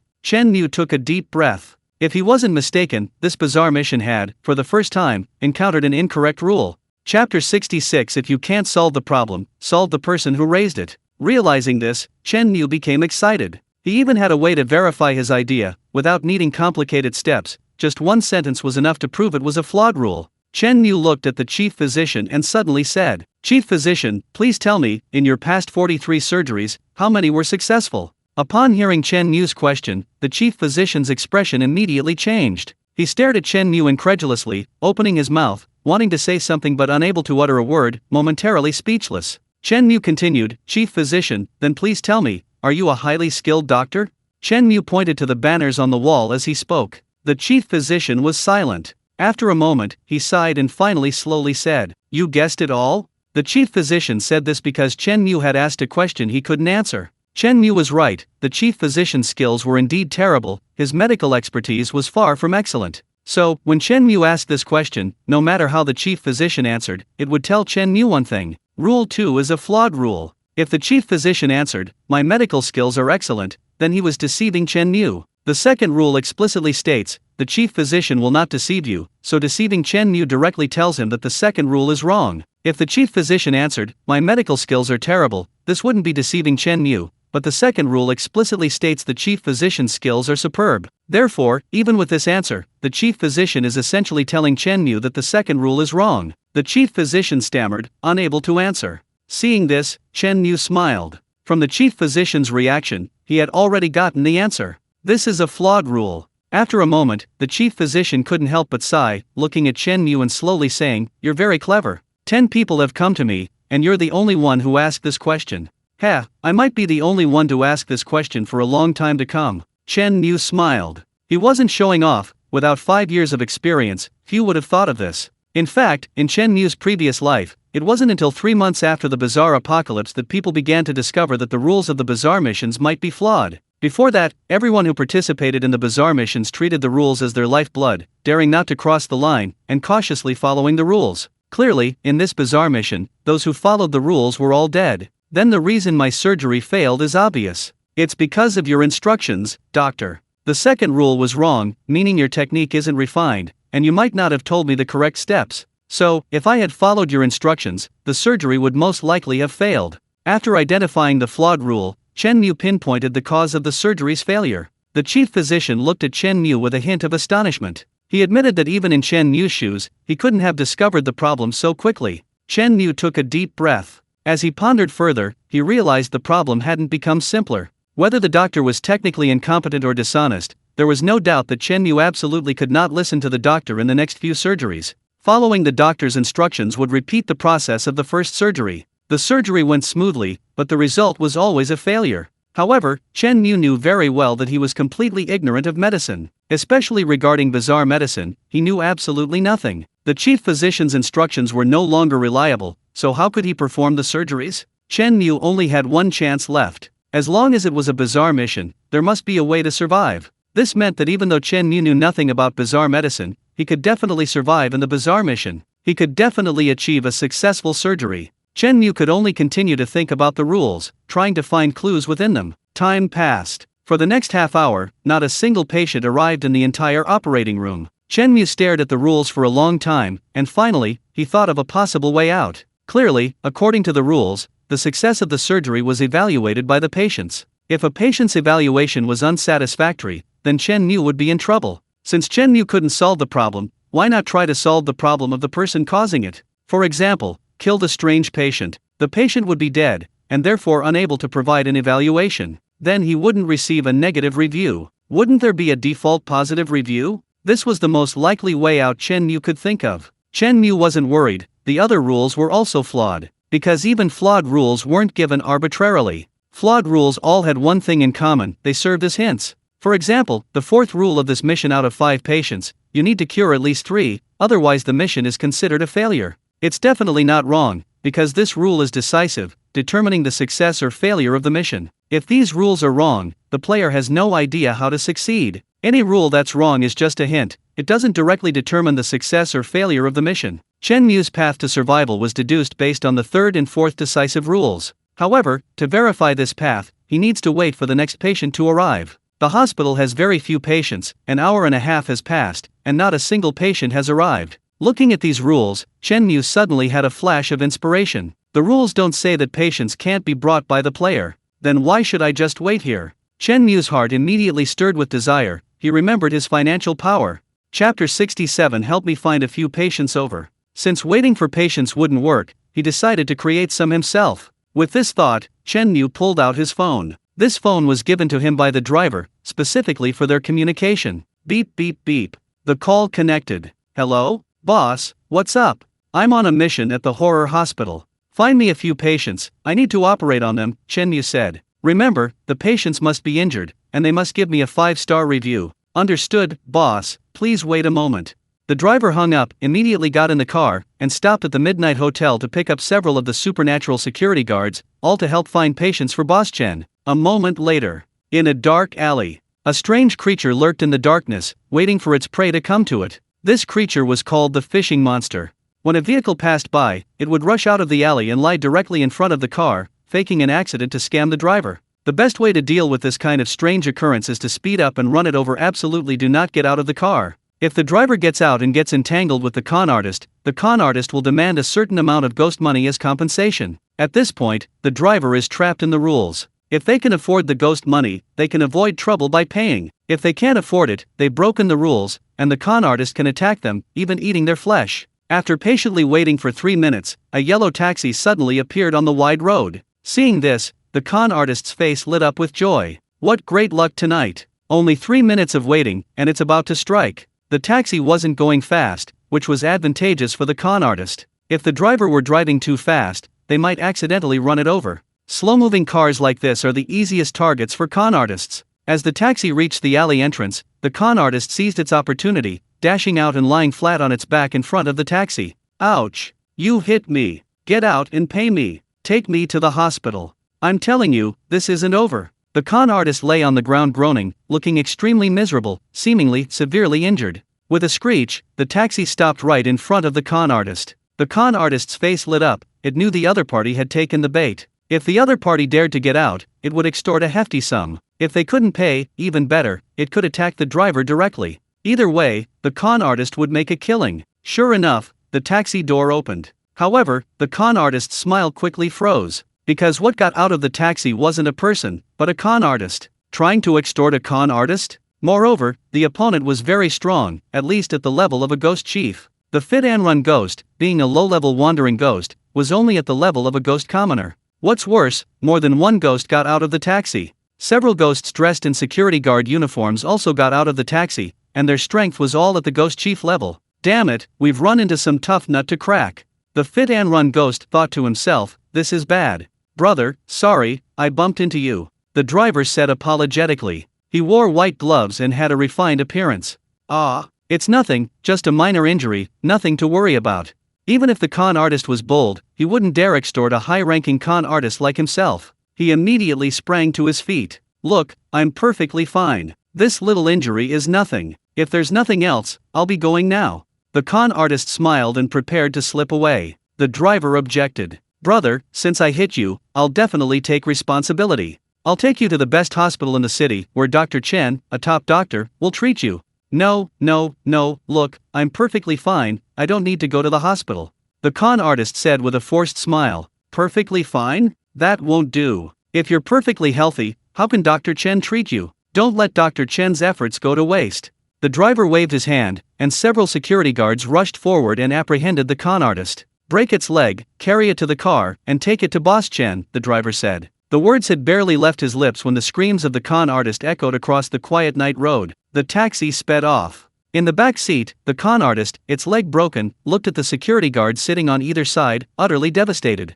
Its luck was terrible, trying to scam someone had landed it in the wrong place at the wrong time. The security guards gave it a thorough beating along the way, making it acutely aware of the difference in their strength. After several beatings, the con artist with the broken leg was traumatized. It pleaded, almost crying, "Sirs, please let me go. I won't dare scam anyone again." "Don't worry, we'll take you to get medical treatment, and we'll let you go after that," the driver said coldly. Hearing this, the con artist shuddered. Now completely submissive, it just wanted to get away from these powerful monsters as quickly as possible. A moment later, the taxi stopped outside the terrifying hospital. The door opened, and the con artist was thrown out with a thud. "Remember to go to the on-call operating room on the first floor and see Dr. Chen for treatment," the driver said to the con artist through the car window. "Don't get any funny ideas. We'll wait for you outside. We'll take you home after your treatment. If Dr. Chen is even slightly displeased with you, it won't be as simple as just breaking a leg." The driver's calm words carried a strong sense of threat. The con artist was terrified and didn't dare to utter a word in rebuttal, nodding repeatedly in agreement. Although it didn't know why these monsters wanted it to see Dr. Chen for treatment, the con artist knew in its heart that if this complete stranger, Dr. Chen, showed the slightest displeasure, its life would be over. These monsters seemed to be Dr. Chen's henchmen. Even if the con artist had 100 times the courage, it wouldn't dare offend Dr. Chen. The con artist, dragging his broken leg, scrambled to the operating room door. Bang, bang, bang. The con artist politely knocked a few times. "Come in." Chen Mu's voice came from inside the operating room. As soon as the con artist entered, he cried out in a cacophony of voices. "Dr. Chen! Where's Dr. Chen? I've come to see Dr. Chen for treatment." The chief physician and the nurse exchanged bewildered glances. "Dr. Chen? Could it be Chen Mu?" Wait a minute, Chen Mu had only been here for 2 hours, treated only one patient, and the surgery had failed. Why was this new patient specifically requesting Chen Mu to perform the surgery the moment he walked in? When did Chen Mu become so famous? Looking at the bizarre creature that was terrified, Chen Mu smiled kindly. The patient he needed had arrived. Chapter 68. No one knows medicine better than you. Get on the operating table, Chen Mu said to the con artist. The con artist was very sensible, knowing Chen Mu was someone you couldn't afford to offend. It cautiously climbed onto the operating table itself, not daring to let Chen Mu help it. Chen Mu nodded, quite satisfied. Look how sensible this strange patient is. The chief physician's help was unreliable, so Chen Mu would have to perform the surgery himself. Chen Mu looked at the con artist's injuries and immediately faced a dilemma. On the operating table, the con artist looked at Chen Mu with trepidation. It never expected that Chen Mu, a human, was actually the leader of several high-ranking strange beings. Just how deep was this person's background? How could it have had such bad luck in its past lives to offend such a top-tier figure? The con artist didn't dare to breathe. Its life was in Chen Mu's hands. If Chen Mu was displeased, those several high-ranking strange beings outside could wipe it out in a matter of minutes. Your leg is broken. Chen Mu frowned slightly. He only knew how to stitch up wounds, and even that wasn't necessarily correct, let alone how to treat a broken leg. Seeing Chen Mu's frown, the con artist was nearly scared out of his wits and quickly chimed in. Yes, Dr. Chen, your leg is broken. I'm not very good at treating this, Chen Mu said, looking embarrassed. The con artist was practically wetting himself. Dr. Chen couldn't treat his illness? Wasn't this embarrassing, Dr. Chen? This was slapping Dr. Chen in the face. Dare to slap Dr. Chen in the face? The con artist wasn't tired of living. The con artist hurriedly said, No, Dr. Chen, you did nothing wrong. It's all my fault. It's my fault for having the wrong illness, for being ignorant, and for getting an illness you can't treat. Dr. Chen, please give me another chance. I'll get sick again, and I promise you'll treat me. I promise you'll be satisfied. The con artist's words left Chen Mu speechless. Translated, this was practically begging Chen Mu for mercy. Wouldn't this make it seem like Chen Mu was bullying the con artist? How bad would that look? The attending physician and nurses nearby were stunned. In all the patients they had treated, this was the first time they had ever seen a patient say their illness was bad, that they couldn't treat it, and beg for another chance. It was simply unbelievable. Chen Mu said, Don't panic.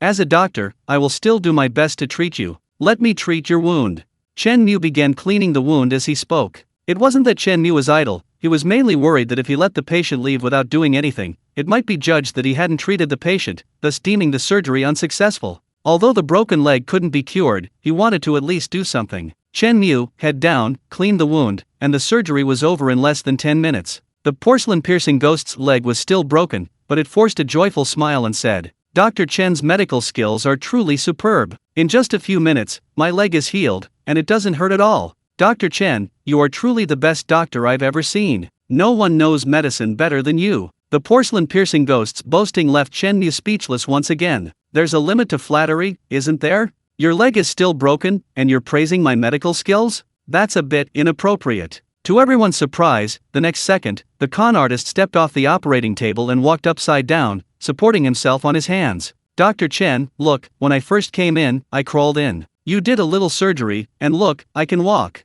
I walked out. With that, the con artist walked out upside down, proving Chen Mu's superb medical skills. After the con artist left, the operating room fell silent. Chen Mu was speechless, and the attending physician and nurses were also at a loss. This surgery was too abstract. Chen Mu sighed inwardly. His driver was a bit too ruthless. He'd even given the con artist a psychological scar, making him practically worship Chen Mu. Very good, Boss Chen likes it. A moment later, several lines of blood-red text appeared before Chen Mu's eyes. Surgery successful. Patient score, 100 points. Note, please try to satisfy the patients as much as possible, they will give higher scores. After the bazaar mission ends, you will receive different rewards based on your score. The higher the score, the better the reward. Looking at the blood-red text before him, Chen Mu finally breathed a sigh of relief. He had found a way out of the mission. However, this way out was special, it only worked for Chen Mu, because other players simply didn't have Chen Mu's strength to find patients who could be completely subdued.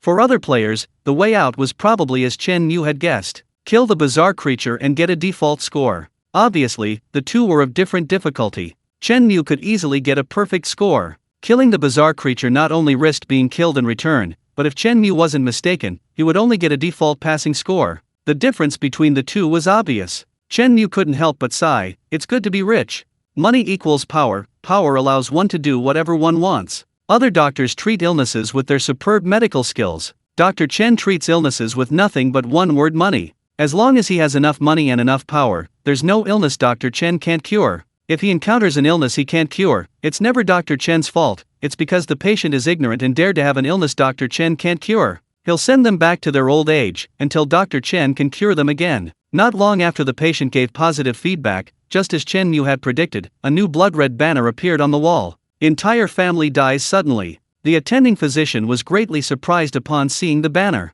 Dr. Chen, I didn't expect you to be so popular with patients. Look at your second patient, they're very satisfied with you, wishing your whole family a sudden death. Chen Mu's face immediately darkened. Although in the culture of this bizarre world, the whole family dying suddenly is a compliment to Chen Mu's superb medical skills, something just didn't feel right to Chen Mu. This compliment just sounded awkward. A short while later, another patient walked into the duty room. Undoubtedly, this was another patient the driver had brought. Unlike the first one, this patient came with an accomplice. Both had been badly beaten, especially the patient, who had received special treatment and was practically paralyzed, being helped in by his accomplice. Just like the second patient, the two shouted as soon as they entered. Dr. Chen! Where is Dr. Chen? We need Dr. Chen to treat us. Chen Mu looked at the two strange creatures, and when he saw the one that had been beaten half paralyzed, his expression suddenly changed slightly. If Chen Mu remembered correctly, this strange creature had offended him before. And not just a minor offense, but a deep and lasting one. This strange creature had a deep-seated grudge against Chen Mu. Chapter 69, The Living Dead, Healing Bones and Flesh. The renowned physician, Dr. Chen. Chen Mu gazed at the patient lying on the operating table, a mysterious smile spreading across his face. The patient, already badly injured, felt a chill run down its spine upon seeing Chen Mu's enigmatic smile. It racked its brain, trying to recall if it had offended this human. From the bizarre apocalypse until now, it had killed 3 humans and eaten 2, but it was certain it had never seen Dr. Chen before, let alone offended him. But why was Dr. Chen looking at it like that? So scary. Just as the patient suspected, it hadn't offended Chen Mu in its entire life, but note, in its entire life. In Chen Mu's previous life, this bizarre creature had utterly antagonized him. Back then, at this very time, Chen Mu was still a novice, penniless and powerless. Like most people, he struggled to survive in the bizarre apocalypse, as insignificant as dust. Unfortunately, Chen Mu encountered this bizarre creature and inadvertently fell into its trap, violating its rules. Naturally, Chen Mu was attacked. Although he ultimately escaped by sheer luck, he severed a finger in the process. This bizarre creature was one of the few in this bizarre apocalypse that had ever harmed Chen Mu. The excruciating pain in his finger was something Chen Mu would remember for the rest of his life. If it weren't for his good fortune, he would have died at the creature's hands, let alone been reborn. Don't be fooled by the creature's current pitiful state, this is based on Chen Mu's strength. If Chen Mu were still the same as in his previous life, he had no doubt that this creature would have tried to kill him as well. How could such hatred go unpunished? Chen Mu wasn't magnanimous enough to forgive a creature that had almost killed him. Therefore, Dr. Chen gave it a severe beating. Chen Mu walked to the wall and picked up a defibrillator hanging there. This was a defibrillator specifically for the supernatural, powered by high voltage. It should only be used in emergencies, as it would cause severe damage to the supernatural. Chen Mu turned on the defibrillator, set the current to maximum, and pressed it hard against the supernatural's body. Ah! A scream rang out. The supernatural on the operating table nearly fainted from the shock. "Heh, this is just the beginning," Chen Mu said with a cold laugh. The supernatural was terrified. Before it could speak, Dr. Chen shocked it again. The supernatural, who had accompanied it, was also too frightened to speak, thinking, "Dr. Chen is ruthless. He's going to kill the supernatural. What deep-seated hatred is this? If he shocks it again, it'll be a bloody mess." Chen Mu didn't waste any words. His attitude towards the monster that almost killed him was clear. He'd rather only get a passing grade of 60 than let the monster escape his fate. Chen Mu had always felt that forgiving a former enemy was a betrayal of his past self. Back then, when his finger was broken and he fled in panic, he wanted to tear the monster to pieces. Now that he'd been reborn, what right did he have to forgive this monster on behalf of his past self? Therefore, Chen Mu either avoided making enemies altogether, preferring a peaceful coexistence. Chen Mu, whenever he had a grudge against someone, would eliminate them completely, provided his strength allowed. He wouldn't foolishly let his enemies grow stronger and have a chance to retaliate. Soon, under Dr. Chen's meticulous treatment, the strange creature on the operating table lay motionless, dead. The revenge for the severed finger from years ago was finally achieved. Chen Mu put down the defibrillator and said to the strange creature's companion, "Sorry, my medical skills are lacking, I accidentally killed it. You can take its body away." The strange creature's companion, having witnessed its companion being electrocuted, was already terrified. So ruthless. Indeed, these people are all so ruthless. The strange creature trembled with fear. It thought of the brutal security guards and drivers. Even Dr. Chen, their superior, was so ruthless. These people are not to be trifled with. If he offended Dr. Chen, he probably wouldn't be able to leave the hospital tonight. What did Dr. Chen just say? He killed the patient? A doctor killed a patient. Isn't that a slap in the face to Dr. Chen? To his accomplice, Chen Mu's words sounded like a leader telling him, "I made a mistake." A leader admitting fault? Did he even want to keep his job? If this got out, no one would dare see Dr. Chen again. If Dr. Chen got angry, he'd be dead. No, absolutely not. The eerie companion's mind raced, practically burning with rage, until finally, a brilliant idea struck. It grabbed Chen Mu's defibrillator and shone it directly at the eerie corpse on the operating table. Buzz buzz. Accompanied by a powerful electric current, the eerie corpse on the operating table convulsed. Seeing this, the eerie companion quickly pointed at the convulsing corpse and said to Chen Mu, "Dr. Chen, look, it's still alive." Dr. Chen's medical skills are so superb, how could you possibly kill the patient? Look, it's been convulsing, it's clearly still alive. Dr. Chen is amazing, you actually brought my dead companion back to life. According to you humans, Dr. Chen, you're a miracle doctor who can restore flesh and bone, bring the dead back to life. The eerie companion showered Chen Mu with exaggerated praise, turning a dead creature into a living one. Chen Mu was shocked again. He saw a strong will to survive. What kind of operation is this? Chen Mu used to think that calling a deer a horse was just a story after all. Nobody's stupid. Why would anyone call a deer a horse, and have a large number of people agree? Tonight, Chen Mu truly had his eyes opened. Calling a deer a horse was too conservative. As long as you're powerful enough, people can point at a dead monster and call it alive, just to avoid offending you. The chief physician and the nurse were equally shocked. They had just seen a patient who claimed his broken leg was healed, which they thought was already outrageous. But this was even more outrageous. The chief physician and the nurse felt their worldview had been turned upside down. Is this still a bizarre apocalypse? Can't monsters have some backbone? Unexpectedly, after this whole ordeal, the monster, which was practically dead, suddenly experienced a surge of lucidity, slowly opening its eyes and looking at its companion. Seeing the ghostly figure's final moments of lucidity on the operating table, its companion was overjoyed. It scooped the ghost up in its arms and whispered in its ear, "Good brother, you're still alive." The dying ghost was deeply moved, thinking that even in its final moments, its companion cared for it. Unexpectedly, its companion's next words nearly made it lose its composure. The companion urgently said, "Good brother, you haven't given Dr. Chen's surgery a review yet. You absolutely can't die before giving Dr. Chen a 5-star rating. If you die, I'm doomed.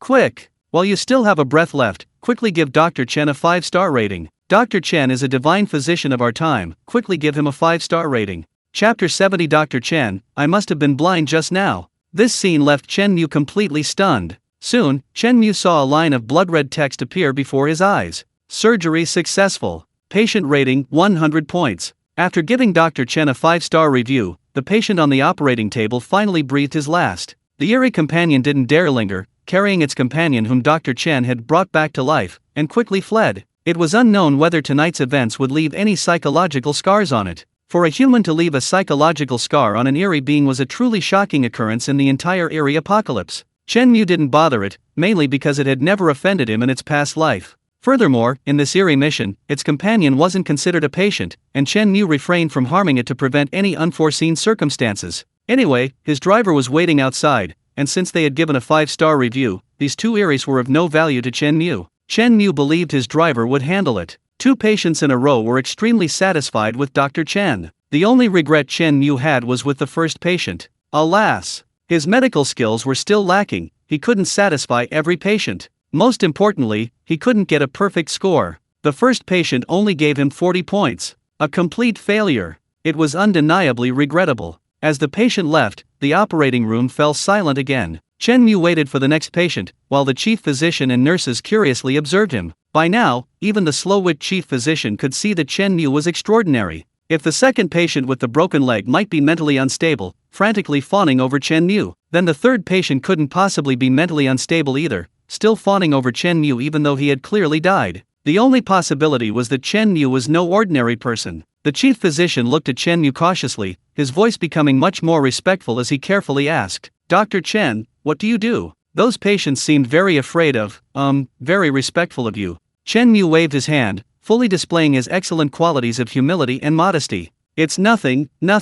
I'm just a small business owner, with a little spare cash, a few employees who make a living for me, and a few friends. Just treat me like an ordinary person." Just then, there was another knock on the door of the on-call operating room. "Come in," Chen Mu said. The door to the on-call operating room opened, and a familiar figure entered. Chen Mu looked closely. Good heavens, wasn't this the first patient? Why is it back? The patient returned as if his father had died, sobbing and clinging to Chen Mu's leg, frantically apologizing. "Dr. Chen, I was wrong. I was truly blind. I didn't recognize your greatness. You are such an excellent doctor, so kind to treat me, and instead of being grateful, I gave you a score of 40. I'm guilty. I've come to apologize. Please forgive me. I'll change it to a perfect score right away." Chen Mu was stunned for a moment, then noticed the wounds on the strange body, several fresh injuries. Chen Mu immediately understood, it must have been his driver who brought the monster back. "Heh, you think you can just walk away after offending Dr. Chen? You dare give Dr. Chen a score of 40?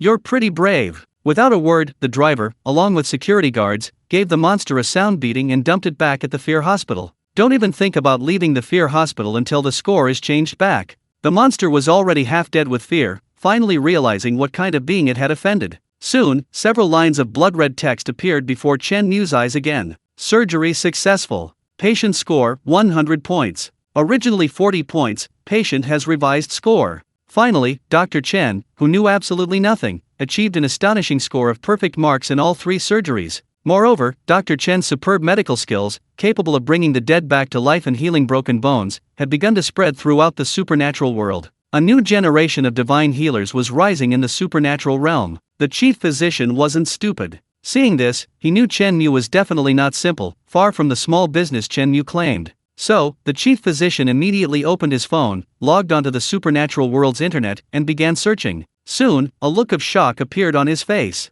The chief physician looked at Chen Mu in disbelief. "Midnight Diner, Dark Knight High School, Mountain and Water Courtyard. You call this a small business? A little money?" Chapter 71, My Bizarre Mission, A Strange Art Style. The owner of the Midnight Hotel, the board member of Dark Knight High School, the owner of Mountain and Water Courtyard, the supreme black gold client of the Fallen Mall. Any one of these 4 identities would be incredibly powerful. Each would hold a dominant position in the entire city. Now Chen Mu holds 4 positions, yet claims they're all small businesses, and that we should treat him like an ordinary person? Ordinary my foot. If this is what you call an ordinary person, then ordinary people in the entire world can be counted on one hand. This is a top-tier tycoon in the city. The chief physician was terrified. To put it bluntly, Chen Mu is already half ruler of the city, an uncrowned king. Why would such a powerful figure come to the Fear Hospital, performing bizarre tasks like an ordinary person? This doesn't make sense. Chen Mu only needs to communicate with the dean, and he'll receive top-tier, luxurious treatment, a personal audience with the dean. Why would he need to endure this in the operating room? Could it be that top figures like Chen Mu enjoy going undercover,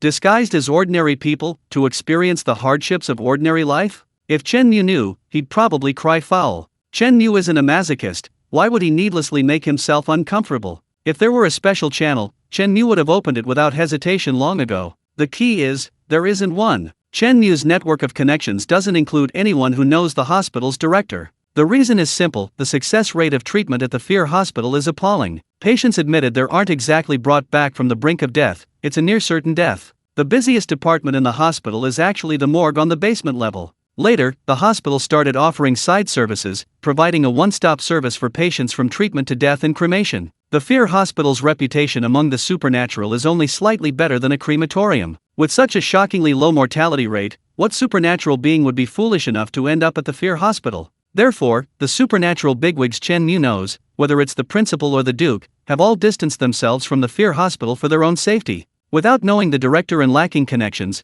the only way to attract the director's attention is to inadvertently reveal his wealth while undertaking supernatural missions. It wasn't that Chen Mu wanted to show off, it was simply a last resort. Blame this damned, bizarre apocalypse for forcing a humble, unassuming, and honest man like Chen Mu into a show-off. The chief physician, unaware of this, immediately assumed Chen Mu was just a rich young master experiencing life. Even the hospital director couldn't afford to offend such a wealthy young man. He, a doctor, naturally couldn't afford to. Suddenly, the chief physician remembered that he had tricked Chen Mu when treating the first patient. He dared to trick someone even the director dared not offend. This was a huge problem. The chief physician decided he wanted to try and save him too. So, when the next bizarre patient entered, before Chen Mu could even make a move, the chief physician, as if transformed, immediately became incredibly attentive. Dr. Chen, you've treated 3 patients, you must be tired. Let me perform 2 surgeries in your place.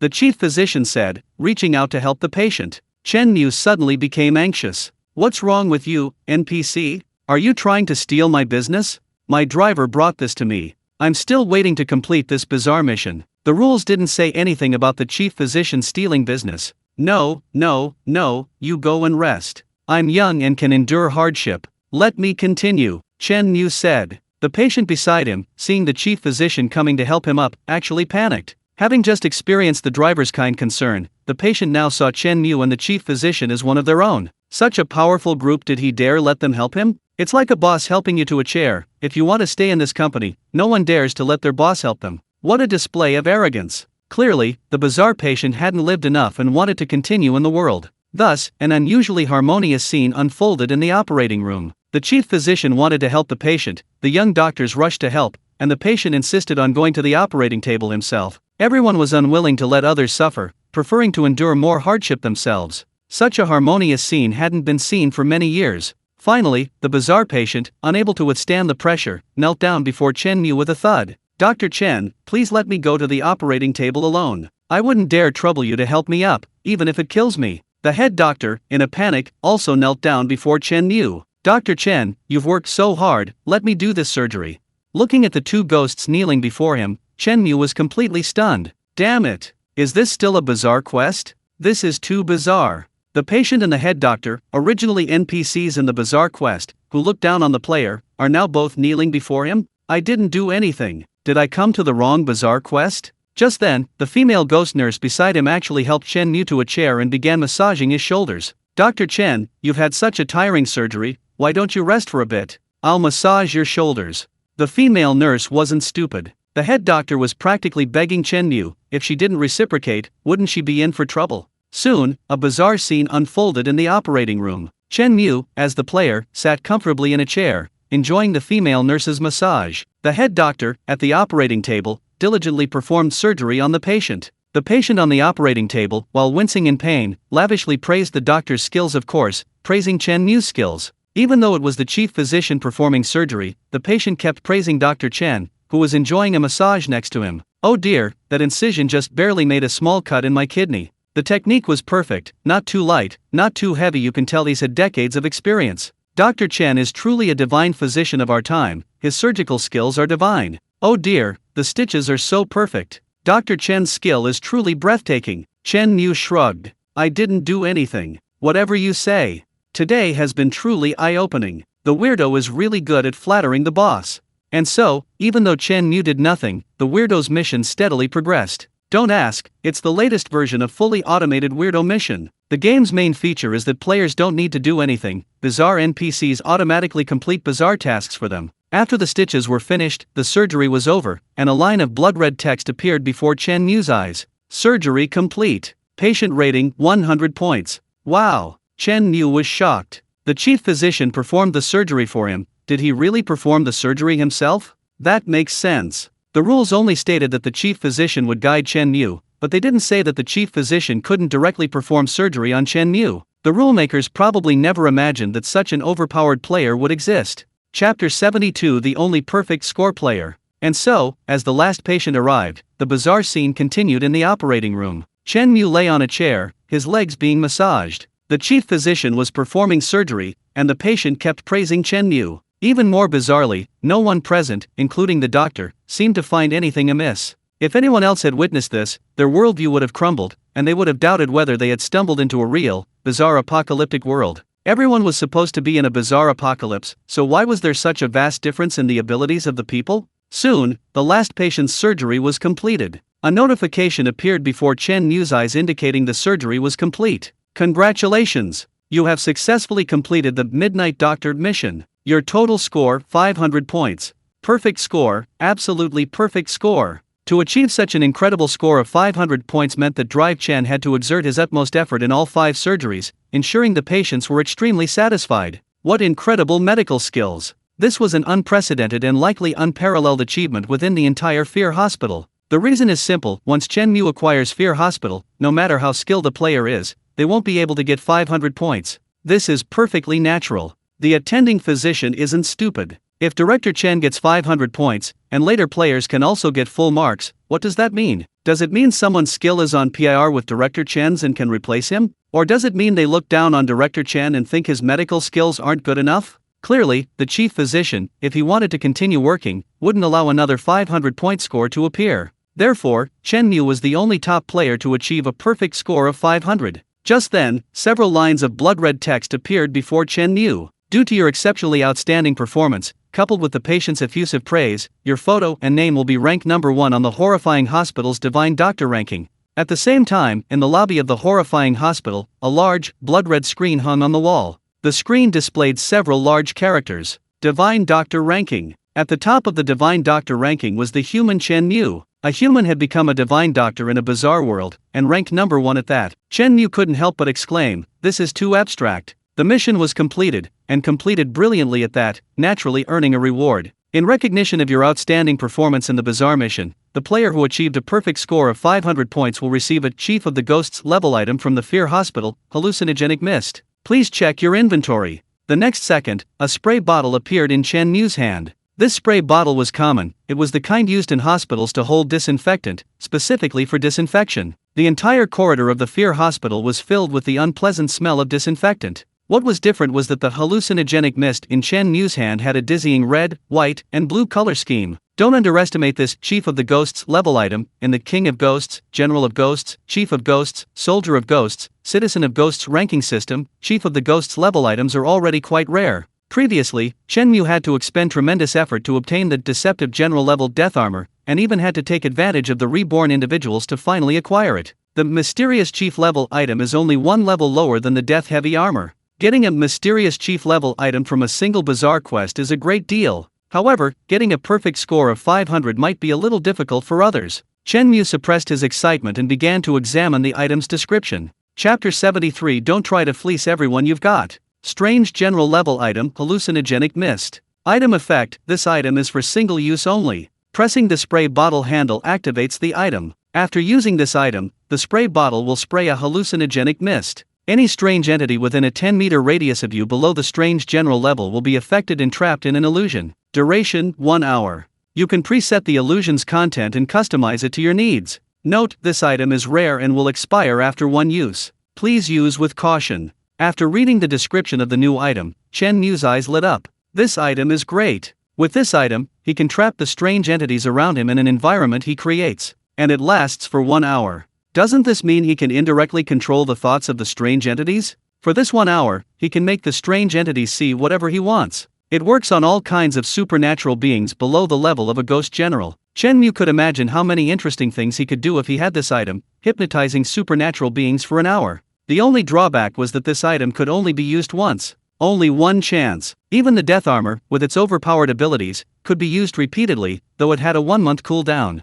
Wait a minute. A sudden thought flashed through Chen Mu's mind. There doesn't seem to be a rule that a person can only participate in a supernatural mission once? If others knew Chen Mu's thoughts, they would definitely call him a novice. Everyone avoids supernatural missions like the plague, afraid of being chosen. You, on the other hand, are addicted to it, aren't you? One time isn't enough, you want to do it multiple times? Chen Mu has already completed the Midnight Doctor mission, but there's no rule that prevents him from repeatedly completing it. A perfect score on one mission earns you a hallucinogenic spray. If I do it multiple times, wouldn't I get a lot of hallucinogenic spray? One can only be used once, so what if I get 10, 20? That means I could use it 10 or 20 times. With this thought, Chen Mu became excited. If the idea worked, he would get an almost unlimited supply of hallucinogenic spray as long as he had time to complete the mission. Without hesitation, Chen Mu left the operating room without a word. The chief physician and nurses were completely bewildered. What was wrong with this rich young man? The bizarre mission was over,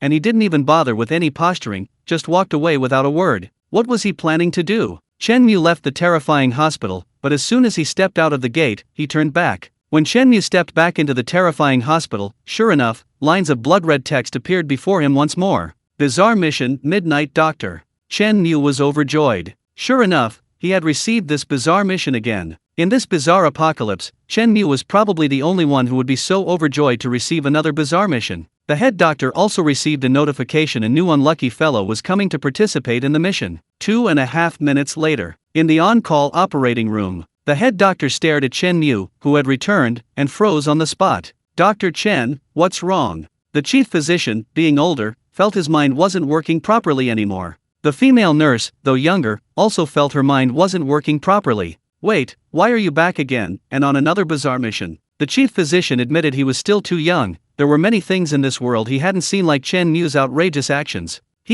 Don't be so surprised. I just, had nothing better to do, so I came to have some fun, Chen Mu chuckled. Come on, we're all old acquaintances, let's get down to business. Soon, the driver brought in a new patient. It was the same familiar scene. The patient entered as if his father had died, screaming, Dr. Chen, save me. The chief physician was stunned. He looked at Chen Mu incredulously, thinking, this rich young master, is he treating bizarre missions like a playground? Indeed, I don't understand the world of the rich. Dr. Chen lay reclining in a chair, a female ghost nurse massaging him, patients frantically praising him, and the chief physician head down, performing surgery. The driver's efficiency had also increased significantly, mobilizing more security guards and increasing the speed of catching ghosts more than tenfold. Soon, a long line of patients formed outside the operating room. Where's Dr. Chen? I need to see Dr. Chen. Don't cut in line. I'm ahead of you. Dr. Chen is a legendary doctor, isn't it normal to queue for a legendary doctor? These patients, without exception, had all been brought here after being brutally beaten by the driver. In their eyes, Dr. Chen inside was the final boss. Who dared to anger the final boss? Even though they were enduring the pain of queuing, they didn't dare utter a single complaint, instead frantically praising Dr. Chen in the hallway. The roles of Chen Mu and the ghosts seemed to have been reversed. In this bizarre scene, Chen Mu had become the big boss, while the ghosts had become trembling players. Inside the operating room, Dr. Chen heard the sound of people queuing outside in the corridor. Looking at the chief physician still slowly performing surgery, he said, Chief physician, the surgery could be sped up a bit, just a token effort. Chen Mu didn't say the second half of his sentence anyway. With your skills, it's practically the same as not treating at all. While this was true, saying it aloud would be too hurtful. Dr. Chen truly had the heart of a healer. To ensure patients received treatment as quickly as possible, he didn't hesitate to speed up surgery, just to shorten the waiting time for patients outside. It certainly wasn't because he wanted to speed up completing tasks or get rewards quickly, and so, the surgeries became an assembly line operation, one every 5 minutes. Chen Mu's current state was like something out of an online game, offline AFK, automatically grinding monsters. In less than half an hour, Chen Mu completed his second bizarre task. Sure enough, the familiar small print appeared before Chen Mu again. In recognition of your outstanding performance in the bizarre mission, you will receive a chief-level item hallucinogenic mist. Chen Mu was delighted. Wow, it actually works repeatedly. This is practically a perfect bug. The chief physician, seeing the extra item in Chen Mu's hand, immediately understood. Good heavens! The chief physician exclaimed, Good heavens! You're treating this weird quest like a dungeon in an online game. You're just dumping gold coins here, huh? Other players' attitude towards the eerie quest is, please, sir, spare my life. Chen Mu's attitude towards the eerie quest is almost, old man, hurry up and dump some gold coins for me. However, what shocked the chief physician even more was yet to come. Chen Mu walked out of the operating room without saying a word. A bad feeling welled up inside the chief physician. Won't this young man try again? You're really going to fleece him mercilessly. Chen Mu had begun his frenzied fleecing. Chapter 74's mission was ruined by Chen Mu. As soon as Chen Mu left the operating room, the patients in the corridor erupted in an uproar. Dr. Chen, you haven't seen me yet. You can't leave. Dr. Chen, please save me. I've been waiting in line for half an hour. Please take a look at me, otherwise I'm afraid I won't be able to leave this terrifying hospital. The patients cried and begged Chen Mu's departing figure. It was as if Dr. Chen were truly a miracle worker. However, to say they were lying wouldn't be entirely accurate. They were telling the truth, they were genuinely begging Chen Mu to treat them. If many patients were begging a doctor to treat them and praising the treatment's effectiveness, then calling that doctor a miracle worker would be perfectly reasonable. As for Dr. Chen being a miracle worker, there's nothing wrong with that, he perfectly fits these descriptions, but there's just something off. Dr. Chen, a compassionate healer, naturally couldn't bear to disappoint his patients. He turned to one of them and said, "Don't worry, I'll be back in a bit." 5 minutes later, the head doctor was numb, because he saw someone walk into the fear hospital again. Yes, it was Dr. Chen again. Half an hour later, Chen Mu waited expectantly for the bizarre mission to drop gold coins. However, 5 minutes passed, and no message appeared before Chen Mu. What happened? Couldn't get any more gold? No way. I spent half an hour. Even though I didn't do anything, I still worked hard. Perhaps Chen Mu's absurd actions had even confused the bizarre mission. The bizarre mission never imagined that one day it would be treated like a sheep, being fleeced like crazy. Please, this is a bizarre apocalypse, okay? This is a dangerous bizarre mission, it has dignity too. Finally, after waiting for 10 minutes, several lines of bloody text slowly appeared before Chen Mu. In recognition of your excellent performance, you have obtained a chief-level item hallucinogenic mist. Please note that the same person can only participate in a maximum of 3 bizarre missions per month in the same bizarre scene. You have reached the maximum number this month. Entering the fear hospital again will not trigger any bizarre missions. Clearly, Chen Mu was afraid of exploiting the bizarre missions. If I can't beat them, I can at least avoid them. You can only exploit them a maximum of 3 times a month. Looking at the entire bizarre apocalypse, only Chen Mu could push the bizarre missions to this extent. Chen Mu sighed. The bizarre apocalypse was still a bit weak. He was so eager to participate in bizarre missions, but he couldn't even play more? Oh well, 3 times a month is enough for him. This is equivalent to Chen Mu having 3 chief-level hallucinogenic sprays every month. This was enough for Chen Mu to handle any situation. Chen Mu had taken advantage of the situation so badly that it had alarmed the director of the Fear Hospital. At this moment, on the 5th floor of the Fear Hospital, director's office. The director of the Fear Hospital appeared to be a middle-aged man in his 40s. However, unlike the principal, the director clearly paid more attention to his physique, maintaining a lean and tall, capable appearance. The director was reviewing the recent business situation. The income from the morgue and crematorium had already accounted for 80% of the hospital's total revenue. He'd practically turned the hospital into a crematorium. Just then, the dean suddenly noticed that the first floor seemed unusually lively tonight. The bizarre mission had been triggered 3 times in just a few hours. What's going on tonight? 3 unlucky humans came to do the mission? But when the dean checked the participants, he was completely dumbfounded. Where were the 3 people? They were all the same person named Chen Mu. This guy participated 3 times in a row, and scored 500 points each time. He'd topped the hospital's miracle doctor ranking 3 times in a row. Wait a minute, holy crap. This kid even managed to snag 3 rare items. Doesn't he have a conscience? Wait, that name Chen Mu sounds familiar. Chapter 75. There is a wrong seed to take over. The hospital director pondered for a long time, then suddenly remembered. Recently, Chen Mu was the most talked about figure in the entire city. In just a few days, he had acquired a large number of properties, becoming a veritable tycoon of the city. This young man was rich. Although he didn't know where his money came from, the director knew the rules. In this bizarre apocalyptic world, one shouldn't ask questions they shouldn't. These wealthy young masters often had powerful backers. The director started calculating. This young man was so rich, and the hospital was suffering serious losses. If he could persuade Chen Mu to take over, Chen Mu definitely had the ability to take over this dilapidated hospital. It all depended on whether Chen Mu wanted to. The director reasoned that wealthy young masters like this were very concerned about their image. If he flattered Chen Mu and made him happy, Chen Mu might impulsively buy the hospital in a moment of folly. Anyway, once the contract is signed, he'll take the money and run, leaving this run-down hospital to that bastard Chen Mu. The hospital director's thinking is perfectly normal. It's the early stages of this bizarre apocalypse, and the hospital is suffering from continuous losses, losing millions of ghost money every day. Yes, you heard right, millions every day. In just over a week, it could wipe out the entire Midnight Diner. This is no exaggeration. Medicine has always been a bottomless pit of money. I've seen people go bankrupt from illness, but I've never seen anyone go bankrupt from a single meal. The speed at which a hospital burns through cash is incomparable to industries like canteens and hotels.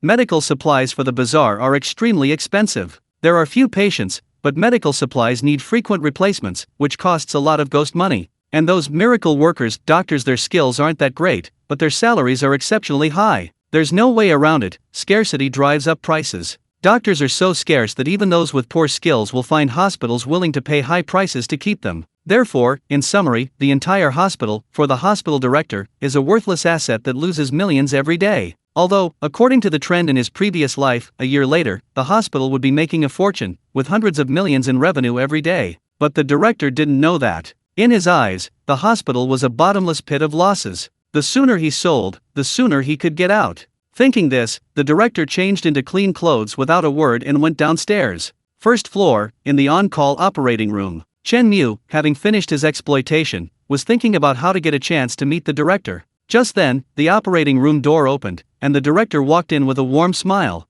"Oh my, isn't this Dr. Chen Mu? I've heard so much about you." The director greeted Chen Mu with exceptional enthusiasm, as if seeing a long-lost father. "Oh my, Dr. Chen, your medical skills are truly astounding. I've heard you've consistently topped the list of divine doctors. Your arrival is a great honor for the hospital. This is a small gift I prepared for you, please don't refuse." As he spoke, the hospital director pulled a golden pen from his pocket and handed it to Chen Mu. Chen Mu took it and exclaimed, "Wow! A golden pen made entirely of ghostly gold. A single ghostly gold pen like this would cost a whopping 100,000 ghost coins in the Fallen Mall. Writing with this pen produces golden characters. The characters written with it glow even in the dark. Besides that, it's utterly useless. Simply put, it's a luxury item, its main selling point being its high price and complete lack of practical use. A perfect gift." Even though Chen Mu is savvy in social interactions, the scene before him left him somewhat bewildered. Wait, something's not right. After all, Chen Mu was a guest. Shouldn't Chen Mu be visiting the dean, presenting a gift to express goodwill, and then starting a conversation? Why is it the other way around? Chen Mu just finished taking advantage of the dean, and now the dean is proactively visiting him and even bringing him a gift. Chen Mu didn't understand the dean's actions at first, but he had a vague idea. Unsolicited kindness is always suspicious. This dean is probably digging a hole for himself. "Dean, you're too kind. Giving a gift so soon after we meet is really embarrassing." Chen Mu chuckled, putting on a very polite show. Having given so many gifts, as his power and status rose, he also began accepting gifts from others. Then, Chen Mu and the dean began a friendly exchange. "I've long admired Mr. Chen's name. Acquiring so many assets in the city, truly a young hero. I've long heard of the dean's reputation, managing the hospital so successfully. Meeting you today, I can confirm it's indeed well-deserved." The two began exchanging pleasantries, filling the operating room with a cheerful atmosphere. After a few pleasantries, the hospital director couldn't help but sigh. In a tone of deep regret, he said to Chen Mu, "Dr. Chen's medical skills are so exquisite, it's a great pity that he hasn't pursued a career in medicine. Any supernatural being would feel uneasy knowing that Dr. Chen hasn't entered the medical field. I happen to own the terrifying hospital. If Dr. Chen wishes to pursue a career in medicine, I can lend him a hand."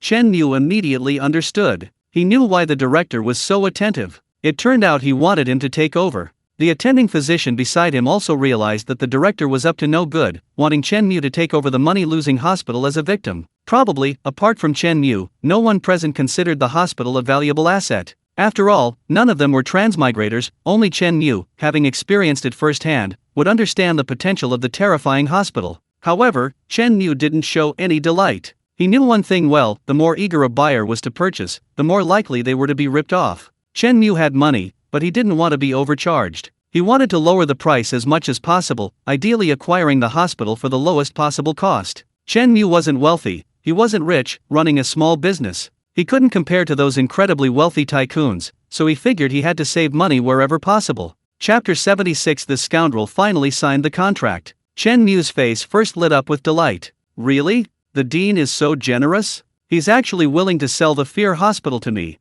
That's wonderful. Seeing Chen Mu take the bait, the dean was secretly pleased, thinking to himself that this gullible fellow was too easy to fool, taking the bait so readily. The dean coaxed him further. Mr. Chen, look at our Fear Hospital, it's a unique hospital in the surrounding cities. Moreover, the hospital has more than 20 doctors, each with superb medical skills. If it develops well, I'm not bragging, but earning you tens of billions every year is a piece of cake. We seem to get along well, so how about this? I'll sell it to you at a low price, not making a profit, just as a way of making friends. 2 billion. The Fear Hospital is yours.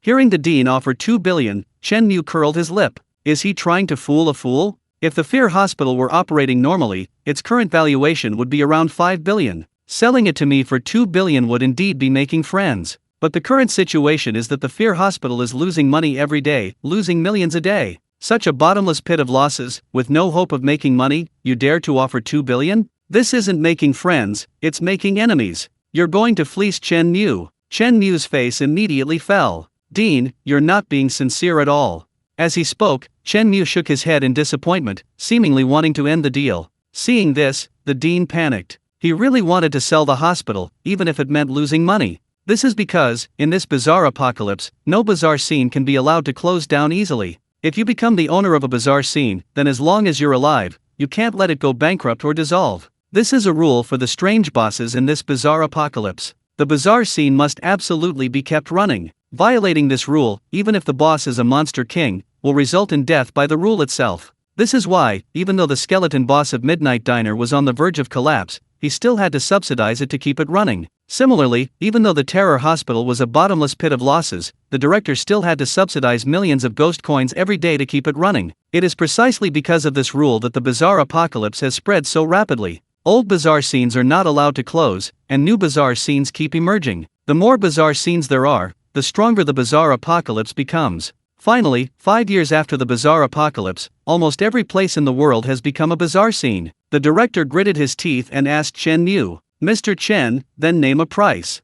Chen Mu didn't hesitate and directly held up one finger, representing the price he accepted: 1 billion ghost coins. The price was slashed in half.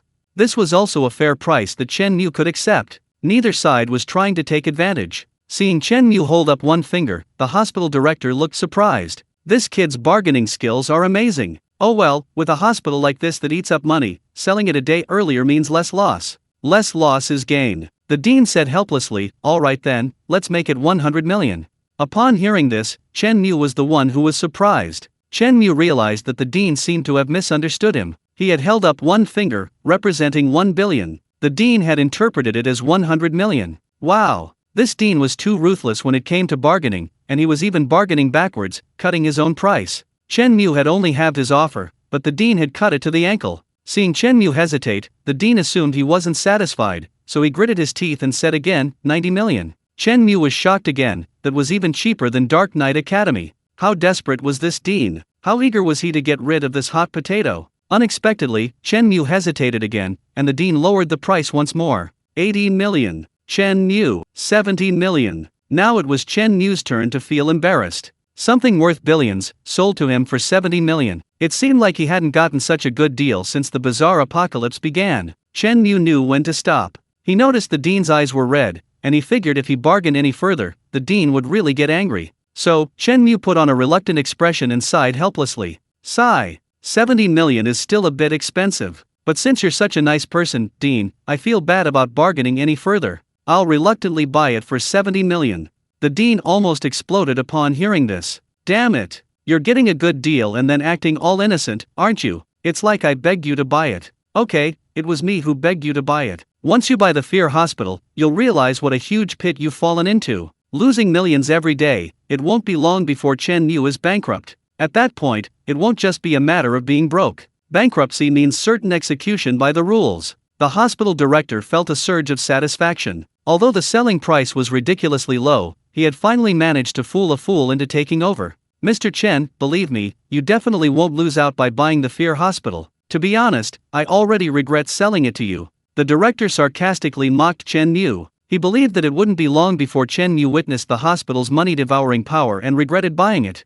At that time, when Chen Mu looked back on today's conversation, he would definitely feel the dark irony of the conversation. The director readily pulled out the contract and signed his name. Without hesitation, Chen Mu pulled out 70 million from his spatial ring and neatly stacked it on the ground. The attending physician and nurse beside him stared wide-eyed at the sight of the neatly stacked hell money. The new dean is so rich. He just casually pulled out 70 million. They had never seen so much hell money in their lives. The dean noticed Chen Mu's spatial ring, a glint of greed flashing in his eyes. Spatial rings are such rare items that even ghost generals don't possess them. Perhaps only supreme beings like ghost kings could access such items. They never expected Chen Mu to have a spatial ring. It's unimaginable what kind of powerful background Chen Mu has. The dean secretly made up his mind, once the contract was signed, he would immediately flee and never see Chen Mu again. Otherwise, if Chen Mu went bankrupt and came after him, he would be in big trouble. Chen Mu picked up the magical gold pen the dean had given him and signed his name on the contract. The moment their names were signed, both Chen Mu and the dean thought the same thing.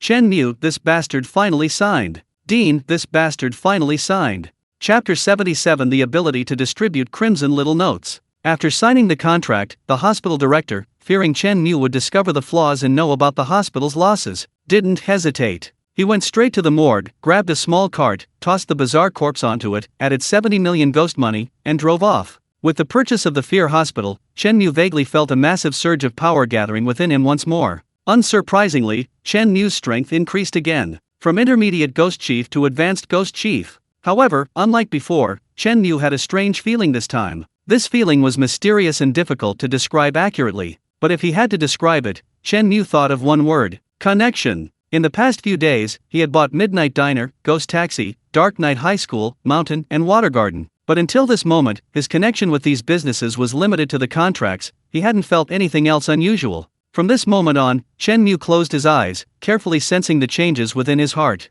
Deep within him, thin red lines radiated outwards from himself. At the other end of each red line were tiny red dots. Chen Mu's heart pounded, and the tiny red dots pounded in sync with it. Chen Mu took a few steps, and the positions of the red dots subtly adjusted. The red dots, centered on Chen Mu, remained constantly surrounding him. At this moment, Chen Mu felt as if he had truly become the master of these red dots. A powerful sense of control surged forth from the depths of his heart. As the sense of control grew stronger, Chen Mu began to understand the meaning of these red dots. Midnight Hotel, Ghostly Taxi, Dark Knight High School, Mountain and Water Courtyard, Hospital of Terror. At this moment, Chen Mu truly felt that the eerie scenes he had purchased had truly established a connection with him. This was an unprecedented and wondrous feeling, as if these bizarre scenes were beginning to revolve around him. He had become their true controller. Chen Mu already had a guess in his mind. As his strength increased, his control over the bizarre scenes also grew stronger. Accumulated power finally erupted. When his strength reached the advanced level of the bizarre realm, this control materialized deep within his heart, manifesting as red lines and red dots. However, what shocked Chen Mu even more was yet to come. A stack of familiar slips of paper suddenly appeared in Chen Mu's hand. Blood-red slips of paper. Chen Mu's pupils constricted sharply, because he discovered that these blood-red slips of paper were completely different from those he had received before. There were no bloody words on the blood-red slips of paper. Could it be, I can write on these? Chen Mu's voice trembled slightly. Having experienced the horrors of the bizarre apocalypse, he knew very well what this meant. In this bizarre apocalypse, at its core, there are only two classes: the class that assigns these bizarre tasks, and the class that executes them. The former are called the rulers, the latter are called the ruled. Clearly, before tonight, all of humanity in this bizarre apocalypse belongs to the ruled. No matter how much wealth or status one possesses, upon receiving a blood-red note, they are forced to obediently carry out bizarre tasks in order to survive. Even some of these supernatural beings, despite wielding considerable power within the bizarre scenarios, are at best mere laborers, carrying out the orders of the boss within those scenarios. In this bizarre apocalypse, the ruled, no matter how strong, are ultimately the ruled, as insignificant as ants. Chen Mu, with trembling hands, unfolded the blood-red note in his hand. There were 10 in total. Upon careful examination, Chen Mu discovered that each note began with a line of small print. 2 notes read, Bizarre Scenario, Midnight Hotel. 2 others read, Bizarre Scenario, Ghost Taxi. 2 more read, Bizarre Scenario, Dark Knight High School. The remaining 4, 2 of which began, Bizarre Scenario, Mountain and Water Courtyard. The last 2 slips of paper begin with the imagery of a bizarre scene, a terrifying hospital. This corresponds perfectly to Chen Mu's 5 businesses. If Chen Mu isn't mistaken, each blood-red slip represents an assignment of a bizarre task to one person. He has 10 slips, enough to assign bizarre tasks to 10 people. However, there are limitations. He can't just assign bazaar tasks randomly, he can only order people to perform them within his own businesses. Furthermore, each business has a limit on the number of people allowed. 2 blood red slips mean a maximum of 2 people per business. Even so, Chen Mu is extremely shocked. This means that from this moment on, Chen Mu's identity has changed. From the previously ruled, he has transformed into a semi-ruler. Why only a semi-ruler? Because Chen Mu himself might now receive blood red slips and be forced to perform bazaar tasks. He is still a ruled. However, at the same time, Chen Mu had also gained the initial power to distribute blood red slips of paper, enabling him to send 10 people to participate in bazaar missions. From this perspective, Chen Mu was also a ruler. Therefore, Chen Mu's identity was unique, somewhere between ruler and ruled. This was a good omen. Chen Mu had a premonition that as his strength increased and he acquired more and more properties, he would also accumulate more and more slips of paper. With the increase in blood red slips of paper, would he eventually be able to refuse to accept bazaar missions? All of this was unknown. At this stage, he could only distribute the slips of paper to humans. But one day, if he could distribute slips of paper to the bazaar, and if he could acquire all the bazaar scenes and distribute countless blood red slips of paper, wouldn't this mean that he would become the supreme ruler in the bazaar apocalypse? Vaguely, Chen Mu felt that he seemed to be beginning to touch upon the secrets of the bazaar apocalypse. The biggest secrets of this bazaar apocalypse are twofold: first, the eerie scenes and strange occurrences, and second, the blood red note. Where did this bazaar apocalypse come from? Where did those strange occurrences originate? Why does the bazaar apocalypse continue to spread? What is the ultimate driving force behind it? What are the rules? Why can't they be violated? These questions lingered in Chen Mu's mind, and in the minds of every human being. In this bizarre apocalypse, everyone is just an ant struggling for survival. They can't even manage the most basic survival, let alone seek the truth behind it. Chen Mu, however, has a feeling that, reborn with trillions of ghost money, he has the ability to find the ultimate secret. Moreover, he is different from the other bazaar scene bosses. Other bazaar scene bosses only have the ability to designate the rules of their own scene, they don't have the ability to distribute blood red slips of paper. Chen Mu can not only designate the rules within the scene, but he has also obtained 10 blood red slips of paper. He can distribute these slips of paper and assign bazaar missions to others. All of this tells Chen Mu that he is a unique and special being. Chapter 78, the first bazaar mission distributed. First, kill the morally blackmailing healers.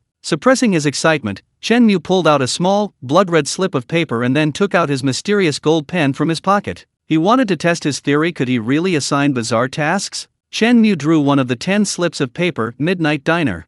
After a moment's thought, Chen Mu thought of someone: Zhang Huo. Zhang Huo was a paparazzi who, before the bazaar apocalypse, made money by digging up gossip. Normally, such a person and Chen Mu would have no connection. But after the bazaar apocalypse, gossip lost its appeal, and Zhang Huo suddenly lost his income. Just then, news of Chen Mu's series of property purchases spread, immediately giving Zhang Huo a new target. This was a huge source of traffic. In an environment of widespread fear, as long as he could effectively use moral blackmail against Chen Mu, wouldn't he have to worry about traffic? Wouldn't he have to worry about not making easy money? So, Zhang Huo turned his attention to Chen Mu, launching a frenzy of attacks online, all centered around one core argument. Chen Mu, you're so powerful, why did you stand by and watch someone die?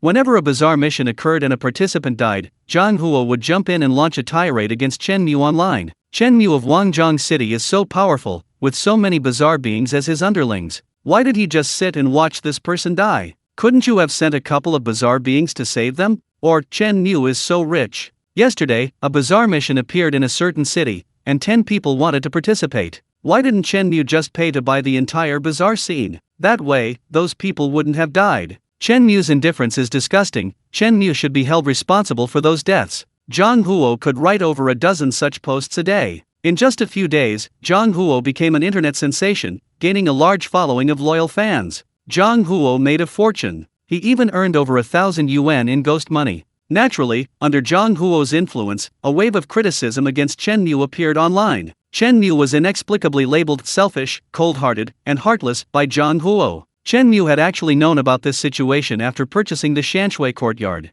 Unfortunately, Chen Mu's current influence was limited to Wangjiang City. Zhang Huo was clever. Knowing Chen Mu would cause him trouble, he stayed far away from Wangjiang City, hiding in a neighboring city, preventing Chen Mu's influence from infiltrating. Zhang Huo thought that this petty trick would leave Chen Mu helpless. Previously, Chen Mu was simply too busy buying things to bother with such a clown. After all, Chen Mu was racing against time. To kill Zhang Huo, he would at least have to send his driver or other subordinates, and spend a day or two searching. that was too much of a waste of time. Time is money at times like these. Sending someone specifically to kill Zhang Huo was a waste of time and energy, costing Chen Mu at least hundreds of thousands. It's not worth it for such a clown. So Chen Mu ignored it, treating it like a fly buzzing. Unexpectedly, just yesterday, Zhang Huo went even further, stirring up a huge controversy online, declaring, if he had the time, he would personally visit Chen Mu's property, have dinner at some midnight hotel, and ask Chen Mu face to face if his heart was made of stone. How could he be so cold-hearted? All these comments left Chen Mu speechless. Chen Mu, speaking from his conscience, admitted that while he wasn't a saint, he had never indiscriminately killed innocent people. As long as no one provoked him, Chen Mu wouldn't intentionally harm anyone. Chen Mu neither intentionally harmed nor helped anyone without reason. In this bizarre apocalyptic world, that already made him a good person. Zhang Huo made it sound so good, yet he himself had 1,000 ghost coins, and he hadn't shown them off to anyone. In fact, he kept them tightly guarded, as if afraid someone would borrow them. Zhang Huo's series of remarks attracted a large number of idiots who cheered him on and showered him with money. Suddenly, Zhang Huo became the spokesperson for justice, leading a group of idiots to morally blackmail Chen Mu daily. If Zhang Huo was so brave, why didn't he just come over for a meal? Unfortunately, Zhang Huo pretended not to understand, daring not to go to the Midnight Hotel, or even to Wangjiang City. He was giving off a come and get me if you dare vibe. Fine, you want to have dinner at the Midnight Hotel, huh? Now that he had the blood-red note, Chen Mu naturally thought of Zhang Huo first. So, Chen Mu picked up a pen, glanced at the time, and wrote under Midnight Hotel. Task name, Gluttonous Diner. Task executor, Zhang Huo. Task description, in a peaceful city, every night, a hotel always opens its doors. Everyone says they've never seen a guest enter the hotel. But every midnight, the hotel is always bustling with noise. The hotel at night always hosts a group of unseen guests. You are a diner from the neighboring city, and today you received an invitation from the Midnight Hotel to attend a lavish luncheon. Please arrive at the Midnight Hotel within 2.5 hours. The Midnight Hotel dislikes latecomers. When Chen Mu wrote down Zhang Huo's name, although there are many people with the same name in the world, Chen Mu didn't need to specifically point it out. The blood-red note seemed to understand Chen Mu's thoughts, accurately assigning the task to Zhang Huo. Moreover, Chen Mu encountered some limitations when writing the task description. For example, the arrival time limit of 2.5 hours couldn't be filled in arbitrarily. At first, Chen Mu wrote 10 minutes, but as soon as he wrote 10 minutes, the writing slowly disappeared. Clearly, the eerie task believed that the participant could not arrive at the Midnight Hotel in such a short time. Writing 10 minutes directly would be tantamount to sentencing Zhang Huo to death, which the eerie task did not allow. In a sense, this was also a protection for the participant. Chen Mu slowly added more time until he wrote 2.5 hours, at which point the writing finally stopped disappearing. Traveling from the neighboring city to the Midnight Hotel at top speed, without any delays, would take about 2.5 hours. This was the protective rule of the eerie mission, ensuring participants had time to travel. Of course, trying to exploit this protective rule was not allowed. For example, during the Dark Knight High School's death exam mission, some students flew to distant cities, thinking they could avoid the eerie mission. But contrary to their wishes, the eerie mission didn't accommodate them at all, offering no extra time. Therefore, we can conclude that this protective rule can be summarized as follows. The bizarre mission protects participants by ensuring they arrive at the mission location within a reasonable timeframe. If they exceed this reasonable timeframe, the protective rule fails. This rule is not directly told to humans. It is known as the hidden rule of the bizarre apocalypse. Hidden rules can only be discovered and guessed by oneself. The more hidden rules one masters, the greater the chance of survival. After Chen Mu finished writing, the small blood-red note seemed to ignite, slowly turning to ashes in Chen Mu's hand. Mission distribution. Chapter 79. They ate pretty fast. At the same time the task was distributed. In a neighboring city. In a spacious, single-level apartment, Zhang Huo finished writing a new article and stretched comfortably. The title of the article was, Chen Mu's selfishness is incomprehensible. How could anyone be so selfish? If I were given 100 million ghost money, I would definitely donate it all to help everyone. This writing style was Zhang Huo's forte, neither praising nor criticizing, but contrasting one with the other. First, he would fabricate various stories of Chen Mu refusing to help those in need. Whether true or not, he would write them in great detail, as if he were actually there. Then, he would abruptly change the subject, starting with neither praising nor criticizing, saying that if he had 100 million ghost money, he definitely wouldn't have stood by and watched someone die, he would definitely. The contrast between the two, contrasting one with the other, created maximum dramatic conflict. Zhang Huo knew without a doubt that this would be another viral hit with hundreds of thousands of views. After pressing the post button, Zhang Huo felt a bit hungry and prepared to get something to eat. Just then, Zhang Huo suddenly noticed a small, blood-red note on the table in front of him. Zhang Huo's heart skipped a beat. Could it be a bizarre mission? How could he be so unlucky? The next second, when Zhang Huo saw the contents of the note, he almost fainted. Holy crap! It's Midnight Hotel! He had just been chatting with Midnight Hotel online, and only a day later, he received a bizarre mission from them. Zhang Huo found it hard to believe this was a coincidence. Was he being targeted? No way. As far as Zhang Huo knew, the distribution of bizarre missions seemed to be random. Those bosses in bizarre scenarios, despite their power and ability to set the rules for their respective scenarios, couldn't specify who would participate. Zhang Huo believed Chen Mu couldn't possibly have the ability to designate him for such a bizarre mission. Otherwise, that ability would be far too overpowered. It must just be a coincidence, his luck was just terrible. Zhang Huo tried to reassure himself. Time was of the essence, it was starting in 2.5 hours, and he had to get there quickly. Right now, Zhang Huo didn't even bother with his late-night snack. He hurriedly threw on some clothes and sped towards Wangjiang City. 2.5 hours was already a very tight time frame. All the way, Zhang Huo floored the accelerator, almost making the car smoke. While crossing a large bridge, he nearly plunged into the river. Frantically driving, Zhang Huo finally arrived at the Midnight Hotel just in time. When he got out of the car, his clothes were soaked with sweat, and he looked extremely disheveled. Looking at the luxurious Midnight Hotel before him, Zhang Huo wanted to slap himself. He was so stupid to have written that provocative article. If Chen Mu were inside, he'd be dead for sure. Hopefully, Chen Mu didn't know yet. He needed to finish the bizarre mission quickly and leave before Chen Mu realized what was happening. With a swift and decisive plan, Zhang Huo pushed open the hotel door and entered. As soon as he entered the lobby, a beautiful female manager greeted him. "Hello, sir. Are you here for the bizarre mission? I'm the manager here. You can call me Li Xiao Xiao." Zhang Huo looked around, not seeing Chen Mu, and immediately breathed a sigh of relief. Great! That idiot Chen Mu isn't here. This manager definitely doesn't know me and thinks I'm just a regular player. If Li Xiaoxiao knew Zhang Huo's thoughts, she would definitely break down on the spot, her face contorted with sweat. Guess who gave you this weird quest? Right now, Li Xiaoxiao said to Zhang Huo, "Come with me. The luncheon is in the room inside." Although it's midnight, which should be for a late-night snack, for the weirdos, it's roughly lunchtime. Along the way, Li Xiaoxiao explained the rules of the luncheon to Zhang Huo. To attend the luncheon, you need to abide by the following rules. 1. You must finish all the food on the table before you can leave. If you don't finish, there will be a penalty. 2. I understand you're hungry, but humans cannot kill each other. Humans are not food. 3. Tables, chairs, cutlery, and plates are not food. 4. You cannot intentionally discard food, otherwise, it's equivalent to not finishing it. After explaining these 4 rules, Zhang Huo was led to a small room. In the center of the room stood a round table. On the table was a plate. In the plate lay a large bowl of red, viscous liquid. On another chair at the table sat a little girl. The little girl was sobbing softly, her face filled with despair. Li Xiaoxiao explained to Zhang Huo, this little girl failed the last mission. She didn't complete the task, so she was kept here. If you also fail the mission later, you will be punished along with her.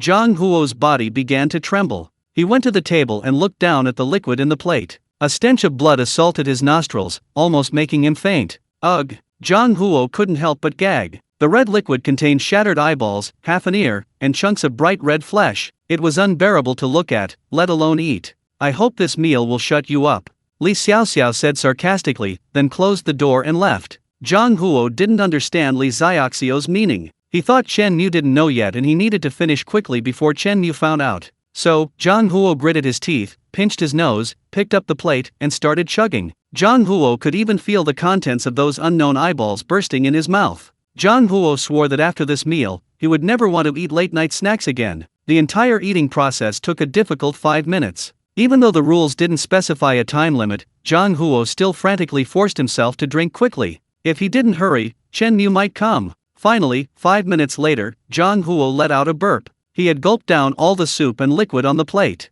Zhang Huo's stomach was numb, and his mouth was completely bloated. Aside from the strong smell of blood, he could barely taste anything. He figured he wouldn't want to eat anything for the next few days. Zhang Huo gasped for breath, forcing down his nausea. He carefully examined the table, making sure there was nothing else besides his plate. Zhang Huo shouted towards the door. "Manager! Come in quickly! I've finished my food. I've completed the bizarre mission, let me leave now." As soon as Zhang Huo finished speaking, the door opened from the outside. Li Xiaoxiao walked in. She glanced at the dining table, then at Zhang Huo, who was practically rolling his eyes in disgust, and nodded with satisfaction. "You eat pretty fast. If I'd known you could eat so much, I should have prepared more for you. You're probably still hungry. I'm so sorry for not being a good host. Zhang Huo was nearly driven mad with anger. How much more did you want to prepare? Did you want me dead? Chapter 80. Because I really have 100 ghost coins. Even though he wanted to curse Li Xiaoxiao to death inside, Zhang Huo still forced a smile on his face. That's enough, thank you for the treat. Zhang Huo said, preparing to leave. Wait, don't go yet, Li Xiaoxiao called out to him. Why? Didn't I already complete the task? Zhang Huo's heart skipped a beat. As the saying goes, if you haven't done anything wrong, you have nothing to fear. Zhang Huo had done too many wrong things, and he felt incredibly guilty. It's nothing. I just wanted to remind you that you completed your task very well, so you got an opportunity, Li Xiaoxiao said. An opportunity? What opportunity? See this little girl? Li Xiaoxiao pointed to the girl sitting next to her. She was a loser in the last mission. Logically, she should be executed. But we at Midnight Hotel don't like indiscriminate killing. If you give me 100 ghost coins, I'll release her, and she can leave here safely. What do you think? Zhang Huo was stunned, looking at Li Xiaoxiao as if she were an idiot. An opportunity? This is an opportunity? Damn it! What a disappointment. Zhang Huo thought it was a great opportunity to get some reward, a chance to make a fortune. Unexpectedly, Li Xiaoxiao's so-called opportunity was to make him spend money to save a little girl he didn't know. This is what she calls an opportunity? Zhang Huo had 1,000 ghost coins in his pocket. The source of these 1,000 ghost coins was actually quite interesting. Zhang Huo's series of articles had gained him a large following. Many people saw Zhang Huo as a savior in the apocalypse, one of the few remaining people with a conscience, and greatly admired him. In one of his articles, Zhang Huo lamented the decline of morality, saying, "If I had ghost money, I would definitely help those in need."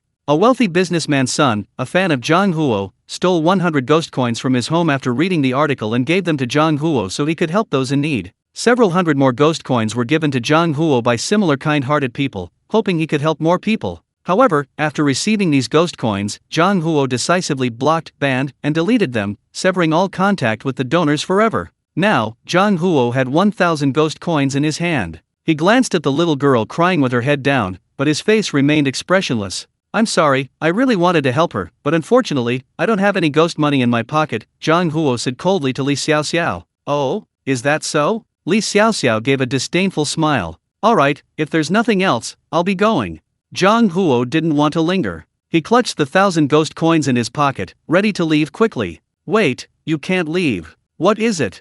Your mission failed," Li Xiaoxiao said, enunciating each word clearly. Zhang Huo looked shocked. "How is this possible?" He pointed to the empty bowl on the table. "I ate everything in that bowl. I even licked the broth clean. Are you sore losers? Do you dare break the rules?" Li Xiaoxiao said, "I didn't break the rules. You did finish the food in the bowl, but there was still food you didn't eat." "She's food too." Li Xiaoxiao pointed at the little girl. Zhang Huo was utterly shocked. What was going on? That little girl? Wasn't she the loser from the last mission? Why was she food too? Zhang Huo had only participated in one bizarre mission, and it was the simplest one. Faced with this situation, he was completely dumbfounded. Yes, she was crying with her head on the edge of the table, so she's food too. "You didn't eat her," Li Xiaoxiao repeated. "You're talking nonsense." Zhang Huo roared hoarsely, "The rules clearly state humans aren't food, yet you say she is. Are you taking advantage of my ignorance of the rules?" Li Xiaoxiao shrugged, "But how do you know she's human?"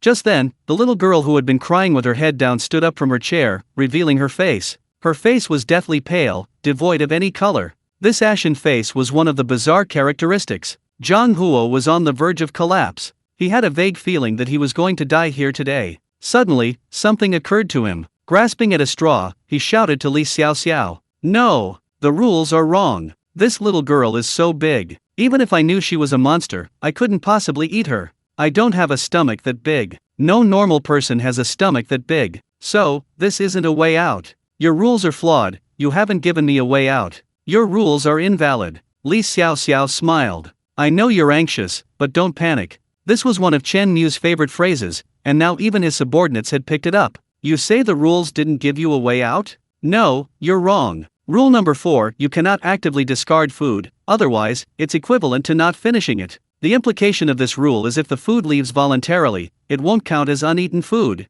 You can get the little girl to leave voluntarily, that's the way out for this bizarre mission. Moreover, I've already given you a chance. For just 100 ghost coins, you can save her and get her safely out of the hotel. Once she leaves, you won't have to eat her. But you refused to help her. Your reason was that you didn't have any ghost coins. But if I'm not mistaken, you should have plenty of ghost coins in your pocket. Mr. Zhang Huo, didn't you once say that if you had 100 million ghost coins, you would help others without hesitation? But why are you unwilling to spend 100 ghost coins? Because you really do have 100 ghost coins, right? Zhang Huo's eyes widened. He never imagined that his refusal would cut off his own path to survival. But, I don't even know her. Why should I spend my own money to save her?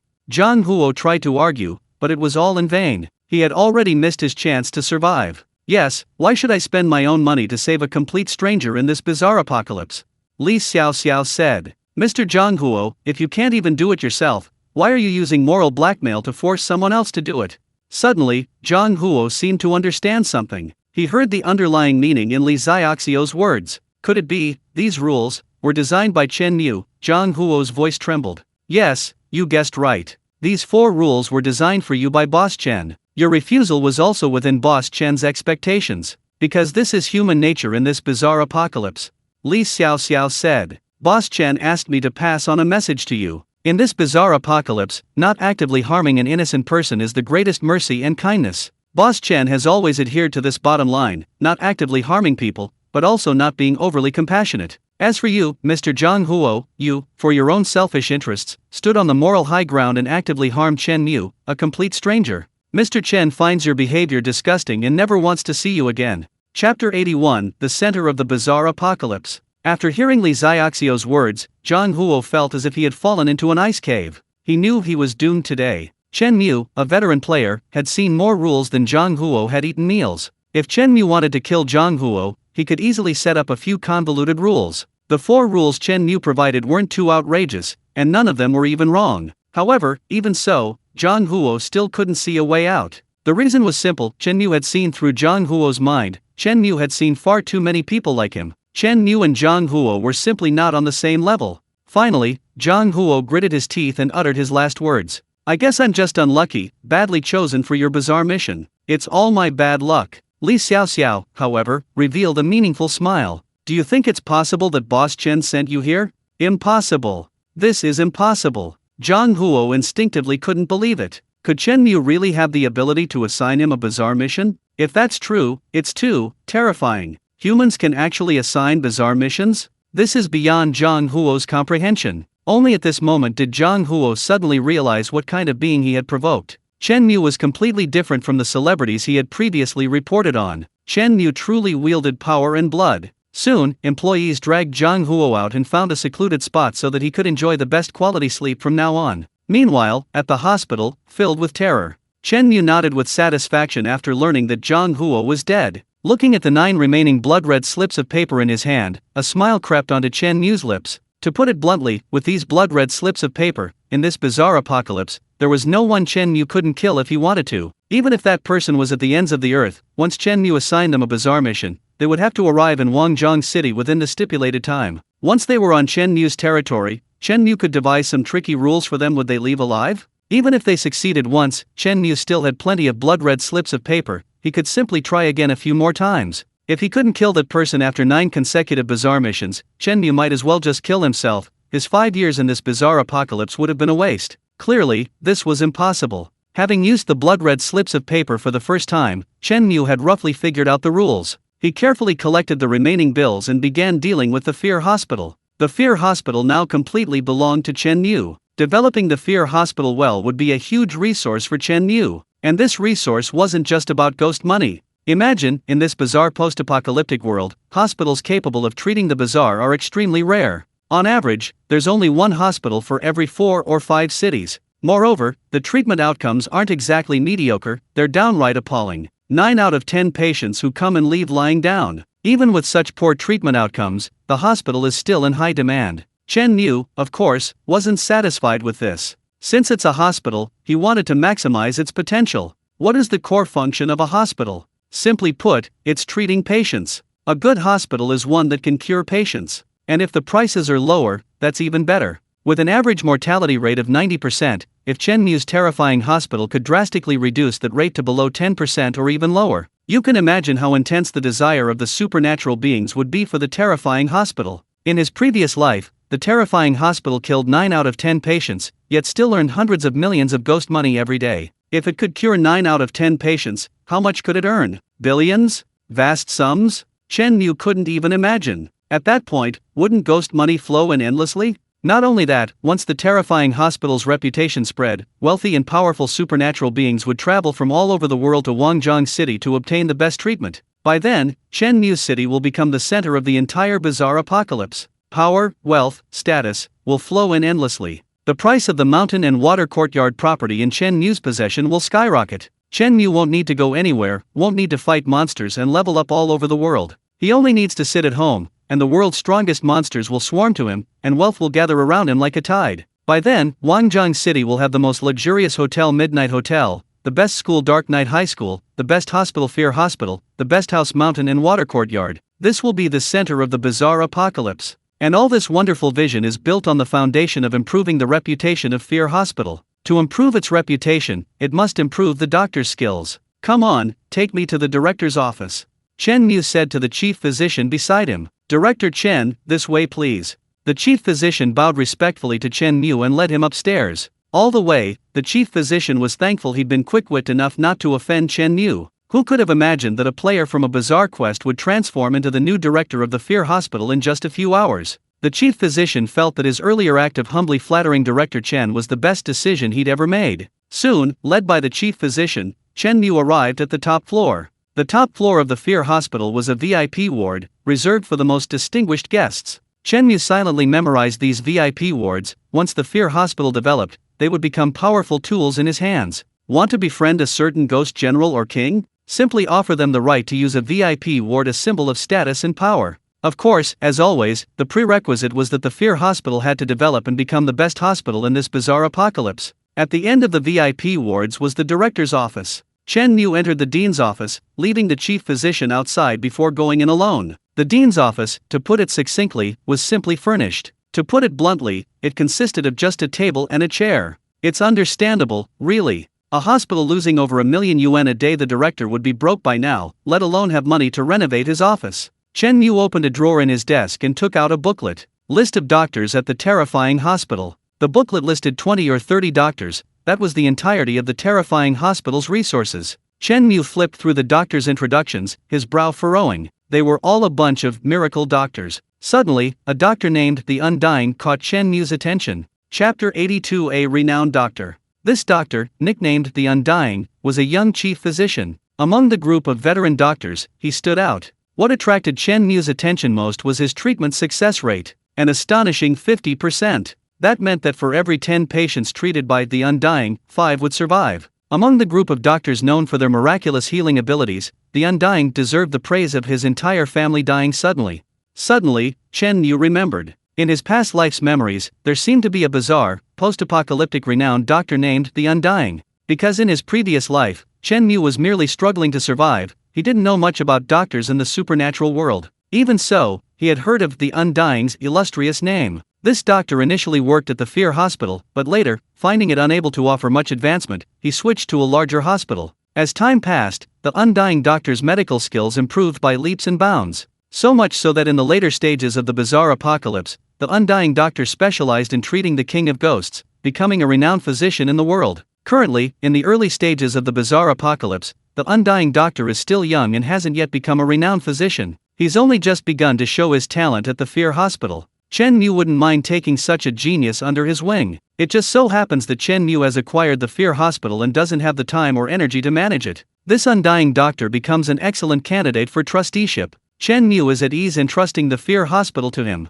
Someone, bring the Undying doctor here. Chen Mu shouted towards the door. A moment later, the head doctor hurriedly brought a young doctor into the office. You're the Undying doctor? Chen Mu asked, looking at the bizarre figure before him. This bizarre attire wasn't the typical image of a young, handsome, and promising doctor in a white coat. Instead, he was disheveled and more like a mad scientist. Only this kind of obsessive eccentricity could allow him to maintain his dedication to medical research in the chaotic and bizarre post-apocalyptic world, ultimately becoming a top-tier physician. That's me. What can I do for you, Dean? The incurable doctor looked at Chen Mu with some curiosity. As far as he knew, Chen Mu had topped the hospital's list of miracle doctors 3 times in just a few hours. 100% success rate, plus perfect patient reviews. Even the incurable doctor was extremely shocked by this achievement. As for how Chen Mu treated patients, the chief physician wasn't stupid. He certainly wouldn't tell the incurable doctor the specifics that would be too damaging to the dean's image. Whenever Indestructible inquired about this matter on the road, the chief physician would lavish praise on Chen Mu,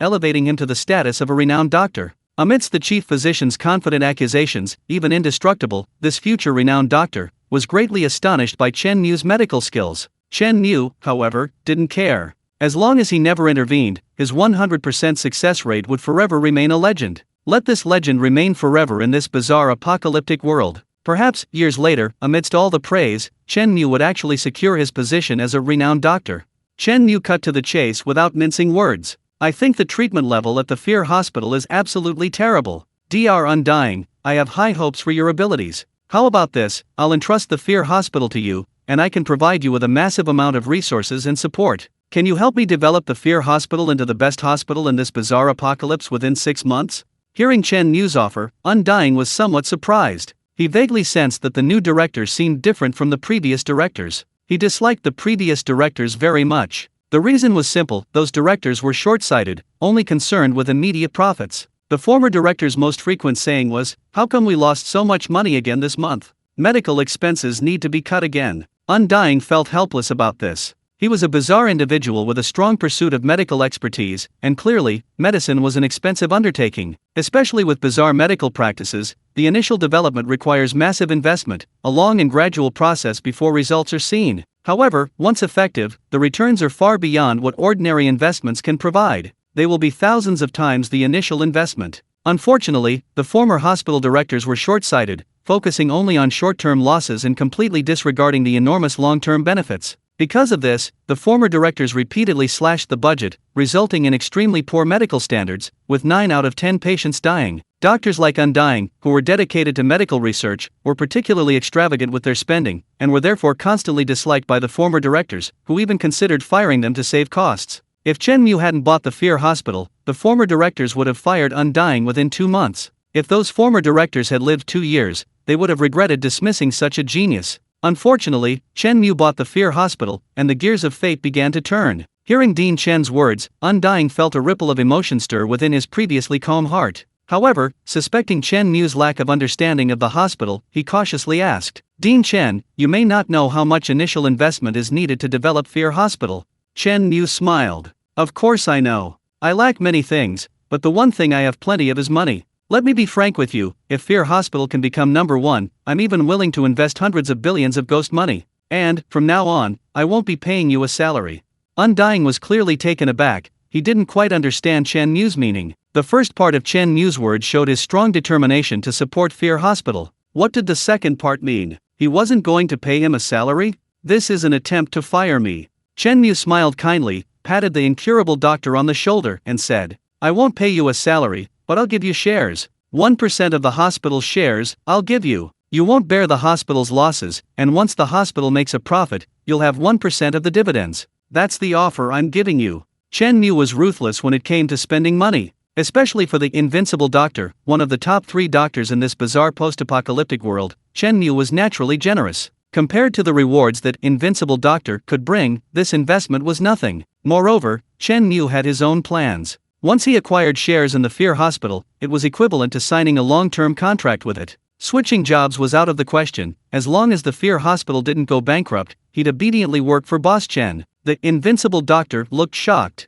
He never expected that Director Chen would offer such a high salary. Don't underestimate 1% of the shares. It might sound small, but this was the Fear Hospital, a behemoth worth $1 billion. Giving away 1% of the shares right off the bat, the invincible doctor had never seen such a generous boss before. Not just him, but in the entire bizarre post-apocalyptic world, there was no such generous boss. How does a boss show appreciation for an employee? Not with empty promises, but with tangible benefits. The higher the compensation, the more it signifies the boss's appreciation. To offer such high compensation, the boss must truly cherish him. Suddenly, Undying Doctor felt a surge of warmth. He thought, no wonder this boss has topped the list of top doctors 3 times, he's so much better than those short-sighted former hospital directors. Perhaps this is the mutual respect between true masters. Undying Doctor choked up a little, his talent had finally been recognized. A scholar would die for one who understands him. To have such a appreciative boss, his life had been worthwhile. Chapter 83. My only hobby is being Mr. Chen's dog.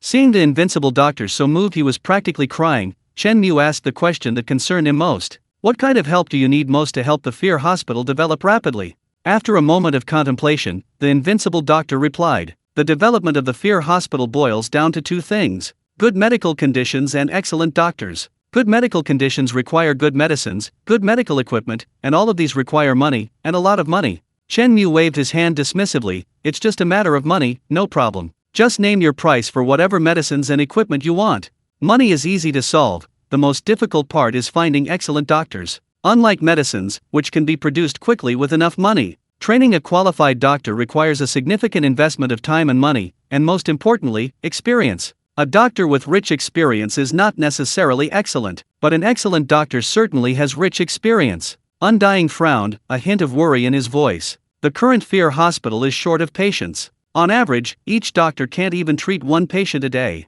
Without patients, doctors lack opportunities to practice and accumulate experience. As a result, becoming an excellent doctor requires significantly more time. This wasn't just a problem at the Fear Hospital. In fact, in the early stages of the Bazaar Apocalypse, all bazaar hospitals faced a patient shortage. The reason was simple: everyone was broke. At the very beginning of the Bazaar Apocalypse, both humans and monsters lacked ghost money. According to Chen Mu's observations, ghost money seemed to be slowly increasing in the Bazaar Apocalypse. As the Bazaar Apocalypse progressed, the amount of ghost money in the world began to increase dramatically. As for where this extra ghost money came from, no one could explain the mystery. The source of ghost money in the Bazaar Apocalypse became a huge secret. That said, since everyone was short of money, they naturally dared not spend it, especially not in expensive places like hospitals. Besides, the medical skills in bazaar hospitals were just so-so. Rather than spending tens or hundreds of thousands of ghost money to gamble on a 1 in 10 chance of success, many monsters chose not to waste their money.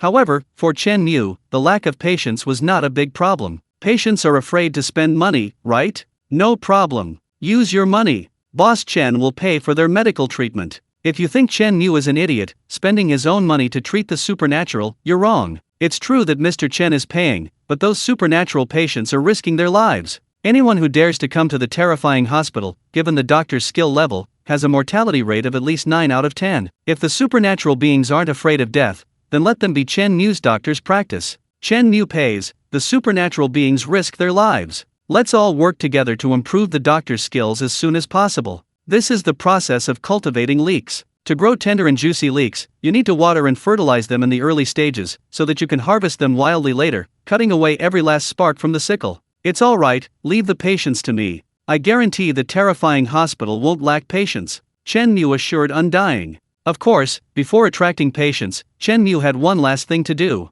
He had the chief physician summon all the doctors in the hospital for a meeting. A few minutes later, more than 20 doctors from the frightened hospital arrived at Chen Mu's office. They curiously sized up Chen Mu, looking at the young new director, wondering what he was going to announce. At the meeting, Chen Mu, who never liked small talk, went straight to the point. Starting today, Frightened Hospital will implement a bottom-ranking elimination system. At the end of each month, all doctors will be ranked. They will be ranked from top to bottom according to their treatment success rate. The doctor ranked last will be directly dismissed. This statement caused an uproar among the strange doctors present. This new director is too ruthless. He's starting to prepare for dismissals without saying a word? You have to understand, doctors are very scarce in the strange world. Even with such severe losses, the previous director didn't dare to dismiss any doctors. Dean Chen doesn't seem short of money, so why is he firing people right away? And it's a bottom-ranking elimination system. One person will be fired every month. Only the wealthy and powerful Chen Mu would dare to do this in this bizarre post-apocalyptic world.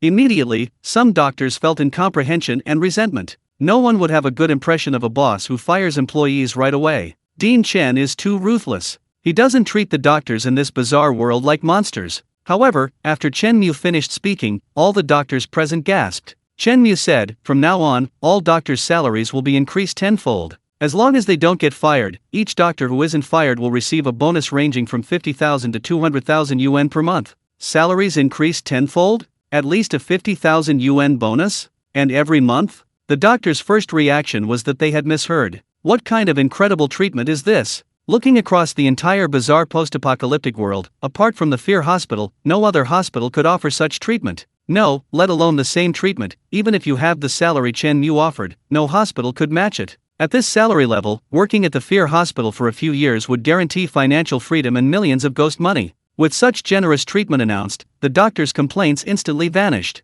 Dean Chen, please don't treat me like a ghost. What? You say Boss Chen is inhuman, treating his employees like dogs? What a coincidence. I, this ghost, have no other hobbies than serving Dean Chen. Roll. Everyone starts rolling up their sleeves. Just defeat your colleagues, persevere for a few more months, and you can earn wealth you could never earn in your lifetime. In an instant, all the doctors present were ignited with high morale. They couldn't wait to roll up their sleeves and start treating the bizarre patients. A smile crept across Chen Mu's lips. This was exactly the effect he wanted. Use the highest salaries to select the most outstanding talent and put them to work for him. Monthly layoffs didn't mean they wouldn't recruit new doctors. With such generous benefits, the hospital would have no shortage of doctors. With a constant influx of new doctors and the elimination of unqualified ones, the overall skill level of the hospital's doctors will soon skyrocket. As for the extra salary paid to the doctors, it's utterly insignificant to Chen Mu. How much can a single doctor earn, no matter how much? 10 or 20 million at most.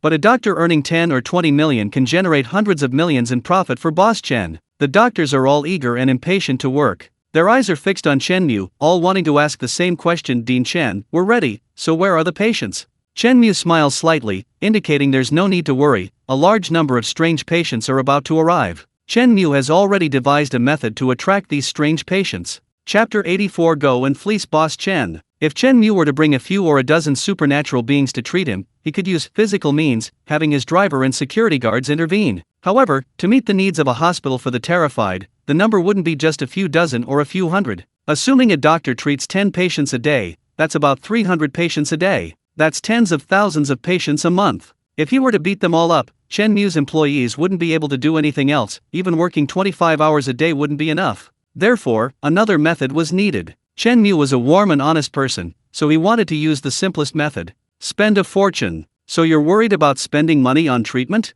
No problem, Boss Chen will treat you. You don't need to pay anything, at most a tiny price your life. However, directly offering it for free is definitely not an option. Supernatural beings are short of money, but they're not stupid. There's no such thing as a free lunch. When they hear you're offering it for free, their first reaction is there a trap? Directly offering it for free would actually be less effective. Therefore, Chen Mu decided to try a different approach: medical insurance. Each ghost in Wangjang City could purchase Chen Mu's medical insurance product for 10 ghost coins. Then, when that ghost fell ill, they would receive free treatment at the terrifying hospital. This way, the free treatment would be packaged as a product and sold to the ghosts. At 10 ghost coins, compared to treatment costs of hundreds of thousands, it was practically free. As long as Chen Mu lowered the medical insurance threshold and didn't set up any deceptive rules, the ghosts would quickly discover that Chen Mu's medical insurance had significant loopholes to exploit. The ghosts would naturally think that Chen Mu's medical insurance had a loophole, and they needed to quickly fleece him, going to the terrifying hospital to get whatever they wanted, whether sick or not.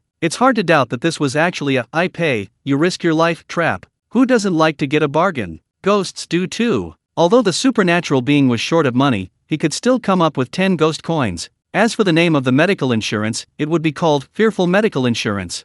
Soon, Chen Mu mobilized his employees to spread the news of the medical insurance, whether through word of mouth offline or various online advertisements. In less than half a day, many of the supernatural beings in Wangjang City knew about the medical insurance. Supernatural beings could be seen talking about it on the streets from time to time. Have you heard? That rich human boss, Boss Chen, he launched a special medical insurance product for us weirdos. I heard it's incredibly cost-effective. Of course I've heard. Just 10 ghost coins to get medical insurance. If you get sick, you can get free treatment at the terror hospital. Do you think it's true? Should we try it? Don't go, don't go. It's a scam. If you get sick, a trip to the terror hospital will cost at least tens of thousands. Medical insurance for 10 ghost coins to get you free treatment? What a dream. Do you want to believe him, or do you want to believe I'm the king of ghosts? But 10 ghost coins isn't much. What if it's true? Wouldn't that be a huge profit?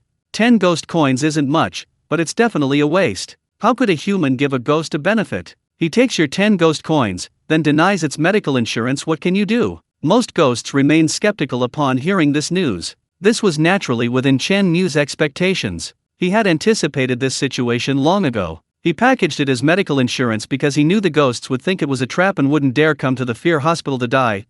Wouldn't dare come to the Fear Hospital for treatment. As it turned out, Chen Mu was right. Even packaged as medical insurance, most ghosts still didn't believe it. However, Chen Mu wasn't in a hurry, he needed some patience. Among the large number of skeptical ghosts, naturally, a small number wanted to try it. After all, 10 ghost coins wasn't much. If it really went down the drain, he could just consider it feeding Boss Chen. Not long after, 20 medical insurance policies were sold. These medical insurance policies could be purchased from Chen Mu's businesses. Buying them was very convenient. However, Chen Mu didn't provide medical insurance for his employees yet. The reason was simple: the hospital's current mortality rate meant 9 out of 10 of his employees had died. If all the employees died, who would work for him? He'd wait until the strange doctor's skills improved before providing medical insurance. That would be a real benefit. As for the employees, they never doubted Chen's decision. How could a boss as conscientious as Chen exploit the strange creatures? Chen must have his reasons for doing this. Those strange creatures who were bolder and had purchased medical insurance began tentatively visiting the Fear Hospital to see if the insurance was real. However, what shocked them occurred to them. When they arrived at the Fear Hospital, the reception nurses warmly welcomed them. These strange patients were pleasantly surprised to find that the Fear medical insurance actually worked. Not only that, the strange doctors were exceptionally proactive in treating them, showing no discrimination just because they had only paid 10 ghost coins. Even their dedication to treating patients was phenomenal. They were all incredibly enthusiastic, their work ethic exceptionally serious. Even the seasoned veterans among the eerie doctors began to become meticulous. The fear of medical insurance was actually real. Although out of 10 patients treated, 9 ended up being carried away in their beds, with only 1 surviving. That lucky survivor not only didn't blame the eerie hospital. For such a hospital, a 9 out of 10 mortality rate is quite normal, but instead, feeling incredibly fortunate, actively promoted the fear of medical insurance. Brother, I really can't believe it. The fear medical insurance is actually real. How do you know it's real? Because I just came out of the fear hospital. The doctors there were so friendly. I saw Mr. Chen's name on the list of top doctors, which means he really knows medicine and is giving us a benefit. Holy crap. Looks like I misjudged Mr. Chen. Mr. Chen is a living devil. Then hurry up and buy a fear medical insurance policy. This is a great opportunity to take advantage of Mr. Chen. With word spreading like wildfire, the entire Wangjiang City's supernatural beings were shocked to discover that the fear medical insurance seemed to be real. Boss Chen is actually using his own money to treat everyone for free. What? You're saying he only charges 10 yuan in medical insurance fees? Compared to tens or hundreds of thousands of yuan in treatment fees, it's practically free. Boss Chen is so evil. He's a real villain. I love him. As more and more people went to the fearful hospital, it wasn't long before some of them made a shocking discovery: the fearful medical insurance had a huge loophole. Chapter 85: The Undead Subway. Some of the 6 supernatural beings discovered that the verification process for the fear medical insurance was incredibly lenient. The nurses and doctors at the fear hospital didn't care when you got sick. Whether you got sick before or after buying the fear medical insurance, the doctors didn't care at all. This meant that if any supernatural being got sick, they only needed to spend 10 ghost coins to temporarily buy a fear medical insurance policy and could see a doctor at the fear hospital for free. Don't worry about whether the treatment would kill you, just ask how cheap it is. 10 ghost coins for treatment is practically a godsend. Such a huge loophole, and Boss Chen hadn't even noticed it. This is a sure way to fleece Boss Chen. Soon, all the 6 supernatural beings bought fear medical insurance and went to the fear hospital for free treatment. The previously deserted fear hospital became incredibly crowded in less than a day. A long queue formed at the hospital entrance. Seeing the increase in patients, the strange doctors didn't complain at all. Instead, they were glad they finally had a chance to gain experience. They worked diligently for Dean Chen, secretly praising his ability to actually bring in so many patients. Chen Mu stood on the hospital's top floor, looking out his office window at the countless strange figures queuing below, a broad smile spreading across his face. Haha, those strange figures never imagined that the loophole they thought they'd discovered, which they used to try and exploit, was actually something Chen Mu had deliberately left behind. The purpose was to bring sick, supernatural beings to the horrifying hospital for treatment, allowing Chen Mu's doctors to gain experience. As the number of patients increased, the horrifying hospital's morgue went into overdrive, burning the corpses of supernatural beings at full capacity. Countless supernatural beings eagerly crowded into the hospital, the vast majority ending up in the morgue, with only a lucky few recovering. The supernatural patients didn't complain at all, because that's how supernatural hospitals are. Besides, compared to other supernatural hospitals, the horrifying hospital's treatment level was already considered good. Thus, Boss Chen reaped the benefits from the supernatural patients, and ruthlessly at that, because they paid the ultimate price. Those supernatural patients who were exploited were all smiles, thinking they had gotten a great deal from Boss Chen. Naturally, this outcome was a win-win situation. Both the boss and the victims were happy. Chen Mu enjoyed this feeling, selling the supernatural beings and having them happily count their money. The supernatural beings excitedly called Boss Chen the living Yama, a term that, ironically, seemed plausible from both their and humanity's perspectives. Under the leadership of the incurable doctor, the supernatural doctors began rapidly correcting their shortcomings. Within a day, Chen Mu unexpectedly discovered that the mortality rate at the Fear Hospital had dropped from 90% to 85%. This was a very good sign, indicating that Chen Mu's strategy was successful. Perhaps before long, the Fear Hospital would truly become the best supernatural hospital in this supernatural apocalypse. Having taken over the Fear Hospital, Chen Mu controlled numerous businesses in Wangjiang City, effectively becoming its de facto ruler. Chen Mu could finally breathe a sigh of relief. He had established his own base. His next plan was to proceed in two directions. One direction was to further consolidate his base and ensure his dominance in Wangjiang City. Specifically, this involved acquiring more assets and recruiting more employees. The other direction was to expand beyond Wangjiang City. The bizarre post-apocalyptic world was vast. Wangjiang City was merely a starting point. Countless industries awaited his acquisition. Countless powerful figures awaited his alliance or elimination. His motto was, "Those who submit to me prosper, those who oppose me perish." That's how domineering he was, yet he didn't flaunt his power. Chen Mu disliked open confrontation. He preferred to conceal his strength. He'd smile to everyone's face, but secretly betray them, making them count the money for him, a strategy of subtle manipulation with underlying ruthlessness, a true killing blow to the heart. As Chen Mu pondered his future plans, there was a knock on his office door. "Come in," Chen Mu said, somewhat puzzled, wondering who wanted to see him. The office door opened, and a middle-aged man in a suit, looking rather eerie, walked in. The man in the suit greeted Chen Mu with a smile as soon as he entered. "Hello, Mr. Chen. I'm the owner of the Undead Subway," the man in the suit introduced himself. "The Undead Subway?" Chen Mu thought for a moment, and then it dawned on him. The so-called Undead Subway was originally the subway line in Wangjiang City. After the bizarre apocalypse, the Wangjiang City subway was corrupted by the supernatural, transforming into a bizarre scene, the Undead Subway. Chen Mu knew something about the Undead Subway in his previous life. He had once gone to the Undead Subway to carry out bizarre missions. Back then, it was truly a bitter experience. He had to be extremely careful at every turn to survive. Having been reborn and acquired numerous properties, Chen Mu hadn't yet had a chance to visit the Undead Subway. Chen Mu really wanted to buy the Undead Subway. After all, it was a transportation hub in Wangjiang City. Buying it would greatly enhance his control. Unfortunately, time had been too tight, and he hadn't had the chance to go. What was going on? The owner of the Undead Subway had taken the initiative to visit him? "Hello, please sit down. What brings you here?" Chen Mu was puzzled, but his face remained full of smiles. Chen Mu originally didn't like smiling. As a hot-blooded young man, he preferred straightforwardness and considered smiling to be insincere. However, after the brutal beatings of the bizarre apocalypse in his previous life, Chen Mu had matured considerably. He gradually realized that a smile was a form of camouflage.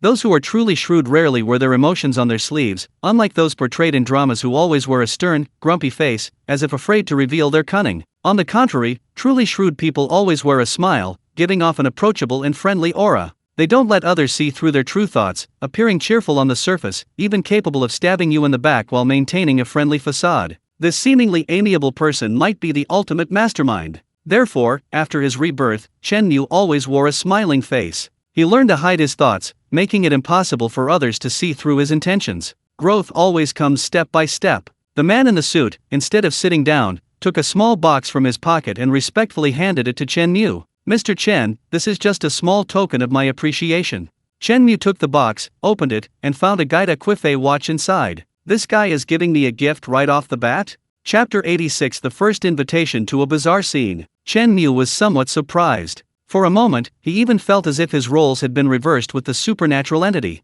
In all the previous supernatural scenarios, it was always Chen Mu who was giving gifts to the supernatural entity. Today, the roles were reversed. Chen Mu gradually realized that this was due to his increased strength and status. Now, Chen Mu had become the uncrowned king of Wangjiang City. Naturally, supernatural entities were asking him for favors, and some were even giving him gifts. "I heard that Mr. Chen likes watches. I hope Mr. Chen won't find them offensive." The supernatural entity in the suit smiled obsequiously, trying to please Chen Mu. To have a big boss from a supernatural scenario actively come to him to curry favor, Chen Mu wouldn't have dared to even imagine it in his previous life. "Thank you for your expense. I really like your gift." Chen Mu accepted the watch with a smile. He wasn't particularly fond of watches, but for a gift, a watch was expensive and small, making it a suitable option. Somehow, the rumor spread that Chen Mu liked watches. Receiving this strange gift made Chen Mu feel much better. After all, there's a saying, you can't hit a smiling face.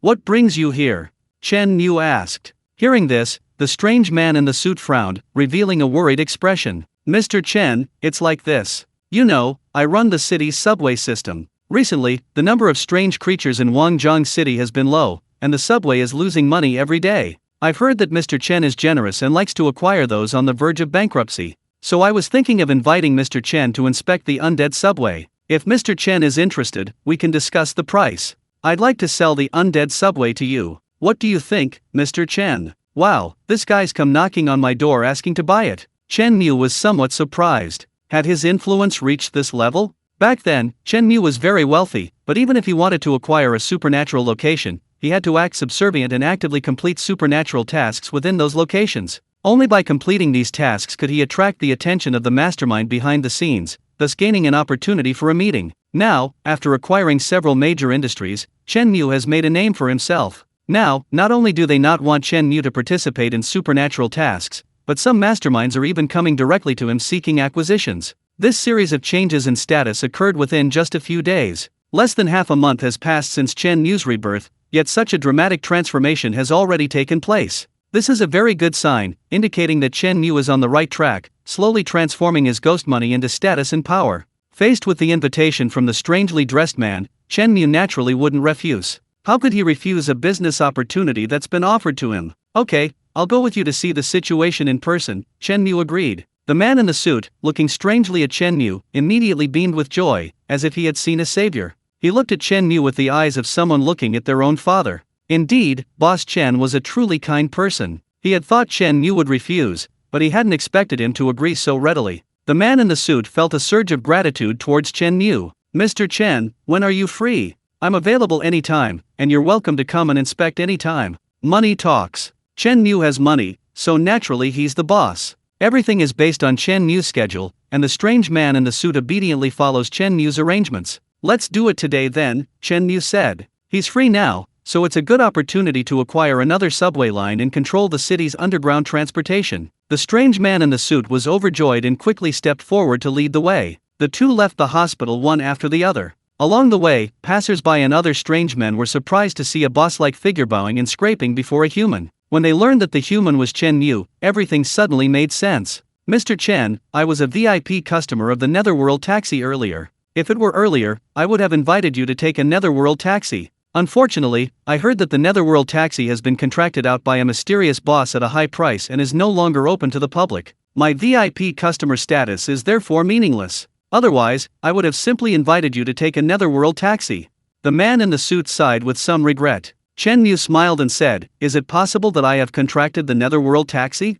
Then, to the man in the suit's astonishment, Chen Mu called his driver. After the two got into the Netherworld taxi, the man in the suit couldn't help but secretly admire Mr. Chen's wealth and influence. He had actually chartered the entire taxi, making it his private car. Sitting in the taxi, Chen Mu began to ponder. With so many properties and a mansion, shouldn't he find an opportunity to buy a luxury car next? Although the Netherworld taxi was impressive, there were definitely even more luxurious cars available. He'd order a custom-made one when he had the time. The Netherworld taxi was indeed fast. In less than 2 minutes, it stopped at the subway entrance. Before the driver could open the door for Chen Mu, the man in the suit was unusually attentive, proactively opening the door for him. It was clear that the man in the suit took this deal very seriously. Only Chen Mu had the power to prevent the man in the suit from being bankrupted and executed. Several human men and women were standing at the entrance to the Netherworld subway station. Undoubtedly, these men and women were the unlucky ones chosen by the Blood-Red Note to carry out a bizarre mission. When Chen Mu entered the Netherworld subway station, lines of blood-red text appeared before his eyes.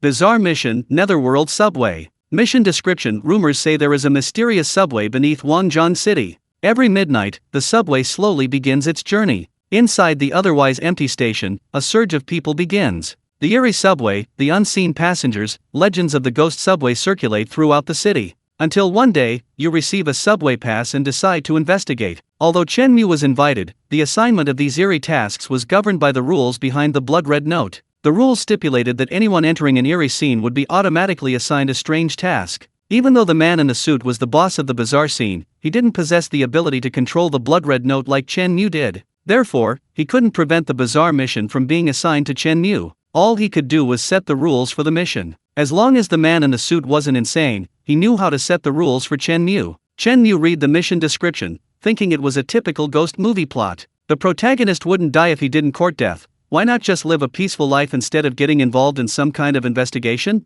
However, receiving the bizarre mission didn't faze Chen Mu at all. The big boss who set the rules was right beside him, and was even asking him for a favor. Forget about giving Chen Mu any difficult problems. If the entire bizarre mission made Chen Mu even slightly unhappy, it would be the big boss being a bit unreasonable. Chapter 87. We must satisfy Boss Chen. Clearly, the big boss was of sound mind. He had already arranged for all possible scenarios, clearly explaining everything to each employee, and he himself was personally accompanying Chen Mu, ready to handle any emergencies. Was Chen Mu's bizarre mission a test? Wrong. It was an opportunity for the big boss to prove himself. Also participating in the bizarre mission were several young men and women. When they saw Chen Mu get out of the car, their faces were filled with shock. Because they saw that before Chen Mu got out, a bizarre figure got out first, eagerly opening the door for him. And that wasn't all. The driver for Chen Mu was also a bizarre figure. They had heard that Chen Mu was wealthy, but they hadn't imagined he had reached this level. To have two bizarre figures serving him so attentively, this wasn't just ordinary wealth. Unbeknownst to them, the eerie figure who opened the door for Chen Mu was none other than the final boss of the ghostly subway. If they knew, their jaws would probably drop. At the subway entrance stood a male ghost. Seeing the group arrive, the male ghost began announcing the rules. Welcome, new attendants. I am your supervisor. As qualified attendants, you need to serve every passenger well and handle all kinds of emergencies. Attendant rules. Rule 1. As a qualified attendant, you need to have a good sense of time. There is 1 minute before the subway starts. Please enter the subway within 1 minute. Rule 2. You cannot refuse any request from passengers. Rule 3. If your surname is Chen, you are a high school student, and your height is 181 centimeters, then you can ignore rules 1 and 2. After the male ghost announced the first 2 rules, everyone present was stunned. The young men and women exchanged bewildered glances. We all understand the first rule, and the second rule is fine too, but what does the third rule mean? Surname Chen, high school student, 181 centimeters tall. Several people simultaneously turned their gaze to Chen Mu. Isn't this exactly what they're talking about? Come on, are all you weirdos this shameless? At least try to cover it up a little when you're giving preferential treatment. This rule is so outrageous, it's practically like they're writing Chen Mu's ID number down. Chen Mu was also a little embarrassed. What was wrong with these weirdos? I know you want to fawn over me, but you should at least be mindful of the impact. This is too blatant, it's really bad for the image. The male weirdo didn't seem to mind at all. If you don't fawn hard enough, it's the same as not fawning at all. The male weirdo wasn't stupid. Chen Mu was most likely his future boss. Would he dare cause trouble for his boss? Instead of hiding it, he might as well be open about it. He was fawning over Chen Mu. That way, he could leave a good impression on Boss Chen. The bespectacled boss, seeing how cooperative his employees were, showed a pleased expression. To follow the rules, the young men and women, after announcing them, raced towards the subway. There was a considerable distance between the above-ground subway station and the underground subway. To reach the station within a minute, they all exerted every ounce of their strength. It's safe to say that this was probably the fastest they'd ever run in their lives. The subway platform was unlit, making it easy to slip and fall while running in the dark. One of the men tripped and fell hard in the darkness. Despite the excruciating pain, he could only grit his teeth and keep running. Finally, after 55 seconds, the panting group barely managed to catch the subway. Meanwhile, Chen Mu, under the enthusiastic guidance of the big boss, leisurely walked towards the subway. Mr. Chen, you see, this is our entrance, it's been recently renovated. If you're not satisfied, Mr. Chen, I can renovate it again according to your requirements before selling it to you. The big boss in the suit explained the subway situation to Chen Mu, carefully observing Chen Mu's expression, afraid that Chen Mu might be dissatisfied. Once Chen Mu reached the underground, the previously pitch-black subway platform gradually lit up. The eerie dislikes light, so eerie scenes are mostly dark and gloomy. But with Boss Chen here, whether the eerie creatures liked it or not was irrelevant. The important thing was that Boss Chen liked it. Boss Chen liked bright lights, so no matter how much the eerie creatures preferred darkness,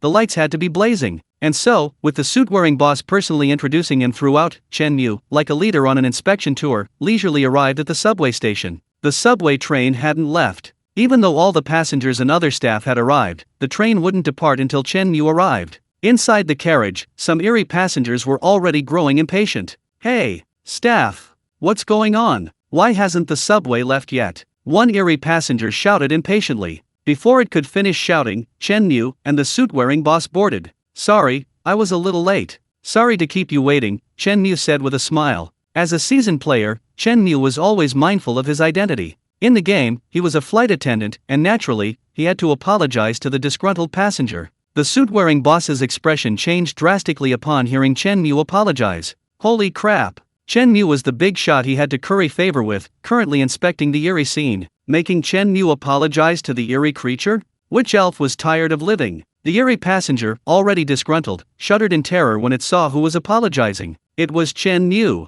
Where am I? Who am I? What did I just do? I think I yelled at Chen Mu, and now he's apologizing to me. The eerie passenger was on the verge of tears. In the entire eerie world of Wangjiang City, everyone knew the formidable reputation of Boss Chen. It was just impatient waiting, not tired of living. Mr. Chen, please let me explain, it's all a misunderstanding. The eerie passenger suddenly knelt down before Chen Mu, begging for his forgiveness. Faced with this dramatic scene, the other eerie passengers present didn't find anything amiss. It was as if, in their eyes, it was perfectly natural for the eerie passengers to apologize to Mr. Chen. Anyone who didn't know better would think Chen Mu had been pushing them too hard. Chen Mu sighed helplessly. He was now at a level where participating in eerie missions was something he could complete with his eyes closed. Even if Chen Mu were lazier and didn't want to walk, that wouldn't be a problem. The supernatural beings would naturally carry him to the destination. The subway slowly began its journey towards its final stop. The supernatural mission officially began, and the supernatural passengers started posing challenges to the conductor.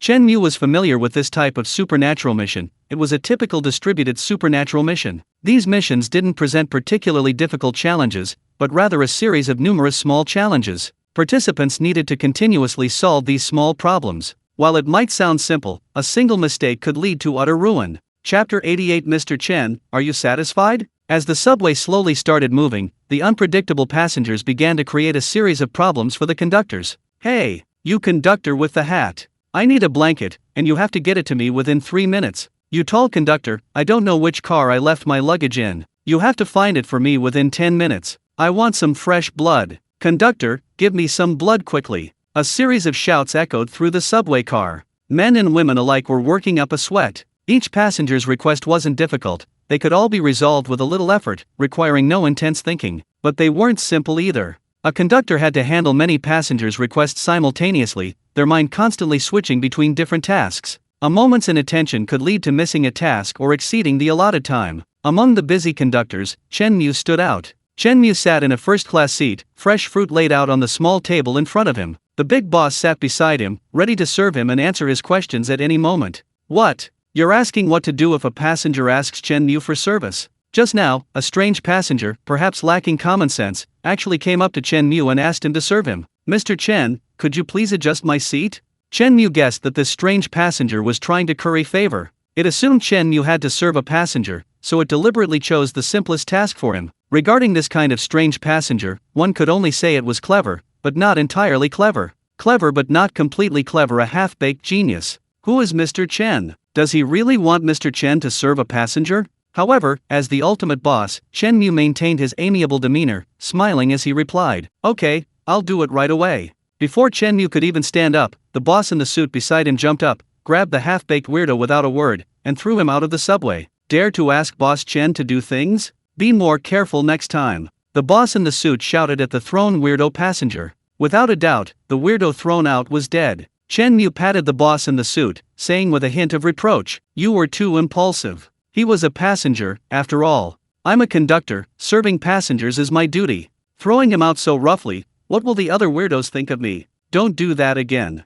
The boss in the suit nodded repeatedly. Yes, Boss Chen is right. It's all my fault for being too reckless. From beginning to end, Chen Mu played the good cop, maintaining a kind and gentle image. As for the good cop/bad cop role, let the boss in a suit play it. Before Chen Mu made his fortune, he had a feeling that most big bosses were always gentle and approachable, always smiling at everyone. Only the smaller bosses were mostly stern and fierce, always criticizing and punishing their employees. Only now that Chen Mu had become the behind-the-scenes boss, did he understand the intricacies of this dynamic. The reason is simple: everyone wants to be the good guy, but someone has to be the bad guy. It's impossible for the big boss to be the bad guy. So, the bad guy has to be the little boss. Like that half-baked, weird passenger, who offended Chen Mu, naturally had to be punished. If Chen Mu wasn't powerful enough and didn't have any subordinates, then Chen Mu would have to be the bad guy and throw the half-baked weirdo off the bus. But now that Chen Mu's power has increased, and he has a little boss like the weirdo in a suit under his command, then the dirty work of throwing the weirdo off the bus naturally falls to the weirdo in the suit. Chen Mu can even pretend to criticize and scold the weirdo in the suit a few times. In this way, in the eyes of others, Chen Mu is a gentle big boss, and throwing the weirdo off the bus was the weirdo in the suit's own decision, which the amiable Chen Mu didn't support. The goal of punishing the offender has been achieved, and Chen Mu has also left behind a gentle and approachable image. This is a win-win situation. Chen Mu won twice. Only after experiencing it firsthand did Chen Mu understand that power, status, and wealth can truly make people more docile, because someone else will do the undocile things for you. It's hypocritical, but the feeling is exhilarating. After making an example of him, no other foolish monster dared to ask Chen Mu to serve them. During the conversation, the other male and female participants were astonished to discover that the person sitting next to Chen Mu, always at his service, was actually the subway's big boss. How could they possibly compete like this? Everyone worked so hard on the missions, and even the lowest level monster could kill them. But Chen Mu, the final boss of the scenario, was directly serving as his underling. How could the difference between people be so vast?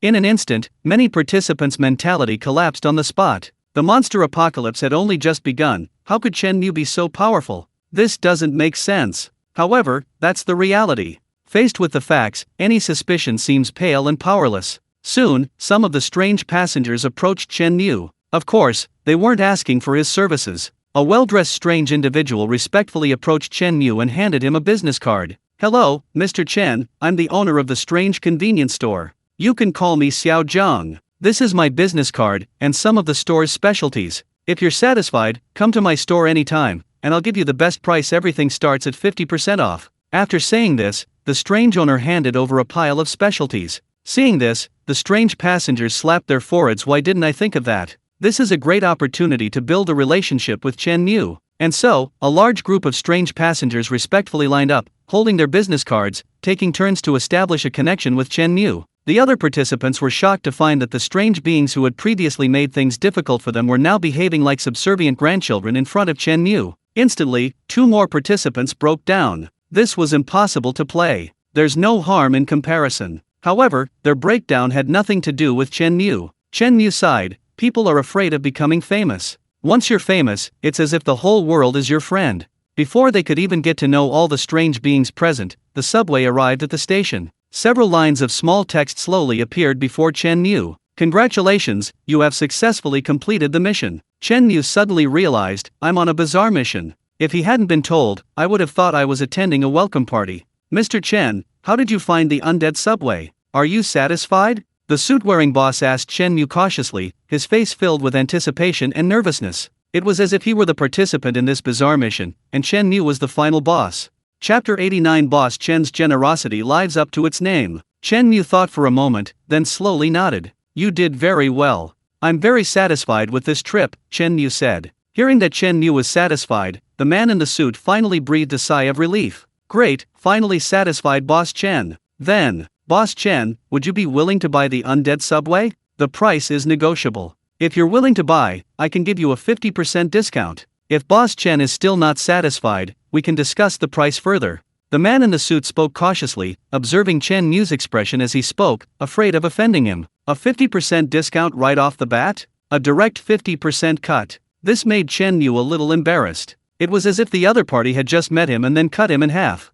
If he cut it any further, wouldn't Boss Chen seem unapproachable? Alright, that's the price. 50 million netherworld coins, I'll buy the subway. Chen Mu said. The undead subway only has one line, and it's quite short. Normally, the price should be between 1 and 200 million netherworld coins. Buying it for 50 million is like getting a 50% discount, which is a very good deal. After all, the undead subway is just a supplementary scenario, used to improve the city's operational efficiency, relying on Wangjiang City for its survival. Unlike scenarios like Midnight Hotel and Dark Knight High School, which are self-contained and enormous, capable of dominating even outside of Wangjiang City. What Chen Mu values isn't the short line itself, but the subway's future potential. This 50 million is equivalent to buying a complete seat, complete supporting equipment, skilled staff, and established procurement channels. As Wangjiang City develops, the undead subway will definitely need to be expanded. At that time, Chen Mu won't need to start from scratch, he can use the existing system. Upon hearing that Chen Mu was willing to buy the undead metro, The man in the suit beamed with delight.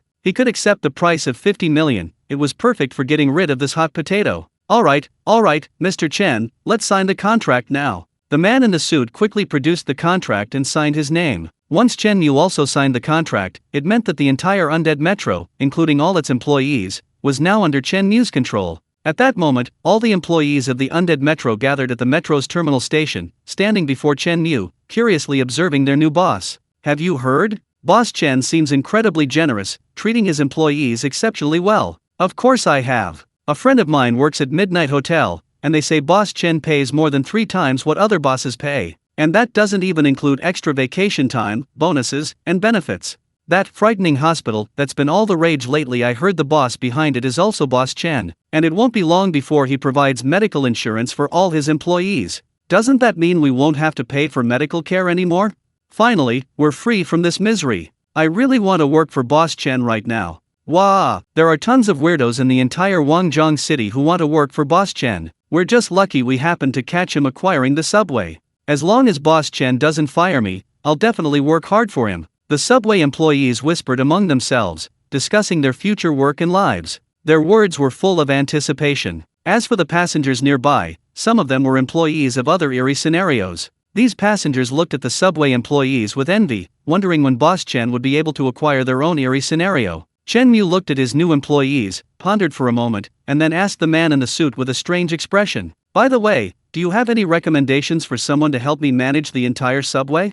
Because Chen Mu has many businesses, he can't do everything himself, he definitely needs to find a proxy. The undead subway isn't a core business, at most, it's a supporting business. Chen Mu can't devote too much energy to managing it." The man in the suit, looking strange, thought for a moment, then pointed to a male strange figure and said, "He's our station manager here. He was in charge of the subway operations before." Chen Mu looked at this male strange figure. What a coincidence. This was the same strange figure who had fawned over Chen Mu and practically recited his ID number when the rules were read out before the mission began. Being able to read out the rules already indicated a certain level of competence. Just like when Li Xiaoxiao read out the rules at the Midnight Diner, she was the second in command there. Chen Mu thought for a moment and nodded. "Alright, then you'll manage the undead subway. From now on, you'll continue as the station manager. As long as you work hard with me, your position will naturally rise as the undead subway expands." Eating the promise Chen Mu made, the male strange station manager was filled with excitement and immediately pledged his loyalty to Chen Mu.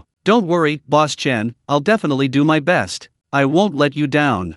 Chen Mu addressed the other employees. "From today onwards, the undead subway is officially integrated into the Chen Group. All employees will enjoy the same salary and benefits as other employees within the group. I don't have any other hobbies, I just love giving money away. All employees' salaries will be doubled. Everyone will enjoy a 4-hour extended holiday every day. There will also be annual bonuses, performance bonuses, and various other benefits. In addition, the group is considering tailoring medical insurance for employees to cover hospital expenses. Before long, all group employees will be able to enjoy medical insurance. The difficulty of accessing medical care will be a thing of the past. As long as you work hard for the group will not let any employee go bankrupt due to accidents or illnesses." Chen Mu didn't like to spout grandiloquent platitudes, he preferred to be straightforward, clearly stating the benefits and making the stakes clear. He who wins the hearts of the people wins the world. The hearts of the people are the interests. Sure enough, the subway employees present erupted in enthusiastic cheers without exception. Boss Chen's generosity was indeed legendary. Working for Chen Mu's company was a dream come true for many of the supernatural beings. My God, did I hear that right? Boss Chen is really this generous. I never thought I'd actually work for Boss Chen one day. Quick! I can't wait to get to work. The supernatural employees of the subway were excitedly shouting and yelling. In their eyes, Chen Mu was the only conscientious boss in this supernatural apocalypse. Working for such a conscientious boss, wouldn't your conscience bother you if you didn't ruthlessly exploit yourself? Besides, Chen Mu's business is still in its early stages. It will expand rapidly in the future. Rapid expansion means a need for manpower, which means plenty of opportunities for promotion and salary increases. As long as these guys work hard, their future is bright. Chen Mu had finished arranging the ghost subway and was preparing to return to the mountain and water courtyard to rest when his phone rang. The caller ID showed the driver's name. Why is he calling me? Chen Mu wondered. Chapter 90: Economic Crisis in a Strange World. The phone in Chen Mu's hand was the one the driver had given him. The driver had said that Chen Mu could contact him anytime through this phone, and if Chen Mu contacted him, the driver could arrive within 5 minutes, no matter where Chen Mu was in Guangzhou City. For the past 10 days or so, Chen Mu had been the one contacting the driver. The phone was indeed very reliable. The driver had never contacted Chen Mu first, because he knew very well that not disturbing the boss unless in an emergency was a matter of courtesy for subordinates. What was going on now? The driver had called him first? If Chen Mu wasn't mistaken, something urgent must have happened, and something important at that. Otherwise, the driver wouldn't have contacted him. Hello? Chen Mu answered the phone. Sure enough, the driver's voice on the other end of the phone was urgent. Boss, the security guards at Shanshui Courtyard just contacted me. They said a lot of strange things have suddenly appeared at the main gate. Those strange things are very powerful, most of them are at the level of Ghost Chief. They're currently blocking the entrance to Shanshui Courtyard, wanting to see you. Chen Mu frowned slightly. Okay, wait for me at the exit of the Ghost Subway. I'll be right there. After hanging up, Chen Mu gave the subway station manager a few instructions and quickly walked towards the surface. At the subway exit, the driver had already opened the car door and was waiting for Chen Mu. In this urgent situation, the two didn't say a word. After Chen Mu got in the car, the driver stepped on the gas and sped towards Shanshui Courtyard. On the way, Chen Mu's mind raced. Why would so many strange things come knocking? Could it be about the medical insurance? He had done something wrong. He had done a good deed, but accidentally caused the deaths of a group of strange things, and his family was seeking revenge. That doesn't make sense either. Those who come looking for him are all level 1 supernatural beings. These are bosses in many smaller supernatural scenarios. They value their lives and wouldn't buy health insurance. Could it be because his industry's rapid growth has cut off their source of income? That doesn't make sense either. He's practically monopolized his industry. Those in the same sector have long been wiped out. He can't influence other industries either. The logic is simple. Even if the Midnight Hotel is doing well, it won't affect the swimming pool's business. They're not competitors. Chen Mu pondered for a long time, then shook his head. Forget it, he'd wait until they got there. The driver was going very fast, the accelerator practically smoking. In less than 3 minutes, with a screech of brakes, the taxi came to a smooth stop at the Mountain and Water Courtyard. Chen Mu opened the door and got out. Just as the security guards had said, the entrance was crowded with a large number of supernatural beings. Judging by their numbers, there were at least 100. So many? Hundreds of supernatural beings. Almost all the elite supernatural beings in Wangjiang City have gathered here. One sharp-eyed supernatural being saw Chen Mu get out of the car and immediately shouted, "Boss Chen is here! Everyone, charge!" With his shout, hundreds of supernatural beings snapped out of their daze and immediately turned to look at Chen Mu. "Boss Chen! Boss Chen, don't go!" A huge horde of supernatural beings charged towards Chen Mu, howling. Chen Mu, however, was completely bewildered. What was going on? The driver and the security guard beside him, their expressions tense, formed a human wall in front of Chen Mu. As the strange creatures rushed over, Chen Mu noticed that each of them held several sheets of white paper. The creatures frantically waved the white papers at Chen Mu, shouting, "Boss Chen, look at my strange scene. My strange scene is about to go bankrupt. I can sell it at a low price. Boss Chen, save me. I'm selling it at 70% off. Only require payment in ghost money in person." Hearing the creatures' shouts, Chen Mu finally understood what they were there for. Clearly, they weren't there to cause trouble for Chen Mu. If Chen Mu wasn't mistaken, these creatures were the bosses of various strange scenes, large and small, throughout Wangjiang City. They had swarmed over, begging Chen Mu to buy their strange scenes. Why are so many bizarre bosses suddenly rushing to sell their bizarre scenes? Drawing on his past life's experience, Chen Mu pondered for a moment and figured out the underlying reason. If Chen Mu wasn't mistaken, this current period was actually witnessing an economic crisis and the bizarre apocalypse. Where there's ghost money, there's economic activity. Where there's economic activity, an economic crisis is inevitable. In the early stages of the bizarre apocalypse, ghost money was scarce. Not only were humans short of ghost money, but the bizarre creatures themselves didn't have much either. For ordinary bizarre creatures, it wasn't too bad. Without ghost money, they could just work harder for meager wages, barely managing to survive. But for those bizarre bosses, the situation was much worse. Maintaining a bizarre scene required spending money. Every minute, every second, money had to be poured into it. If it couldn't be maintained and the bizarre scene went bankrupt, these bizarre bosses would be executed by the rules. To prevent their eerie establishments from going out of business, the owners frantically searched for ghost money, but the supply was scarce. This caused an economic crisis in the eerie world due to the lack of ghost money. With the economic crisis, people were even more hesitant to spend ghost money, leading to a further reduction in its quantity. Those eerie owners on the verge of bankruptcy, desperate to survive, were rushing to sell off their establishments at rock-bottom prices to get rid of their burdens. Coincidentally, Chen Mu had recently acquired a lot of properties and implemented an expensive medical insurance program, clearly indicating he was flush with cash. Upon hearing the news, the desperate Erie owners naturally flocked to Chen Mu, pleading with him to buy their businesses. Looking at the contracts waving before him, Chen Mu realized his chance to make a fortune was about to arrive. Don't be fooled by the discounted prices. The owners were simply short of money and had no choice but to lower them. Once the economic crisis subsided, these businesses would be highly profitable. Chen Mu's purchase at a low price, gaining control of a large number of properties in Guangzhou City, was a guaranteed profit. The supernatural beings also understood this. Buying these properties now was indeed a sure win. But the problem was, how could they buy them without money? None of them had any ghost money, except for Chen Mu, who had a massive amount. Therefore, only Chen Mu could afford such an incredible bargain. Once the economic crisis is over, Chen Mu will have transformed himself, owning a large number of properties in Guangzhou City, meaning he will have complete control of the city. Having figured out the stakes, Chen Mu revealed a delighted expression. He shouted to the strange men waving contracts, "Don't rush, line up one by one. I'm a kind-hearted person, and I can't stand seeing others short of money. As long as the properties are good and the price is right, I'll buy them. I'm going to start a large-scale acquisition."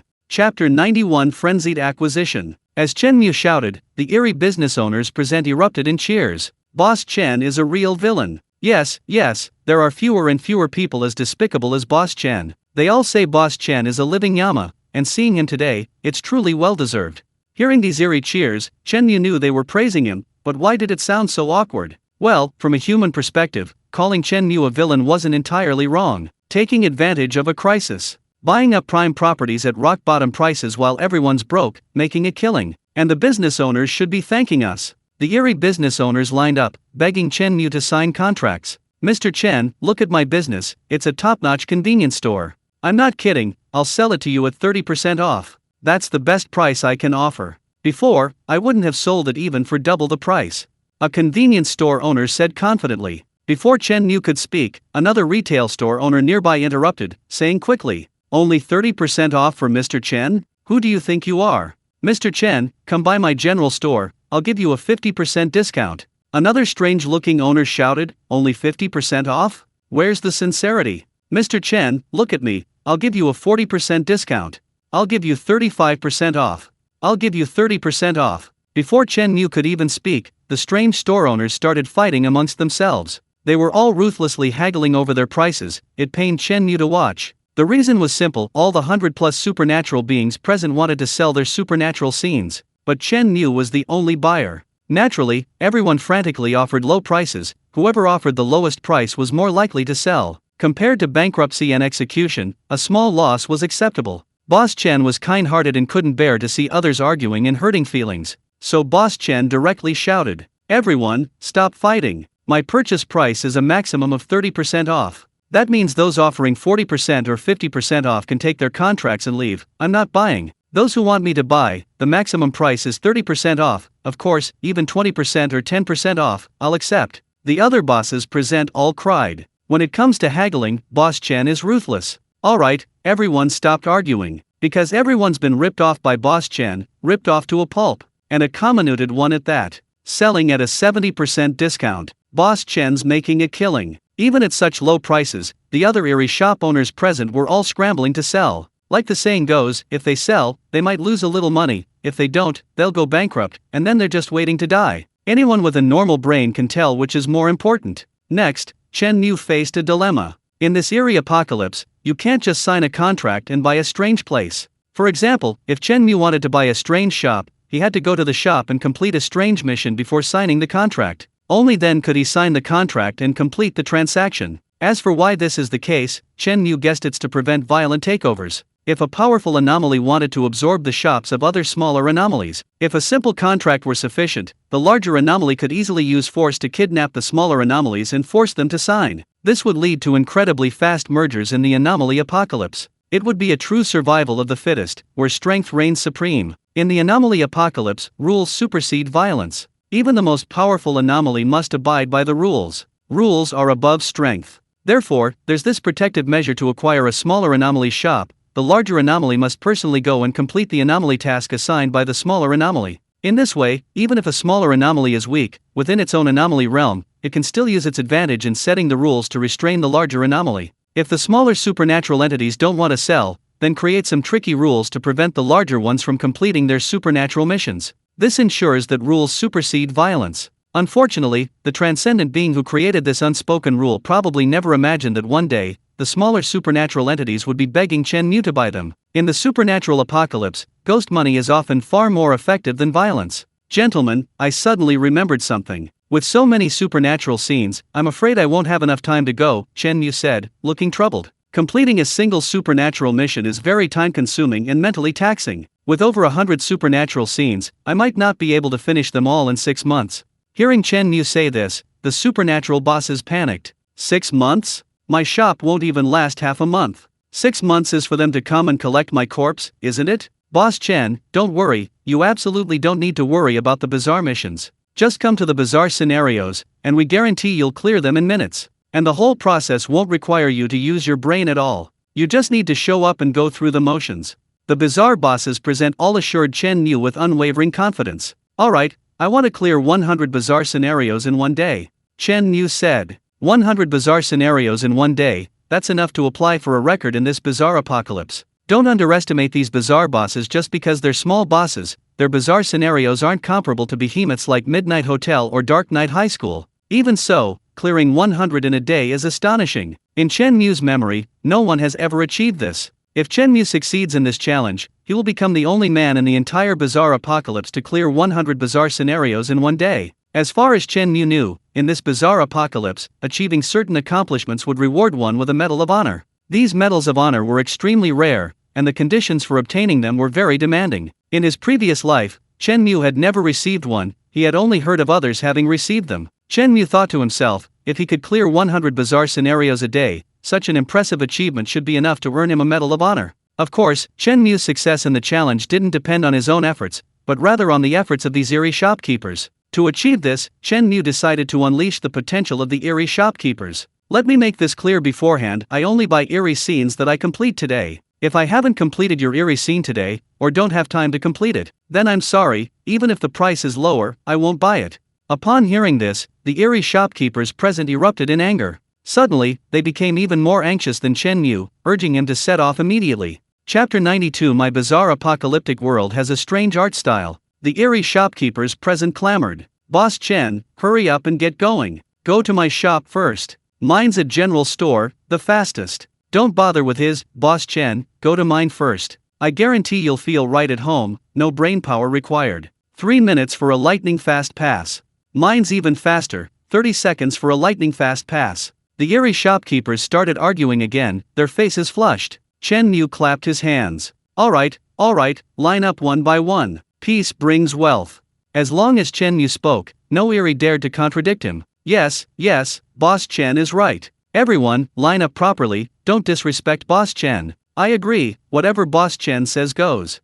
Chen Mu couldn't help but sigh. With enough money, you can command 100 followers anywhere. Even among the eerie, he could get a lot of agreement and praise. Following the queue order, Chen Mu first went to a bookstore. When Chen Mu and his group arrived, 3 humans were nervously waiting at the entrance. These 3 humans seemed to be unlucky enough to have drawn the bookstore's bizarre mission. However, when the 3 nervously entered the bookstore, they were surprised to find the bookstore was closed. Yes, they came to do a bizarre mission, but the bizarre scene was closed. This was the first time they had encountered such a strange thing. Normally, the bizarre scenes work 24 hours a day, never resting. No matter when they arrive, the bizarre scene will always be open to ensure maximum efficiency in killing humans. But the bookstore was a small business, with no employees, only the owner, a minor boss. The owner was in a hurry to sign a contract with Chen Mu, so naturally, he temporarily closed the bookstore. After waiting for more than an hour, the 3 finally saw the bookstore owner returning. Wait, something seems wrong. Besides the bookstore owner, there was a massive horde of eerie creatures. Judging by their numbers, there were at least 100, and they were all leader-level monsters. The 3 of them nearly exploded at the sight. Holy crap, we're just participating in a small-scale eerie scene, does it really need this kind of setup? 100 eerie creatures serving the 3 of us? We don't deserve this privilege. The 3 of them were almost in tears, thinking they were definitely going to die here today. However, when the massive horde of eerie creatures approached, the 3 rubbed their eyes and looked closely. Then, they were shocked to discover that these 100+ eerie creatures were actually surrounding a human. This human seemed vaguely familiar, like Chen Mu? The bookstore owner fawned, Mr. Chen, look, this is my bizarre scenario. I guarantee you won't regret buying it.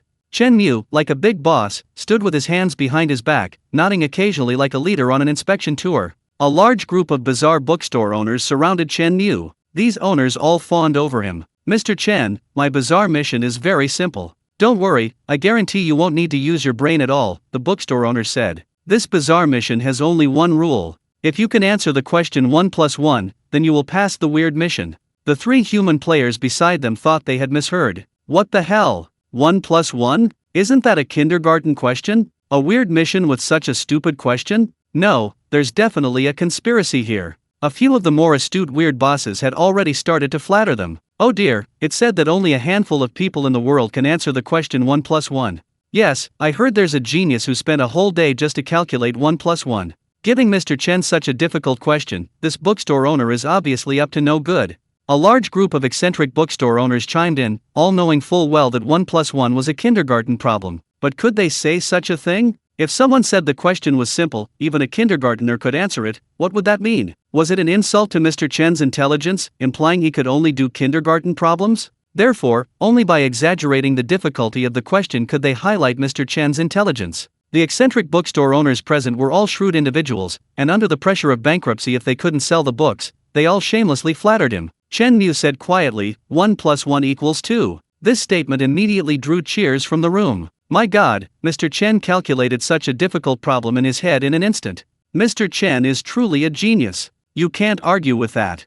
I admit, Mr. Chen is the smartest human I've ever seen. The bookstore owner excitedly declared, in all these years, Mr. Chen is the first to answer this difficult question. I have the utmost respect for Mr. Chen. I declare Mr. Chen has successfully passed the test. Hearing this barrage of bizarre praise, coupled with the bookstore owner's successful pass, the three humans beside him exchanged bewildered glances, their jaws practically dropping in astonishment. Holy crap! What's going on? This actually works? The three of them suddenly felt their worldview had been turned upside down. Could it be that all the supernatural beings have been demoted, turned into idiots? If that's the case, then passing all the supernatural missions from now on will be a piece of cake. One of the three suddenly became excited and said to the eerie shop owner, "Boss, I can answer it too. The result is 2. Does that mean I've passed the level 2? Hearing this, the bookstore owner frowned. Where did this guy come from? Go wait over there. These are special rules for Boss Chen. You think you're worthy? There are other rules for you. I'm busy here. You three can wait." Hearing the bookstore owner's words, one of them completely lost his composure. He thought the eerie entity had become an idiot, but it turned out he was the idiot himself. This isn't answering questions. This is all about social niceties. We're all human, so why are some people fawned over by the eerie entity, while others have to fawn over it? The difference is too great. Amidst the flattery of the eerie shop owners, Chen Mu was ushered to the next eerie scene. And so, the entire Wangjiang city erupted in chaos. As the news spread, countless people curiously opened their windows to watch Chen Mu being surrounded by eerie figures on the streets outside, participating in a bizarre mission. Amidst the eerie throng, cheers erupted intermittently. Boss Chen is amazing. He even managed to crack such difficult rules. This is truly beyond my expectations. I wish Boss Chen were my dad. Time ticked by, and Chen Mu, at the beckoning of various eerie bosses, frantically completed eerie tasks at an average rate of 1 every 5 minutes. If this eerie post-apocalyptic world had anti-cheat measures, Chen Mu would undoubtedly be labeled as cheating. Chapter 93: Buying the entire Wangjiang city. It was noon, and Chen Mu was getting hungry. Whose turn is it next for the eerie scene? Chen Mu asked. Boss Chen, it's my turn, the eerie convenience store. A strange-looking face approached with a smile, carrying a takeout bag. The eerie figure said, Boss Chen, my eerie mission rules are simple. You need to finish this steaming bowl of beef noodles within 2 hours to complete the mission. Don't worry, I heard you like noodles, so I got this beef noodle soup from a human shop. If you don't want beef noodles, just tell me, and I'll change the rules to what you want.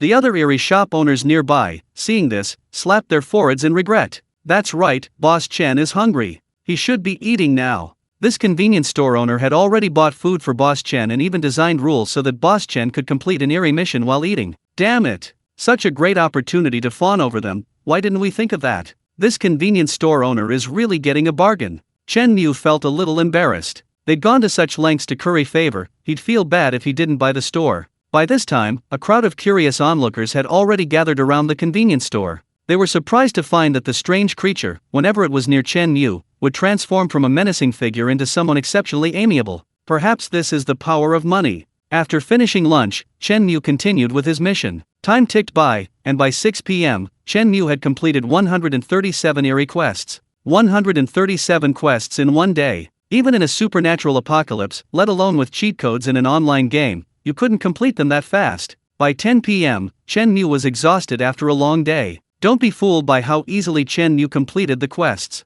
He still had to walk back and forth. During the day, Chen Mu had walked through most of Wangjang City. An ordinary person would have collapsed from exhaustion long ago. Moreover, each time he entered an eerie scene, he was affected by some eerie energy. This is why some players feel a sense of relief and exhaustion after completing a quest and leaving an eerie scene, wanting nothing more than to get a good night's sleep. As a high-level eerie master, Chen Mu could resist some of the eerie energy. In addition, Chen Mu's strength would increase slightly after each contract signing, offsetting some of the corrosive influence of the eerie energy. This allowed Chen Mu to endure over 100 eerie scenes. Chen Mu assessed his strength. He had already broken through to the advanced level of the eerie master realm, and the next step was the peak. While over 100 eerie scenes couldn't compare to a behemoth like Dark Knight Academy, they still provided a significant boost to his strength. Chen Mu had a feeling that acquiring a few more eerie scenes would allow him to break through and reach the peak of the eerie master realm. He wondered if his ability to distribute eerie notes would be enhanced after the upgrade. Why don't we take a break? I've been running around all day, and I'm a little tired, Chen Mu said to the bosses behind him. Upon hearing Chen Mu's words, everyone immediately panicked.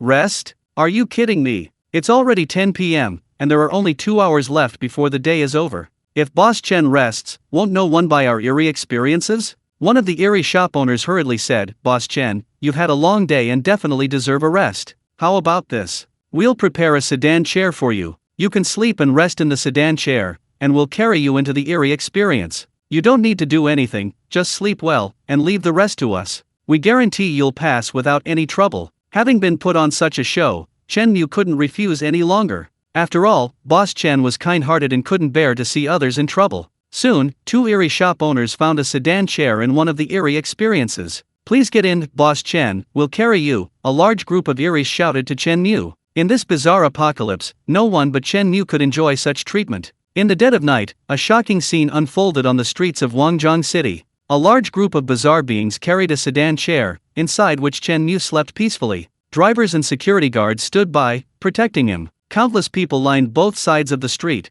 watching this grotesque spectacle. Everyone watching couldn't help but ask themselves, is this still the bizarre apocalypse? Are our bizarre apocalypse and Chen Mu's bizarre apocalypse truly the same thing? Although they were in the same time and space, the experience felt so jarring. The sedan chair was spotless, clearly having been cleaned beforehand. Chen Mu lay inside, taking a comfortable nap. In his sleep, Chen Mu heard an intermittent voice outside the sedan chair. Congratulations, Boss Chen, on clearing the level. The blood-red words before Chen Mu's eyes kept updating. Congratulations on clearing the silent amusement park. Congratulations on clearing the hot spring resort. Congratulations on clearing the drowning swimming pool. As each blood-red character flashed by, Chen Mu's clearance count was increasing rapidly. Chen Mu couldn't help but sigh. It's good to be rich. This was truly a fully automated, AFK clearance. Except for the Fallen Mall, all the major powers in Wangjang City had been acquired by Chen Mu. This large-scale acquisition also brought most of the eerie scenes in Wangjang City into his possession. Buying all the eerie scenes in Wangjang City was equivalent to buying Wangjang City itself. Less than a month after his rebirth, he had bought an entire city. Midnight. Chen Mu suddenly felt that the area outside the sedan chair had become quiet. After resting for 2 hours, Chen Mu regained his energy. He lifted the lid of the sedan chair and looked out. Good heavens, all those eerie bosses were quietly waiting for him outside the sedan chair. Is it over? Chen Mu asked. Yes, Boss Chen. You've completed all the eerie scenes in Wangjang City, the eerie creature replied. Good, then bring the contract over, I'll sign it. Chen Mu always kept his word, especially for a profitable deal like this. It must have been exhausting for those eerie creatures to have explored and completed all the eerie scenes in Wangjang City in just one day. As each contract was signed, Chen Mu felt the power within him accumulating. He was showing signs of a breakthrough. The eerie bosses were overjoyed. With the contract signed, the bankruptcy of the bizarre scene would no longer concern them. The sword of death hanging over their heads had finally been removed. And they'd even get some money. As for how much, in this world, where could they find ghost money?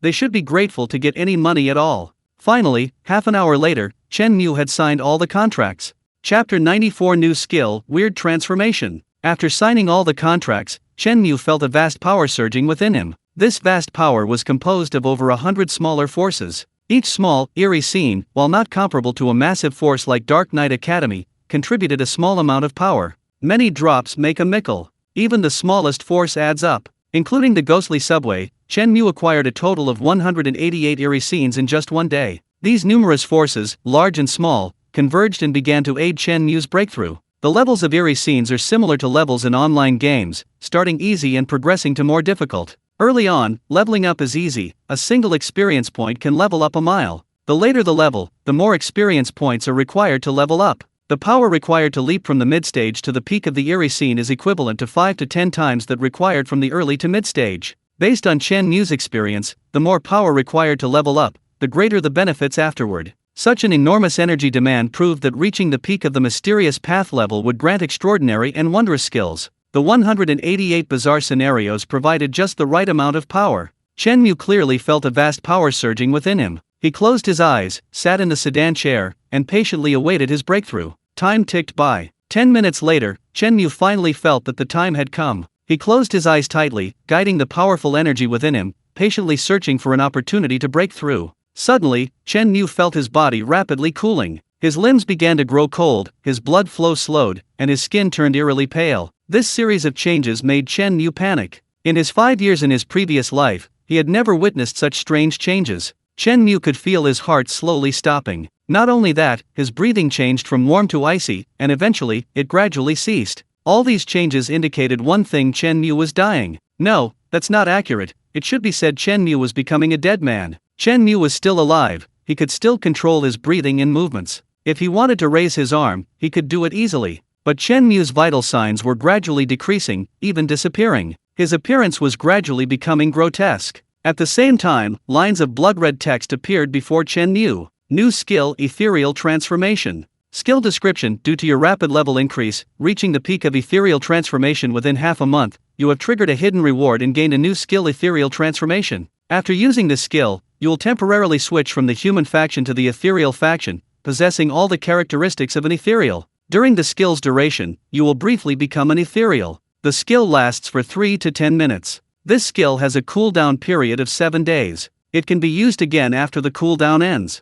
Tip: the blood red node is distributed to humans, meaning it cannot be distributed to ethereals. During the 3 to 10 minutes you are in a bizarre state, the blood red node cannot be assigned to you, allowing you to avoid bizarre missions. If you unfortunately find yourself in a bizarre mission and want to end it immediately, you can use this skill. Once you become a bizarre being, the bizarre mission will automatically be lifted, and you can leave the bizarre scene at any time. If Chen Mu remembers correctly, this is the first bizarre skill he has obtained. Not only is it his first since his rebirth, but it was also his first in his previous life. In the bizarre apocalypse, bizarre skills are even rarer than ghost money and bizarre items. When a person possesses a bizarre skill, it can be said that they possess certain bizarre abilities, completely transforming them into a tangible ability that stays with them until death. However, obtaining a bizarre skill is extremely difficult. In his previous life, Chen Mu survived for 5 years in the bizarre apocalypse without obtaining a single bizarre skill. This demonstrates just how difficult it is to acquire. One major reason is that supernatural skills cannot be stolen from others. Even rare supernatural items can be stolen from the corpse of the person you kill if they are not bound to another. With supernatural skills, however, the skill dissipates along with the person you kill, it is not lost. In short, obtaining supernatural skills requires genuine skill and ability. It's something you must acquire yourself. Chen Mu examined his entire body. Now, in both appearance and demeanor, he was indistinguishable from a supernatural being. What are the benefits of temporarily transforming a person into a supernatural being? In fact, there are many benefits. First and foremost, it prevents attacks from wandering spirits and wild ghosts. Wandering spirits and wild ghosts only attack humans, not their own kind. Furthermore, by virtue of their supernatural identity, one can infiltrate among supernatural beings, gaining considerable convenience and intelligence. Then, equally obvious, is the increase in strength. While humans can also acquire supernatural energy and gain supernatural power levels, this energy wasn't designed for humans. For humans to acquire supernatural energy is akin to defying the natural order. Naturally, the human body cannot unleash its full power. At the same level, a human's true strength is about 30% weaker than a supernatural being. When Chen Mu advanced to the level of supernatural leader, the owner of the mountain and water courtyard dared to cheat him, partly because Chen Mu's strength was more than 30% lower. This emboldened him to extort Chen Mu. With the ability to transform into a supernatural being, Chen Mu can activate this transformation to instantly boost his strength in situations requiring brute force. Finally, and most importantly, there are 2 points in the tip. First, transforming into a supernatural being grants immunity to the distribution of blood-red slips of paper. This seems useless, as the distribution of blood-red slips is completely random. No one knows when they will receive one. The ability to transform into a monster only lasts for a few minutes. Who can guarantee that their transformation will coincide with the distribution of the crimson slips, thus granting them immunity? Coincidentally, Chen Mu can. This is Chen Mu's advantage from his rebirth. Before his rebirth, Chen Mu had received many blood-red notes. So far, the blood-red notes received after his rebirth have all been at the same time as before. For example, during the Dark Knight High School incident, Chen Mu remembered the time before his rebirth, and received a blood-red note at the same time after his rebirth. Therefore, when the next blood-red note is about to be distributed, Chen Mu, based on his experience from his previous life, can transform into a strange entity in advance, avoiding having to undertake certain strange tasks again. Chapter 95 Achievement Badge, Quest Master. In addition, there's a second point. When a bizarre mission is halfway through, Chen Mu can use his ability to transform into a bizarre being, thus forcibly leaving the mission. This is no less important than the bizarre general level item, the Death Armor. If, later in the mission, Chen Mu encounters certain bizarre scenarios where even violating the rules once would prevent him from successfully completing the mission, he can then use this skill to force an exit. It's like having an extra chance to save his life. A single ability to transform into a bizarre being brings so many benefits. Chen Mu couldn't help but marvel at how rare bizarre skills are. After reviewing his bizarre skills, a few more lines of small, blood-red text appeared before Chen Mu. Level up. Bloodstained notes increased. For each eerie scene you own, the number of bloodstained notes has increased from 2 to 5. Furthermore, bloodstained notes now have a recovery function. The bloodstained notes consumed each time will be replenished after 7 days. Chen Mu calculated that he now possessed nearly 200 eerie scenes. Among them, there were 5 large scenes like Midnight Hotel and Dark Knight High School, and 188 medium and small eerie scenes. It can be said that, apart from the Fallen Mall and the Misty Museum, Chen Mu had acquired the vast majority of the eerie scenes in Wangjong City. Chen Mu had 193 eerie scenes, each capable of distributing 5 bloodstained notes, meaning he could distribute nearly 1,000 bloodstained notes in total. If Chen Mu wanted, he could send nearly 1,000 people into these eerie scenes every 7 days. In this bizarre post-apocalyptic world, someone of this size would be considered a mid-level behind-the-scenes boss. Don't forget, only half a month has passed since Chen Mu's rebirth. The trillions of ghost money Chen Mu possessed hadn't decreased in the past half month. In fact, it had increased with each expenditure. If fixed assets like the bizarre scenes were included, Chen Mu's net worth had already exceeded 1 trillion. Chen Mu was quite satisfied with his achievements. However, Chen Mu waited for a long time but didn't receive an achievement medal. This shouldn't be. He had completed 188 bizarre missions. Who in the entire bizarre apocalypse could achieve such an accomplishment? Especially in a single day, it was unprecedented and unlikely to be repeated. After waiting another 10 minutes, just as Chen Mu was about to give up, a line of golden text suddenly appeared before him. Congratulations! You have successfully completed 189 bizarre missions within 24 hours. Achievement, Mission Master. 189 bizarre missions, including the Undead Subway and 188 medium-sized bizarre missions. As these golden characters appeared, a golden badge appeared in Chen Mu's hand. The front of the badge was engraved with 4 large, dark gold characters. Mission Master. A dense, eerie aura swirled around the badge. Simply holding the badge made Chen Mu feel exceptionally comfortable. Clearly, the eerie aura surrounding the badge had a subtle but significant effect on enhancing his strength.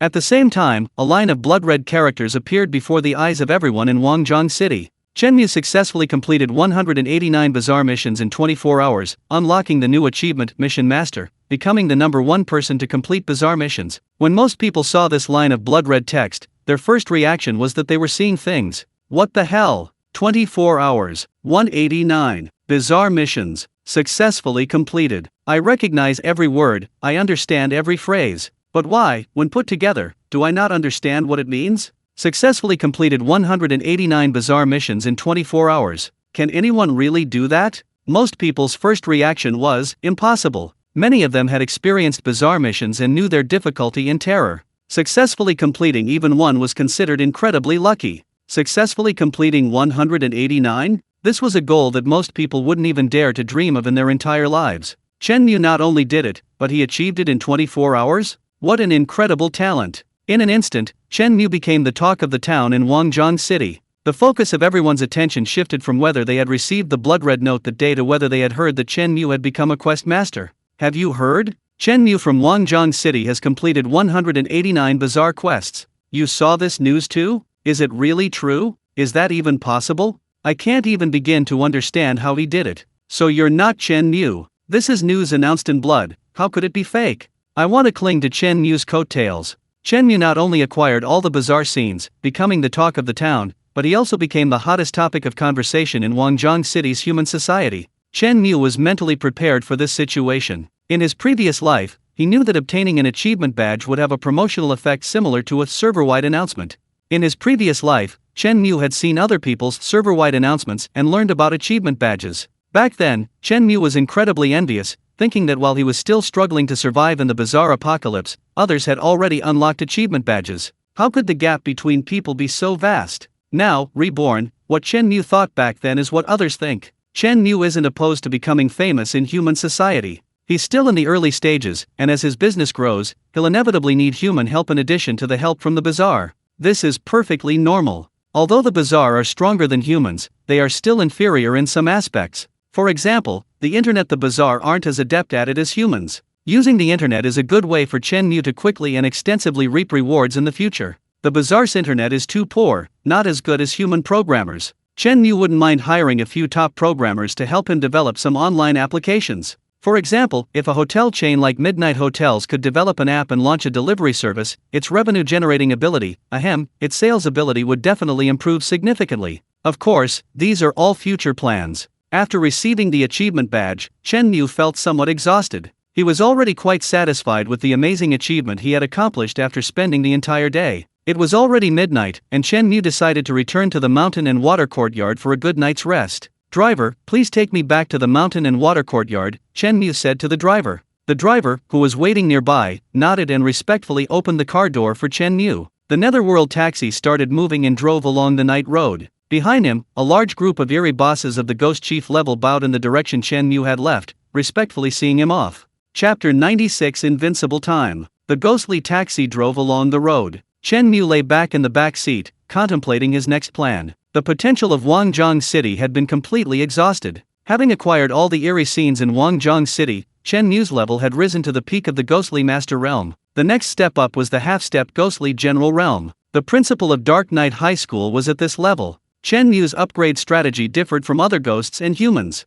The ghost's common upgrade method was accumulating ghostly energy. As long as there was enough ghostly energy, the level could be increased. The ways to accumulate ghostly energy included, but were not limited to, absorbing ghostly energy, including ghostly energy existing in nature, as well as ghostly energy emitted from ghost money, items, etc. This is one of the reasons why ghost money was particularly popular with ghosts, killing humans, extracting ghostly energy from human deaths, using items. Humans could not directly absorb ghostly energy, so the most common way to increase their level was by performing ghostly missions. By completing ghostly missions, they obtained absorbable ghostly energy or items that could increase their level. Besides these conventional methods, the world is full of wonders. There are many unconventional methods that can also pave a path to leveling up. Take Chen Mu, for example. Chen Mu's method of leveling up is truly unique. He levels up by spending money. That might be a bit crude. To be precise, Chen Mu levels up by spending money to acquire bazaar scenes. In the bazaar apocalypse, spending money to acquire other people's bazaar scenes can bring you bazaar energy.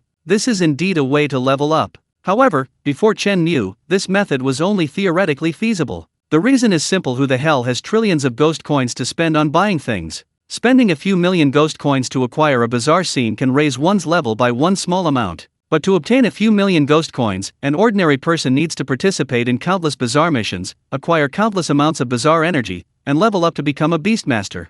At that point, buying another bazaar scene will have a limited effect on leveling up. Ultimately, everyone was just broke. But Chen Mu was different. He had a unique advantage. Therefore, in the bazaar apocalypse, he forged a path to success by acquiring bazaar scenes. The value Guangzhou City could offer had reached its limit. Chen Mu had squeezed the entire city dry, acquiring all the bazaar scenes, thus reaching the pinnacle of the bazaar world. To advance further, Chen Mu needed to acquire even more bazaar scenes. Therefore, Chen Mu's gaze would inevitably turn to other cities. Acquiring more cities, even acquiring the entire bazaar apocalypse, this was Chen Mu's upgrade path. Which city should he target next? Chen Mu began to ponder. When Chen Mu pondered, he liked to look out the window. The scenery outside the car window could give him some inspiration and relax his anxious mind. Just then, Chen Mu suddenly noticed two people dressed in black waving at the Netherworld taxi at the intersection ahead. Ignore them, keep driving, Chen Mu said to the driver. Actually, even without Chen Mu's reminder, the driver wouldn't have stopped.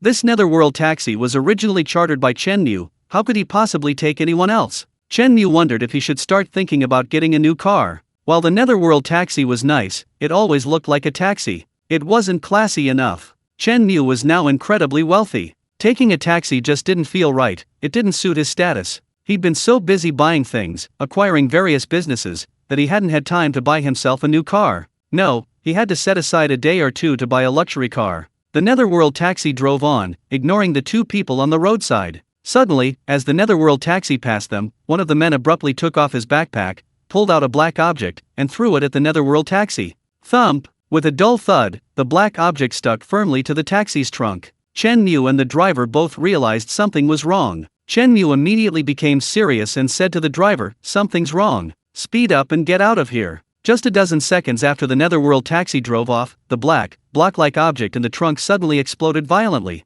Flames shot into the sky. The immense shockwave from the explosion created a white shockwave that spread outwards from the trunk. The intense flames instantly engulfed the entire Netherworld taxi. The outward-spreading shockwave shattered all the windows on both sides of the road. Such a powerful explosion would have reduced an ordinary vehicle to dust, and the passengers inside would have been blown to smithereens. The two men dressed in black who threw the bomb had already fled the scene and were running frantically through an alley. Upon hearing the violent explosion in the street, their faces lit up with a wide smile. Ha ha ha, mission accomplished. I didn't expect Chen Mu's security to be so poor, letting us succeed so easily.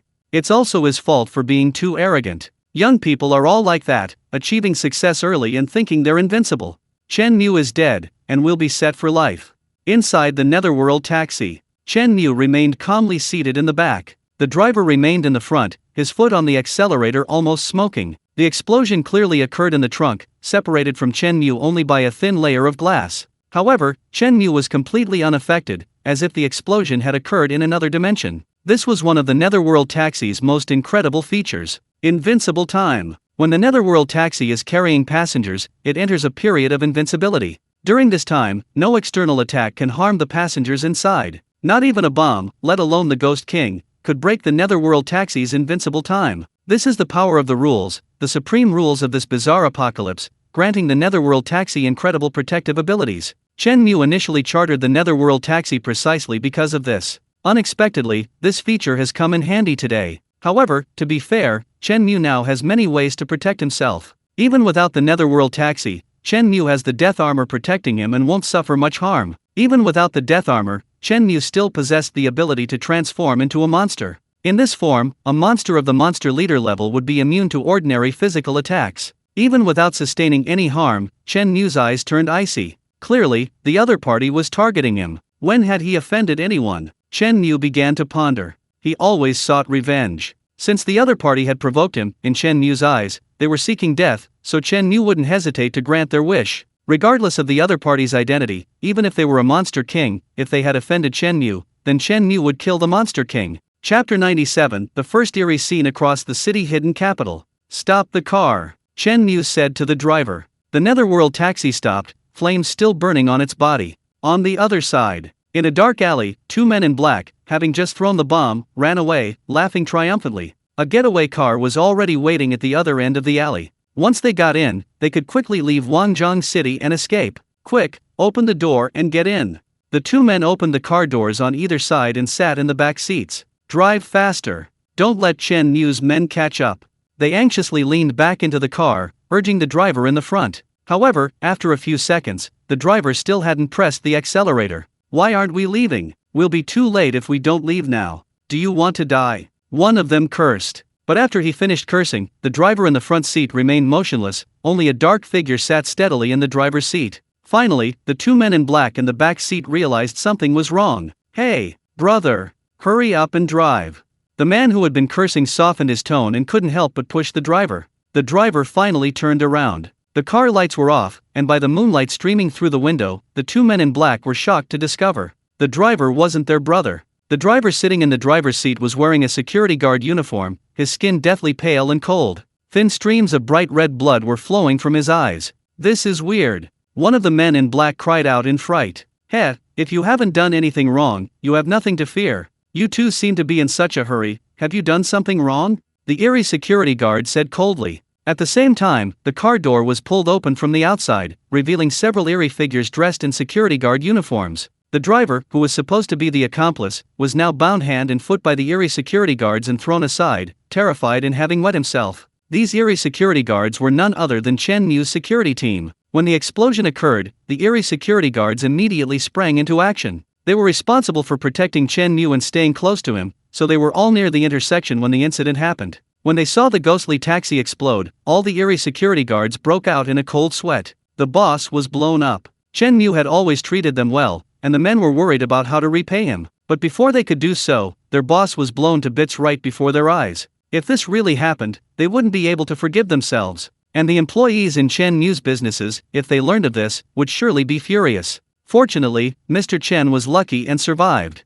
Seeing that the ghost taxi was unharmed, the security guards immediately snapped out of their daze and gave chase to the fugitives. These eerie security guards were Chen Mu's elite troops, each at the peak of the ghostly master level. The two men in black were just ordinary humans, completely defenseless. So, the guards went to the other side of the alley ahead of time, subdued the getaway car and driver, and waited for the two to walk right into their trap. Boss, all three have been caught. The eerie security guard addressed the head of security. All right, take them to Boss Chen's place, the head guard replied. Looking at the eerie creatures escorting them, each a peak-level ghost chief, the three men were terrified. Didn't they say Chen Mu was just a rich man with some money? Just a wealthy businessman? Yeah, how come Chen Mu has so many ghost chief subordinates? I fucking regret coming to Wangjiang City. The three men were on the verge of tears. They could already imagine the consequences that awaited them. Soon, the three men were escorted back to the crossroads. The Netherworld taxi hadn't gone far. After Chen Mu ordered it to stop, it stopped near the crossroads. At this moment, the three humans were horrified to discover that the Netherworld taxi was completely undamaged. Clearly, they didn't know the concept of invincibility time. They only knew that Chen Mu's methods were beyond their comprehension. Completely undamaged after a violent explosion. What kind of heaven-defying power was this? The exterior of the ghostly taxi was still engulfed in flames from the explosion. Chen Mu's driver got out and respectfully opened the door for Chen Mu in the back seat. Amidst the raging flames, Chen Mu, with an eerie and respectful bow, slowly stepped out of the car. Under the dark night sky, the burning red flames made Chen Mu appear as if he had become a ghostly king emerging from hell. The eerie security guards beside him also bowed in submission to Chen Mu. Chen Mu walked through the flames and slowly approached the three men. I heard you wanted to kill me?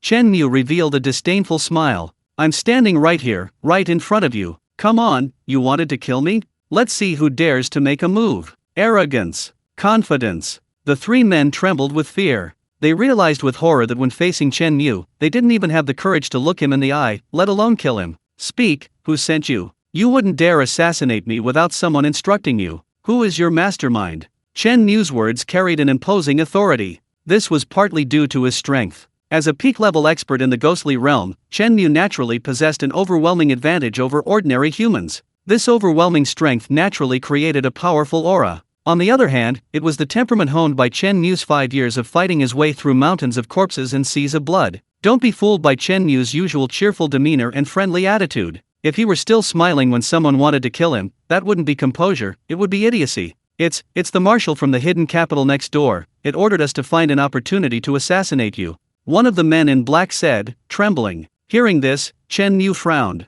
The hidden capital. Chen Mu had heard of its formidable reputation in his previous life. The so-called hidden capital is also a city, and it's not far from Wangjiang City. Geographically, hidden capital is right next to Wangjiang City. However, unlike Wangjiang City, hidden capital is not the city's original name. Before the bizarre apocalypse began, the area where hidden capital is located was called Linshui City, a larger city than Wangjiang City. After the bizarre apocalypse began, many places gradually transformed into eerie scenes. The terrifying thing is that, a little over a month after the bizarre apocalypse, the entire city of Linshui suddenly transformed into a bizarre scene without warning. Yes, the entire city turned into a gigantic, eerie landscape overnight, and it lost all contact with the outside world. After that, Linshui's name changed. People no longer saw it as a human city, but rather as the first city completely taken over by the supernatural. So, people gave it a new name. They called it Hidden Capital, meaning a city utterly hidden in darkness. Some even speculated that it had become the capital of the supernatural.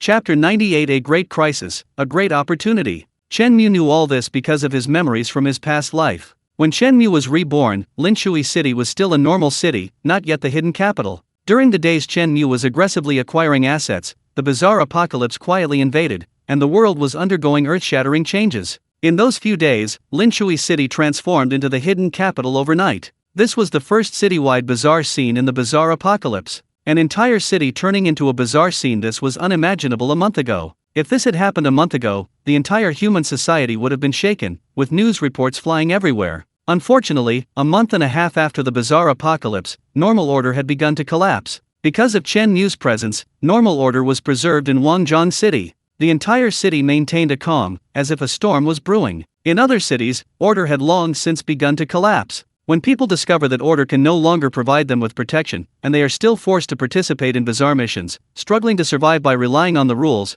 the collapse of order is inevitable. The rules will replace order, becoming another supreme entity. After the collapse of order, cities become primeval jungles, a world where the strong prey on the weak. Fire, robbery, murder, every city descends into chaos. In this context, the sudden changes in Linshui City become less obvious. Because all cities have been paralyzed, cut off from the outside world. Even in Wangjiang City, adjacent to Linshui City, Chen Mu didn't notice the changes in Linshui City. Only after more than a month, after the initial chaos of the collapse of order subsided, and people gradually adapted to the bizarre apocalypse, did some people realize with astonishment, holy crap, what happened to such a large city as Linshui? As people received blood-red notes and entered the fallen Linshui City to carry out bizarre missions, the title of hidden capital slowly replaced Linshui City, spreading throughout the bizarre apocalypse. Until Chen Mu's rebirth, hidden capital was a mysterious and powerful entity. Chen Mu wasn't stupid, he certainly wouldn't risk exploring such a terrifying place that's a classic suicidal trope from horror movies.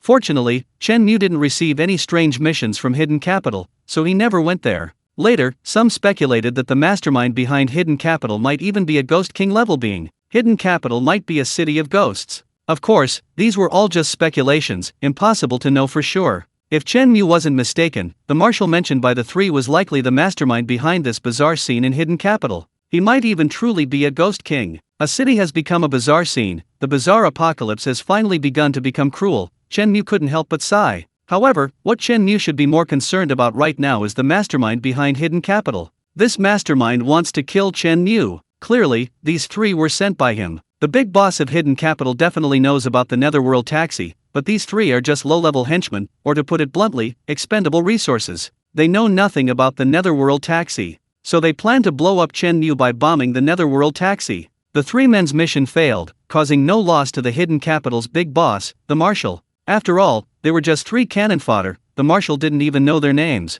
However, for Chen Mu, it was a crucial warning. A supernatural entity wanted to kill him. Chen Mu pondered for a long time. He admitted that he had absolutely no connection with the hidden capital's marshal. He certainly hadn't offended it. Then why did it want to kill him? After much thought, Chen Mu realized the reason. Profit. Chen Mu had acquired all the supernatural scenes in Wangjiang City, becoming the first human to control a city. It could be said that the entire Wangjiang City had become Chen Mu's personal property. At this moment, in the eyes of some powerful supernatural entities, Chen Mu was simply a juicy piece of meat. Kill Chen Mu, seize Wangjiang City. Chen Mu was certain that some powerful supernatural entities had thought of this. The marshal of the neighboring hidden capital is definitely aiming for this. Although Chen Mu is protected by rules, killing him would raise questions about the ownership of Wangjiang City. However, Chen Mu is well aware that there are many hidden rules in this bizarre apocalypse. These hidden rules are rules that exist in this bizarre apocalypse, but they are not explicitly written down, one must guess and explore them. In his previous life, Chen Mu lacked strength. While he was familiar with the rules of bizarre missions, he was still unaware of many higher-level hidden rules. Is there a hidden rule that allows one to directly seize the assets of a boss after killing them? Chen Mu couldn't guarantee that such a hidden rule didn't exist. If the marshal of the hidden capital is truly the king of ghosts, then he certainly knows far more than Chen Mu. This is a significant threat. For Chen Mu, the best solution is to kill that marshal of the hidden capital. Even if the opponent is the king of ghosts, he will defy the heavens and slay a god. It's true what they say, the tree may wish to be still, but the wind will not cease. Chen Mu couldn't help but sigh again. His business was growing larger and larger. Even if he didn't want to make enemies, people would still actively seek him out. The bigger the tree, the more the wind will blow. In this situation, avoidance was useless, the only option was to keep moving forward. Chen Mu gradually realized that the gears of his destiny had begun to turn the night he was reborn and acquired Midnight Diner. From that night on, his life had only one path forward, no return. He was walking on a heaven-defying road, with gods looking down upon him at its end. Either he would leap up, wield his sword to slay the gods, and become a new god in this bizarre apocalypse, or he would be beheaded by the gods and die on this heaven-reaching road. There was no third option. The Marshal of Hidden Capital wants to kill me, doesn't he? Chen Mu muttered to himself. This was a crisis for him, but also a tremendous challenge. If he could kill his opponent, if he could seize this bizarre scene of hidden capital, Chen Mu couldn't imagine the immense boost this would bring to his businesses and his power. This was an entire city transformed into this bizarre scene. Hidden capital, even larger than Wangjiang City. Chen Mu's strength had reached a bottleneck, stuck at the peak of the ghostly realm. At this level, ordinary eerie scenes offered him extremely limited improvement. Only a super eerie scene like the hidden capital could provide him with a significant boost. Moreover, whether the hidden capital contained any heaven-defying artifacts, or even artifacts at the level of a king of ghosts, was unknown. Under the immense temptation of profit, slaying gods was not out of the question for Chen Mu. Those gods who reign supreme in this eerie apocalypse, I will cut off their heads one by one. Chapter 99. I'm ashamed for the ghost. Chen Mu approached the three men in black and asked, "Why are you three working for the Marshal of Yindu? How many people like you are there?"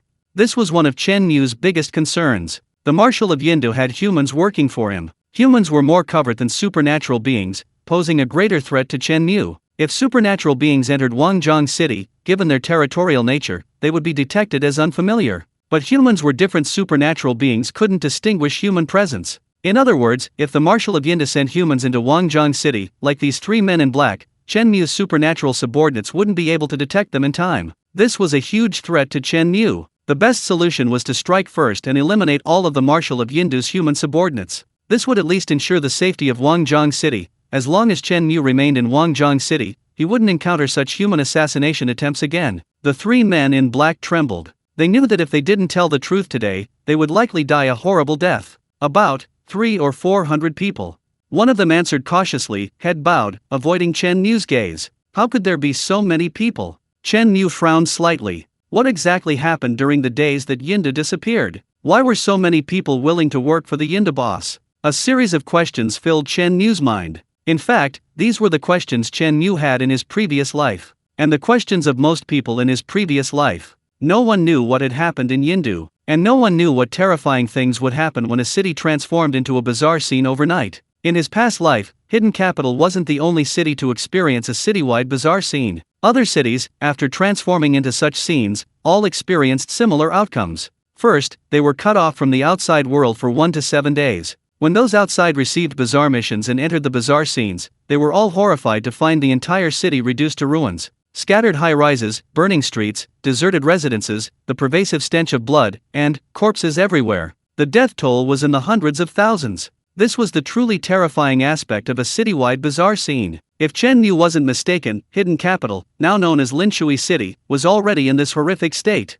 So how did the city become such a devastating place? Why were there survivors like the men in black? What triggering conditions did they need to survive? And why were they working for the Marshal of Hidden Capital? Chen Mu needed to answer a series of questions. This was also why Chen Mu hadn't simply killed the three of them. Under Chen Mu's persistent questioning, the three men in black exchanged glances, their eyes filled with apprehension. They were terrified. They dared not tell the truth. Under Chen Mu's intimidation, none of the three were willing to reveal the truth. This only piqued Chen Mu's interest further. Something extremely terrifying must have happened during the days Yindu disappeared. Nothing really happened, just, I did some strange missions, and then I survived after completing them. One of them stammered in response. Chen Mu saw through him immediately. He was lying. Chen Mu didn't bother pressing him further, knowing that continuing would only elicit a string of lies. Chen Mu rummaged through his spatial ring and quickly found what he needed. Hallucinogenic mist. This was an item Chen Mu had repeatedly obtained by exploiting during the Fear Hospital mission. Now it came in handy. According to the item's description, it would produce a hallucinogenic effect on all monsters below the level of a monster general. In the monster apocalypse, there was an unspoken rule. Chen Mu knew humans had lower resistance to monsters. What was effective against monsters was likely to be effective against humans as well. Therefore, the three men in black before him didn't even have the strength of a monster citizen. They certainly couldn't withstand the hallucinogenic mist. The three men in black watched in confusion as Chen Mu reached between his fingers, pulled out a spray bottle-like object, and sprayed it around like disinfectant. For a fleeting moment, the surrounding air seemed to transform into a mesmerizing, seven-colored hue. A faint, ethereal fragrance lingered in the air. Simultaneously, as the user, Chen Mu began weaving an illusion in his mind. Tell me what you've been hiding from me, and you will be forgiven and reborn. After Chen Mu whispered these words, the same words echoed in the minds of the three men in black, echoing, like a seductive whisper. Speak out, tell me everything you've been hiding. The forgiving Chen Mu will forgive you, you will be reborn. The three men in black felt their heads suddenly become hazy, as if sinking into a nightmare. Falling, immersed. Before they were fully hallucinated, they heard a series of thump sounds from both sides. Chen Mu looked around in confusion and saw the strange security guards beside him kneeling down one after another. Boss, I deserve to die. Yesterday on the bus, I didn't give up my seat to an old lady, I deserve to die. Boss Chen, I'm so sorry. Yesterday I secretly worked half an hour overtime, I knew it was wrong. Li Xiaoxiao covered for me, I'm guilty. Li Xiaoxiao is guilty too. Boss Chen, I've let you down. My family is really short of money, I resold the shopping cards you gave me at 80% off. I've failed your training. The eerie security guards were all sobbing and wailing, slapping themselves repeatedly as they spoke. Slap, slap, slap. Chen Mu. Seeing this, Chen Mu was completely dumbfounded. He hadn't even considered this. The hallucinogenic mist had a hallucinogenic effect on all the eerie beings within a 10-meter radius. Good heavens, before the enemy even confessed, his own security guards were already kneeling down and slapping themselves. And what kind of nonsense are you confessing to? Didn't give up your seat to the old lady? Holy crap. You're weird. Even if you had, she wouldn't have dared to sit down. Malicious overtime, huh? Is Li Xiaoxiao an accomplice? As a manager, she's protecting her employee from working overtime, she definitely needs to be reprimanded. She resold my shopping cards? Why are you telling me about this? I don't care how you spend my shopping cards. What a trivial matter. For such a small thing, the eerie security guards were all weeping and wailing. Anyone who didn't know better would think their fathers had died. Seeing this scene, Chen Mu felt utterly ashamed. He was utterly humiliated. The effect of this hallucinogenic mist, wasn't it a little too good? The three men in black were also greatly shocked by this sight. However, before they could be shocked for long, they had already sunk into a dreamlike state. Tell me everything about Hidden Capital. Chapter 100 City Survival. Clearly, the hallucinogenic fog was ultimately designed for the supernatural, its effects on humans were slower. Half a minute later, the three men in black finally succumbed. Within the hallucinatory dreamscape, they began to reveal the truth to Chen Mu. As they recounted their experiences, a terrifying picture began to unfold before Chen Mu. 7 days ago, Linshui City. It was supposed to be a peaceful day, at least in this bizarre apocalypse, a peaceful and tranquil day. As evening fell, having finished their day's work, the people of Linshui City began returning home one by one. The pedestrians on the street were still discussing the recent situation. Oh dear, things aren't looking good lately. I heard there are more and more strange occurrences in Wangjiang City next door. Yeah, the world is getting worse. Luckily, in Linshui City, I don't know if it's divine protection, but so far, no strange occurrences have been reported. That's really strange. I heard that almost every city has experienced strange occurrences. Linshui City is really lucky. Maybe there are strange occurrences, but the news is being suppressed. Who can say for sure? Let's just live our own lives. I hope those blood-red notes don't appear beside me. Whether on the bus or the subway, these are the typical conversations among acquaintances. It's mostly a lament about the bad times, and a slight relief that Linshui City hasn't been affected yet. The peaceful days end at midnight. At midnight, most people are already asleep, and the bustling city falls into silence. In the silence, danger emerges. Those still staying up late, some at their windowsill staring at their computers, suddenly noticed the sky outside had turned completely black. Starlight, moonlight all vanished. Even light pollution disappeared. The entire sky was as black as ink. Like a vast ocean thousands of meters deep overturned in the sky, its depths unfathomable. In the pitch-black night sky, it seemed as if a scarlet eye was silently watching the entire city. Then came a howling wind. The wind howled, the trees in the green belt swayed violently, countless leaves turning from green to yellow. Fallen leaves fluttered down. Large raindrops pounded down, pattering against the windows. The temperature throughout the city began to drop rapidly. Despite it being the height of summer, ice crystals had already formed on the surface of the lakes and the parks. Those who had been asleep were suddenly awakened by the cold, shivering in the frigid night. What strange weather! The TV didn't say it would get colder tonight. The weather is getting more and more unpredictable. Lights in the buildings flickered on one after another. The people, awakened by the cold, yawned and rummaged through their closets for thick blankets. After changing their blankets, they discovered that a torrential downpour had begun outside. Extreme cold, torrential rain, howling winds. Soon, with a deafening clap of thunder, the internet in Linshui City crashed, sparks flew from the high-voltage lines, and lights in the high-rise buildings went out one by one. Internet outage, power outage. In just half an hour, the entire city of Linshui transformed into a scene of impending doom. Then something even more terrifying happened. Before everyone in Linshui City could see the lines of blood-red text. Bizarre mission, City Battle Royale. Mission description: the once peaceful and tranquil city has overnight become a jungle where the strong prey on the weak. Welcome to hell. Sincerity and kindness will be a thing of the past. Hypocrisy and despicable acts are the keys to survival.